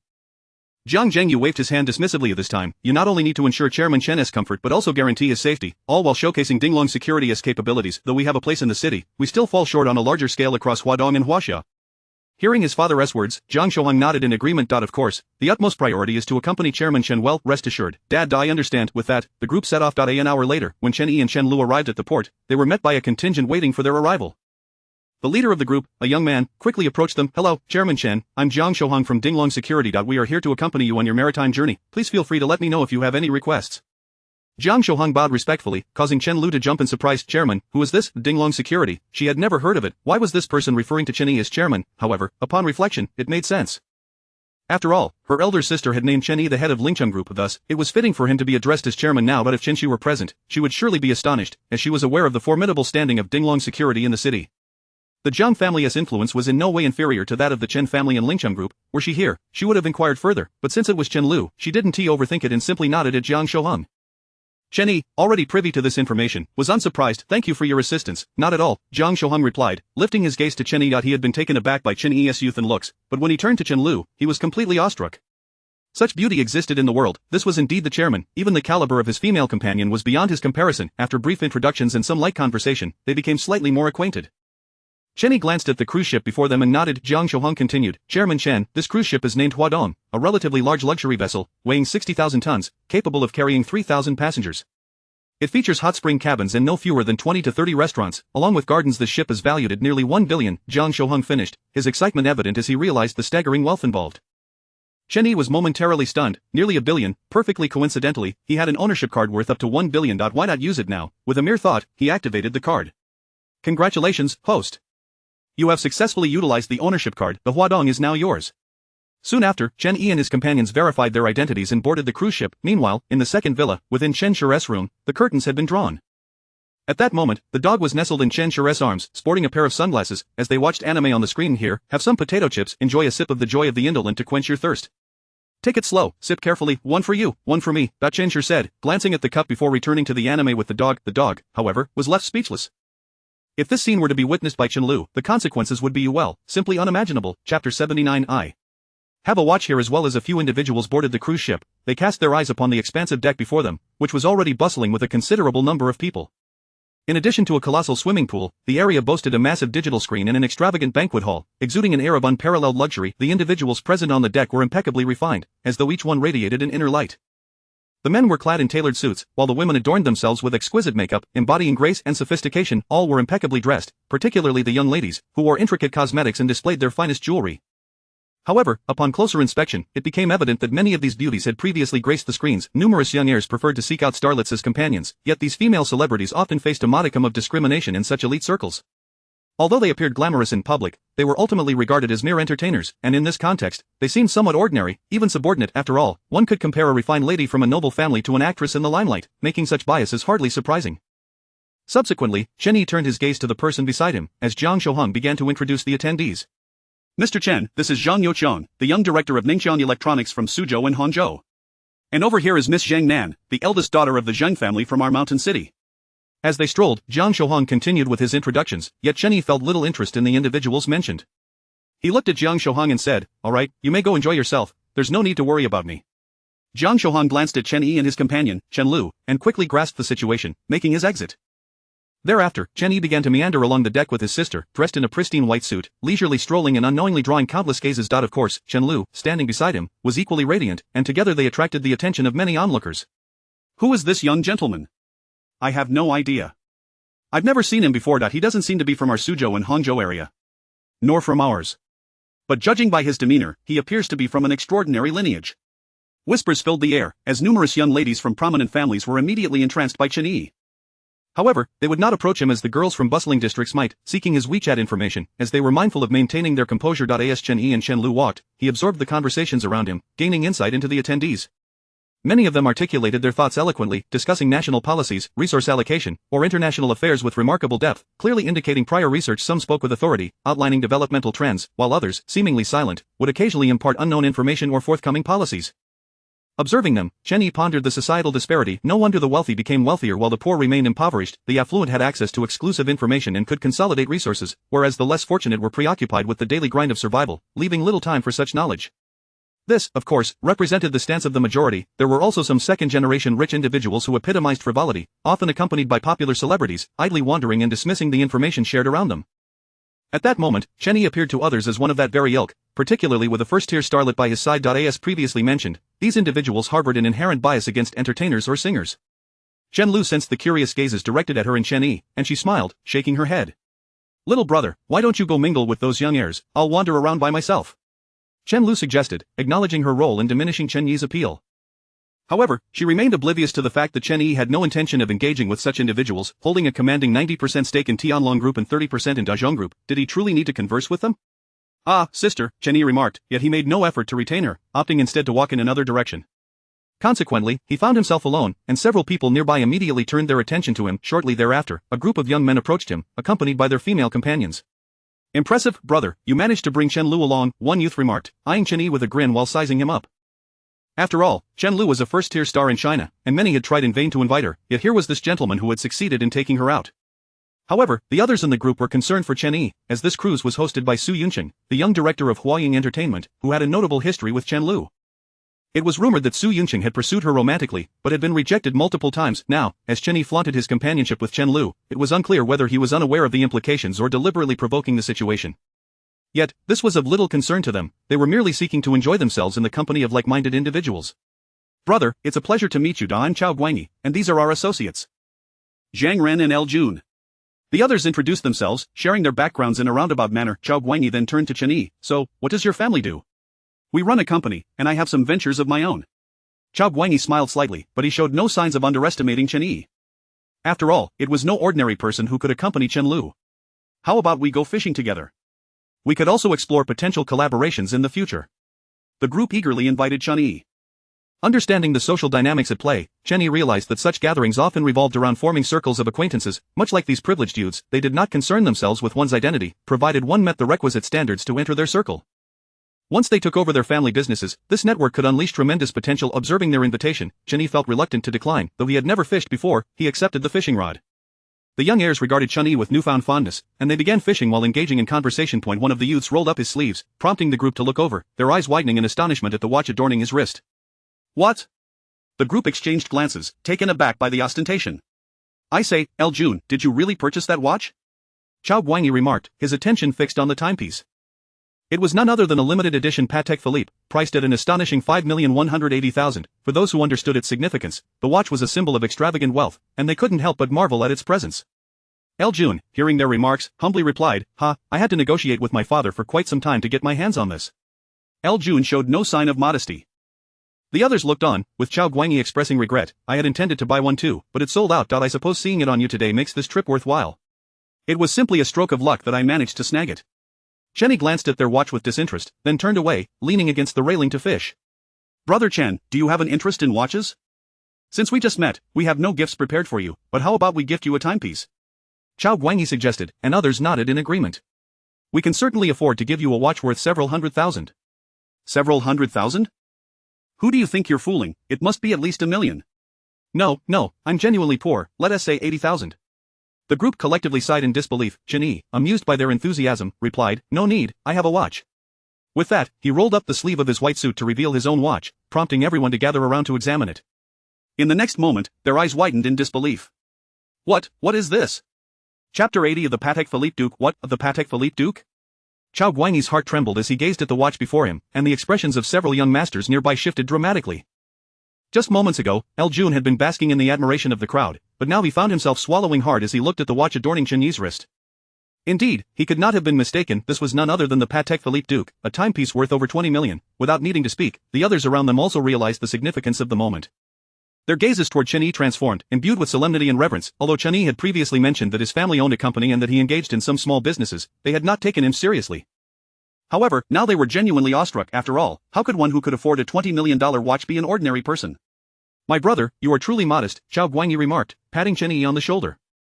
Chen Yi shook his head. If you like it, I can give it to you. I can always buy another upon my return. Chen Yi was rather indifferent about such possessions. After all, he had spent 20 million on it only to receive a 200 million return, so parting with it did not cause him much regret. At his words, the group of young masters fell into silence. If it had been anyone else, they would have already begun to laugh, but in Chen Yi's presence, they found it impossible to do so. They could see that he was serious. If they dared to accept, he would genuinely part with it. No, we cannot accept such a gift. Indeed, even if you were to give it to us, we could only keep it at home. We wouldn't dare wear it. Exactly. A chorus of voices echoed in agreement. Subsequently, Chen Yi chose not to insist further. Chen Yi. A voice called out from a distance. Chen Yi turned to see none other than his seventh sister, Chen Liu, standing there and waving at him. Brothers, shall we exchange contact information? Chen Yi prepared to approach her while turning to the group of young men. Of course. Chao Guangyi and Chen Yi exchanged WeChat details. Brother, I'm well acquainted in the Magic City, and I have considerable influence in East China. If you encounter any issues, feel free to reach out. I'll do my utmost to assist. If I can't, I will think of a way, but if it truly cannot be done, don't blame me for my limitations. Such candid words, Chen Yi chuckled, waving to the group as he assumed a phone gesture. The others waved back at him. Once Chen Yi had departed, Jun glanced at the watch on his wrist. Alas, my watch suddenly feels less appealing. If it's lost its charm for you, give it to me. It still holds allure for me. Go away, you're always scheming to take advantage of me. Jun waved dismissively at the young master beside him, while Chao Guangyi expressed his admiration. I must say, this brother Chen is indeed wealthy. But I wonder about his background. I have no idea, Jun pondered, stroking his chin. People like him should be known to us, yet I don't recall seeing him during the previous cruise trip. Enough with the wild speculation, Chao Guangyi interjected. Now that he's among our circle, we should support one another. True. The group of young masters nodded in agreement. Meanwhile, Chen Liu observed Chen Yi mingling with the young masters, her surprise evident. Her younger brother's social skills were quite impressive. Moreover, as Chen Yi was leaving, those young masters waved goodbye to him with enthusiasm, a display of warmth that Chen Liu had not anticipated. Soon after, the casino opened its doors. Chen Yi turned to Chen Liu, "Seventh sister, shall we take a look?" "Sure, a little play is fine, but little brother, I must warn you not to bet too large. It's a dangerous game." Don't worry, seventh sister, I understand." Chen Yi had little interest in gambling. After all, the thrill it offered was lost on him. Luck was not a mere game of chance.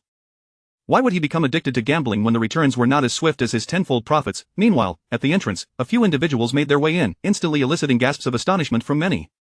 The atmosphere at the entrance grew tumultuous as curious eyes turned toward the source of the commotion, widening in disbelief. Chapter 81 Young Master Su. As the scene unfolded, several young men and women entered the venue.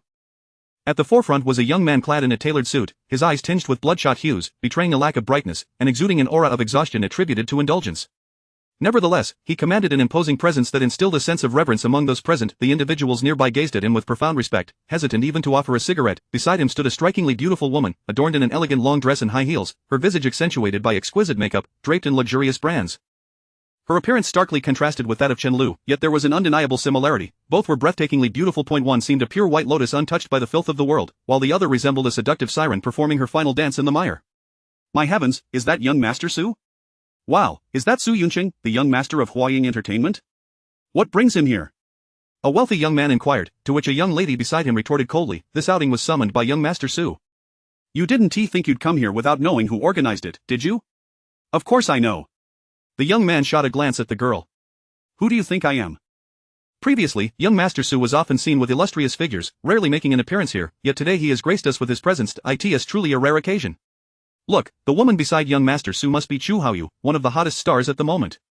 The crowd turned their gazes, and several young men exhibited a flicker of unusual emotion. After all, Chu Haoyu was among the most renowned leading actresses in Huaxia, basking in immense popularity and possessing unparalleled beauty. Her face, her figure, combined with her allure, had undoubtedly captivated countless admirers. Among the young men present, many were infatuated with her. However, their intentions were merely to inquire about the price for a night rather than any thoughts of marriage. Such celebrities, in blunt terms, were mere playthings for these affluent men. At that moment, on the periphery of the crowd, a girl tugged at the young man beside her, glancing at him with impatience. Didn't you say you would introduce me to someone important? Why haven't we met anyone yet? Her eyes brimmed with annoyance, as she had paid this young man to escort her onto the ship and facilitate her connection with influential figures. Yet, after such a lengthy wait, there had been no success. Ha ha. The young man turned to her and chuckled. I told you, a small-time actress like you will never see the towering figures right in front of you and still question me? Towering figures? You mean Chu Haoyu? She asked, acknowledging Chu Haoyu's status as a leading star but doubting her ability to help her career. Chu Haoyu, she is hardly significant, merely a companion for young Master Su. The young man gestured towards another young man in a white suit. Pay attention, remember this one. He is Su Yunqing, the young master of Huaying Entertainment. The girl's eyes widened in disbelief. This individual was indeed the young master of Huaying Entertainment. What is Huaying Entertainment? It is one of the entertainment giants in Huaxia, known as a star-making factory. They don't merely promote the popular, they create the popular. If you possess decent attributes, Huaying Entertainment will elevate your status. In an instant, the girl felt a surge of excitement. If she could connect with the young master of Huaying Entertainment, her future prospects were boundless. At the very least, she would be on the verge of becoming a first-tier star, potentially rivaling Chu Haoyu in the future. This was an opportunity to soar to great heights. The young man observed her expression and smiled. Do you still think I'm scamming you for money? Absolutely not, I assure you. The girl was now brimming with anticipation. The young man squinted his eyes. I may lack in many areas, but I adhere to one principle, to fulfill the wishes of those who pay me. Today, I will assist you in connecting with young Master Su. However, once you find yourself in his room tonight, I can no longer assist you, that is when you must take the initiative. Moreover, young Master Su has a penchant for threesomes. If fortune smiles upon you tonight, it could just be you and Chu Haoyu. Should you successfully connect with her, your rise in the entertainment industry will be effortless. Just don't forget me when you achieve fame, the young man declared. The girl nodded eagerly. That is certainly a promise. Meanwhile, the young men surrounding Su Yunqing observed the throng of people eager to shake hands with him, promptly stepping in to shield him from the crowd. After watching the ongoing gambling scene for a while, Su Yunqing grew disinterested. At that moment, Chu Haoyu turned her gaze and deliberately gasped, "Isn't the Chen Liu? What brings her here with a wealthy young man?" Instantly, Su Yunqing pivoted sharply, following Chu Haoyu's line of sight to see Chen Liu and Chen Yi mingling around the casino. Chen Liu was affectionately wrapped around Chen Yi's arm, exuding intimacy. A surge of fury ignited within Su Yunqing, and Chu Haoyu, who was about to speak, fell silent, well aware that Su Yunqing had previously pursued Chen Liu, only to be rebuffed in front of numerous wealthy individuals. Now, this audacious woman dared to flaunt her affection for another man at an event hosted by young Master Su. She was courting disaster. Chu Haoyu's heart swelled with amusement at Su Yunqing's reaction. She wouldn't even need to incite conflict herself. This was simply splendid. Su Yunqing's lips curled into a chilling smile that sent shivers down the spines of those who witnessed it. He advanced towards the group, causing those around him to tremble in apprehension. Meanwhile, Chu Haoyu felt elated. She was well aware of the rivalry between herself and Chen Liu, both being top-tier stars in Huaxia. Chu Haoyu, often labeled as a bewitching enchantress, portrayed flamboyant roles, garnering a mixed reputation among the public, whereas Chen Liu, with her pure image, had amassed a legion of devoted fans. Now, having offended young Master Su, Chu Haoyu relished the thought of Chen Liu's impending downfall. Su Yunqing was not one to be trifled with. If you disrespected him, he would retaliate without hesitation. With a smile gracing her lips, Chu Haoyu approached the scene, flanked by her companions who mirrored her excitement. Meanwhile, Chen Yi and Chen Liu stood beside a table, observing others engaged in gambling when a voice pierced through the air. "What a coincidence, Miss Chen Liu. I didn't expect you to be here for the cruise as well." Chapter 82. Do you believe I dare to ruin you? In an instant, Chen Liu abruptly turned her head, only to be met by Su Yunqing's piercingly cold gaze, akin to a ferocious wolf prowling the Arctic tundra, where a mere glance could lead to being devoured whole. "Mr. Su?" Chen Liu directed her attention towards Su Yunqing and the entourage beside him, her heart secretly murmuring about the trouble brewing, for she had previously spurned Su Yunqing, the young master of Huaying Entertainment. Being entrenched in the entertainment industry, Chen Liu was acutely aware of Su Yunqing's temperament. To him, both brothers and women were but garments worn when desired, and discarded without a second thought when no longer needed. Why, the reason was exceedingly simple. Once cast aside, a throng of wealthy young men awaited to be his brothers, and an abundance of women lingered, eager to ascend to his bed. Such is the nature of the affluent, a life of debauchery. At that moment, Su Yunqing beckoned to those nearby, then turned his attention to Chen Liu. "Miss Chen, what a delightful coincidence. I did not expect you to remember me. Since fate has brought us together, why not share a drink? I noticed some heirs from major film companies over there. Let me introduce you. It will surely elevate your status in the entertainment world." With a champagne flute in hand, Su Yunqing gazed at Chen Liu, his eyes brimming with veiled menace, yet, Chen Liu instinctively recoiled. Chen Yi, stepping forward slightly, appeared as though he were shielding Chen Liu from harm. This gesture did not escape Su Yunqing's notice, causing his eyes to narrow with a predatory glare directed at both Chen Yi and Chen Liu. "Miss Chen, are you refusing to show me respect, or perhaps you are disregarding the esteemed heirs of those entertainment conglomerates?" His words were laced with lethal threat, leaving Chen Liu feeling trapped. Observing the tense atmosphere, Chu Haoyu stepped forward, her heart swelling with delight. "Chen Liu, who might this gentleman be? We have yet to be introduced." She sauntered closer, her smile enchanting, her voice sultry, a true siren of the screen. Snapping back to reality, Chen Liu pondered how best to navigate the precarious situation. Su Yunqing raised his glass towards Chen Yi. "Brother, I am Su Yunqing, the young master of Huaying Entertainment. May I inquire your name and the esteemed position you hold that captivates Miss Chen?" "Chen Yi," came his terse reply. "Chen Yi?" Su Yunqing's lips curled into a sardonic smile. "If memory serves, you do not appear on my list of invitees." Nearby, a young man seized the opportunity. "Mr. Su, this gathering comprises only the elite. We cannot allow uninvited guests to linger. If they cause a disturbance, it could be troublesome, especially if their intentions are questionable."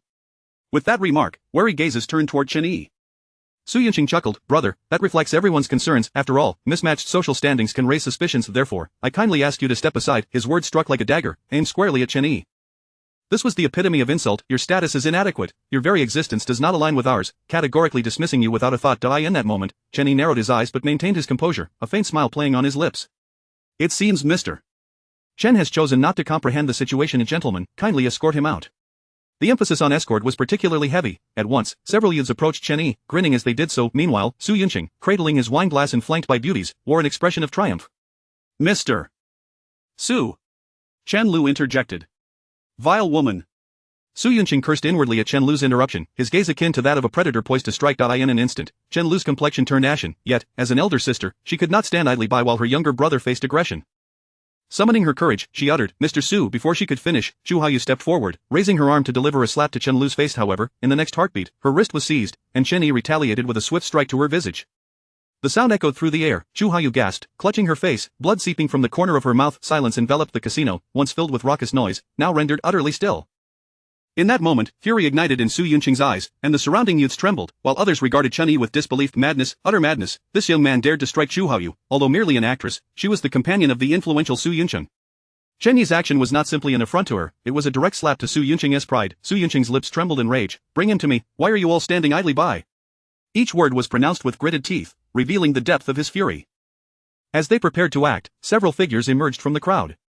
Mr.Su, this is my brother, he is lacking in decorum, please, grant us some leniency. The speaker was none other than Chao Guangyi, an acquaintance of Chen Yi, who hastened to intervene. However, in the next instant, Su Yunqing pointed an accusatory finger at Chao Guangyi. What are you to demand respect from me? Go fetch your father and have him come here, so I may see if he dares to claim it. Get out. The roar reverberated, and then Su Yunqing turned his ire towards Chen Yi. Very well. You have audacity, Chen, you dare strike her, you dare cause chaos on my turf. At that moment, Chen Yi nonchalantly retrieved a napkin from a nearby server's tray, wiping his hands free of powder, and remarked to Su Yunqing, do you believe I can ruin you? A chilling silence fell over the room.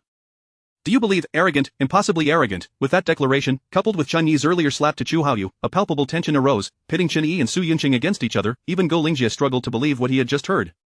In all his life, he had never encountered anyone daring enough to speak to him in such a manner. Chapter 83. Mr. Chen, you are here. Initially poised to unleash his fury, Chu Haiyu was momentarily taken aback by Chen Yi's words, his eyes wide with disbelief. How could this audacious young man dare to utter such brazen statements? He even had the audacity to declare his intent to dismantle Mr. Su's authority. In an instant, those nearby began to murmur and point fingers at Chen Yi. My heavens, has this young man lost his mind? He clearly has no awareness of Mr.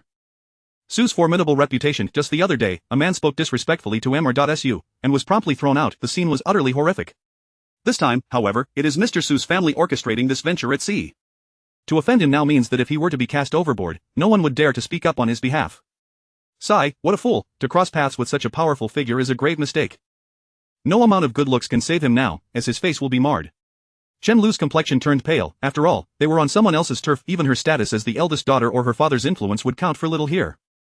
Moreover, if Lingcheng Group were to truly engage in a confrontation with Huaying Entertainment, the odds were heavily against them. Yet, when these words reached Su Yunqing's ears, he erupted into laughter. A furious yet mocking laugh. Excellent.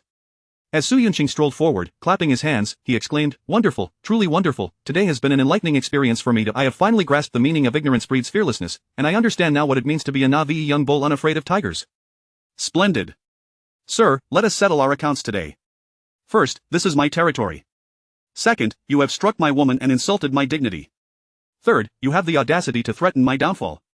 These three grievances warrant me tossing you overboard, allowing you to swim back to shore, wouldn't you agree? Instantly, the expressions of those nearby turned cold. They were well aware that Su Yunqing was not merely bluffing, he was entirely capable of following through with the prospect of being thrown overboard, not to mention the impossibility of swimming back. The waters here were teeming with sharks and various other predatory fish. Should one be cast into these depths, the likelihood of meeting a gruesome fate was exceedingly high, with no hope of recovery. Then, Su Yunqing turned his gaze towards several young men nearby. Did you not hear my words? Mr. Su, the young men hesitated. Did you not hear what I said? Su Yunqing bellowed, or do you wish to join him in feeding the fish? His words sent shivers down the spines of the young men, who then turned towards Chen Yi and slowly approached him. Each step weighed heavily on the hearts of the gathered young elites, yet, at that moment, Chen Yi stood firm, a mocking smile gracing his lips, as if Su Yunqing was not addressing him at all. His eyes surveyed the surroundings with a disdainful air, embodying an unshakable calmness, as if a mountain were crumbling before him while he remained unperturbed, his demeanor as tranquil as a placid lake. This spectacle left the surrounding young elites in awe. Meanwhile, Chen Liu's anxious expression indicated she was about to speak, but suddenly, a commotion erupted from outside. Ha, Uncle Su, I didn't expect to find you aboard. I was planning to seek you out in Motu after this voyage. Rest assured, we will diligently ensure the security for your survival show on the deserted island. A hearty voice rang out, and the crowd turned to see a middle-aged man accompanied by a pair of young adults entering the scene. The middle-aged man smiled at the young man beside him. Haha, Zhang Xianzi, can I possibly doubt the capabilities of your Dinglong security? In all of East China, only your company could undertake such a significant security operation. Then, shall we have a pleasant collaboration? Zhang Shouhuang inquired of the middle-aged man. Indeed, a delightful collaboration, the middle-aged man replied with a nod. In the presence of these individuals, many young elites parted to make way, for they recognized the two men. One was Zhang Shouhuang, the young master of the Zhang family from Shanchang. The other, however, was far more illustrious, Su Tianqing, the chairman of Huaying Entertainment. Chairman Su, the helmsman of Huaying Entertainment. They were astounded that such a prominent figure, the father of Mr.Su, would also be on this cruise, making an appearance before everyone. They had never encountered such high-ranking individuals during their numerous maritime excursions. The young elites were not naive. They understood the necessity of showing at least a modicum of respect in the presence of such powerful figures. Consequently, many approached the two men. Mr.Su, I didn't expect to see you here. Mr.Su, young Master Jiang, a chorus of voices erupted, with Su Tianqing greeting everyone, his attention predominantly fixed on Jiang Shouheng. Jiang Xianzi, you truly have not treated me as an outsider, sharing such confidential matters with me. I am at a loss for how to express my gratitude. Had you not informed me, I would have been unaware that I had the privilege of inviting such distinguished individuals. I will need your assistance for introductions later. Haha, Uncle Su, you flatter me. I am merely borrowing flowers to present to the Buddha. Su Tianqing waved his hand, his face brimming with respect, his posture seemingly less erect than usual. Jiang Xianzi, let us hasten to meet Mr. Chen. I fear he may think me neglectful, a responsibility I cannot bear. As he spoke, Su Tianqing quickened his pace. Upon hearing of the arrival of the visitors, he had nearly dropped his teacup in astonishment. Who were they? The chairman of Tianlong Group. Moreover, according to Jiang Shouheng, he was a young man. He had recently received word that Tianlong Group had changed leadership, but he had not anticipated that it would fall into the hands of a young individual. This revelation was indeed intriguing. After all, a young man of such tender years wielding control over an entire corporation must possess an extraordinarily profound background. With this thought, his lips twitched involuntarily, and he lamented internally about how he would manage if Mr. Chen were to take issue with him. At that moment, a voice echoed through the air. Mr. Chen, so, you are here? Mr. Chen? When Jiang Shouheng uttered those two words, the surrounding young elites froze, their eyes widening in disbelief. Who could he possibly be referring to aside from these few individuals? Who else in attendance could be deemed worthy of the title Mr. Chen? Following Jiang Shouheng's gaze, the crowd turned to see the young man standing there. In that instant, their hearts raced, and their legs trembled. Chapter 84. How dare you challenge me? However, in the next moment, an even more astonishing event unfolded before them. Su Tianqing, with unwavering determination, quickened his pace, heading straight for Chen Yi, ultimately disregarding his image and breaking into an almost comical jog. Upon reaching Chen Yi, he wiped his hands on his attire and extended them, saying, Mr. Chen, I am utterly astounded that you would deign to join us on this voyage organized by the Su family. It is indeed a tremendous honor for us, leaving us both flabbergasted and overwhelmed. My previous neglect was entirely my fault. I hope you will not hold it against me. At that moment, the surrounding young aristocrats were left agape, their bodies trembling in disbelief, as they exchanged bewildered glances at Chen Yi. What on earth was happening? Why was Chairman Su Tianqing bowing so low before this young man? Why was he addressing him as Mr. Chen, in such a deferential manner? It was as though he were in the presence of a revered elder. Chen Yi regarded Su Tianqing's outstretched hand with indifference, prompting a wave of embarrassment to wash over Su. His heart raced. Had he truly angered Mr. Chen, he instinctively bowed even lower. Nearby, Jiang Shouheng, witnessing this peculiar scene, felt a pang of awkwardness and approached Chen Yi to explain, Mr. Chen, this is Chairman Su Tianqing of Huaying Entertainment. Yes. Su Tianqing, wiping the sweat from his brow, sighed and forced a smile. Oh dear, Mr. Chen, I was so overwhelmed upon seeing you that I completely forgot to introduce myself. I sincerely apologize. Such sycophantic behavior caused the young aristocrats to purse their lips in disdain, realizing that just moments ago, he had greeted them with an icy demeanor, his smile stiff and uninviting. Now, he was grinning with unrestrained joy. Chen Liu, standing beside Chen Yi, was equally taken aback, her mind swirling with confusion. Who was she? Where was she? What was happening? Why was he calling her little brother, Mr. Chen? At that moment, Su Yunqing, along with the youth beside him, and Chu Haoyu, who had just received a slap from Chen Yi, were likewise rendered speechless, their eyes widened in disbelief, unable to comprehend what they were witnessing. Particularly Su Yunqing, who had always regarded Su Tianqing as a stern father figure, a towering presence, accustomed to having others bow and scrape before him. Today, however, Su Yunqing was witnessing his father in an entirely different light, bowing before a mere youth who seemed utterly oblivious to his own insignificance. In a flash, Su Yunqing exclaimed, Father, what on earth are you doing? Upon hearing this, Su Tianqing abruptly turned to Su Yunqing, chuckling as he pulled him closer, saying, Yunqing, you're here too. Come, quickly introduce yourself to Mr. Chen. Mr. Chen is now the chairman of the Tianlong Group, surely you will treat him with the utmost respect. What? Su Yunqing nearly choked on his own blood. The chairman of the Tianlong Group? In an instant, his complexion turned ashen, leaving him speechless. He was at a loss for words, while those around him widened their eyes, their expressions of amusement swiftly fading as they lowered their heads, not daring to let Chen Yi see their faces. It was as if a bucket of cold water had been thrown over them, sending shivers down their spines. The chairman of the Tianlong Group, not only they, but even their fathers would have to show utmost deference, even more than Su Tianqing. Chu Haoyu glanced at Chen Yi, covering her face as she took a few steps back, losing her balance and collapsing to the ground. Several nearby youths hurriedly ducked their heads and fled. Chen Liu, standing beside Chen Yi, covered her mouth, her eyes wide with disbelief. Chen Yi, the chairman of the Tianlong Group. At that moment, the most shocked of all was Su Yunqing. Bitterness swirled within him. Previously, he had thought Chen Yi was merely an ordinary rich second generation, but now, he had transformed from an insignificant ant into a mighty elephant, or rather, a towering giant. He couldn't even hope to catch up. Su Tianqing, observing his son's stunned silence, furrowed his brow. What's the matter with you? You're usually so talkative. Mr. Chen, please don't take offense. He may be a bit overwhelmed. Jiang Shouhong, sensing the gravity of the situation, turned to a nearby youth. What happened? That youth, recognizing the prominent heir of Shansheng Dinglong Security, stammered, Young Master Su and Mr. Chen had a conflict earlier. Young Master Su said he would throw Mr. Chen overboard, letting him swim back.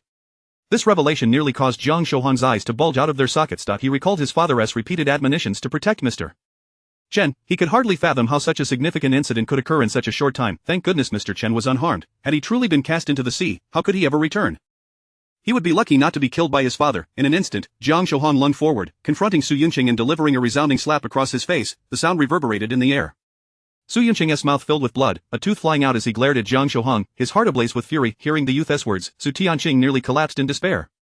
You ungrateful wretch! How dare you not apologize to Mr. Chen immediately? Su Tianqing glared at Su Yunqing, his disappointment palpable, as if he were on the verge of striking him. This was the first time Su Yunqing had ever heard his father speak to him in such a manner. Coupled with the humiliation of Jiang Shouhong's slap, he felt an overwhelming sense of indignity swell within him. When had he ever faced such disgrace? How would he ever hold his head high in Huadong again? Gritting his teeth, he turned to face Chen Yi, his gaze sharp as a dagger, aimed directly at him. After a moment, Su Yunqing clenched his jaw and, with gritted teeth, declared, Mr. Chen, I apologize. However, you struck my woman and disrupted my affairs, so I have wronged you as well. From this day forward, you walk your own path, and I shall walk mine. We shall keep our distance. How about that? His words were resolute, fortified with defiance. A chuckle escaped Chen Yi's lips as he regarded Su Yunqing. I warn you, if you dare utter another word, I will render you incapable of speaking. Do you think I jest? Those words caused Su Yunqing to clench his fists, glaring furiously at Chen Yi. What, Chen, do you truly dare to challenge me? Chapter 85. Did you not hear what Chairman Chen said? What, Chen, do you truly dare to lay a hand on me? The words dripped with audacity as Su Yunqing stood there, gazing at Chen Yi with an almost frenzied intensity in his eyes. A smile curled at the corners of Chen Yi's lips as he gestured towards the group of men beside him, then pointed at Su Yunqing. The men exchanged puzzled glances before Jiang Shouhong's voice cut through the tension. Are you all blind? Can't you comprehend Chairman Chen's intentions? Immediately, the men advanced on Su Yunqing, encircling him. What do you intend to do? I am Su Yunqing, the young master of Huaying Entertainment. Yet, before he could finish his protest, a fist collided with his face. The onslaught of fists and kicks rained down upon him, and his cries of agony echoed sharply, sending chills down the spines of the wealthy young men and women present. Su Tianqing observed the unfolding scene, then turned to Jiang Shouhong, exclaiming, Jiang, my dear nephew. However, before he could articulate his thoughts further, Jiang Shouhong interrupted, Mr. Su, I apologize, but we are not well acquainted. Those words struck Su Tianqing like a blow, and he soon heard Jiang Shouhong declare, Mr. Su, I can now represent the Jiang family to state our position. From this day forth, the Jiang family and your Su family shall remain as distant as water from fire, never to interact again. Jiang Shouhong then directed his gaze at Su Yunqing, glanced at Chen Yi, and finally fixed his stare on Su Tianqing. Of course, should Mr. Su wish to take any action, the Jiang family shall be prepared to respond in kind. Such declarations made it unmistakably clear where allegiances lay. Jiang Shouhong, who should have stood alongside Su Tianqing, had aligned himself with Chen Yi instead, and the reason was abundantly clear. Chen Yi's imposing presence. At that moment, Su Tianqing's countenance darkened to a profound degree. Was this a warning, a threat? The implication was explicit. There would be no further dealings, and if he dared to act against Chairman Chen, the Jiang family would stand resolute against him. This pronouncement left the surrounding young elites utterly speechless. What power did the Jiang family wield? What strength did Dinglong Security possess? Standing in opposition to them was tantamount to confronting an army of seasoned bodyguards. Who could withstand such a confrontation? Who would dare to provoke them? As time passed, Su Yunqing's cries gradually diminished, ultimately fading into silence. The men who had encircled him dispersed, revealing the battered figure of Su Yunqing. The expressions of the surrounding young gentlemen and ladies paled as they beheld his demise. The young women who had previously mocked Chen Yi now hastily retreated from the scene, resembling startled ostriches eager to bury their heads in the sand. In his current state, Su Yunqing was a grotesque sight, his body riddled with fractures and visibly distorted, barely clinging to life, resembling a lifeless dog. His mother might not even recognize him now, a far cry from the brash young master who had once dared to challenge Chen Yi.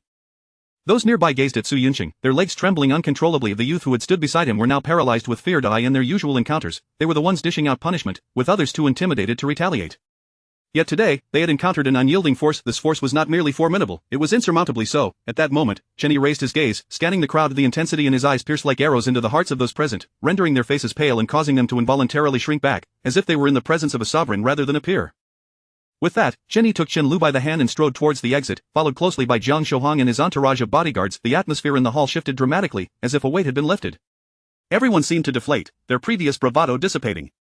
My heavens, what an overwhelming presence, what a low pressure, it terrified me. Indeed, I never imagined such a significant figure would grace us with his presence. The chairman of Tianlong Group, not even my father would dare to offer him a cigarette or a toast. Do you think young Master Su will dare to act so arrogantly again? Who knows? But once this news spreads, I doubt many will be inclined to collaborate with the Su family. After all, it's a matter of choosing between the Su family and Tianlong Group. Any rational person knows which side to take. Meanwhile, those who had just stepped forward, like Chao Guanyi, felt a wave of relief wash over them. Chao Guanyi stared at his own hand in disbelief. Goodness, I actually placed my hand on Chairman Chen's shoulder. We were even calling him brother. Several young men beside him chuckled awkwardly. As Chen Yi reached the deck, Chen Liu turned to him, her astonishment still palpable. Chen Yi, how did you suddenly transform into the chairman of Tianlong Group? Suddenly, her brow furrowed deeply, and her expression reflected sheer disbelief. Little brother. Chen Liu tugged at Chen Yi's sleeve. What is it, seventh sister? Chen Yi turned to her. Were you scared just now? Chen Liu rolled her eyes in response. Scared? What kind of scenes have I not witnessed?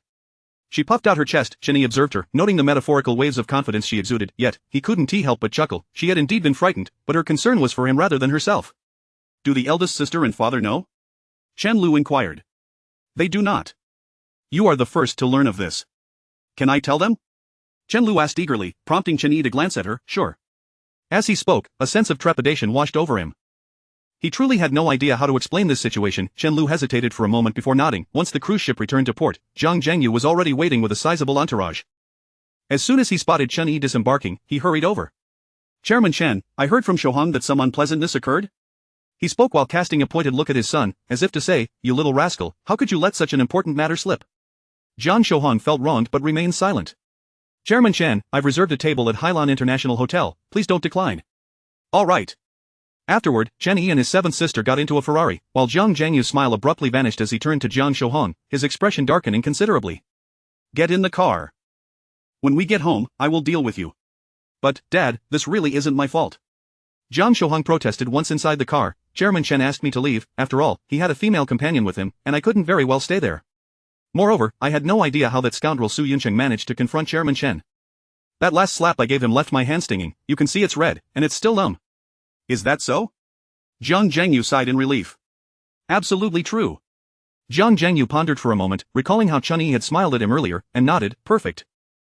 Now that you have a foundation, make it a point to invite Chairman Chen for meals. After all, you are of similar age and can communicate better. Dad, being close to a powerful figure is like walking a tightrope. Zhang Shohang felt this for the first time. Do as you're told. Zhang Zhengyu replied with a smirk. By the way, do you no longer want your Ferrari? I want it, I want it. Zhang Shohang exclaimed, Dad, when will you buy it for me? Just wait and see. It depends on circumstances. Zhang Shohang, why do I feel like my father is trying to take advantage of me? Chapter 86, The Echo lingers after finishing dinner. Chen Yi took his sister Chen Liu home. Subsequently, he glanced at a message from Anjishi and was momentarily taken aback, prompting him to concoct an excuse to leave. Hey, little brother, why not finish your meal before heading out? Fourth sister Chen Xi called out to Chen Yi, only to realize that the car had already driven far away, causing her to pout in frustration. Fourth sister, when are we supposed to eat? Chen Shi inquired, edging closer. Eat, eat, eat, that's all you ever think about. Chen Shi retorted. At that moment, nearly everyone in the house had returned. Chen Liu was preparing tea for everyone when she mysteriously announced, I have a secret about our little brother, would you like to hear it? Eldest sister Chen Xi was immediately intrigued. What secret? Hurry and tell us, stop keeping us in suspense.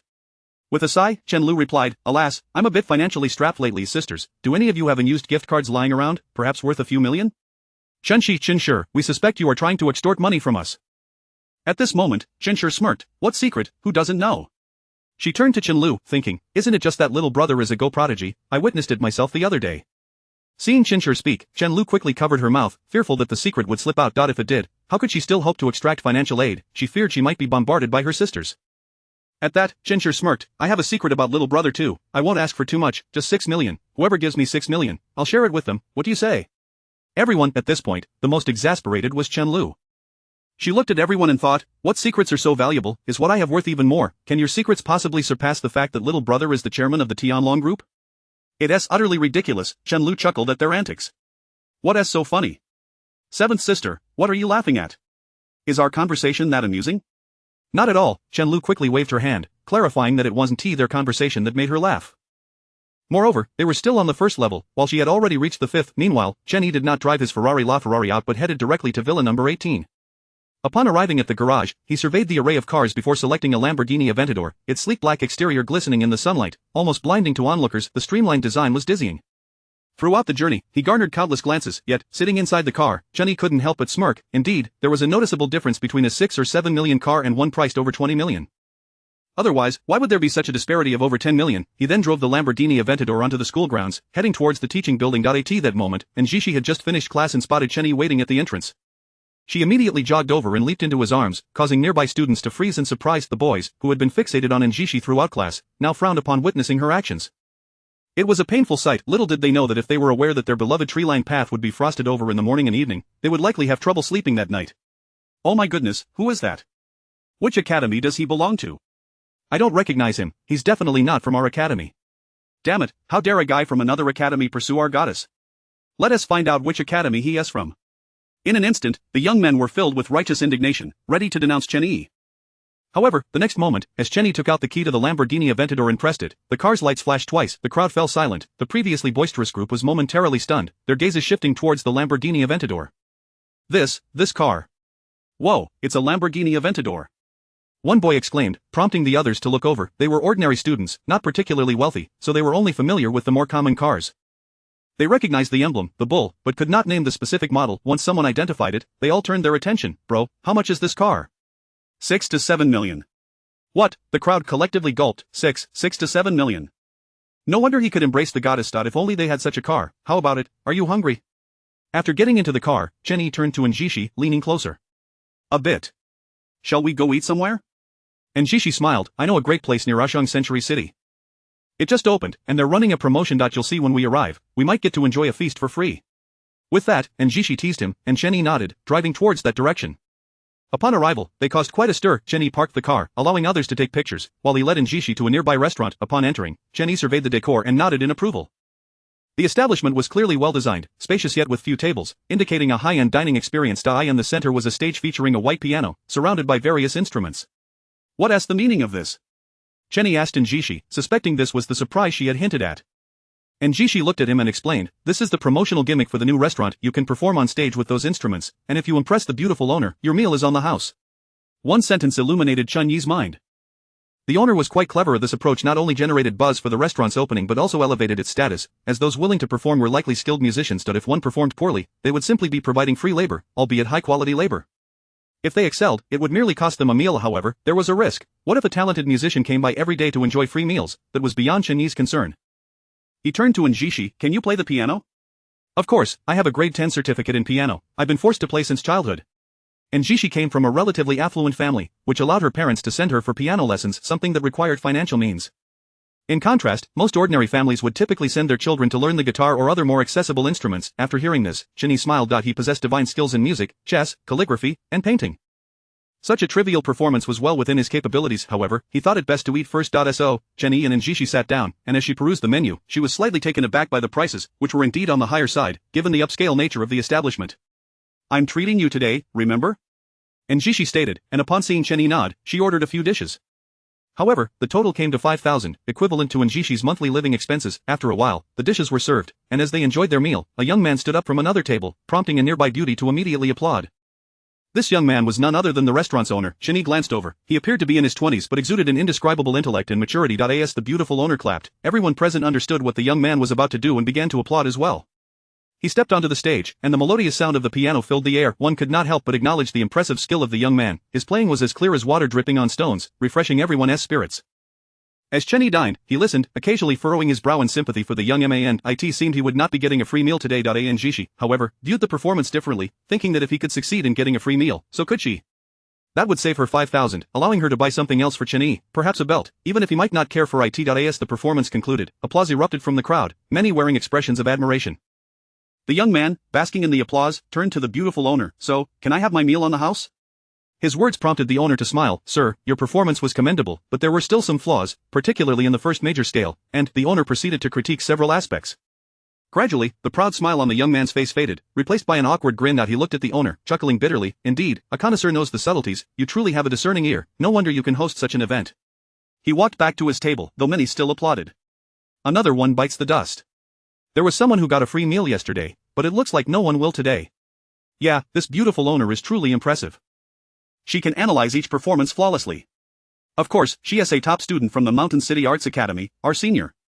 A young man remarked, glancing at the beautiful owner, recalling her as the belle of their department. No wonder. That explains everything. Why don't you give it a shot, someone suggested. The young man immediately shrank back. Forget it, I wouldn't dare to show off in front of my senior.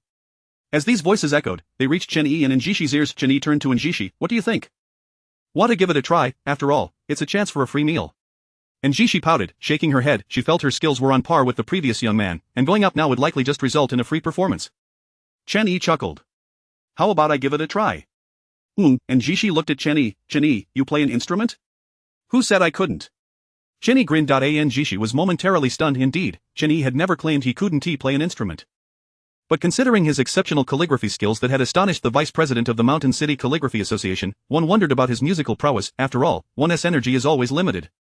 There is a time for everything, and each profession has its own specialties. Thus, Njishi had assumed Chen Yi wouldn't play an instrument, yet, she hadn't expected him to. Still, she smiled. After all, the previous young man was already quite skilled, and Chen Yi's musical talent likely wouldn't be exceptional. Go for it, darling. Njishi encouraged him, and Chen Yi stood up. As he did, all eyes in the room turned to him, and several girls gasped, their eyes wide with excitement. What a handsome guy. Is he going to perform?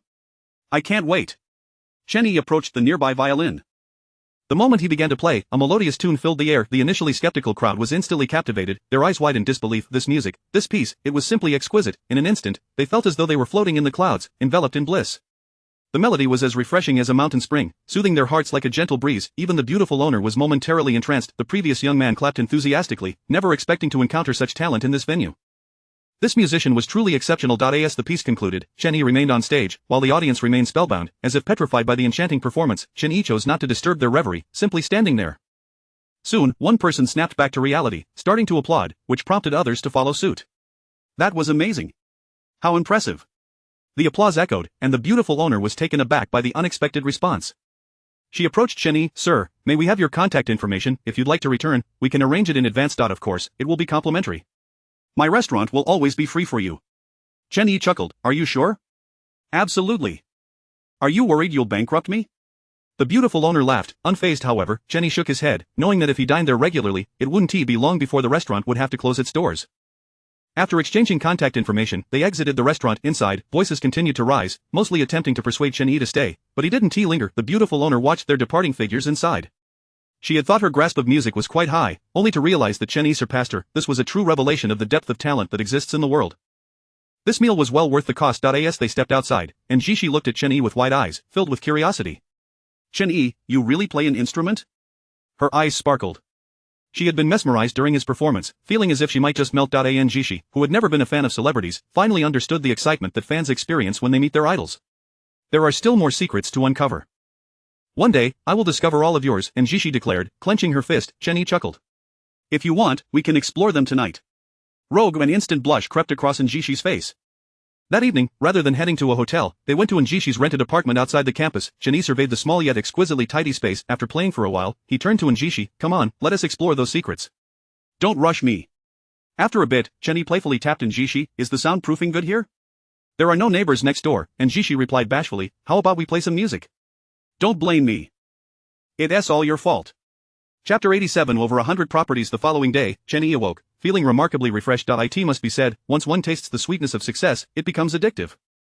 Indeed. That moment, Chen Yi glanced at Njishi beside him. Although the apartment was tastefully decorated, it was ultimately rented. The landlord could raise the rent or evict them at will. However, Njishi desired to reside in close proximity to the school. Contemplating this, Chen Yi mused, why not purchase some properties near the university? After a short exploration, he discovered a newly opened development. Several hours later, Chen Yi stood before a stack of property certificates, saying, please handle these for me, and rent them out.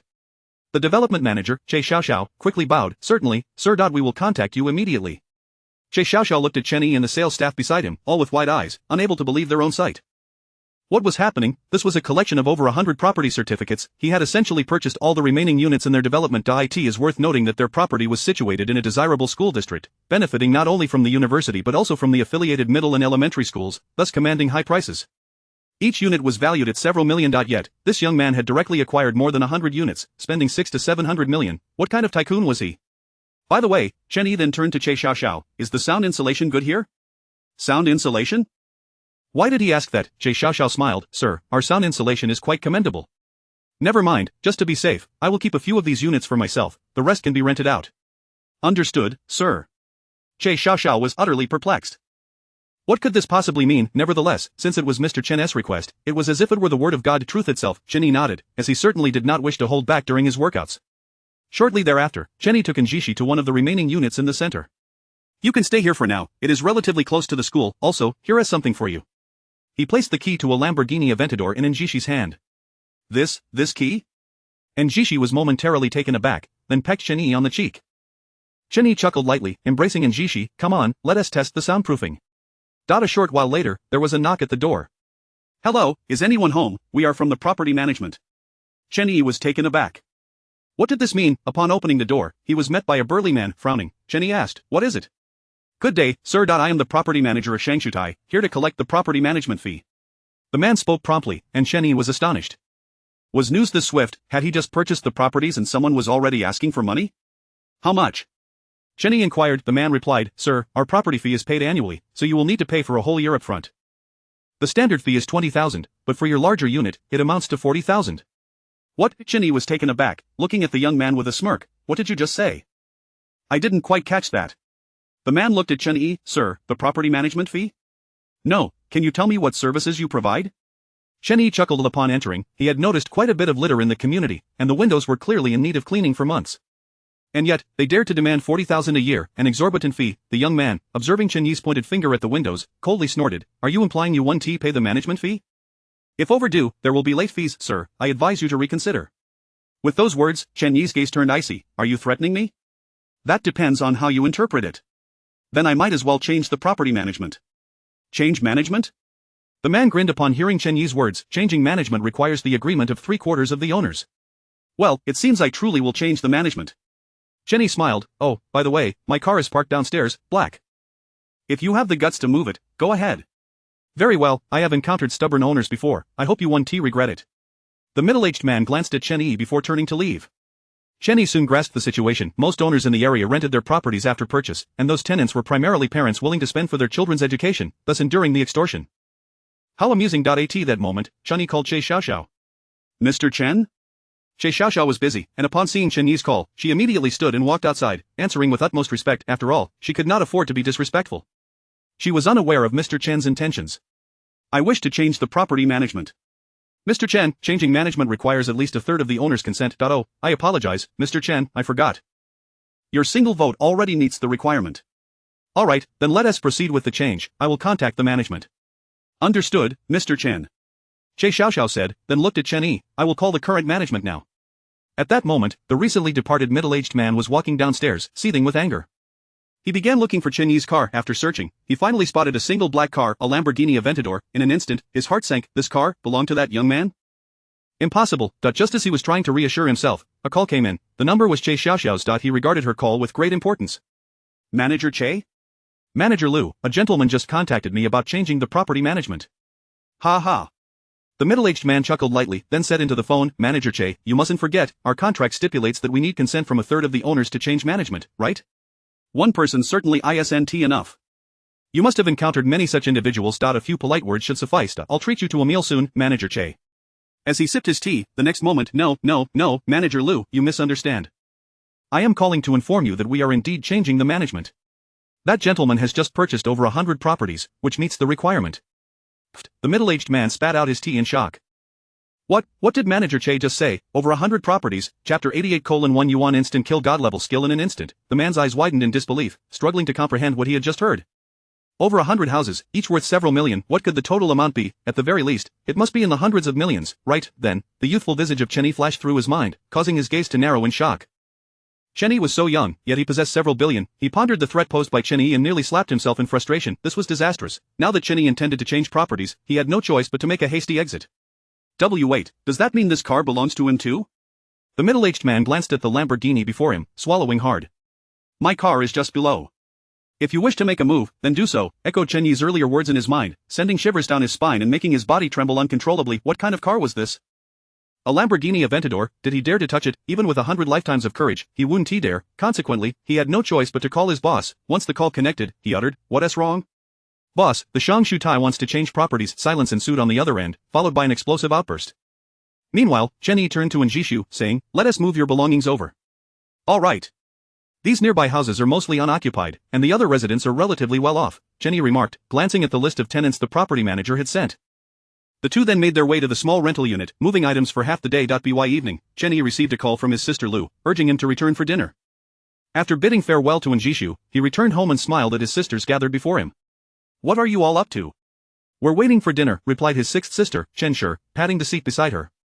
"Come, little brother, sit next to me." The other sisters shot her a disapproving glance, causing Chen Xi to retract slightly. After all, she didn't dare act up in front of her older sisters. "Little brother, in a few days, it will be fourth sister's birthday. Should we get her a gift?" Fourth sister's birthday was approaching, which also meant the birthdays of the eldest, second, and third sisters were near, as they all shared the same day. After Chen Yi voiced his thoughts, Chen Xi waved her hand dismissively. "You don't know? Eldest sister never celebrates her birthday, and the second sister will be undergoing surgery that day. Are you planning to bring a cake to the operating room? The third sister is busy preparing for a calligraphy exchange meeting, which seems to be quite significant." "Then that leaves fourth sister," Chen Yi mused, leaning closer to Chen Xi. "Sixth sister, do you have any good ideas?" "Me?" Chen Xi chuckled at his question. "How about we cook a meal for fourth sister?" "Cooking?" Chen Yi was taken aback for a moment, then nodded in agreement. It could work. However, his culinary skills were rather subpar, and Chen Xi's prowess in the kitchen was hardly commendable either. Once the plan was set, they indulged in a hearty meal. After dining, Chen Xi dragged Chen Yi off to play video games. That night, Chen Yi echoed a single sentiment: he feared not the formidable opponent, but rather the absurdity of his teammates. The following day, upon awakening, Chen Yi was momentarily stunned by the sight before him. What was this? Before him, a glowing screen appeared. 1 yuan instant kill mall updated. 1 yuan instant kill. Ability to acquire information in advance, random activation. 1 yuan instant kill, 1 chance at god level roulette lottery. At the sight of the first skill, Chen Yi was momentarily taken aback. This was something extraordinary. This skill was simply divine. Without hesitation, he activated the 1 yuan instant kill. Congratulations, host, on successfully executing the 1 yuan instant kill, acquiring the ability to acquire information in advance. The ability will activate randomly. Congratulations, host, on successfully executing the 1 yuan instant kill, acquiring 1 chance at a god level roulette lottery. Detected that the host has successfully consumed 2 yuan, triggering a tenfold rebate skill, returning 20 yuan. Suddenly, a peculiar sensation surged within him. He then turned his attention to the god level roulette lottery opportunity lottery. Congratulations, host, on acquiring ownership of Shancheng Hospital. Oh, ownership of Shancheng Hospital. Now, that was intriguing. Shancheng Hospital was considered the largest hospital in the city, located in Qingzhou, usually operating at full capacity, catering not only to local patients but also to those from across the nation and even the world. Its profitability was immense, as when illness strikes, individuals hardly concern themselves with financial matters, or often, their families do not either. Thus, Shancheng Hospital was aptly dubbed a treasure trove, with wealth flowing in from the moment the doors opened. However, Chen Yi was no longer interested in petty riches. He then proceeded to Villa number 18 to retrieve some items. Upon exiting, he noticed that aside from his sixth sister and the dog, the rest of the household had departed. After glancing back, he made his way to Villa number 18. As he arrived, a glowing screen materialized before him. Ability to acquire information in advance activated. Upon examining the information, he frowned. He then entered Villa number 18, snatched the key to the Rolls-Royce Phantom, and headed toward the school. At that moment, numerous students were wandering around the campus when suddenly, the roar of an engine broke the tranquility. Everyone looked up, their expressions shifting. What kind of car was this? It appeared in the campus. What was this vehicle? A Rolls-Royce Phantom, worth several million, over 5 million. However, in their recollection, the Rolls-Royce Phantom was known for its smooth ride and minimal engine noise, yet now it sped by, producing a sound akin to that of a sports car. Goodness, who is driving this car? So reckless. Is someone daring enough to drive this fast on campus? A few youths nearby cast scornful glances at the Rolls-Royce Phantom, their envy palpable, for the resentment towards the affluent was a sentiment shared by many. As the crowd observed the car, their hearts trembled. After all, this vehicle was simply magnificent. The Rolls-Royce Phantom, a car valued in the millions. They had never owned such a luxury, nor had they laid eyes upon a vehicle of this grandeur on campus before. In an instant, they mistakenly assumed it belonged to a school board member. However, they quickly dismissed that notion, for even if a board member owned such a car, they would never dare to drive it openly. Such audacity would obliterate their standing. Sigh, I really need to be reborn to a better father. If I could just have a wealthy father, I wouldn't have been single for so long. A young man approached, patting his shoulder. Trust me, your prolonged singlehood is certainly not merely about the luxury car. At that moment, many students in the campus were gazing at the Rolls-Royce Phantom, though they quickly moved aside, admiring it from a distance. Meanwhile, in the office of the dean at Chen Yi's college, several teachers and college leaders were gathered, intently observing a young woman before them. Esteemed leaders, the speaker was none other than Zhang Yuan, who placed a stack of materials on the table, gazing earnestly at the leaders. The vice dean examined the documents one by one, sighing, these students have it tough. However, it seems the school's allocations this year are rather insufficient. How about this? I will cover the remaining expenses for the students, the vice dean declared. Several teachers nearby also expressed their willingness to contribute. The principal then gestured for Zhang Yuan to approach. Thank you for your hard work, you must have been at it for quite some time. Bring the materials to me, and if everything is in order, we will expedite the release of the funds. Hearing this, Zhang Yuan felt a surge of happiness and hurried over. However, the next moment, the wooden floor beneath her began to creak ominously. In an instant, the principal leapt to his feet, looking at Zhang Yuan, who was now standing on a dilapidated podium that had seen better days. The meeting room was seldom used, and it was evident that the structure had aged, yet beneath it lay a considerable drop. At least a meter deep of the wooden platform began to splinter, triggering a chain reaction, causing Zhang Yuan to panic. She didn't know what to do as gravity pulled her downward, but in the next moment, she felt herself being caught, and they landed with a thud. In an instant, Zhang Yuan's eyes widened in astonishment as she turned to her side. What was this? Chapter 89. A physical enhancement. In the blink of an eye, all the leaders present rose to their feet, their gaze fixated on the young man who had just rushed in and embraced Zhang Yuan. Their eyes widened in astonishment. They had witnessed the shocking moment when the two of them plummeted. They quickly hurried over. How is it? Is everything all right? A wave of anxiety washed over the group of school leaders. At that moment, Chen Yi released Zhang Yuan and helped her climb out, while the nearby leaders rushed over. Is everything okay? Zhang Yuan, recovering from her shock, turned to Chen Yi. Chen Yi? Are you all right? Noticing the pain etched across his face, she immediately inquired. Her eyes then shifted to his back, where his shirt was torn. Though there was no blood, yet, she had fallen directly onto him, and given the height from which they had descended, how could he possibly be unscathed? Student, don't just sit there, bear with it. I'll call for an ambulance immediately, the vice president urged, recognizing the gravity of the situation. If something were to happen to Chen Yi, they would be held accountable, and dealing with irate parents would be a considerable hassle. After all, he was their own student, and their concern was palpable. What's the point of calling? By the time the ambulance arrives, it will be too late. We need to get him to the hospital right now, the president insisted, pulling out his keys. Come on, student, let me support you. Chen Yi sat there for a moment to gather himself, then glanced at the concerned faces of the president and the other leaders. Suddenly, a thought struck him. Hospital? What for? I'm just in a bit of pain. After the physical enhancement, such minor injuries are hardly a concern. Why are they so anxious? And seriously, if the ambulance arrives, it will be too late. Am I incapable of handling this? In an instant, Chen Yi felt exasperated. He looked at them and said, forget it, there's not even a scratch. There's no need to go to the hospital. It would be a waste of time. His words nearly caused the leaders' hearts to stop. You've just taken a hard fall like that, and you're saying you're fine? You think this is a waste of time? Zhang Yuan, looking at Chen Yi, urged anxiously. Chen Yi, let us go. We should check for any internal injuries or something, just a quick examination, alright? Seeing Chen Yi's demeanor, the president assumed he was reluctant to spend money. Don't worry, student. I'll cover any costs for the examination. You won't have to pay a dime. Unable to withstand the persistent persuasion, Chen Yi finally relented and followed them downstairs. Upon reaching the ground floor, he retrieved his car keys, preparing to drive. At that moment, a young leader approached him, his eyes widening in disbelief at the sight of the keys in Chen Yi's hand. Is that a Rolls-Royce key? What? The exclamation left everyone momentarily stunned. Although they weren't well acquainted with the Rolls-Royce emblem, they had certainly heard of the brand, known for its luxury. Their gazes shifted to the sleek black Rolls-Royce Phantom parked nearby, their expressions reflecting sheer astonishment. This was the car owned by this student. The president scrutinized Chen Yi once more, utterly taken aback. He had not anticipated the presence of such a wealthy heir in their institution. Let us go, he said, and the leaders climbed into their cars, with Zhang Yuan remaining by Chen Yi's side, her face a mask of anxiety. Guilt gnawed at her. Why had she stood beneath the air conditioning unit? Had she not done so, Chen Yi would not have been injured. Thus, they made their way to the Mountain City Hospital, the finest medical establishment in the region. The doctors here were renowned, having been recruited from across the nation, their salaries reflecting their exceptional skills. The specialists commanded astronomical wages, while even the ordinary nurses and male physicians held impressive credentials, with many having graduated from top-tier medical schools.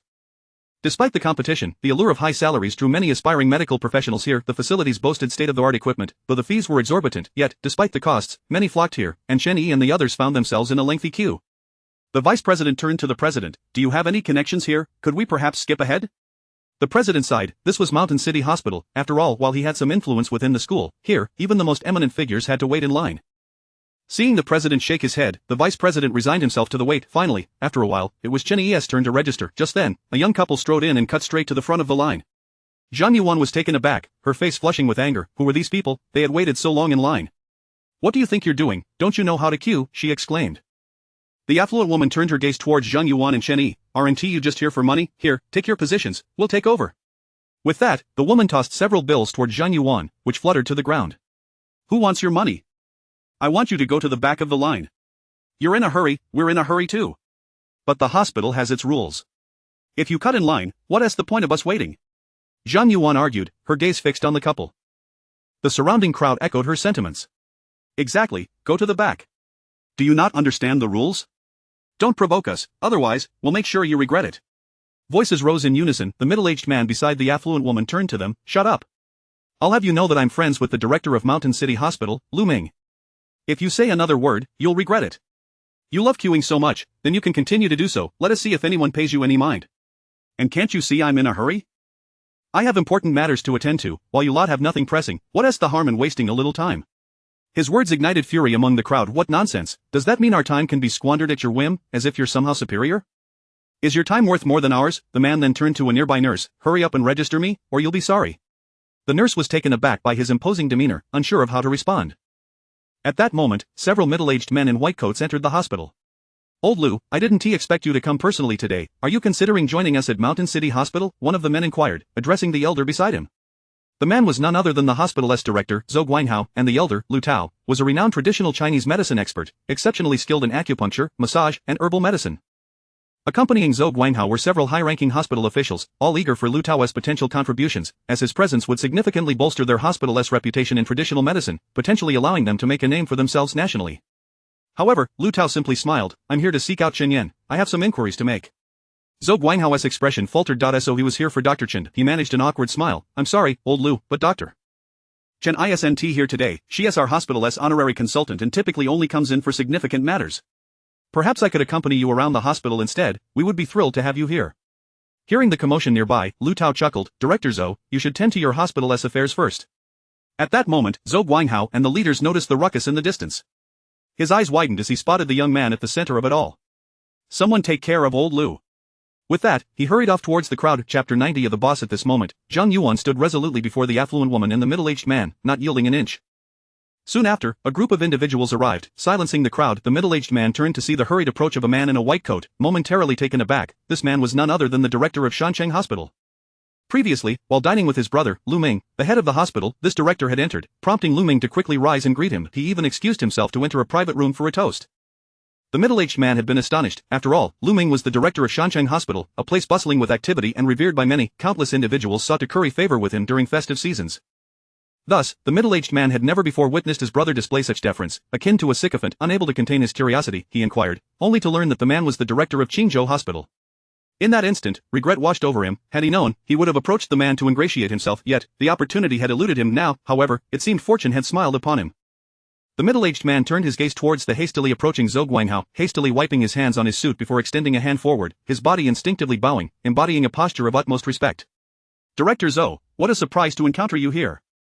My brother Lu Ming and I raised a toast in your honor. Do you remember me? Zhou Guanghao fabricated a lie, for he had not toasted to the man.as. The words left his lips. Tension enveloped those nearby.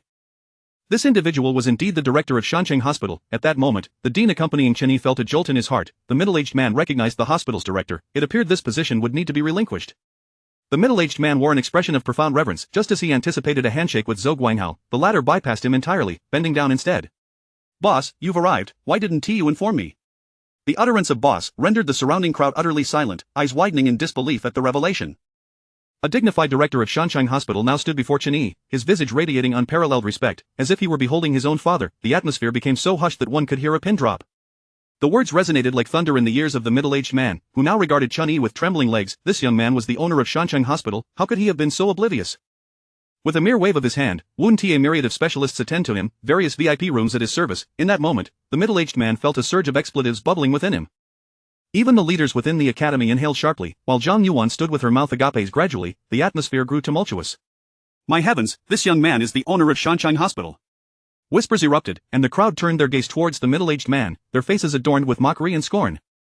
In an instant, the middle-aged man became acutely aware of the disdainful glances directed at him. What had he just said? Did he not comprehend who he was addressing? The director of Shancheng Hospital, whose connections were vast. In the presence of such a figure, he was no more significant than a mere ant. At this juncture, Chen Yi directed his attention to Zhou Guanghao. Are you the director of Shancheng Hospital?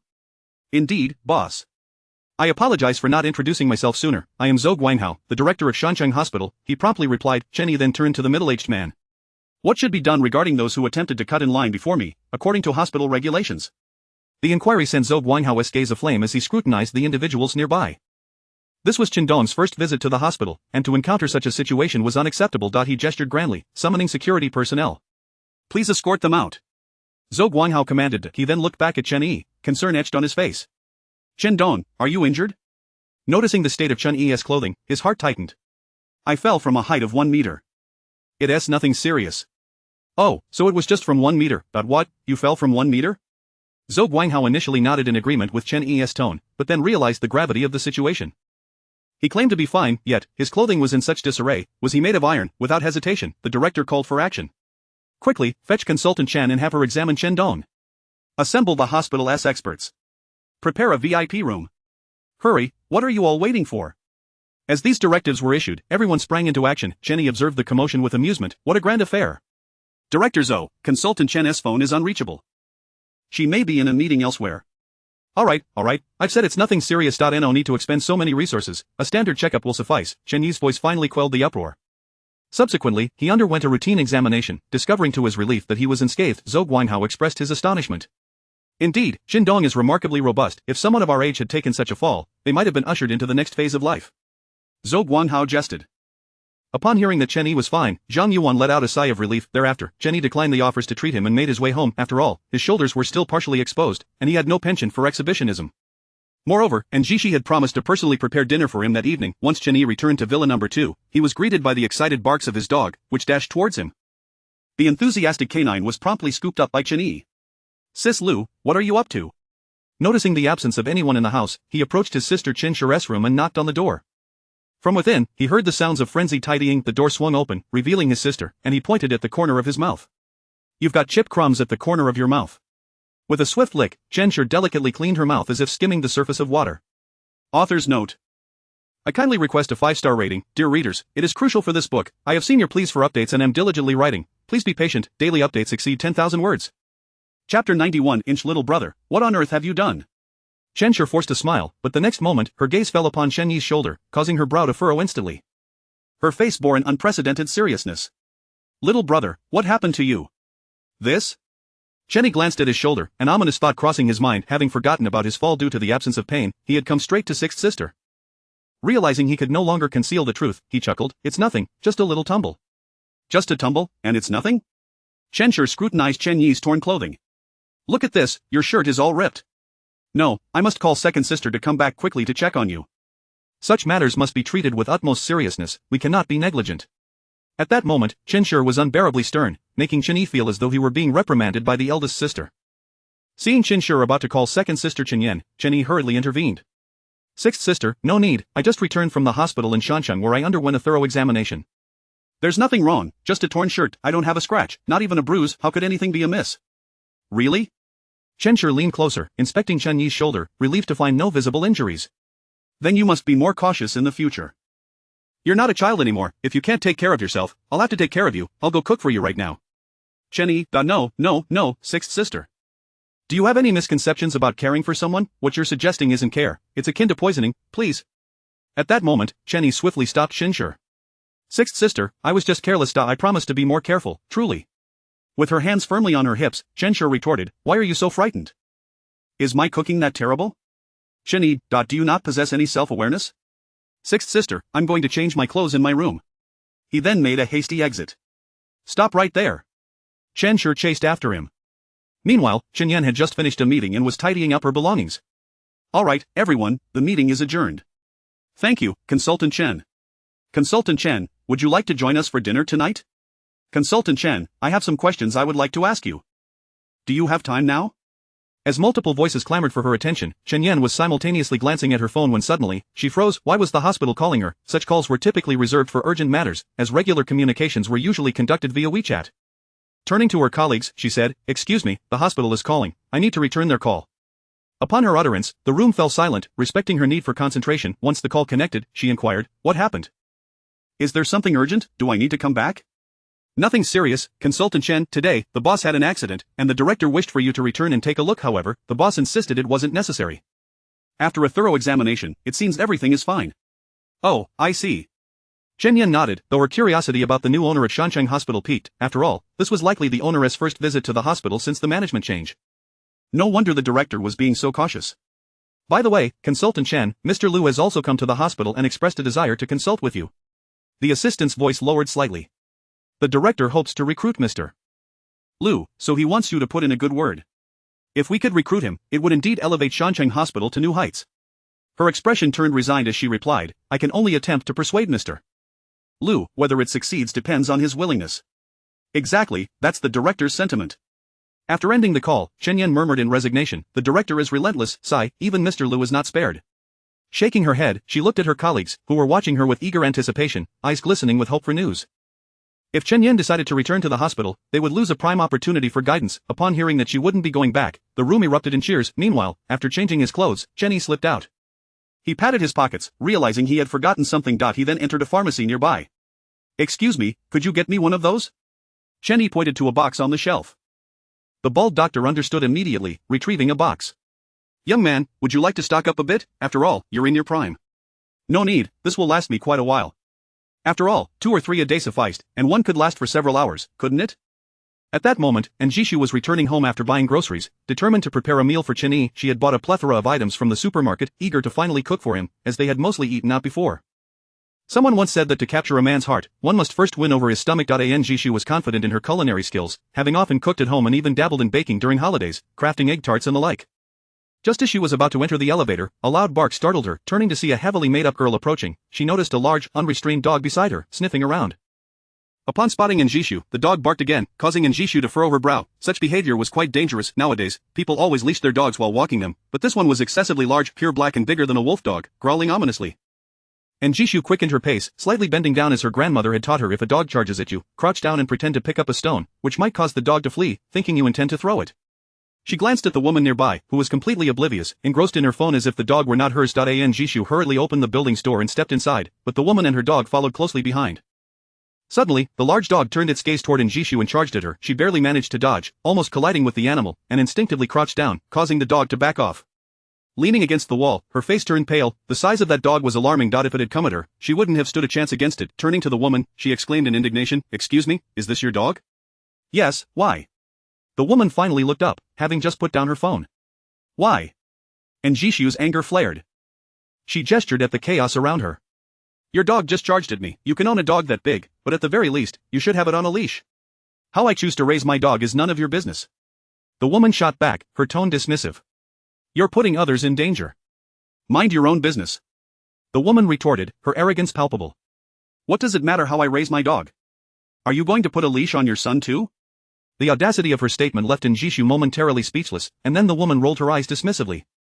"And why are you so worked up? It didn't even attack you." Xi couldn't help but laugh in disbelief, her frustration boiling over. This woman was utterly selfish, blaming her for the situation and throwing out snide remarks. "Moreover, what business is it of yours how I raise my dog?" The woman scoffed, her arrogance infuriating Xi. "I don't care.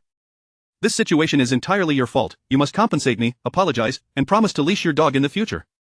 The woman's laughter was mocking. "Why are you so agitated? You just want money, right? Here, take it." She pulled out her wallet, tossing 200 yuan at Xi. This gesture only deepened Xi's anger. Was she being treated like a beggar? Just as she was about to respond, a figure entered from outside, glancing at the large dog and pausing. Such a massive dog was quite rare, especially unrestrained. It posed a danger. The newcomer was none other than Chen Yi. The dog turned its attention to him and barked. Chen Yi swiftly pressed down on the dog's head, lifting it by the scruff of its neck and tossing it outside the building. Both Xi and the woman were left stunned by the display of strength. "What kind of mad dog is this? I should disinfect myself properly," Chen Yi muttered to himself after tossing the dog out. The woman was the first to recover, pointing an accusatory finger at Chen Yi. "What did you do to my dog? This is your dog?" Chen Yi was taken aback, having assumed it was a stray. "Why didn't you have it leashed? How I raise my dog is none of your concern. If you don't leash it, it becomes a stray. I've been craving dog meat lately. If you bring it out without a leash again and it runs off, just come to my place. I'll treat you to dog meat hot pot. By the way, do you prefer clear broth or spicy?" The woman's eyes widened in disbelief, unable to comprehend what she had just heard. This young man was suggesting he would eat her dog. "You dare," she shouted. "Try me, I'll go fetch it right now." Chen Yi said, preparing to step outside. The woman, frightened by his earlier display of strength, quickly rushed out after him, fearing he might actually follow through. "Well, there goes my chance for dog meat tonight." Chen Yi shrugged at Xi. "I hear dog meat is quite nourishing." His words caused Xi's face to flush crimson. Noticing her reaction, Chen Yi smiled and led her upstairs. Inside the elevator, as he wrapped an arm around her, Xi felt a sudden discomfort. She glanced at the bulging little box in Chen Yi's pocket. "What is that?" Chen Yi looked at her, then leaned closer to whisper in her ear, "It's essential protective gear for climbing peaks and crossing streams." "Ah," she responded, confused. "Why not take a look for yourself?" Chen Yi suggested. Xi carefully retrieved the item from his pocket, her face turning a deeper shade of red. shall we use this entire box tonight? Chen Yi whispered in her ear. Ah. And Jishu's body quivered at the implication. If that were the case, wouldn't it mean several days of continuous activity? Who could endure that? Chapter 92. A lack of interest upon ascending the staircase, and Jishi made her way directly to the kitchen. The earlier commotion had cost her a dish, specifically, a cold-cut beef and sauce. However, it was of little consequence. She then proceeded to prepare seafood, deveining the shrimp and washing the scallops, before placing them into the pot. Do you need any assistance? Chen Yi inquired as he observed Jishi bustling about. No, I can manage on my own, she replied. Before long, 6 or 7 dishes were elegantly presented on the table. After tasting the meal, Chen Yi nodded in approval. To be candid, it was commendably prepared, although it paled in comparison to the culinary prowess of his fourth sister, Chen Xi. It was certainly a significant improvement. Following their meal, Chen Yi and Jishi decided to watch a film together. Later that evening, it was time to test out the newly acquired items. As the autumn evening drew near, they shared a cozy moment together. Due to the fact that the nearby apartments had all been purchased by Chen Yi and were not yet rented out, he was able to exert himself even more. The following day, Chen Yi rose early in the morning and indulged in a bit more rest alongside Jishi before finally getting up. He then turned his gaze towards Jishi and they set off for school together. However, this time, the Rolls-Royce attracted even greater attention from onlookers. For some reason, it seemed that the vehicle was particularly revered within the school environment. At noon, after having lunch in the cafeteria, Chen Yi received a call from his eldest sister, Chen Xi. Eldest sister, yes, I'm at school. I don't have any classes this afternoon. What's up? He replied, only to hear her request him to come to the company. Subsequently, Chen Yi drove the Rolls-Royce to Lingcheng Group. Upon arriving at the entrance, the security guard noticed Chen Yi and promptly stopped his vehicle. Good day, sir. Upon recognizing the occupant of the Rolls-Royce, the guard's eyes widened in astonishment. Wasn't this the same individual from the last time? He hurriedly waved him through. Upon reaching the reception, the receptionist greeted him, saying, "Young Master Chen, please follow me." She then led him upstairs to his sister Chen Xi's office. Upon entering, Chen Xi was engrossed in paperwork. Upon spotting Chen Yi, her face lit up with joy. Come, little brother, take a seat. Eldest sister, what did you summon me for? Would I call you for no reason? Chen Xi beamed, her smile nearly uncontainable. However, to Chen Yi, this smile seemed somewhat foreboding. Eldest sister, what is it that you truly need? Just sit tight for now, and you'll find out soon enough, Chen Xi replied, her gaze fixed on him. What are you afraid of? Can I truly harm you? Chen Yi mused to himself, it seems quite possible. After a brief moment, Chen Xi rose and approached the window, peering down through the glass curtain wall. Chen Yi followed suit and soon, Chen Xi's attention was drawn to a striking Ferrari, beside which a young man leaned casually, engaged in a phone call. Just then, Chen Xi's phone began to ring. At that moment, Chen Yi glanced at his sister and teased, "Eldest sister, is this person trying to ask you out? Am I to be your shield?" Astute observation. However, your role extends beyond merely being a shield. Today, I want you to broaden your horizons.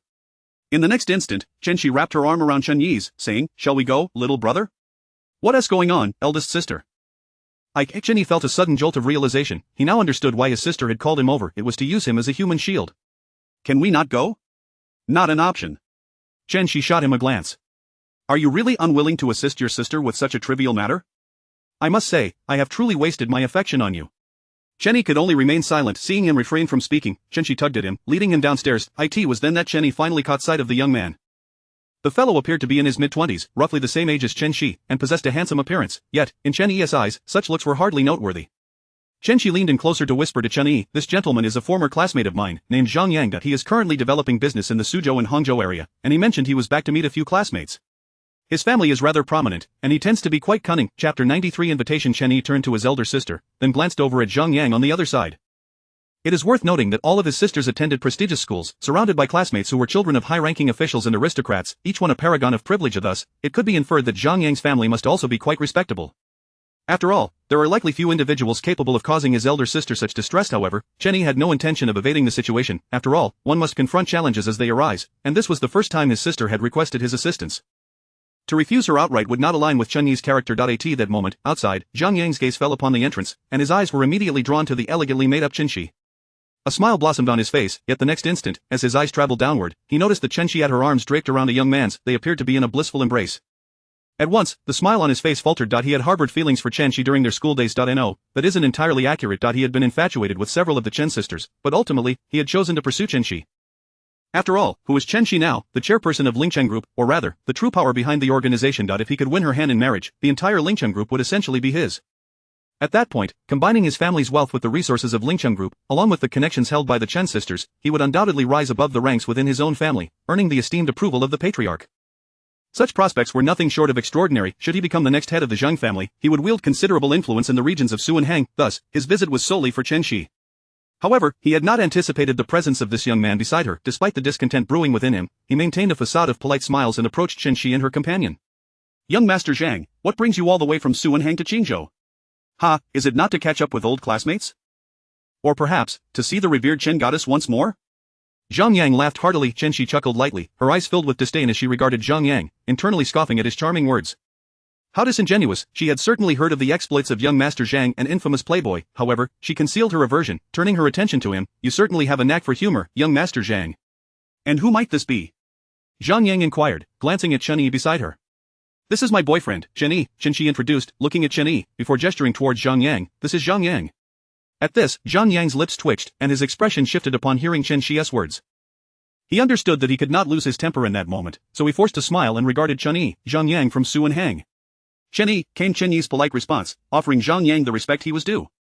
Yet, the mere two words fell flat on Zhang Yang's ears. Typically, in such circumstances, one would share their background, but Chen Yi had merely stated his name, leaving Zhang Yang feeling somewhat awkward. He scrutinized Chen Yi. You seem unfamiliar. I take it we weren't at the same school? Yes, I am a few years younger.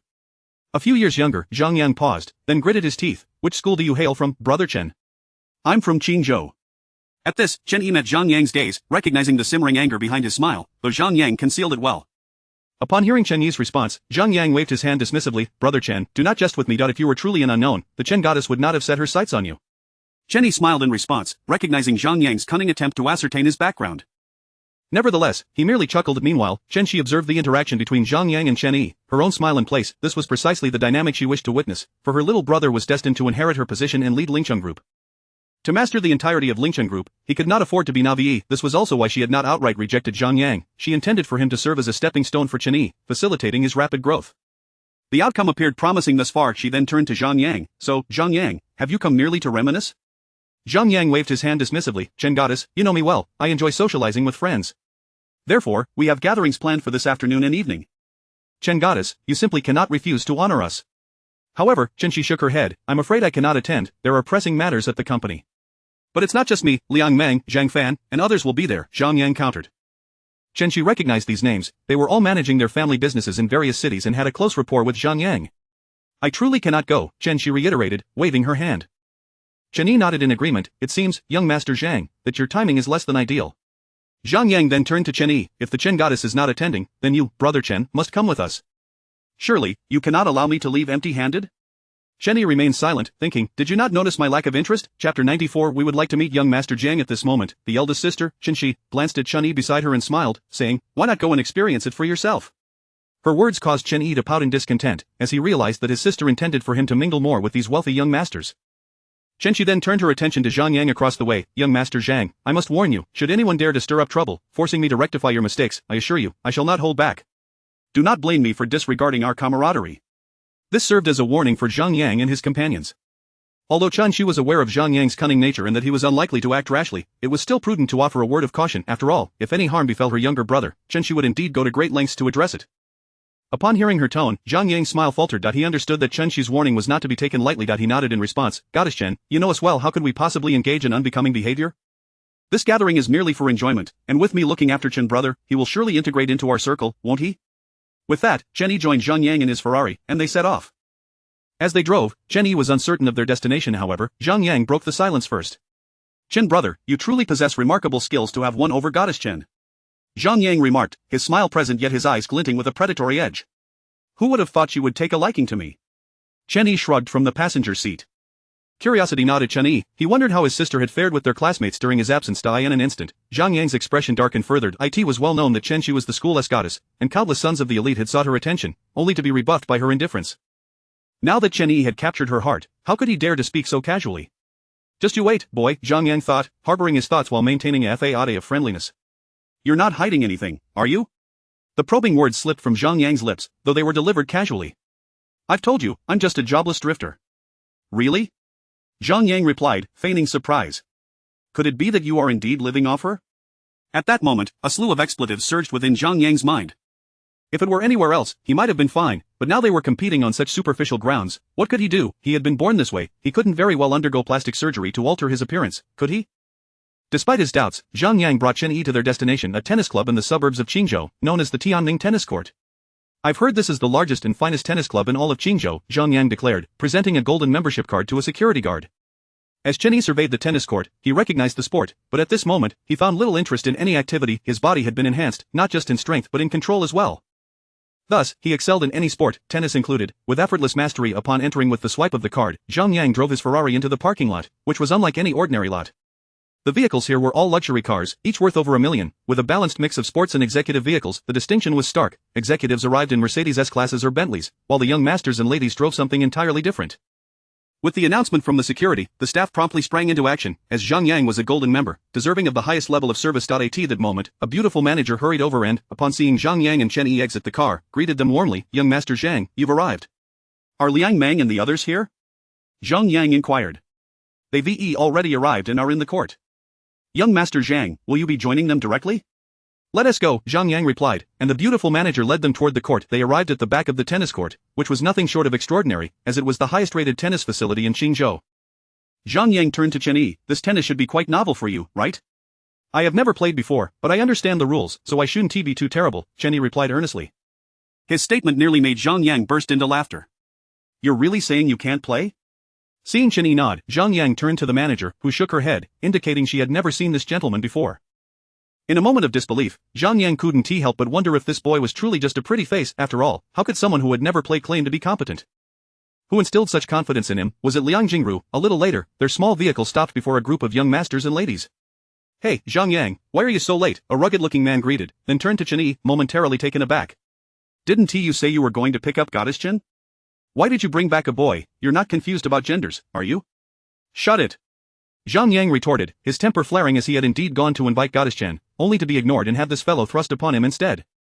He thought to himself, "Do you think I wanted this? I feel like my status has been dragged down by bringing him along." Nevertheless, he proclaimed loudly, "Chen brother has successfully won over the goddess. I couldn't secure her presence, so I had no choice but to bring Chen brother along. Just look at his face, you all should have a good idea of his worth." With those words, Zhang Yang had directed all animosity toward Chen Yi, branding him merely a pretty boy who relied on his looks.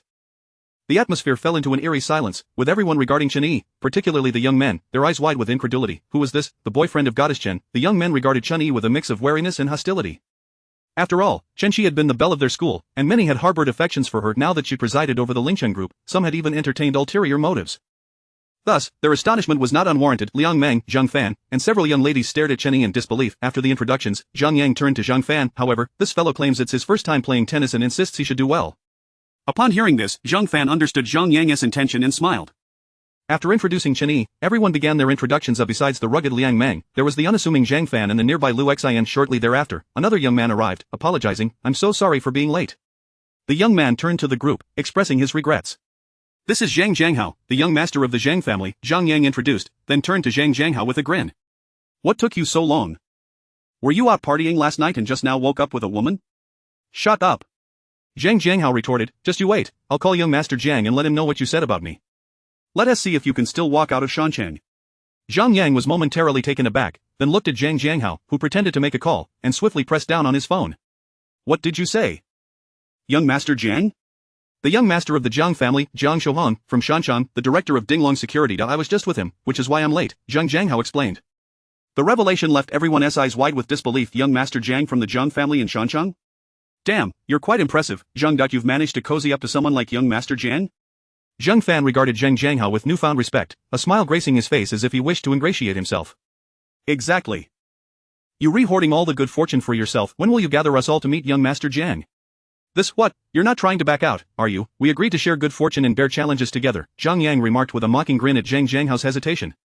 However, Zhang Zhanghao found himself at a loss for words. He had indeed been with young Master Zhang, but he had merely infiltrated their circle. During lunch, he had raised his glass to toast young Master Zhang, who had only reciprocated out of courtesy, drinking not a drop, while he himself had downed his drink. Gratitude filled Zhang Zhanghao's heart. Young Master Zhang had merely acknowledged him out of respect. If not, he might have been outright ignored. Such a figure was not someone he could easily approach, hence his reluctance to speak. Chapter 95, Transfer or Cash? Alright, I understand. When the opportunity arises, I shall certainly introduce young Master Zhang to all of you, shall I? Zhang Zhanghao could only deflect. The others nodded in agreement, as this was already satisfactory to them. Following this, a few introductions were made, and Zhang Fan then turned his attention to Chen Yi, who was beside him. On the other side, Chen Yi was requesting a tennis racket from a beautiful manager, currently practicing and attempting to grasp the intricacies of the sport. In that fleeting moment, Zhang Fan concurred with Zhang Yang's earlier statement. This lad truly had no experience in playing it was, after all, his first time. One must understand that those like them, who frequently engaged in the sport, typically owned their own tennis rackets, rarely opting for those provided on site, as they seldom felt comfortable with them. At that moment, Zhang Fan was struck by an idea. Brother, merely practicing with such equipment is of little consequence. One must engage in real competition to truly improve. How about we play a few rounds? How do we play? Chen Yi straightened up, glancing at Zhang Fan and the others. Zhang Fan directly gestured towards the tennis racket in Chen Yi's hand. We'll use that, however. Merely playing without stakes lacks excitement. When we usually play, we like to add a little incentive to make it more interesting. With that single remark, Chen Yi instantly understood. He nodded. All right, what do you suggest? Zhang Fan, wearing an air of confidence, replied, a match, a wager of 10 million. After some calculations, the wealthy young men and women exchanged glances, thinking Zhang Fan was quite audacious to set the stakes so high. One must remember that 10 million was not a trifling sum for any of them. Though they were affluent second-generation heirs with their own enterprises, 10 million would still necessitate some financial restraint for a while. Chen Yi regarded them and nodded. This elicited a wave of sardonic expressions from the nearby youths. Truly, this person is a naive young bull unafraid of tigers, one young lady remarked, while Liang Meng, standing nearby, nodded in agreement, quietly suggesting, Brother Chen, I believe you should refrain from playing with this lad. His skills are exceptional, arguably among the finest at a non-professional level. I dare say, should he face a professional, he would still hold his own. Hearing Liang Meng's well-intentioned warning, Zhang Yang frowned. He was eager to see Chen Yi's embarrassment. He then slyly remarked, oh dear, Brother Chen, indeed, this fellow's skills are too impressive. Perhaps we should just forego this. After all, one is bound to lose, so why bother? These words reached Chen Yi's ears, prompting him to wave dismissively. It's merely a game, isn't it? He then proceeded to discuss the stakes. A match for 10 million, the others regarded Zhang Fan with astonishment, realizing the audacity of his wager. After all, 10 million was no trivial matter. Can he actually afford 10 million? Zhang Jianghao scoffed, harboring disdain for Chen Yi after hearing the introductions. Ha! Who do you look down upon? Did I not mention that his girlfriend is the illustrious Chen goddess? If he cannot afford it, he can always ask Chen Xi for it, right? After all, Chen Xi is now the general manager of Lingcheng Group, and the entire enterprise is under her command. 10 million would be mere pocket change for her. Lu Xian chimed in, her tone laced with jealousy. Subsequently, Zhang Yang approached Zhang Fan, whispering, how confident are you? Uncertain, but I believe I can deplete this kid's resources today. Zhang Fan grinned. Excellent. The match commenced. Chen Yi wasted no time, serving the ball. He focused intently on the ball before swinging his racket, striking the tennis ball, which sailed through the air towards the opposite side of the net. However, it was slightly off and went out of bounds. Not bad, Zhang Fan remarked, feigning approval while internally reveling in glee. This lad's skill seemed rather mediocre. At that moment, Chen Yi was momentarily taken aback, but then he realized his control was indeed top-notch. Though his experience was lacking, his previous shot could have grazed the boundary, and the force was such that Zhang Fan would have struggled to return it. Then, it was Chen Yi's turn to serve again. He lifted the ball high and struck it with a swift motion. The sound of the racket slicing through the air was sharp and resonant, startling the onlookers. Ace serve. Zhang Fan was taken aback, stunned by the sheer power of the shot. He realized he could not return it. As the match progressed, Chen Yi continued to unleash a barrage of Ace serves. At one point, he even broke his racket. Zhang Fan's expression morphed as he transitioned from confidence to confusion, then to fury, and finally to sheer horror, ultimately standing frozen in disbelief.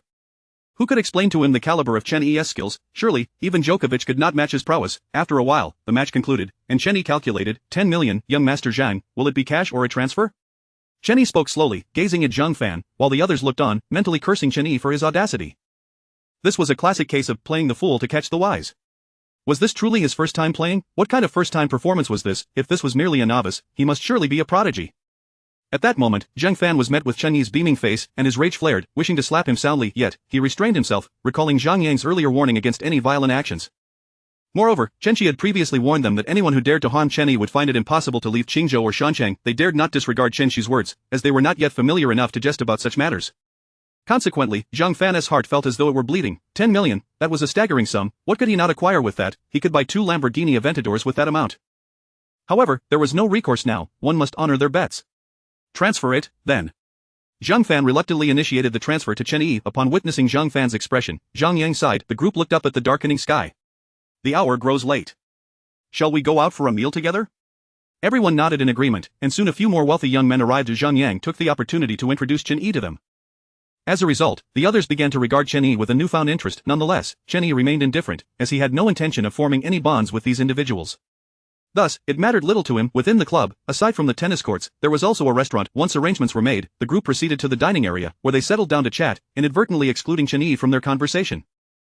However, Chen Yi was unconcerned about their exclusion. Chapter 96. Do you address him as Chairman Chen? However, it must be said that these young masters and ladies, like the others they encountered aboard the cruise, were all alike, engaging in discussions about business or various policies. After all, the social hierarchy is gradually solidifying, the wealthy grow increasingly affluent while the poor sink deeper into poverty. Ultimately, it is these affluent individuals who wield substantial resources and possess extensive networks.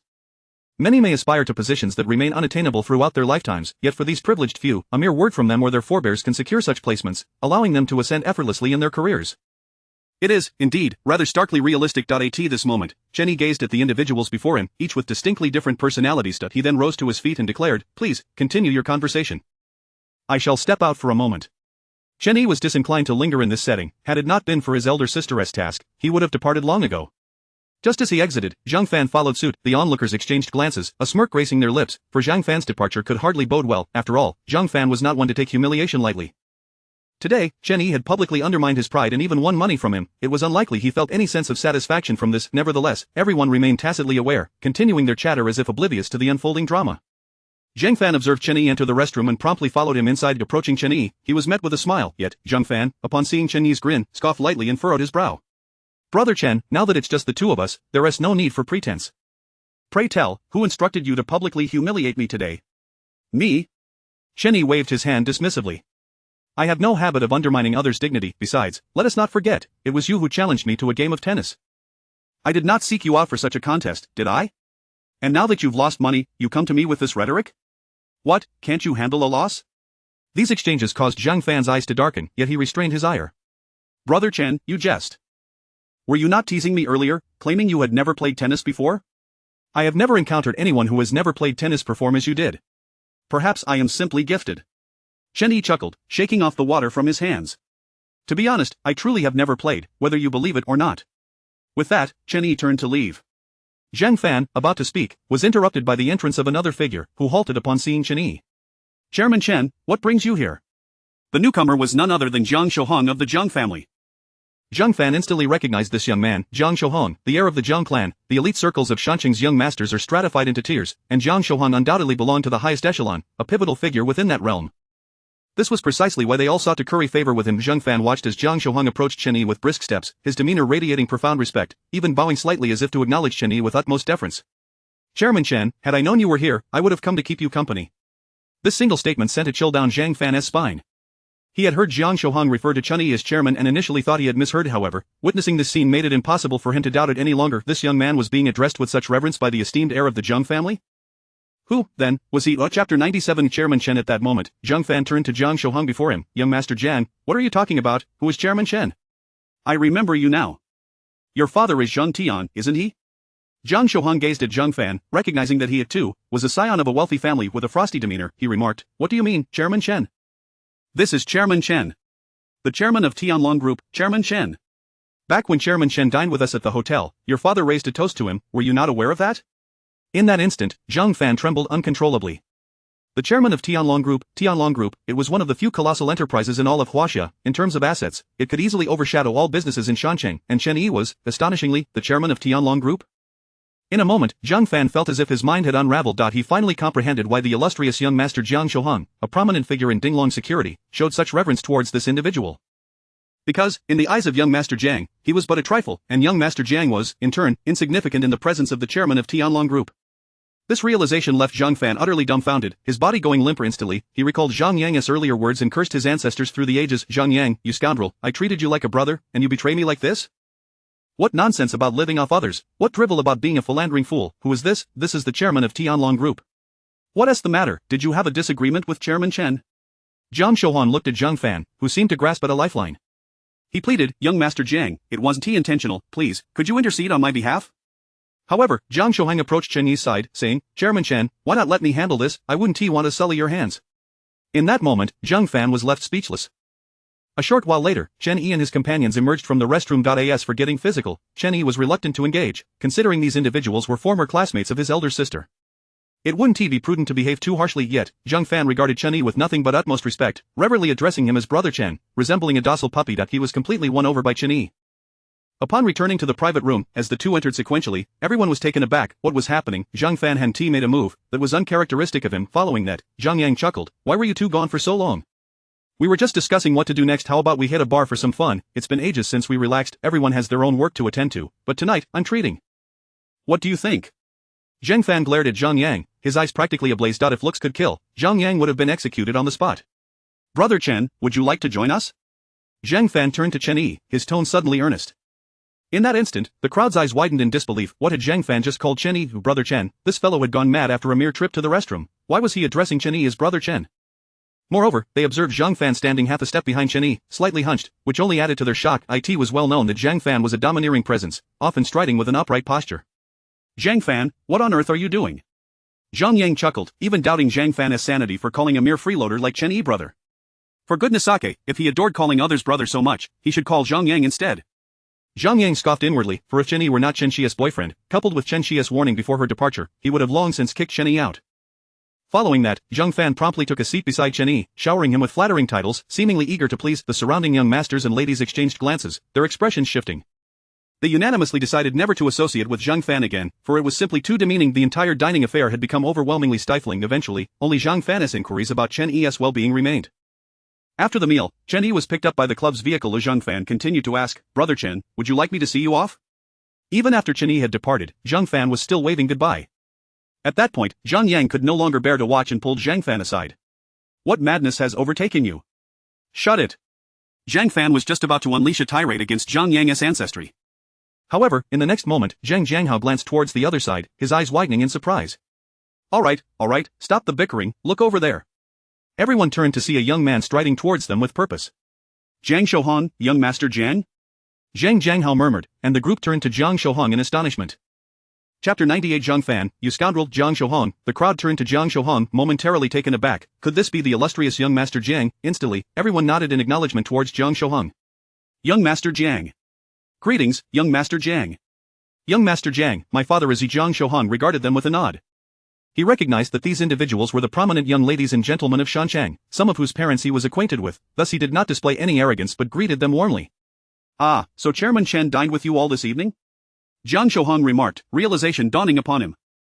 Chairman Chen, in an instant, several young ladies and gentlemen were taken aback, a wave of confusion washing over them. They were utterly bewildered by Zhang Shouhong's words. Chairman Chen, which Chairman Chen? Was there anyone surnamed Chen among them? Young Master Jiang, which Chairman Chen are you referring to? Zhang Yang could not help but inquire, only to receive a perplexed response from Zhang Shouhong. Chairman Chen Yi, the chairman of Tianlong Group. I encountered him in the restroom, and Zhang Fan was right there beside me. Zhang Shouhong explained. His words nearly caused the crowd to choke on their astonishment. The chairman of Tianlong Group.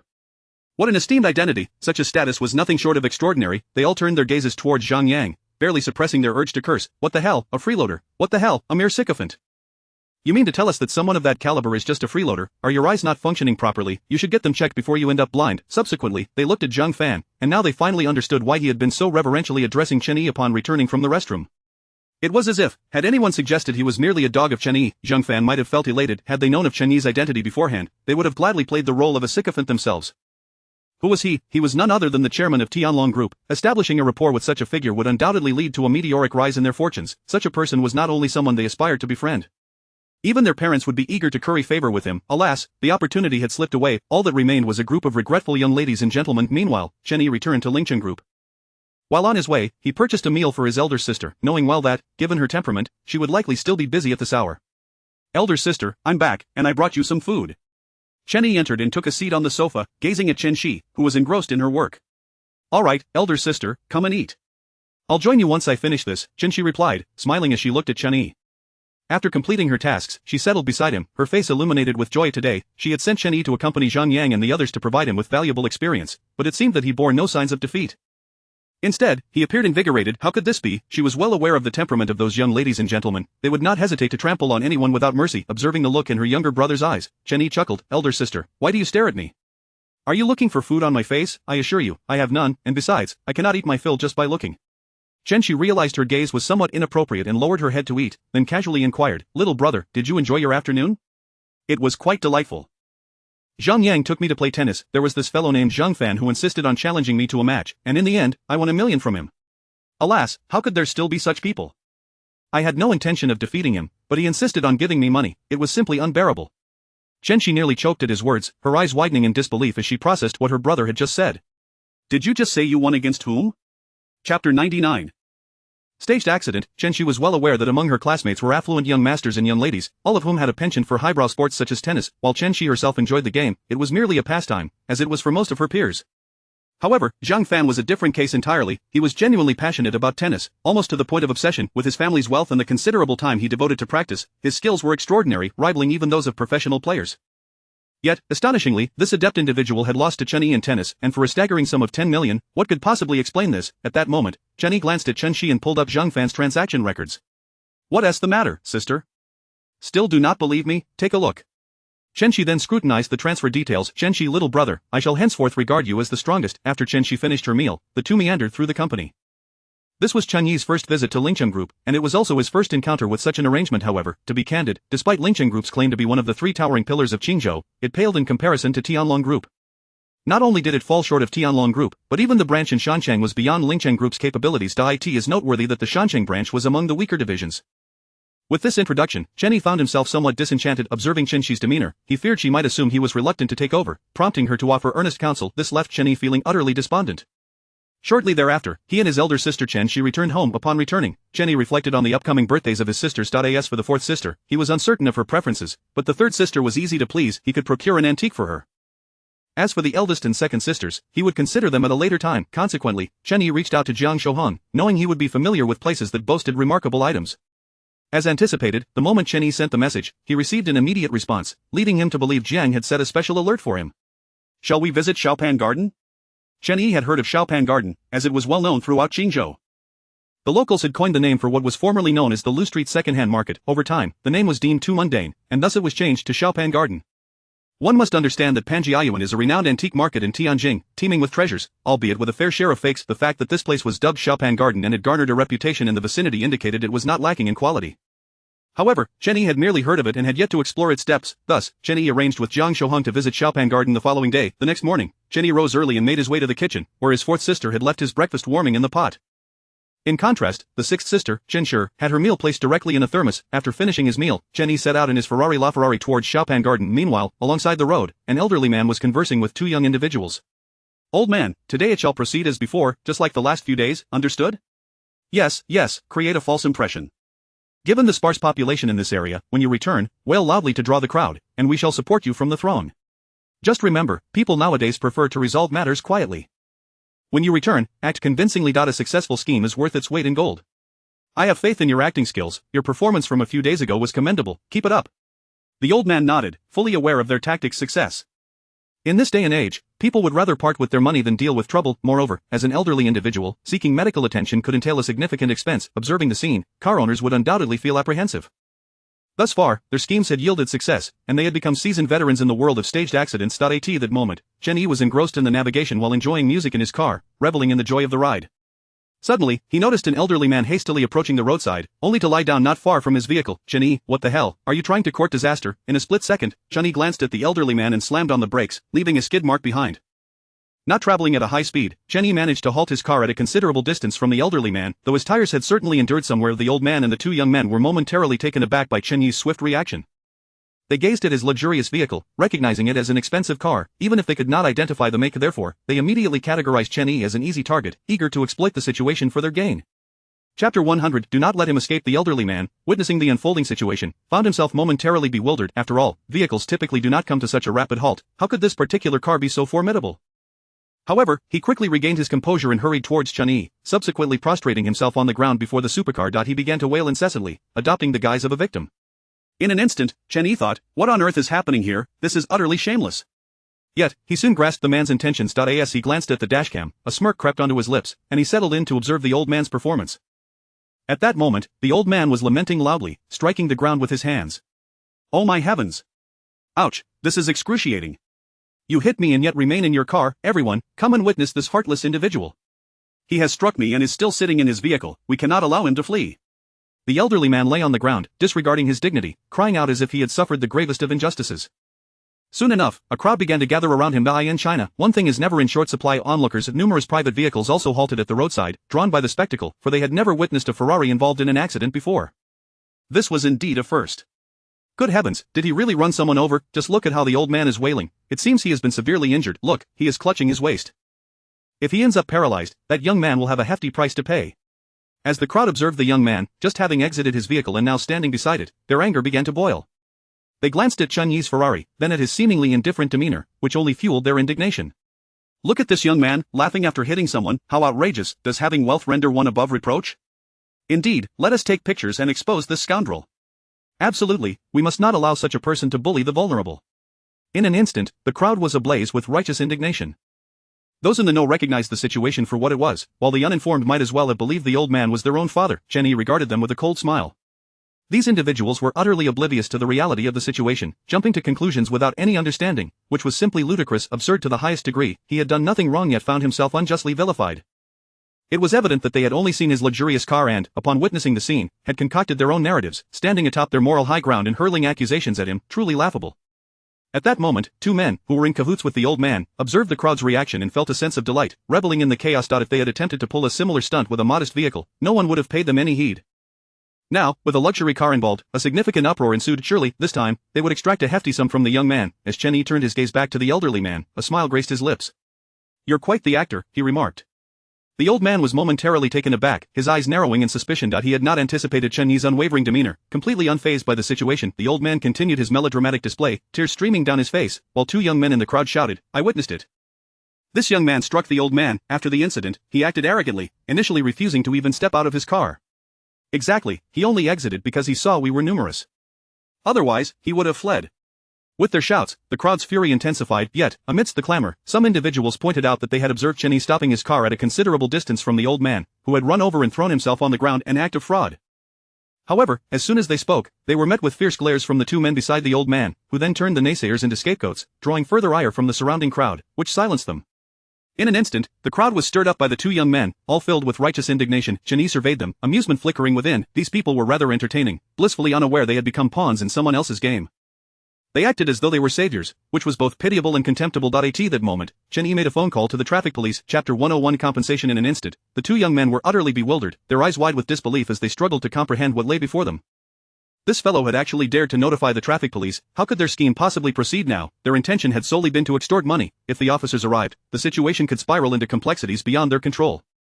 "Young man, I see you're in a tough spot as well. There is no need to burden others with this matter. If you compensate me with a sum of 100,000 yuan, we can consider this settled. I can manage a visit to the hospital myself. How does that sound? 100,000 yuan." In that moment, Chen Yi was taken aback, gazing at the elderly gentleman before him. Good heavens, the audacity of this old man, to demand such a sum right off the bat. It was as if he believed he could feast on this windfall for 3 years without further endeavor. "Look at your splendid vehicle, young man. Surely, a sum of 100,000 yuan is not beyond your means." The old man insisted. "Indeed, 100,000 yuan hardly seems excessive," echoed the two young men in agreement. However, onlookers interjected, 100,000 yuan, that's outrageous. Just look at his arrogant demeanor. He should be reported to the police for his actions. Exactly, he shouldn't be allowed to escape so easily." At this, the crowd's murmurs left both the old man and the two young men momentarily stunned. Their worth had been fully exploited, and yet they continued to voice their thoughts.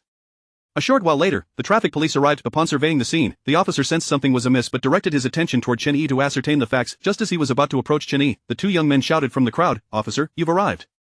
This scoundrel has injured someone, and had we not intervened, he would have fled the scene. There are no cameras here. We would have been unable to track him down. Yes, officer, you must ensure justice for this elderly gentleman.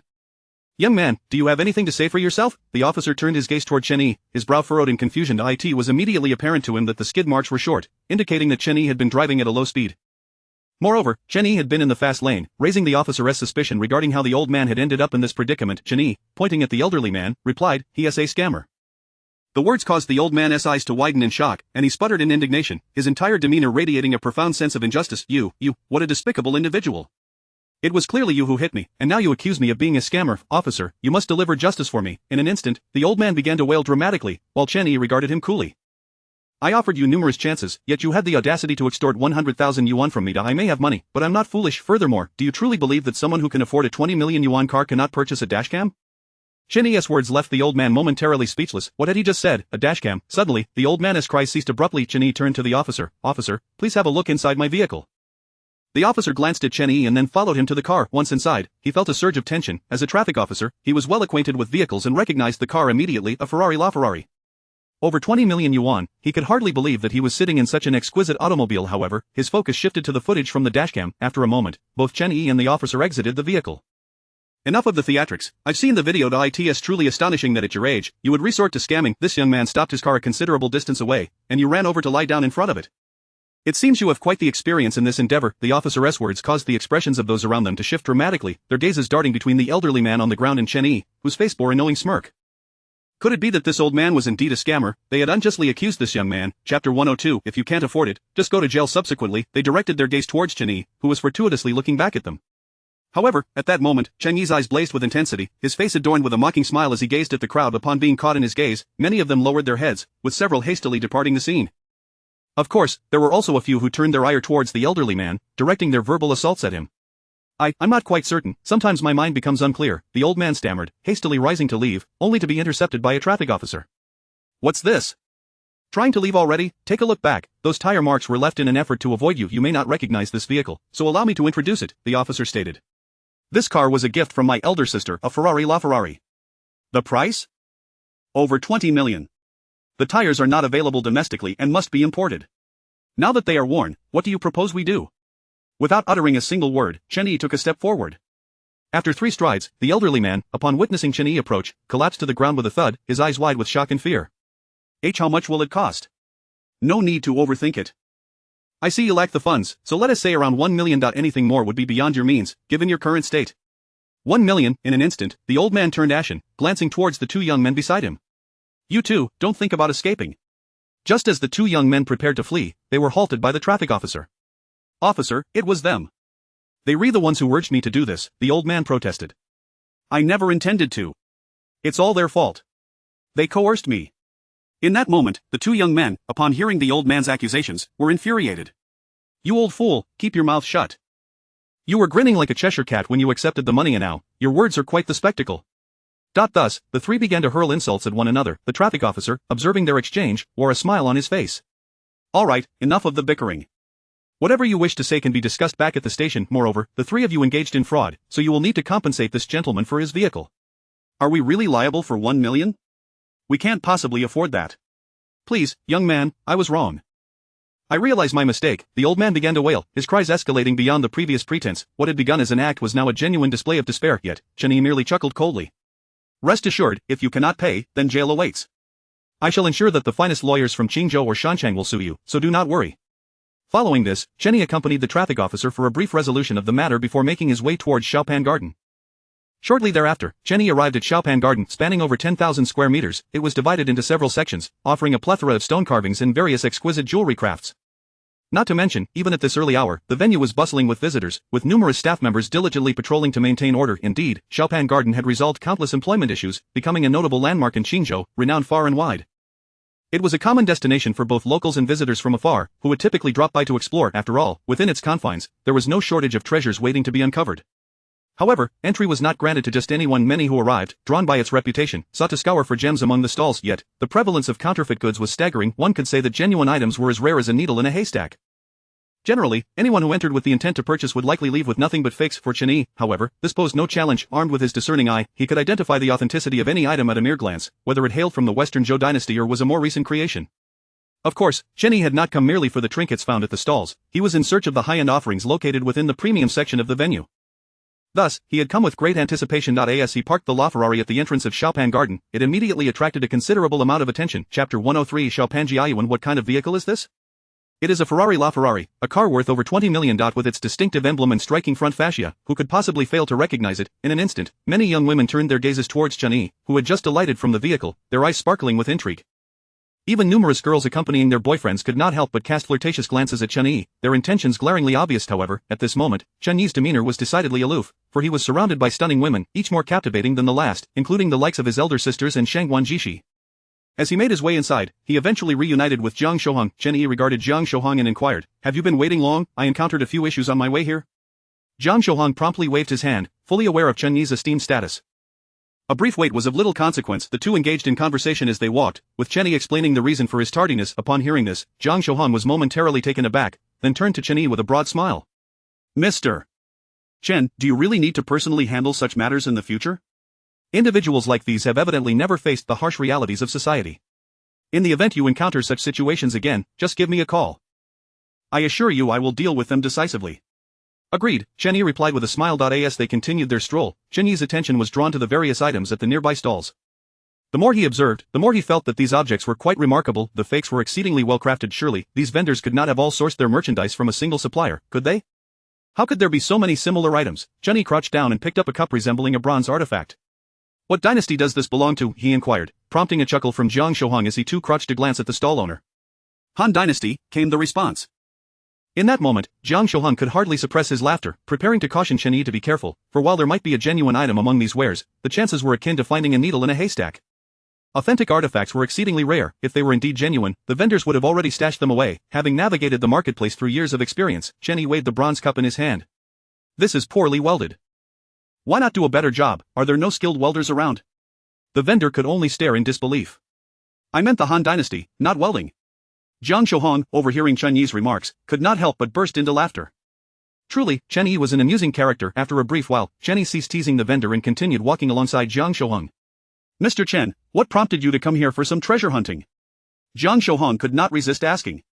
My sister's birthday is approaching, and I thought she might appreciate something like this, so I came to see if I could find any treasures, Chen Yi replied. I see, Jiang Shohang said, waving his hand dismissively. In that case, let's not waste time here.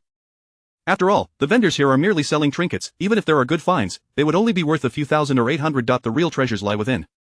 There is a high-end antique section inside, where several reputable shops boast remarkable items. Let us head there directly. As Jiang Shohang spoke, his eyes suddenly brightened, and he turned to Chen Yi with a smile. It seems we have just spoken of the devil. Look over there. Following Jiang Shohang's gaze, Chen Yi beheld an elderly man, his hair and beard entirely white yet brimming with vitality. Beside him stood a young woman, nearly 1.7 meters tall, exuding elegance. Her beauty was transcendent, and she seemed to embody grace itself. Standing there, she radiated an air of tranquility that was utterly captivating, evoking admiration yet instilling a sense of reverence that forbade any advance. This young woman resembled a lotus flower, beautiful from afar but untouchable, dressed in a flowing blue garment and possessing an aura of serene elegance. Her presence rivaled that of Chen Yi's third sister, Chen Liu.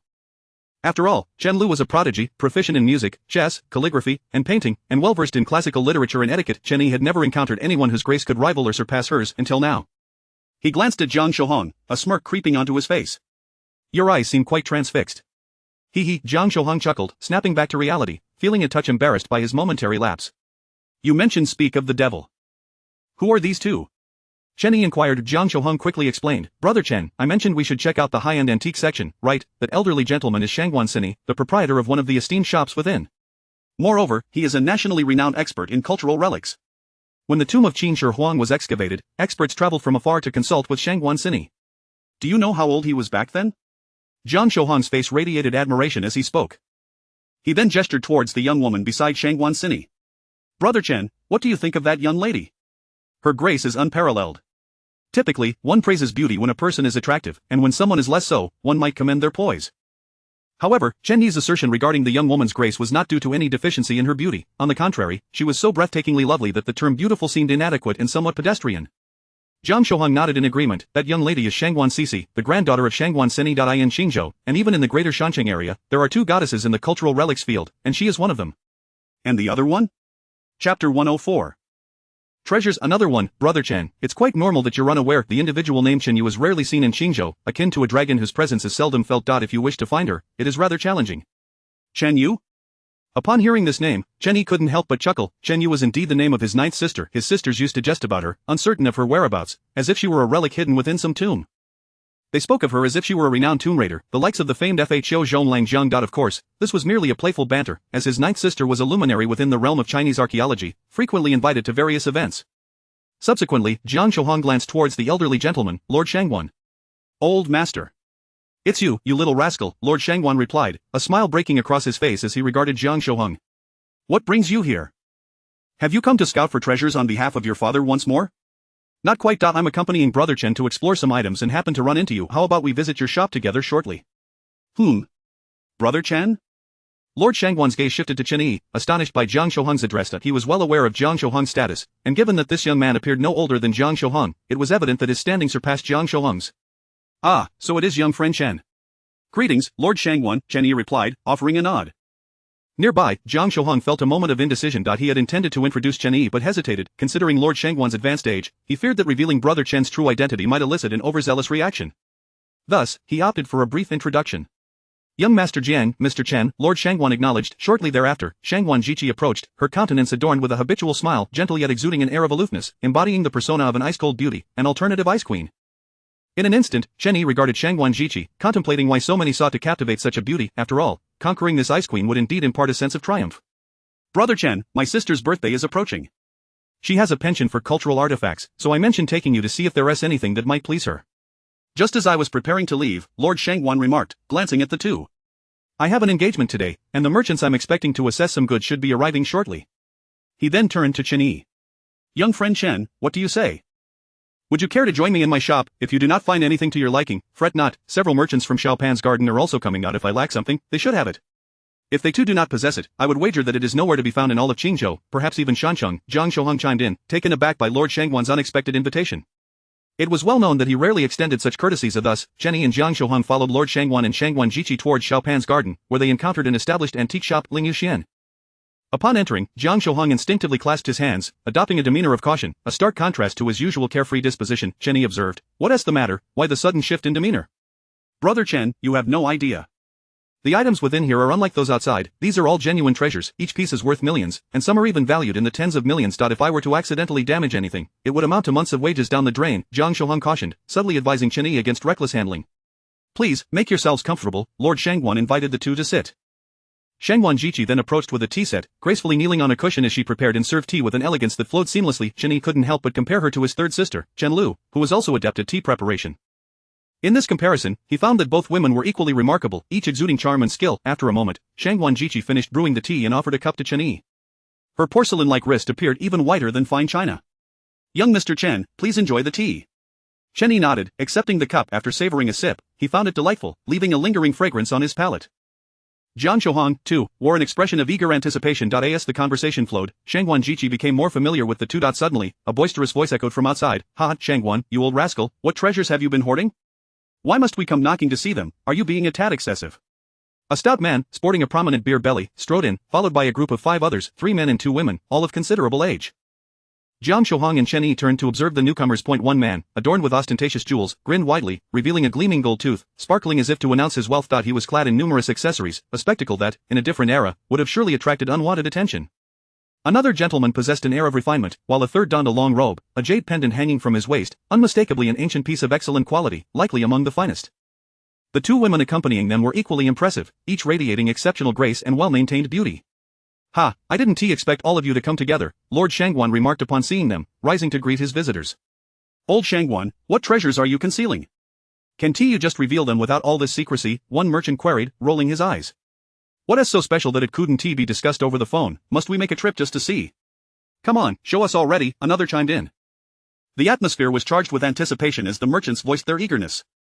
All right, follow me, and I'll show you." Lord Shangwan relented, turning to address Jiang Shouhong and Chen Yi. "Jiqi, take young friend Chen and young Master Jiang around the shop. If young friend Chen finds anything of interest, feel free to sell it to him at the lowest price." "Certainly, grandfather," Shangwan Jiqi replied, turning to the 2 young men. "Shall I give you a tour?" Chen Yi had no objections, but Jiang Shouhong was less pleased. "What treasures could be so secretive? I've spent millions here, how could you still keep things from me? It's rather disheartening. Let us take a look as well. It's merely a chance to broaden our horizons. As a loyal customer, I should have this privilege, shouldn't I?" Jiang Shouhong exclaimed. His words left Lord Shangwan momentarily speechless, staring incredulously at Jiang Shouhong. "You cheeky rascal, do you think I'm that kind of person?" All right, you may join us," Lord Shangwan finally conceded. "Excellent." Jiang Shouhong's face lit up with triumph, eliciting a chuckle from Shangwan Jiqi. Chapter 105. Don't leave yet. She then proceeded to prepare the fragrant tea. Upon arriving in the backyard, both Chen Yi and Jiang Shouhong were momentarily taken aback. It turned out that the backyard was filled with stone sculptures and carvings, as well as other exquisite treasures. Chen Yi even felt that the stone bench she was sitting on was an antique of considerable age. Just gazing at it evoked a sense of history. There were numerous items here, and upon a cursory glance, Chen Yi was astonished to discover that they were intricately carved pieces from the Qing dynasty. Even the nearby hitching post bore the marks of time. It seemed that the esteemed Lord Suguan was indeed deserving of his reputation. Next to him, Jiang Shouhong's eyes widened in amazement. On a stone table, Suguan Jishi and her companions poured the tea, while the venerable Lord Suguan went inside to fetch something. After a brief moment, an item was brought out. At first glance, the collective understanding among the group was immediate. With such a shape, it had to be a piece of calligraphy or painting. The old shopkeeper recognized it right away, while Jiang Shouhong, lacking such discerning skills, was left puzzled. He promptly inquired, "Lord Suguan, please do enlighten us, do not keep us in suspense."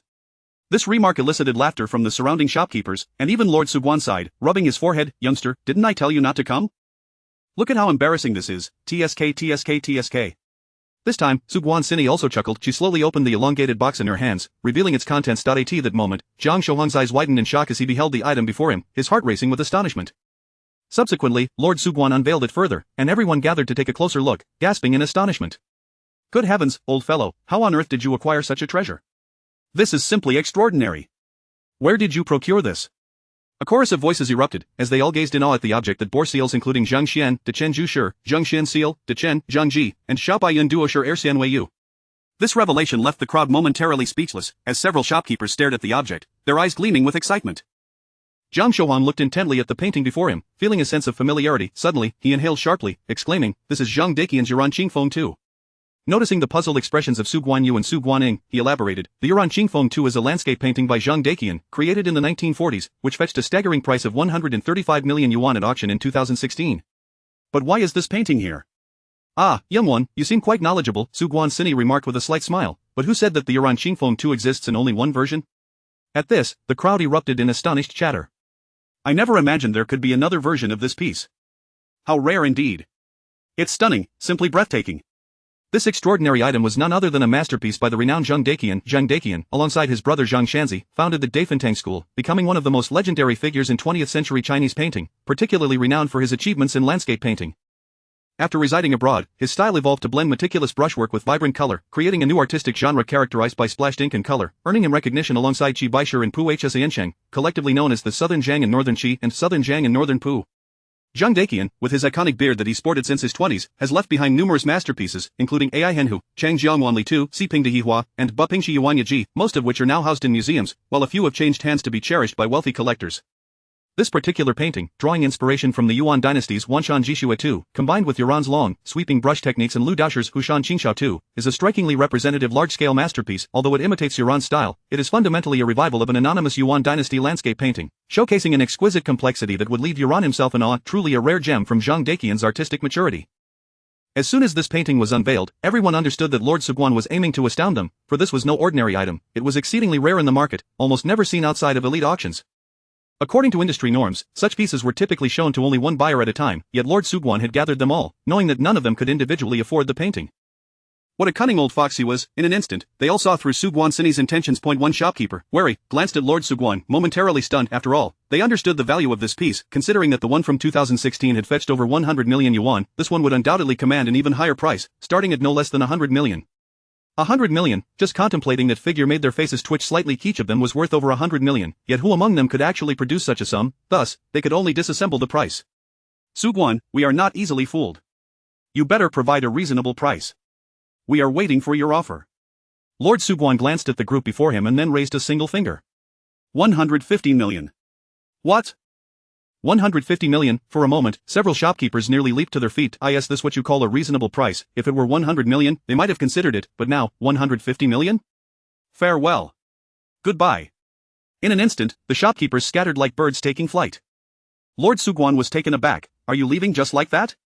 Hey, don't go. We can still negotiate. You rascals, not buying the painting yet demanding tea money. At that moment, Zhang Shouhan looked at the old man, momentarily stunned. Old man, you're not seriously asking us for tea money, are you? What nonsense are you spouting? Do I look like I would ask you for tea money? Lord Suguan retorted, gritting his teeth, these old fellows run faster than anything. Old man, I'm not saying this to belittle you, but your asking price is far too steep. I say 100 million is sufficient, Zhang Shouhang suggested. Lord Suguan, speechless, thought, do I need you to tell me this? I was merely waiting for their counteroffer, but they didn't tea-counter, they just left. Chapter 106.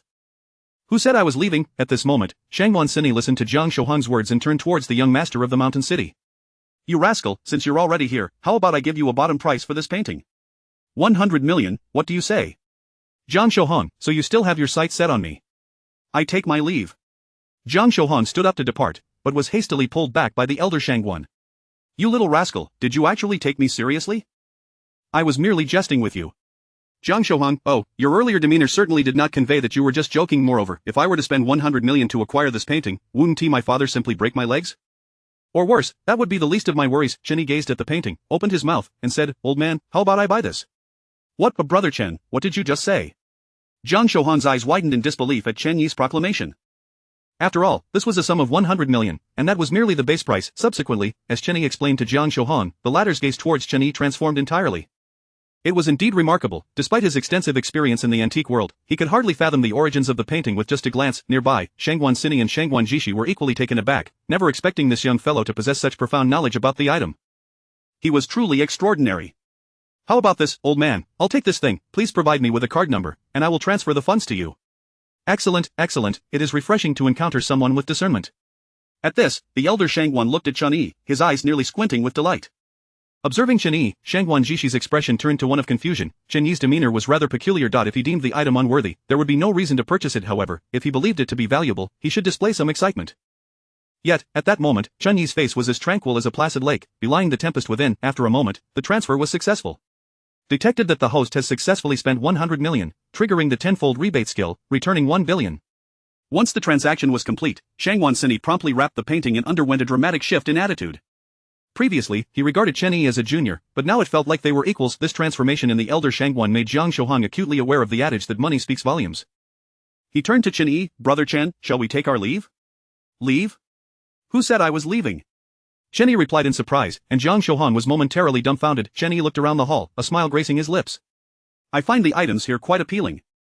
After all, the wares at those street stalls outside are hardly commendable. If one were to shop on Taobao, it would be far more practical to scour this place for treasures." Instantly, the elder Shangguan was taken aback. This young man had actually set his sights on his collection. That was unacceptable. Each of these items had been painstakingly acquired over the years, each with its own story. A quarter of an hour later, a text message arrived on Shangguan Sini's phone. "Qingzhou Bank. You have received a deposit of 100 million. Young friend Chen, I have prepared everything, just await my delivery when you return." Jiang Shouhan glanced at the elder Shangguan and thought, indeed, the proof is in the pudding. Subsequently, Chen Yi and Jiang Shouhan made their way outside. Upon arriving at the outskirts of Xiaopan Garden, Chen Yi surveyed several shops, and indeed, the reputation of Xiaopan Garden was well deserved. These shops specialized in stone gambling. Chen Yi found a place called Suiyu Pavilion. Just as he was about to enter, Jiang Shouhan quickly pulled him back. "Brother Chen, what are you planning to do?" At that moment, Jiang Shouhan felt a flutter in his heart. After all, he was aware of the perilous nature of stone gambling. One could go from rags to riches or vice versa with a single cut. Many seasoned gamblers place their entire fortunes on a single piece of raw stone, hoping for a chance at sudden wealth. Yet, more often than not, what awaited them was ruin and despair. Seeing Chen Yi's determination, Jiang Shouhan instinctively grabbed his arm. "I'm going to buy 2 pieces of stone. You stay here and don't wander off." Chen Yi replied, "I'll just buy a couple of stones." "You wait here." Jiang Shouhan felt a whirlwind of emotions. While Suiyu Pavilion was the largest gambling stone venue in Xiaopan Garden, the probability of finding jade was not high. Just as Jiang Shouhan was about to enter, he saw Chen Yi emerge with 2 large stones, his expression remarkably relaxed. This, done in an instant, Jiang Shouhan's eyes widened in disbelief. How could this be? Brother Chen was actually carrying out 2 pieces of raw stone. What was going on? Shouldn't people be cutting the stones inside? "Brother Chen, why did you come out with 2 stones? Why didn't you have someone cut them for you?" Jiang Shouhan rushed to inquire. Chen Yi glanced at the stones in his hands and paused. "Why would I need to cut them?" "Jiang Shouhan? What sort of nonsense was that?" Chen Yi looked at the 2 stones he held. Did he really need to cut them? With his true eye, he could perceive the essence of the stones upon entering. To be honest, while there were quite a few good stones in Suiyu Pavilion, only these 2 out of the hundreds caught his eye. Thus, without a second thought, he swiped his card, leaving many in the shop astonished. Though Chen Yi paid them no mind. At that moment, Jiang Shouhan was utterly flabbergasted by Chen Yi's words. Why cut them? One could go from rags to riches with a single cut. Most people, upon purchasing, would immediately have them cut, primarily because it was free and they were eager to see the results. Yet, it was rare for someone like Chen Yi to enter, purchase without hesitation, and simply leave. Observing Jiang Shouhan's bewildered and astonished expression, Chen Yi chuckled. "Don't worry, what I have chosen is undoubtedly valuable. Here's a tip for you. Go inside, and at the back, there's a raw stone priced at 98,000. Buy it, there is something good inside. If you trust me, go ahead and purchase it, if not, there is nothing more I can do." After saying this, Chen Yi turned to leave, intending to place the 2 stones in the car. He glanced back at Jiang Shouhan, who was preparing to assist him. "I'll head off first, you can think it over. We'll explore together another time." With that, Chen Yi strode away, carrying the 2 hefty pieces of raw stone. Chapter 107. Young brother, are you selling? At this moment, Jiang Shouhan gazed at the distant figure of Chen Yi, his heart a tempest of conflicting emotions. 100,000 yuan was not an exorbitant sum for him, yet the thought of purchasing a stone, regardless of whether it was jade, felt somewhat like an imprudent venture. In his estimation, such impulsive buying could only lead to loss. No matter the amount, it would ultimately be squandered. After all, there were myriad better uses for that 100,000 yuan. Nevertheless, recalling Chen Yi's words, Jiang Shouhan steeled himself and proceeded towards the Suiyu Pavilion. Upon reaching the innermost part of the establishment, he beheld the raw stone priced at 98,000 yuan. Without hesitation, he pointed at the stone and said, "Boss, please fetch that stone for me." "Certainly," the proprietor replied promptly, hurrying to retrieve the raw stone and handing it over to Jiang Shouheng. He then inquired, "Young brother, would you prefer to have it cut here or at a later time? If we cut it now, we will do it for free, and our masters here are the finest. If you choose to cut it later, there may be a fee involved." This was a common tactic among gambling stone shops. The owners preferred customers to cut their stones on site, as it would draw attention and enhance the shop's reputation, especially if the stone yielded jade. "Very well, let us cut it here," Jiang Shouheng declared, prompting several pairs of eyes to turn in his direction. Earlier, when he had purchased the stone, many had taken note of this young man, for it was rare to see someone buy a stone without even taking a moment to inspect it, let alone using a flashlight for a closer look before swiping his card. His previous purchase of 2 sizable raw stones had already raised eyebrows, and now he was repeating the act, albeit with a slightly smaller stone, yet still without a glance of consideration. In an instant, the seasoned patrons began to question their own judgment. Was this new trend of gambling stones truly gaining traction, a zen-like approach to stone gambling? However, they quickly dismissed this notion as absurd. As more and more individuals gathered around, eager to witness the outcome of the cut, their gazes towards Jiang Shouheng were laced with derision and disdain. To them, it seemed as though he was merely throwing away his money. Who was this foolish child, purchasing without a second thought? Should something of value emerge from this endeavor, they would gladly consume the stone themselves, yet, while their thoughts were unvoiced, the expressions on their faces spoke volumes. Sensing the scrutiny, Jiang Shouheng lowered his gaze slightly. After all, this was his inaugural foray into stone gambling. His earlier trust in Chen Yi had waned, and now, under the weight of the crowd's judgment, he began to feel a twinge of uncertainty. "Brother Chen, please do not lead me astray." Soon, the master began to cut the stone. Moments later, the sound of the saw ceased, and Jiang Shouheng stood in shock. Had it been cut so swiftly? Turning to the craftsman, he noticed the man standing stock still, eyes wide, as if he had witnessed something utterly unfathomable. What was this? Had it crumbled? Jiang Shouheng sighed deeply, but his disappointment was minimal. He had anticipated losing that 100,000 yuan from the outset. At that moment, the proprietor called out to the craftsman, but the man seemed lost in a trance, staring blankly at the stone before him as if turned to stone himself. The owner approached, peering at the stone, and gasped in astonishment. Ice-grade jade," he exclaimed, his voice rising in pitch. "My goodness, what a magnificent specimen." As the proprietor's exclamation echoed, the crowd surged closer, their eyes wide with disbelief. "This is indeed ice-grade jade, and of such size. You, young man, have struck extraordinary luck. This is simply remarkable. It has been ages since I have seen such quality." Voices clamored, and the seasoned gamblers gazed longingly at the jade, practically salivating at the prospect. This was a treasure of the highest order. Just imagine how many exquisite bangles and rings could be fashioned from such a fine piece. In that moment, a middle-aged man adorned with gold-capped teeth approached Jiang Shouheng. "Young man, your luck is impressive. Allow me to offer you a fair price, 4 million yuan for your stone. What do you say?" For a million, Jiang Shouheng was momentarily taken aback. Had the value surged 40-fold, he instantly grasped the allure of stone gambling. No wonder so many were captivated by it. The phrase "one cut can lead to fortune or ruin" was not without merit. However, before he could respond, an elderly gentleman sporting a jade ring interjected with a scoff. "You certainly have a way with words. 3 million? Is that your idea of a fair price? It appears you are taking advantage of this young brother's naivety." The elderly man turned to Jiang Shouheng. "Young brother, I will offer you 8 million. What say you?" 8 million, 80-fold, had the value truly escalated so dramatically? "Your offer is hardly fair. How does yours compare?" "I bid 10 million. Damn it, I will offer 12 million. Young brother, sell it to me." Voices erupted, the atmosphere in the Tsueyu pavilion becoming a veritable cacophony, akin to a bustling marketplace that assaulted the eardrums. Jiang Shouheng observed the escalating chaos, the fervor of the bidding almost leading to a brawl. What remarkable insight Chen Yi possessed. Just a glance had revealed the stone's true worth, allowing him to see such an incredible opportunity. In that instant, Chen Yi's stature in Jiang Shouheng's mind soared, now rivaling even that of Jiang Zhenyu. As Jiang Shouheng listened to the escalating bids, which had now surpassed 20 million, he realized the depths of this world were unfathomably profound.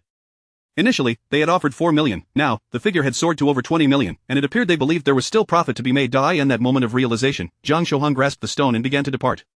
"Hey, young brother, we can negotiate the price. Indeed, don't leave us. Hey.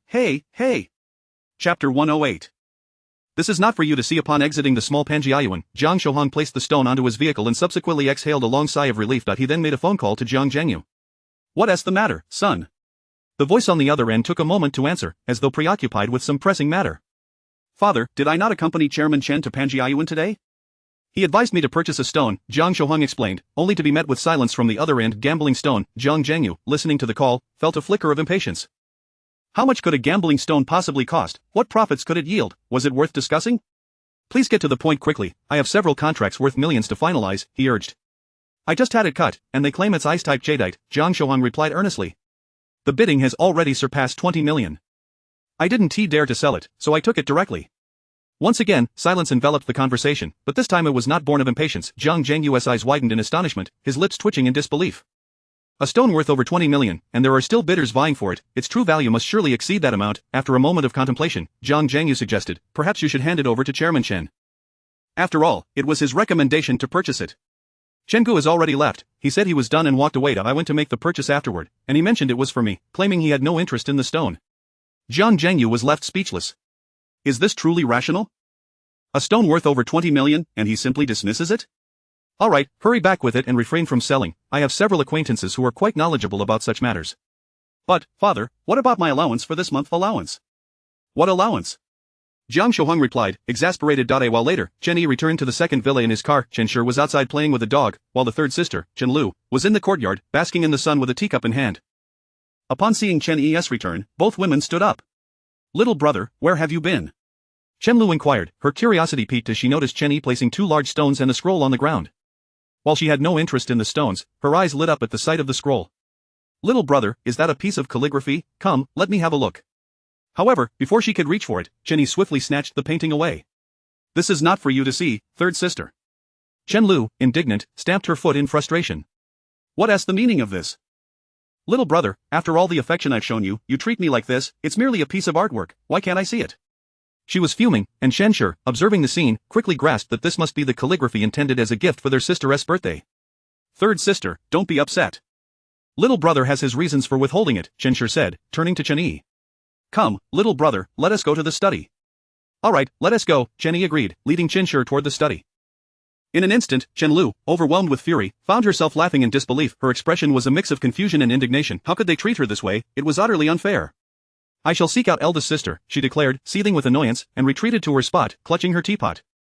Yet, her heart was aflame with curiosity, especially after hearing Chen Shi's gasp of astonishment from within the study. Her desire to know only intensified. She gulped down several sips of tea, even chewing on some leaves in her agitation. At dinner, Chen Liu intentionally sat beside Chen Yi. Third sister, you've taken my seat, Chen Shi remarked, but a fierce glare from Chen Liu silenced her, leaving her no choice but to retreat into silence. Chen Shi was left speechless, feeling both bullied and wronged. The others observed the assertive demeanor of Chen Liu with surprise, for she was typically the most cultured and genteel among them, never having displayed such behavior before. Little brother, eat your vegetables. Little brother, try this. Suddenly, Chen Yi found himself overwhelmed by the attention of his elder sister. Third sister, you really don't need to do this. I can serve myself, he insisted. No, I'll handle it, she replied, her determination unwavering. Third sister, I want to show you that painting, Chen Yi said quietly, only to witness Chen Liu's smile falter and her lips pout in annoyance. Why not? It's meant for your birthday gift. In that moment, Chen Liu was rendered speechless, her eyes wide with astonishment as she gazed at Chen Yi. That's for me? Seeing him nod, she leaned closer. Then, little brother, can you show it to me now? Chen Yi was at a loss for words. I cannot. Nearby, Chen Yan observed the two whispering and cleared her throat. Who brought back those 2 stones outside? I saw them as soon as I entered. I thought Yaya had returned. I brought them back, Chen Yi replied. Just leave them there, please do not misplace them. They are the gambling stones I purchased. Gambling stones? The others exchanged amused glances at Chen Yi's words. Gambling stones? Are you really expecting something valuable to emerge? Chen Yan commented first, to which Chen Yi simply smiled. Indeed. Then if you find something good, could you make me a seal? I've misplaced mine recently, she continued, while the eldest sister, Chen Xi, shot her a disapproving glance. Don't be ridiculous, most gambling stones end up being worthless. You're hoping for a seal? You'll be lucky to even get a ring face. The other sisters remained non-committal, as they too harbored little faith in the stones yielding anything of worth. Nevertheless, since it was purchased by Chen Yi, they would ensure it was not discarded. Chapter 109:1 Yuan instant kill. Godly roulette lottery opportunity. Listening to her elder sister's words, Chen Yi couldn't help but smile, then turned to her, sister, when I return, I'll also make a stamp for you. How does that sound? Chen Xi was momentarily taken aback, then quickly nodded. Although she had never used the stone before, she would gladly use anything gifted by her younger brother. In no time, others chimed in, eager to obtain one from Chen Yi. Sister 6, Chen Shi, laughed from the side. Why are you all in such a hurry? Didn't you hear what the elder sister just said? It's not easy to obtain jade, so you want to use stones as stamps. Chen Yi looked at Chen Shi. Sister 6, you wouldn't want one, would you? Not at all, Chen Shi replied, busy enjoying her dessert after dinner. I'm not like you all. I have to work all day. Chen Yi nodded in understanding. In the evening, Chen Yi snuck out, effortlessly opening the door to Njixi's room. At that moment, Njishi was dealing with matters from the student council when Chen Yi hugged her from behind. Honey, give me a moment, I'll be done soon. I can't wait any longer, Chen Yi declared, lifting Njishi into his arms. Soon, peculiar sounds echoed in the room. This time, Chen Yi didn't overexert in Xixi. After 3 or 4 hours, she felt her eyes were too tired to stay open and curled up beside him like a little kitten. At that moment, Chen Yi was somewhat dazed, gazing at the luminous screen before him. 1 yuan instant kill mall updated, 1 yuan instant kill, 2 chances for the godly roulette skill lottery. 1 yuan instant kill. Unparalleled charm. Chen Yi smiled at the screen before him.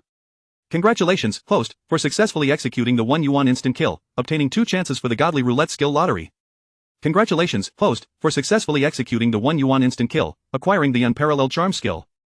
Detected that the host has successfully consumed 2 yuan, triggering the tenfold rebate skill, returning 20 yuan. Immediately, a peculiar sensation surged through Chen Yi's body.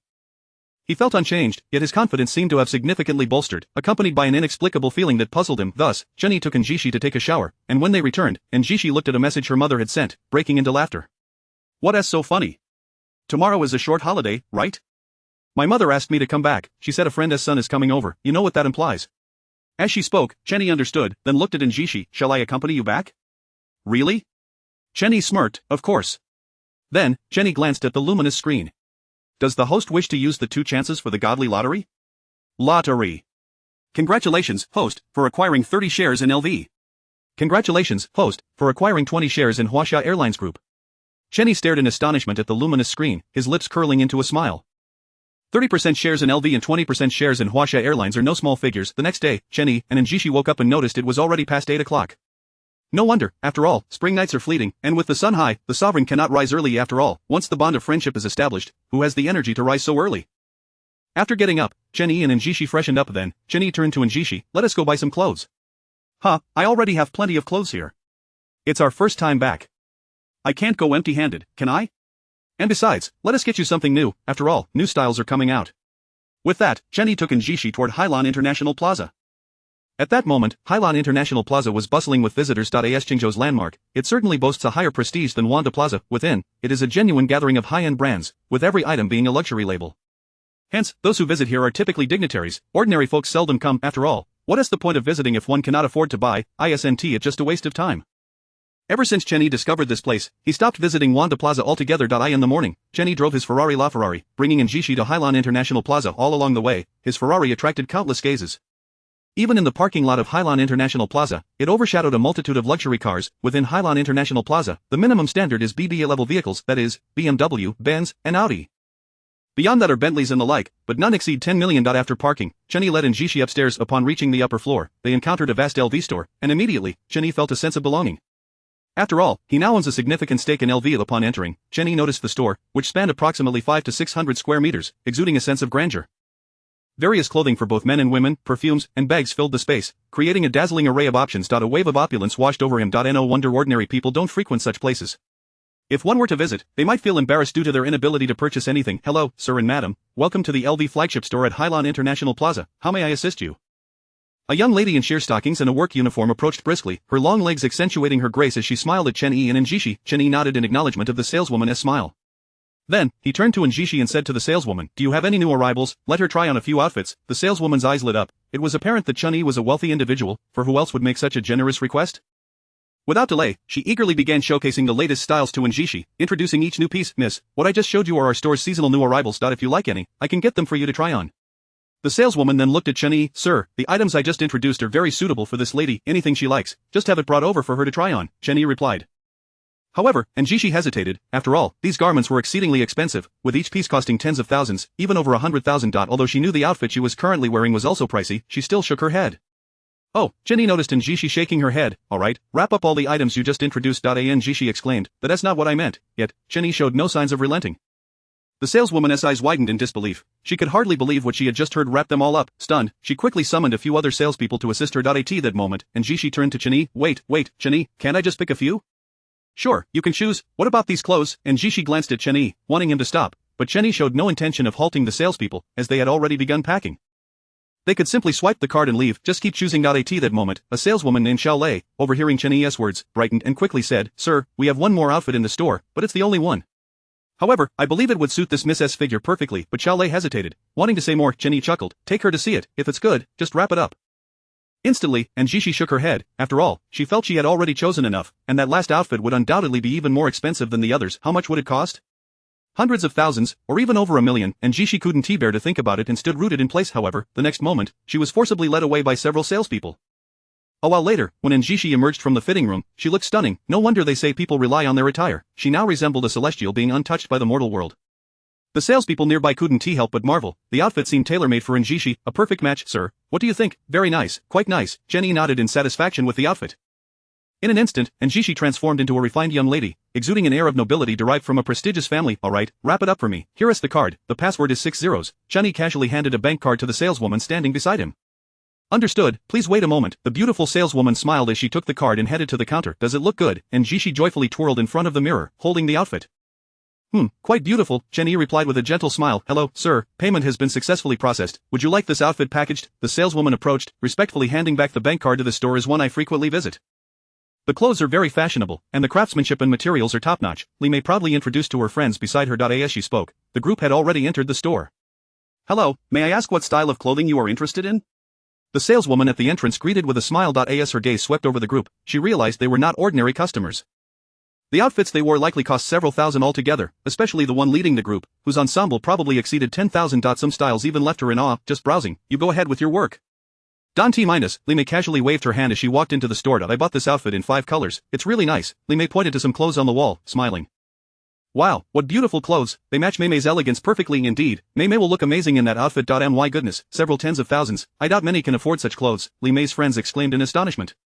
For them, the price of such clothes could almost equate to their entire ensemble. Only someone like Li Mei, a young lady of privilege, could afford to wear them. Don't be deceived by how expensive these clothes seem. Many are truly one-of-a-kind pieces, some are even irreplaceable. No matter how much you're willing to pay, only here can you find clothes that genuinely match our status. Otherwise, if one day we encounter someone wearing the same outfit, wouldn't that be quite embarrassing? Li Mei confidently explained as she gestured towards the clothing. Exactly, only such unique designs can reflect Mei Mei's status. Mei Mei indeed has an eye for quality, only clothes from here can match her identity. Exactly, it's a stroke of luck for this store to have a customer of Mei Mei's caliber. Li Mei's entourage agreed in unison. As Li Mei admired the clothes in the store, her gaze suddenly froze.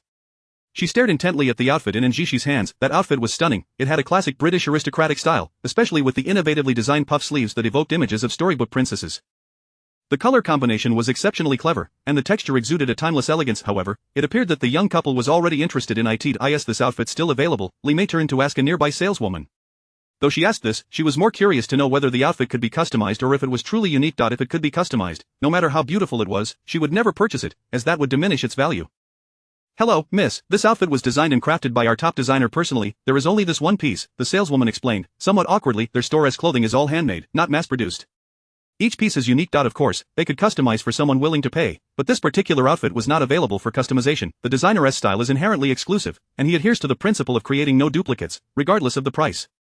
Li Mei nodded slightly, understanding the store's rules. Some items could be customized, while others could not, even if one wished to order a duplicate. However, it was precisely because this outfit was one of a kind that it suited her status perfectly. For someone of her standing, encountering another in the same outfit would be quite the embarrassment. Only unique designs could convey her noble identity. I'll take that outfit, Li Mei declared nonchalantly, pointing at the one Xi still had not had the chance to pack. What? The saleswoman was momentarily stunned. No one who came to shop here was ordinary. Even if you had money, being so domineering was rather inappropriate. For those who shopped here were not just anyone. Oh my, it's so beautiful. Mei Mei has such good taste. The perfect blend of classic and modern styles, it's absolutely stunning. If Mei Mei wears this to a gathering, she will undoubtedly be the center of attention. Plus, the color scheme is great. It'll make her skin look radiant. Li Mei's entourage began praising the outfit enthusiastically. The saleswoman in the store was momentarily at a loss. It was evident that the outfit had already been purchased. What were they trying to do? I'm very sorry, madam, but this outfit has already been bought by this gentleman. Would you like to look at other clothing in our store? Our store's clothing is all designed and crafted by top designers. They are all high quality, the beautiful saleswoman explained, somewhat awkwardly. As she concluded, she offered a way out. If you're willing, you can have the money refunded to her. Li Mei's expression darkened slightly. She had never been one to miss out on something she wanted to be. It's just a piece of clothing. Refund her and let me have it. Indeed, just refund the money. Our Mei Mei has her heart set on something. How can anyone else take it? It's just a piece of clothing. It can be refunded. Do you know who Mei Mei is? It would be a stroke of luck for your store to have her as a customer. In an instant, Li Mei's entourage chimed in once more. The saleswoman was at a loss, caught between two formidable forces. Every patron in their store was either extremely wealthy or of high status. This isn't quite in line with our store's policy. After all, they've already purchased and paid for it, and we can't. After a moment, the beautiful saleswoman bowed slightly as she apologized. What, so it's not in accordance with the rules? I spend so much here every year, and now you want to talk about rules? Call your manager over. Li Mei's face darkened further. She had come to enjoy shopping but was now unable to purchase even a piece of clothing she desired. More importantly, where would her dignity be? How could she face her friends if she couldn't even buy what she wanted? The saleswoman internally lamented this was precisely the situation they dreaded. Alright, please wait. I'll contact the manager immediately. The saleswoman stepped aside and took out her phone. Hello, what is going on? Don't you know I'm in a meeting? Why are you calling me now? The store manager scolded from the other end of the line. Manager, please come back quickly. There is a bit of a situation here that needs your personal handling, the saleswoman whispered into the phone. What is happening? Can't you manage while I'm away? The manager grumbled, clearly irked. Manager, a customer has already purchased a piece of clothing and paid for it. However, another customer wants us to refund the money and sell it to her. And they appear quite affluent. We can't make that decision ourselves, the saleswoman explained, forcing a smile. This was indeed a challenging predicament. Why do I come back to find trouble? Just wait. I'll return in 10 minutes at most, the manager grumbled before hanging up. Although he complained, he understood the significance of the situation. Hello, our manager is currently in a meeting but is on his way back. He should arrive within 10 minutes. Please wait patiently. The saleswoman smiled slightly, feeling relieved. Li frowned. She didn't want to waste time. Please hurry, she urged, glancing at Chen Yi. Give me the outfit, and I'll consider it a favor owed to you. Li Mei raised her chin, dismissively extending her hand. She subtly tugged at Chen Yi's sleeve, concerned about how he would respond to this assertive girl. Sorry, but your favor holds no value in my eyes. Chapter 110. The divine card. Chen Yi gently clasped in Jishi's small hand, smiling warmly. What? This time, not only Li Mei but even the two sales assistants nearby were left bewildered. It's over. It's over, manager. If you don't return soon, there might be trouble. As the saying goes, one should strike the hand but not the face. Who among those who come to this store to shop isn't either rich or noble? Even if the other party is somewhat, it shouldn't lead to such a public humiliation, right? If this matter escalates, it would spell significant trouble for their store. At that point, even the manager might find it hard to resolve. You dare speak to Mei Mei like that? Bah! Pretending to be affluent, do you even know who our Mei Mei is? Exactly, how can you forget your own identity when purchasing clothing? Quickly bring the clothes over, or you'll regret it. Do you know who our Mei Mei is? She's the daughter of the chairman of Qingzhou Galaxy Finance. Do you think you can compete with her? The clique of friends beside her began to mock as well. After all, Li Mei was indeed the daughter of the chairman of Qingzhou Galaxy Finance. How many could rival her in being a pampered young lady? Li Mei, regaining her composure, wore a grim expression. In her past experiences, she could have whatever she desired, even if it belonged to someone else. If she wanted it, it had to be hers. Yet, she never expected that while merely shopping for clothes today, someone would dare to oppose her. Proud and haughty, Li Mei could not tolerate such indignities. Oh, is that so? Chen Yi assessed Li Mei from head to toe, then casually chuckled.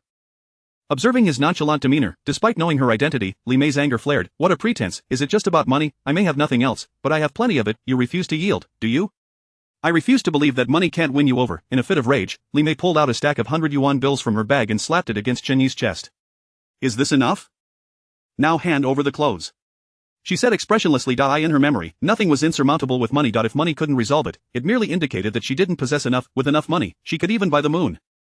Meanwhile, the sales assistant was sweating profusely. It seemed the situation was on the verge of explosion. Manager, where are you? You think money can buy everything? Chen Yi gently shook his head. Oomph, what a farce.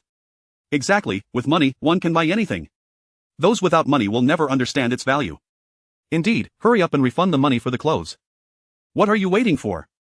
Li Mei's friends chimed in with their derision. Li Mei's face grew darker. She felt her dignity had been trampled. Was there anything in this world that money couldn't measure? If she couldn't buy it with money, then it would be a disgrace. Without a second thought, she threw the stack of bills onto the counter and then produced a bank card. Is this insufficient? How much is this dress? I'll buy it for 10 times the price. Is that acceptable? Li Mei coldly addressed Chen Yi. The store's clothing generally started at tens of thousands, especially this one, which appeared to be quite high-end. Its price might very well exceed 6 figures. 10 times the price would amount to nearly $1 million, an exorbitant sum. Her friends gasped in astonishment. What a generous expenditure, approaching $1 million in an instant. This was the true mark of a distinguished heiress. However, they quickly chimed in. Oomph, only Mei Mei would be willing to do so. Exactly, Mei Mei is just too kind-hearted. Hurry and bring the clothes over. Be grateful. 10 times the price is your good fortune. Li Mei's entourage looked on with a mix of envy and jealousy. Though they came from respectable backgrounds, witnessing Li Mei's extravagance, they felt the vast disparity. Chen Yi merely smiled and shook his head. Money and paper held no distinction. Hello, you two. Just then, the store door swung open, and the manager hurried in with a forced smile. However, upon seeing Li Mei, his heart sank. Why did it have to be this esteemed patron? The clothing in their store was not affordable for everyone, and those who could afford it and frequently visited were true VIPs. A single customer like Li Mei was worth more than 10 casual shoppers. Xiaoson, what on earth is happening? The manager asked the nearby sales assistant with a hint of displeasure. Regardless of the circumstances, he needed to grasp the situation at hand while appearing to resolve it internally. He leaned toward Li Mei. After all, customers like her formed the foundation of their store. He was merely putting on a facade to appease Chen Yi, knowing negotiations would be easier afterward. After all, he couldn't afford to offend anyone who shopped in their store. Manager, this gentleman and lady came to buy clothes and have already made a card payment. Then this lady immediately took a liking to this dress and requested us to refund her so she could buy it. The sales assistant recounted the events succinctly, remaining neutral in her tone. She was cautious not to align with either side, as that would only invite trouble. None of these individuals were someone she could afford to provoke. What do you mean the payment was already made? We were still speaking before the transaction. Exactly, when we inquired, the payment hadn't been made yet. It was this sales assistant who processed the card. Indeed, this dress was originally intended for Mei Mei. With a supportive voice from her friends, they all chimed in. For them, the truth was irrelevant. Their sole aim was to ensure Li Mei enjoyed her shopping experience. As for distorting facts, words are just words. They could say whatever they pleased. Their only task was to protect Li Mei's dignity and ensure she stood on solid ground. Ah, so that's how it is. May I ask your name, sir? The manager asked politely after pondering for a moment. Seasoned in the ways of the world, he certainly recognized the underlying dynamics. He understood the actual situation, knowing his staff wouldn't lie to him. To do so would invite trouble. However, the support from Li Mei's friends provided him with an excuse. He didn't care whether their claims were true, he simply needed a reason to navigate the negotiations smoothly. Chen Yi smiled calmly at the manager, recognizing his intentions. Mr.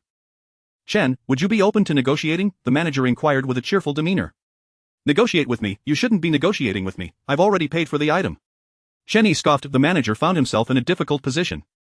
Chen Yi's meaning was abundantly clear. There was no room for negotiation. He had already purchased the item. However, he was reluctant to lose Li Mei as a valued customer. Sir, this young lady is the daughter of the chairman of Qingzhou Galaxy Finance, the manager explained delicately. I know, and what of it?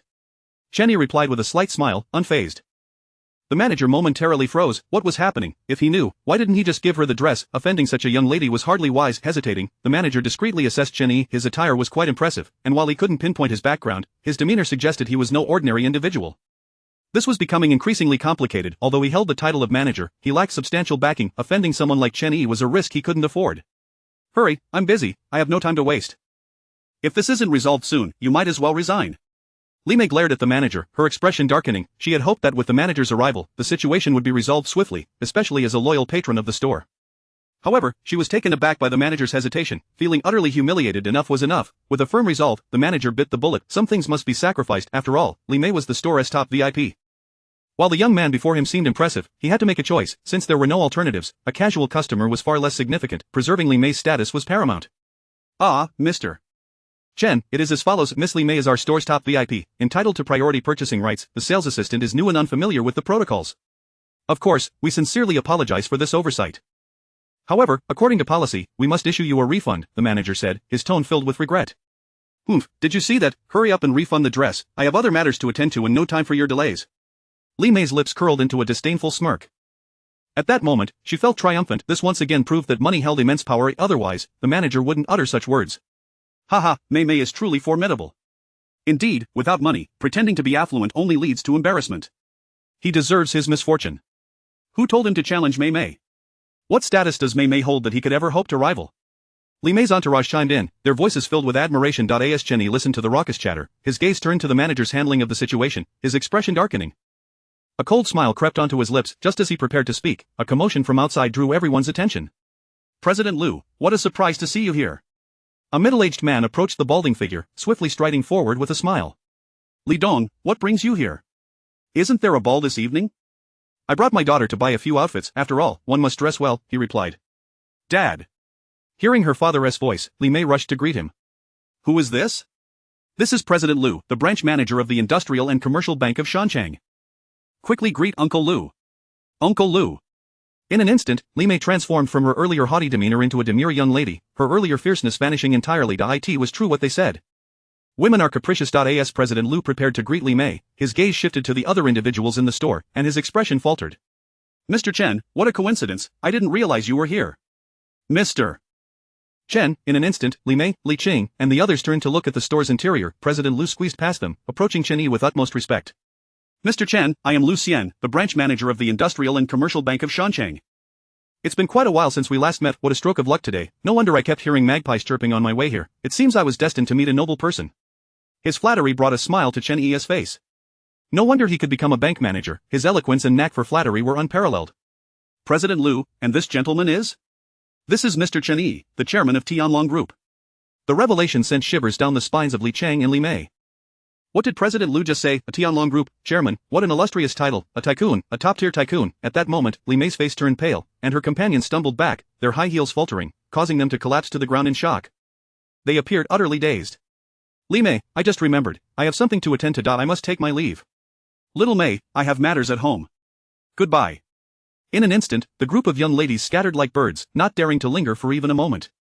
Meanwhile, Lingcheng glanced at his daughter, sensing something was amiss. Little Mei, what's wrong? On the other side, the store's manager's eyes widened in disbelief. Mr. Chen, the chairman of Tianlong Group, in a moment of clarity, he made a swift decision. Miss Li Mei had a minor disagreement with Mr. Chen regarding purchasing rights. What? Hearing the manager's words, even Lingcheng turned to Li Mei. You.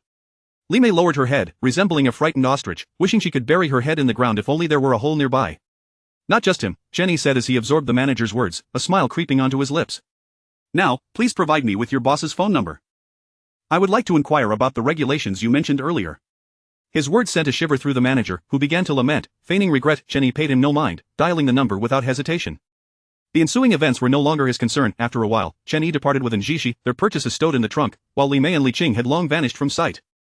Chen Yi and Xi drove toward Yanhai City, situated in the northeastern part of the entire Shancheng, not too far from Qingzhou. The journey typically took 3 to 4 hours, and with lunch and traffic delays, they arrived in Yanhai City just past 8 in the evening.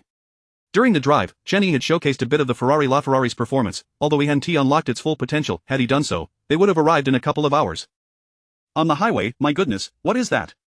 Look, a LaFerrari. This is my first time seeing this car. I feel like I've hit the jackpot. In the passenger seat, a girl scoffed at her boyfriend's remarks. Is that all you aspire to? Just seeing this car is worth it? I remember, a regular Ferrari costs only a few million, right? You're talking about a standard Ferrari, the boy replied, shaking his head, thinking to himself that women often lacked perspective. This isn't just any Ferrari. This is a LaFerrari, worth at least 26 million, he exclaimed, excitement radiating from him. Throughout the journey, Chen Yi's LaFerrari drew countless gazes. Many vehicles quickly swerved aside upon spotting it in their rearview mirrors, realizing they were in the presence of a rarity. If they were to collide, their responsibility would mean repainting the entire car, costing them millions. They couldn't afford such a price. Selling a house or even a kidney wouldn't suffice. The drive continued, with Chen Yi and Xi occasionally stopping at service areas. Though the car was powerful, its fuel consumption was equally staggering. If this vehicle were given to an average person, they might struggle to afford the gas. After lunch and navigating through some traffic, they arrived in Yanhai City just after 8. At that moment, Xi pulled out her phone, checked the time, and dialed her mother. Mom, I'm back. What? You said you wouldn't return, why didn't you let us know earlier? Are you at the airport or the train station? I'll come pick you up right now. Her mother exclaimed, joy evident in her voice at the prospect of her daughter's return.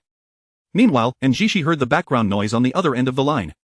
Mom, where are you? It sounds so noisy. Meanwhile today, your dad and I are gathering with some old friends at Dawiju, including your cousin Jiwei and Xiaohan. They've all returned, so we're having a get-together. Mom, you're changing the subject again. Where are you right now? I'll come to you. Xi pressed. I'm already back. Oh, then why not just head home? After a brief pause, her mother added, all right, I won't keep you. Talk later. Xi thought to herself, typical of her mother. She turned to Chen Yi, knowing that if she returned home, she would likely bring him along, but since he hadn't met her parents yet, she wondered if it would be appropriate. On the other side, Chen Yi had overheard Xi's conversation and turned to her with a smile. How about we go find them? Sure, she replied. Meanwhile, after hanging up, Anne's mother looked across the table at Zhou Feng, who inquired, what's up? Is Xi back? Yes, she initially said she wouldn't return, but now she is. I told her to head home first. It's good that she's back during the holiday. I remember she's about to graduate soon. After that, opportunities to spend time with you will be scarce. Indeed, her mother replied, feeling a twinge of melancholy. What does Xi plan to do now? Pursue graduate studies or seek employment? Zhou Feng asked further. Well, I'm not entirely sure. She might not have made any plans yet. Anne's mother reflected. She knew her daughter well enough. She took things one step at a time, focusing on doing her best in the present. Zhou Feng furrowed his brow slightly and coughed. Sister-in-law, I must criticize you a bit. Xi is no longer a child. You can't just let her be. Today's youth cannot afford to be aimless. The competition is fierce now. If you don't encourage her, you may regret it later. She might even blame you. Several middle-aged individuals chimed in. Exactly, look at the examples here. Jiwei is thriving under brother Zhou's guidance, driving an Audi at a young age, and Xiaonan is a graduate student from a prestigious 985 university, now dating someone from Tsinghua or Peking University. Their remarks brought pride to the young women present. One elder turned to Zhou Jiwei. Jiwei, your Audi must have cost quite a bit. Not too much, the on-road price was around 400,000. My heavens, 400,000? Their astonishment was evident. After years of hard work, they could barely earn such an amount, yet this young man had purchased a car worth that much right after graduating. Zhou Jiwei smiled at their reactions. I'm nothing special. My sister's boyfriend is impressive. He is a graduate student from a prestigious university and has already received job offers with a starting salary of 6 to 700,000. And this is just the first year. It will only increase from here. If he gets a stake in the company, he'll never run out of money. A starting salary of 6 to 700,000 sent shockwaves through the audience. The youth today were astonishingly capable. If this continued, in a few years, annual salaries might reach millions. As they looked at Zhou Nan, admiration filled their expressions. Brother Zhou, you're truly fortunate to have such accomplished children. Oh, it's just a combination of hard work and luck. Zhou Feng then turned to his daughter. Xiaonan, I remember Jishi doesn't have a boyfriend yet, right? Ask your boyfriend if he has any outstanding friends. If he does, introduce them to Jishi. That would ease your Uncle An's concerns. Jishi is quite attractive and possesses good character. You should help her find someone suitable. Dad. Zhou Nan interrupted, visibly displeased. My boyfriend's friends are all dating graduates from top universities. Who would look at someone from a 211 university? Her tone dripped with disdain, yet the moment she noticed the room's sudden silence, she quickly added, sorry, I didn't mean to imply that about Jishi. That's not what I meant. Though she was speaking, her expression still conveyed a sense of superiority. Anne's father wore a dark expression, nearly fuming. The implication was clear. Meanwhile, others began to chime in. What Xiaonan said holds some truth. Nowadays, matching social status is essential, and educational background plays a significant role. I think it would be wise for Jishi to avoid working for now and at least pursue a graduate degree. If she could get into a top 985 university, that would be even better. Zhou Nan sighed, getting into a 985 graduate program isn't easy, especially since they prioritize their own students. Even less accomplished students from their universities are preferred over external applicants. As the evening wore on, Zhou Feng basked in compliments, with Zhou Jiwei and Zhou Nan receiving acknowledgments as well. They all felt a bit elated, as society often favored the successful while looking down on others. As the night drew on, Anne's parents felt increasingly out of place. After dinner, as everyone exited Daweiju, they engaged in light conversation. Brother-in, you've had a drink. It is unsafe for sister-in-law to drive. Why not have Jiwei take you home? Zhou Feng suggested, turning to Zhou Jiwei. Jiwei, why don't you give your uncle and his family a ride? You're not doing anything anyway. Zhou Jiwei sighed, glancing at Anne's father, reluctantly pulling out his keys and pressing a button. A moment later, a sleek black Audi lit up in the distance. Wow, is that your Audi, Jiwei? It's quite impressive. Zhou Jiwei waved his hand dismissively. You haven't seen my brother-in-law's Land Rover. Now that's truly formidable. Just then, Anne's mother's phone rang. Hello, daughter. What's up? Are you coming to pick us up? No need, I'll drive back myself. What, you're almost here? Great, I'll wait for you. After hanging up, Anne's mother informed the group, the kids must miss us. She said she'll be here shortly. As they chatted, a roaring sound approached from afar, drawing everyone's attention. They turned to see a sleek black supercar approaching, its growl echoing in the air. In an instant, everyone's eyes widened in disbelief. What car was that? Zhou Jiwei, who knew cars well, felt a jolt of excitement. This model was a rarity even in major cities like Shanghai and Beijing. When did Yanhai get one? It was simply stunning. A Ferrari La Ferrari. Zhou Jiwei exclaimed. When did Yanhai acquire such a wealthy individual? Jiwei, is this car really that impressive? A woman beside him asked. Auntie, this isn't just impressive. It is extraordinary. This is a La Ferrari, worth over 26 million. The mention of such a staggering price left everyone stunned. Did they hear correctly? 26 million? What sort of person could afford such a vehicle? It was utterly outrageous. As the La Ferrari came to a halt before them, a figure emerged from the passenger seat. Chapter 111. The cabbage has been ruined by the pig. This is simply outrageous.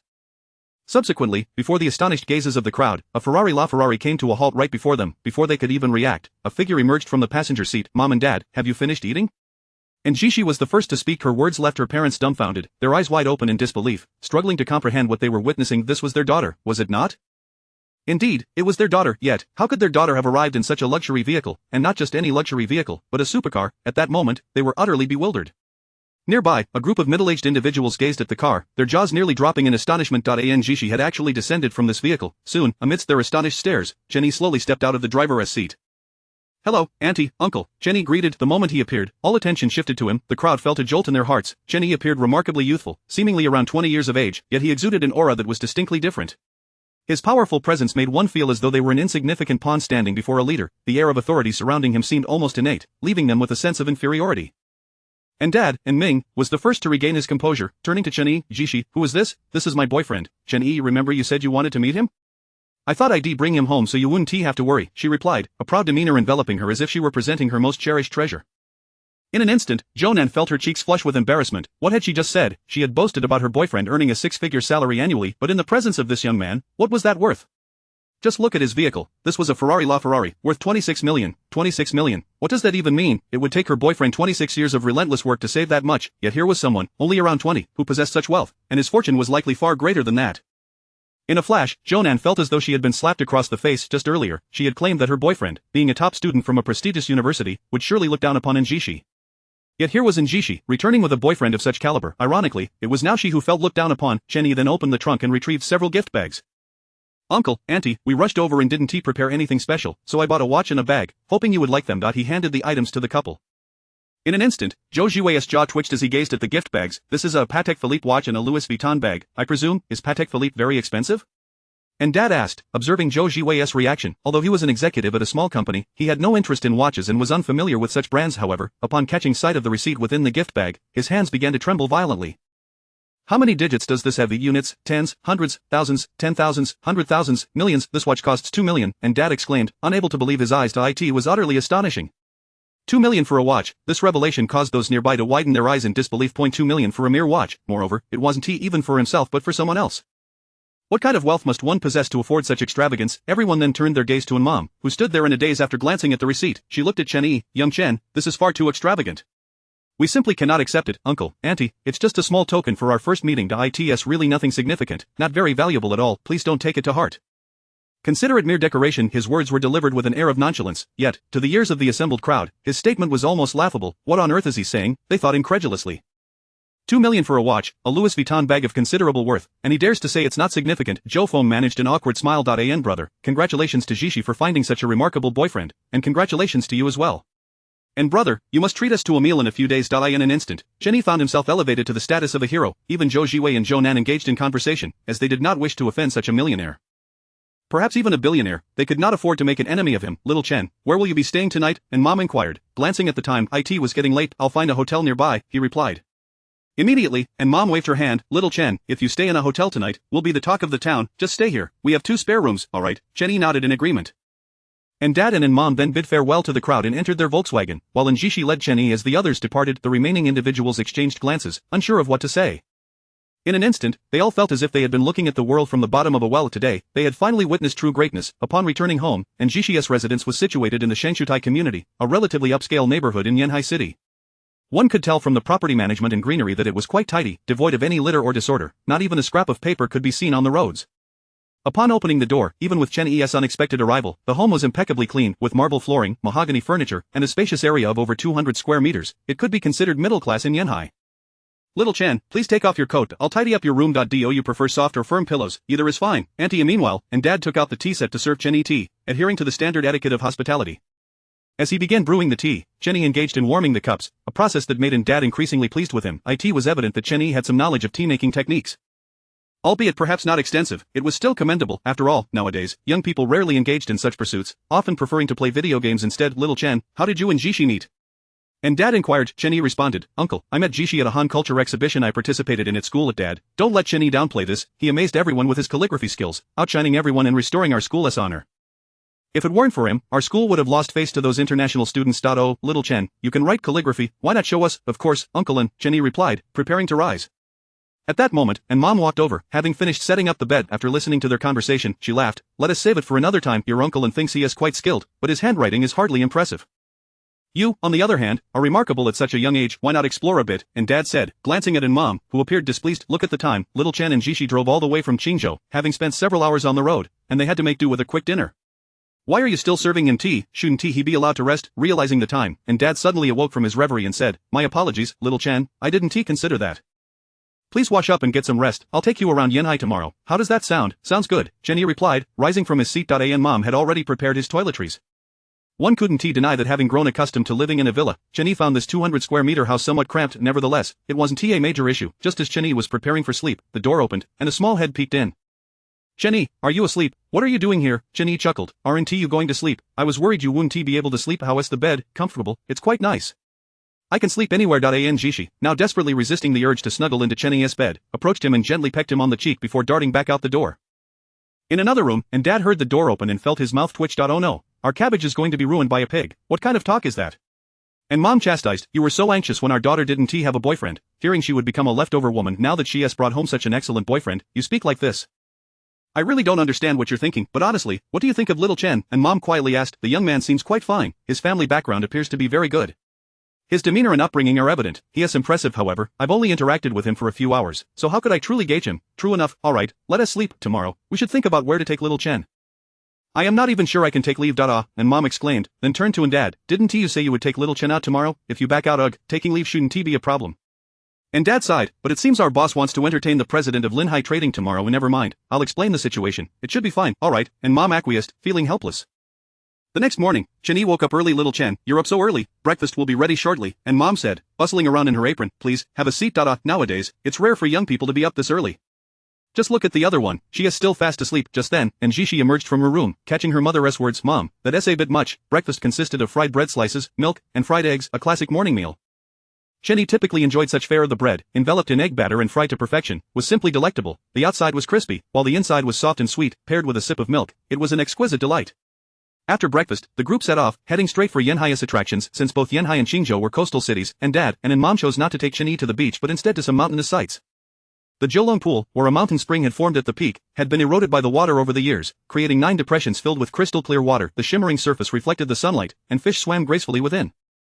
The mist clung to the surroundings, and when sunlight broke through, rainbows appeared. This stunning spectacle, once discovered, became a local marvel, hence the name Jiulong Pool. They arrived early, so there weren't many visitors yet. However, as they left, more people began to arrive, especially since it was a short holiday, and many parents took their children out. With Yanhai's recent push for tourism, numerous visitors flocked to see the sights, resulting in bustling crowds. The park's ticket sales were likely bringing in a fortune. How do you find the Jiulong Pool, little Chen? And Dad asked, handing him an apple. It's quite splendid. Qingzhou doesn't have attractions like this. Qingzhou is a place where every inch of land is precious, while Yanhai isn't is developed, allowing some beautiful spots to remain untouched, and Dad explained, then sighed, when I was young, I could climb up and down the Jiulong Pool several times. Now, I'm old, my arms and legs tire easily after just one trip. Then you should start exercising, just look at little Chen, he is so fit. I know, and Dad replied, feeling somewhat exasperated. He then glanced at his wife, realizing that women, regardless of age, always had a penchant for bags and cosmetics. After all, Chen Yi had gifted one yesterday, and today, it was all about little Chen here and little Chen there. They continued visiting several more attractions. It was undeniable that Yanhai, being a city, had enough noteworthy spots that it would take several days to see them all. By the end of the morning, they had only managed to visit 3 or 4 sites. Just then, and Xixia's stomach rumbled, a result of all the climbing. Let us go, it's getting late, time for lunch, and Dad suggested, where shall we eat? After some thought, and Dad replied, let us go to Zhengyue Building. Zhengyue Building was the most renowned restaurant in all of Yanhai. While Yanhai had a 5-star hotel, the Yanhai International Hotel, locals knew that it was merely a faade. If one saw truly exquisite cuisine, they would naturally head to Zhengyue Building. At that moment, a crowd had gathered outside Zhengyue Building, with an array of luxury vehicles parked nearby. As the cars came to a halt, well-dressed men hurriedly exited, making their way towards the foremost vehicle. President Wang, please, come inside. The lobby manager of Zhengyue Building, startled by the commotion outside, quickly emerged, only to be taken aback upon recognizing the men before him. These were none other than the prominent figures of Yanhai. Leading them was Wang Hai, the chairman of Linhai Trading Group. He was a true titan of industry in Yanhai. No wonder so many were following him. President Wang, please, right this way. The lobby manager hurriedly led the way, a smile plastered on his face. The group made their way inside, with many executives trailing behind Wang Hai, their expressions filled with respect. President Wang, I've heard that a prominent figure has arrived in our mountain city. Did you happen to meet that individual during your trip to Qingzhou? His words prompted the others to look at the aforementioned executive. What prominent figure? ISNT President Wang. The prominent figure. President Wang is the leader of our industries in Yanhai. Exactly. Old Liu, you haven't even had a drink at noon, and you're already intoxicated. Old Liu felt his face redden at the collective gaze of the crowd. He realized he had misspoken. President Wang, I didn't mean it that way, please don't misunderstand. No worries. Compared to that individual, I'm merely a small player, Wang Hai remarked, preparing to head in another direction. Suddenly, he turned his gaze towards the front desk, and his eyes widened in surprise. Chapter 112. A Chairman Chen. At this moment, on the other side, Chen Yi and Xishi's parents were at the front desk, inquiring if there were any private rooms available. Soon, An's father glanced over at a group of people in the distance who were engaged in conversation, and they began to approach. He looked over and his eyes widened in disbelief at what he saw. He recognized all of them. They were all prominent figures within the vast sea of commerce, and even a single one among them could boast a fortune of several billion. Individuals of immense wealth and influence. Among them was his direct superior, trailing at the back of the crowd, wearing a smile that was almost too warm and respectful. Such a demeanor was never seen in the office, where he usually held an air of superiority, as he was the owner of the company and the one who distributed salaries. But now, this was a clear indication of the extraordinary stature of these individuals. It was almost unimaginable. At this moment, as An's father observed their approach, his heart tightened. The leader of the group was none other than Wang Hai, the chairman of the Linhai Commerce Group. He quickly wiped his hands on his clothes and prepared to greet Wang Hai. Of course, he did not forget to turn to inform his wife and daughter, "You should take a good look at these people. They are all influential figures from Qingzhou, and the one in charge is the chairman of the leading enterprise in the Sea of Smoke." As soon as Anne's father spoke, Anne's mother turned to look at Wang Hai, having heard of him before. She understood the situation and followed her husband towards the front. "Mr. Wang, what a coincidence, I didn't expect to see you here," Anne's father said with a smile, preparing to shake Wang Hai's hand. However, in the next moment, it appeared as though Wang Hai had not seen Anne's father at all, as he briskly walked past him without pausing for even a second, completely ignoring him. Instantly, Anne's father felt a wave of embarrassment wash over him, shared by Anne's mother and Xi, as the situation was undeniably awkward. After all, he had approached respectfully, seeking to shake hands, yet was met with blatant disregard. The other executives behind them looked on, equally puzzled and bewildered by Wang Hai's reaction. They then witnessed Wang Hai, beaming with a smile, hastily walk up to Chen Yi, bowing slightly with outstretched hands. "Chairman Chen, what a coincidence. I didn't expect you to be in the Sea of Smoke. It would have been a pleasure to host you, had I known you were coming," Wang Hai continued, his demeanor one of utmost reverence. In that instant, Anne's father was left speechless, as were Anne's mother and the surrounding executives. What was happening? This was astonishing. Wang Hai, the pinnacle of the Sea of Smoke, a figure of immense renown and wealth, was now humbling himself before a young man, his hands poised in the air as if awaiting a response. Such a display of deference from Wang Hai was unprecedented in their eyes. Chen Yi, recalling having shared a meal with Wang Hai previously, extended his hand. "You are Mr. Wang, correct?" "Oh, Chairman Chen, you flatter me. In your presence, I am not worthy of such a title. Just call me Wang Hai." "I can't believe you remember me," Wang Hai exclaimed, his excitement palpable, his smile radiant, leaving the onlookers utterly astonished. Wasn't it supposed to be a challenge for someone of his stature to be remembered by others? As the esteemed individuals quickly gathered around, they looked at Wang Hai. "Mr. Wang, what is going on here?" Some gazed at Chen Yi, taken aback by his youth. He appeared to be around 20 years old, yet here he was, commanding such respect from Mr. Wang, which was utterly shocking. Anne's father and mother, trailing behind the crowd, were equally bewildered. Their hearts raced as they realized their daughter's boyfriend was the chairman of the Tianlong group, a person whose very presence made Wang Hai bow in humility. At that moment, Wang Hai turned to Chen Yi. "Chairman Chen, are you in the Sea of Smoke for a particular project?" The question lit up the eyes of many present, as Chen Yi's projects could certainly sustain their numerous enterprises. However, Chen Yi merely smiled. "I'm here to visit my girlfriend's parents." This statement drew the attention of everyone to Xi and her parents, their expressions turning awkward. In that instant, Wang Hai smacked his forehead, cold sweat forming on his brow, but he hurried over to Anne's father and mother. "I truly failed to recognize your significance earlier. My sincerest apologies." After all, Wang Hai had initially perceived In Ming as merely a sycophant, but now he realized In Ming was the father of Chen Yi's girlfriend. The weight of that connection was significant. He firmly grasped In Ming's hand, engaging in small talk with him and Anne's mother, while other executives, seasoned in the business world, swiftly approached In Ming as well. Anne's parents found themselves surrounded by a throng of influential figures, feeling utterly out of their depth. After a while, the owner of Mingyue Tower arrived, having received a call from the head manager about the presence of the Tianlong Group's chairman. He rushed over. "Chairman Chen, I'm the manager of Mingyue Tower. Please, allow me to escort you to the top floor's private room, the finest one reserved for distinguished guests like yourself." Thus, Chen Yi and his companions were led to the top floor amidst a throng of admirers. Naturally, Chen Yi took the seat of honor, with Xi and her parents beside him, followed by Wang Hai and others. Remarkably, Wang Hai and the others felt entirely at ease in this arrangement, fully acknowledging Chen Yi's esteemed status. At the banquet, various executives began to toast Chen Yi, who raised his glass in acknowledgement. The others drank heartily, their respect evident. Meanwhile, Anne's father was still adjusting to the situation, exchanging toasts and business cards with the executives. After the meal, Anne's parents exchanged glances with Chen Yi, overwhelmed by an indescribable sensation. "Uncle An, shall we head home?" Chen Yi suggested with a smile. Anne's father looked at Chen Yi, realizing he had never interacted with so many notable figures before. Excitement filled his features, yet he understood that this opportunity to mingle with such high-caliber individuals was solely due to Chen Yi's influence. Upon returning home, Anne's mother pulled Xi aside. "Dear, you must cherish this person." Xi rolled her eyes at her mother, then turned to Chen Yi, her gaze filled with affection. Bored, she decided to take Chen Yi to the seaside for a stroll, while her parents headed home. "The sea here is different from that of Qingzhou. It's a deep blue," Xi remarked, gazing at the vast ocean, a wave of emotions coursing through her. Chen Yi stood beside her, taking in the view of Yangma Island, which was said to be where Qin Shi Huang once raised horses. Whether this was true or not, Chen Yi was unsure, pondering how far Qin Shi Huang would have traveled for such a purpose. While they stood there, a young man arrived, having just stepped out of his car. He recognized Xi, his high school classmate who had gone to Qingzhou for university, and was astonished to see her here, especially with Chen Yi by her side. Xi. He called out, causing her to turn in surprise. "Liu Yang?" she exclaimed, momentarily taken aback. Liu Yang's eyes widened in disbelief at her transformation. Years ago, during high school, everyone was unadorned, yet Xi had always been the beauty of the school. Now, she had blossomed even more, radiating an extraordinary charm, and was affectionately holding Chen Yi's hand, which struck Liu Yang deeply. He glanced at Chen Yi, a cold sneer forming in his heart. In his eagerness, he accidentally dropped the car keys onto the sand. "Oh no," Liu Yang exclaimed, quickly retrieving the keys and brushing off the sand. "If these keys get buried, it would be a disaster, especially since they are newly replaced."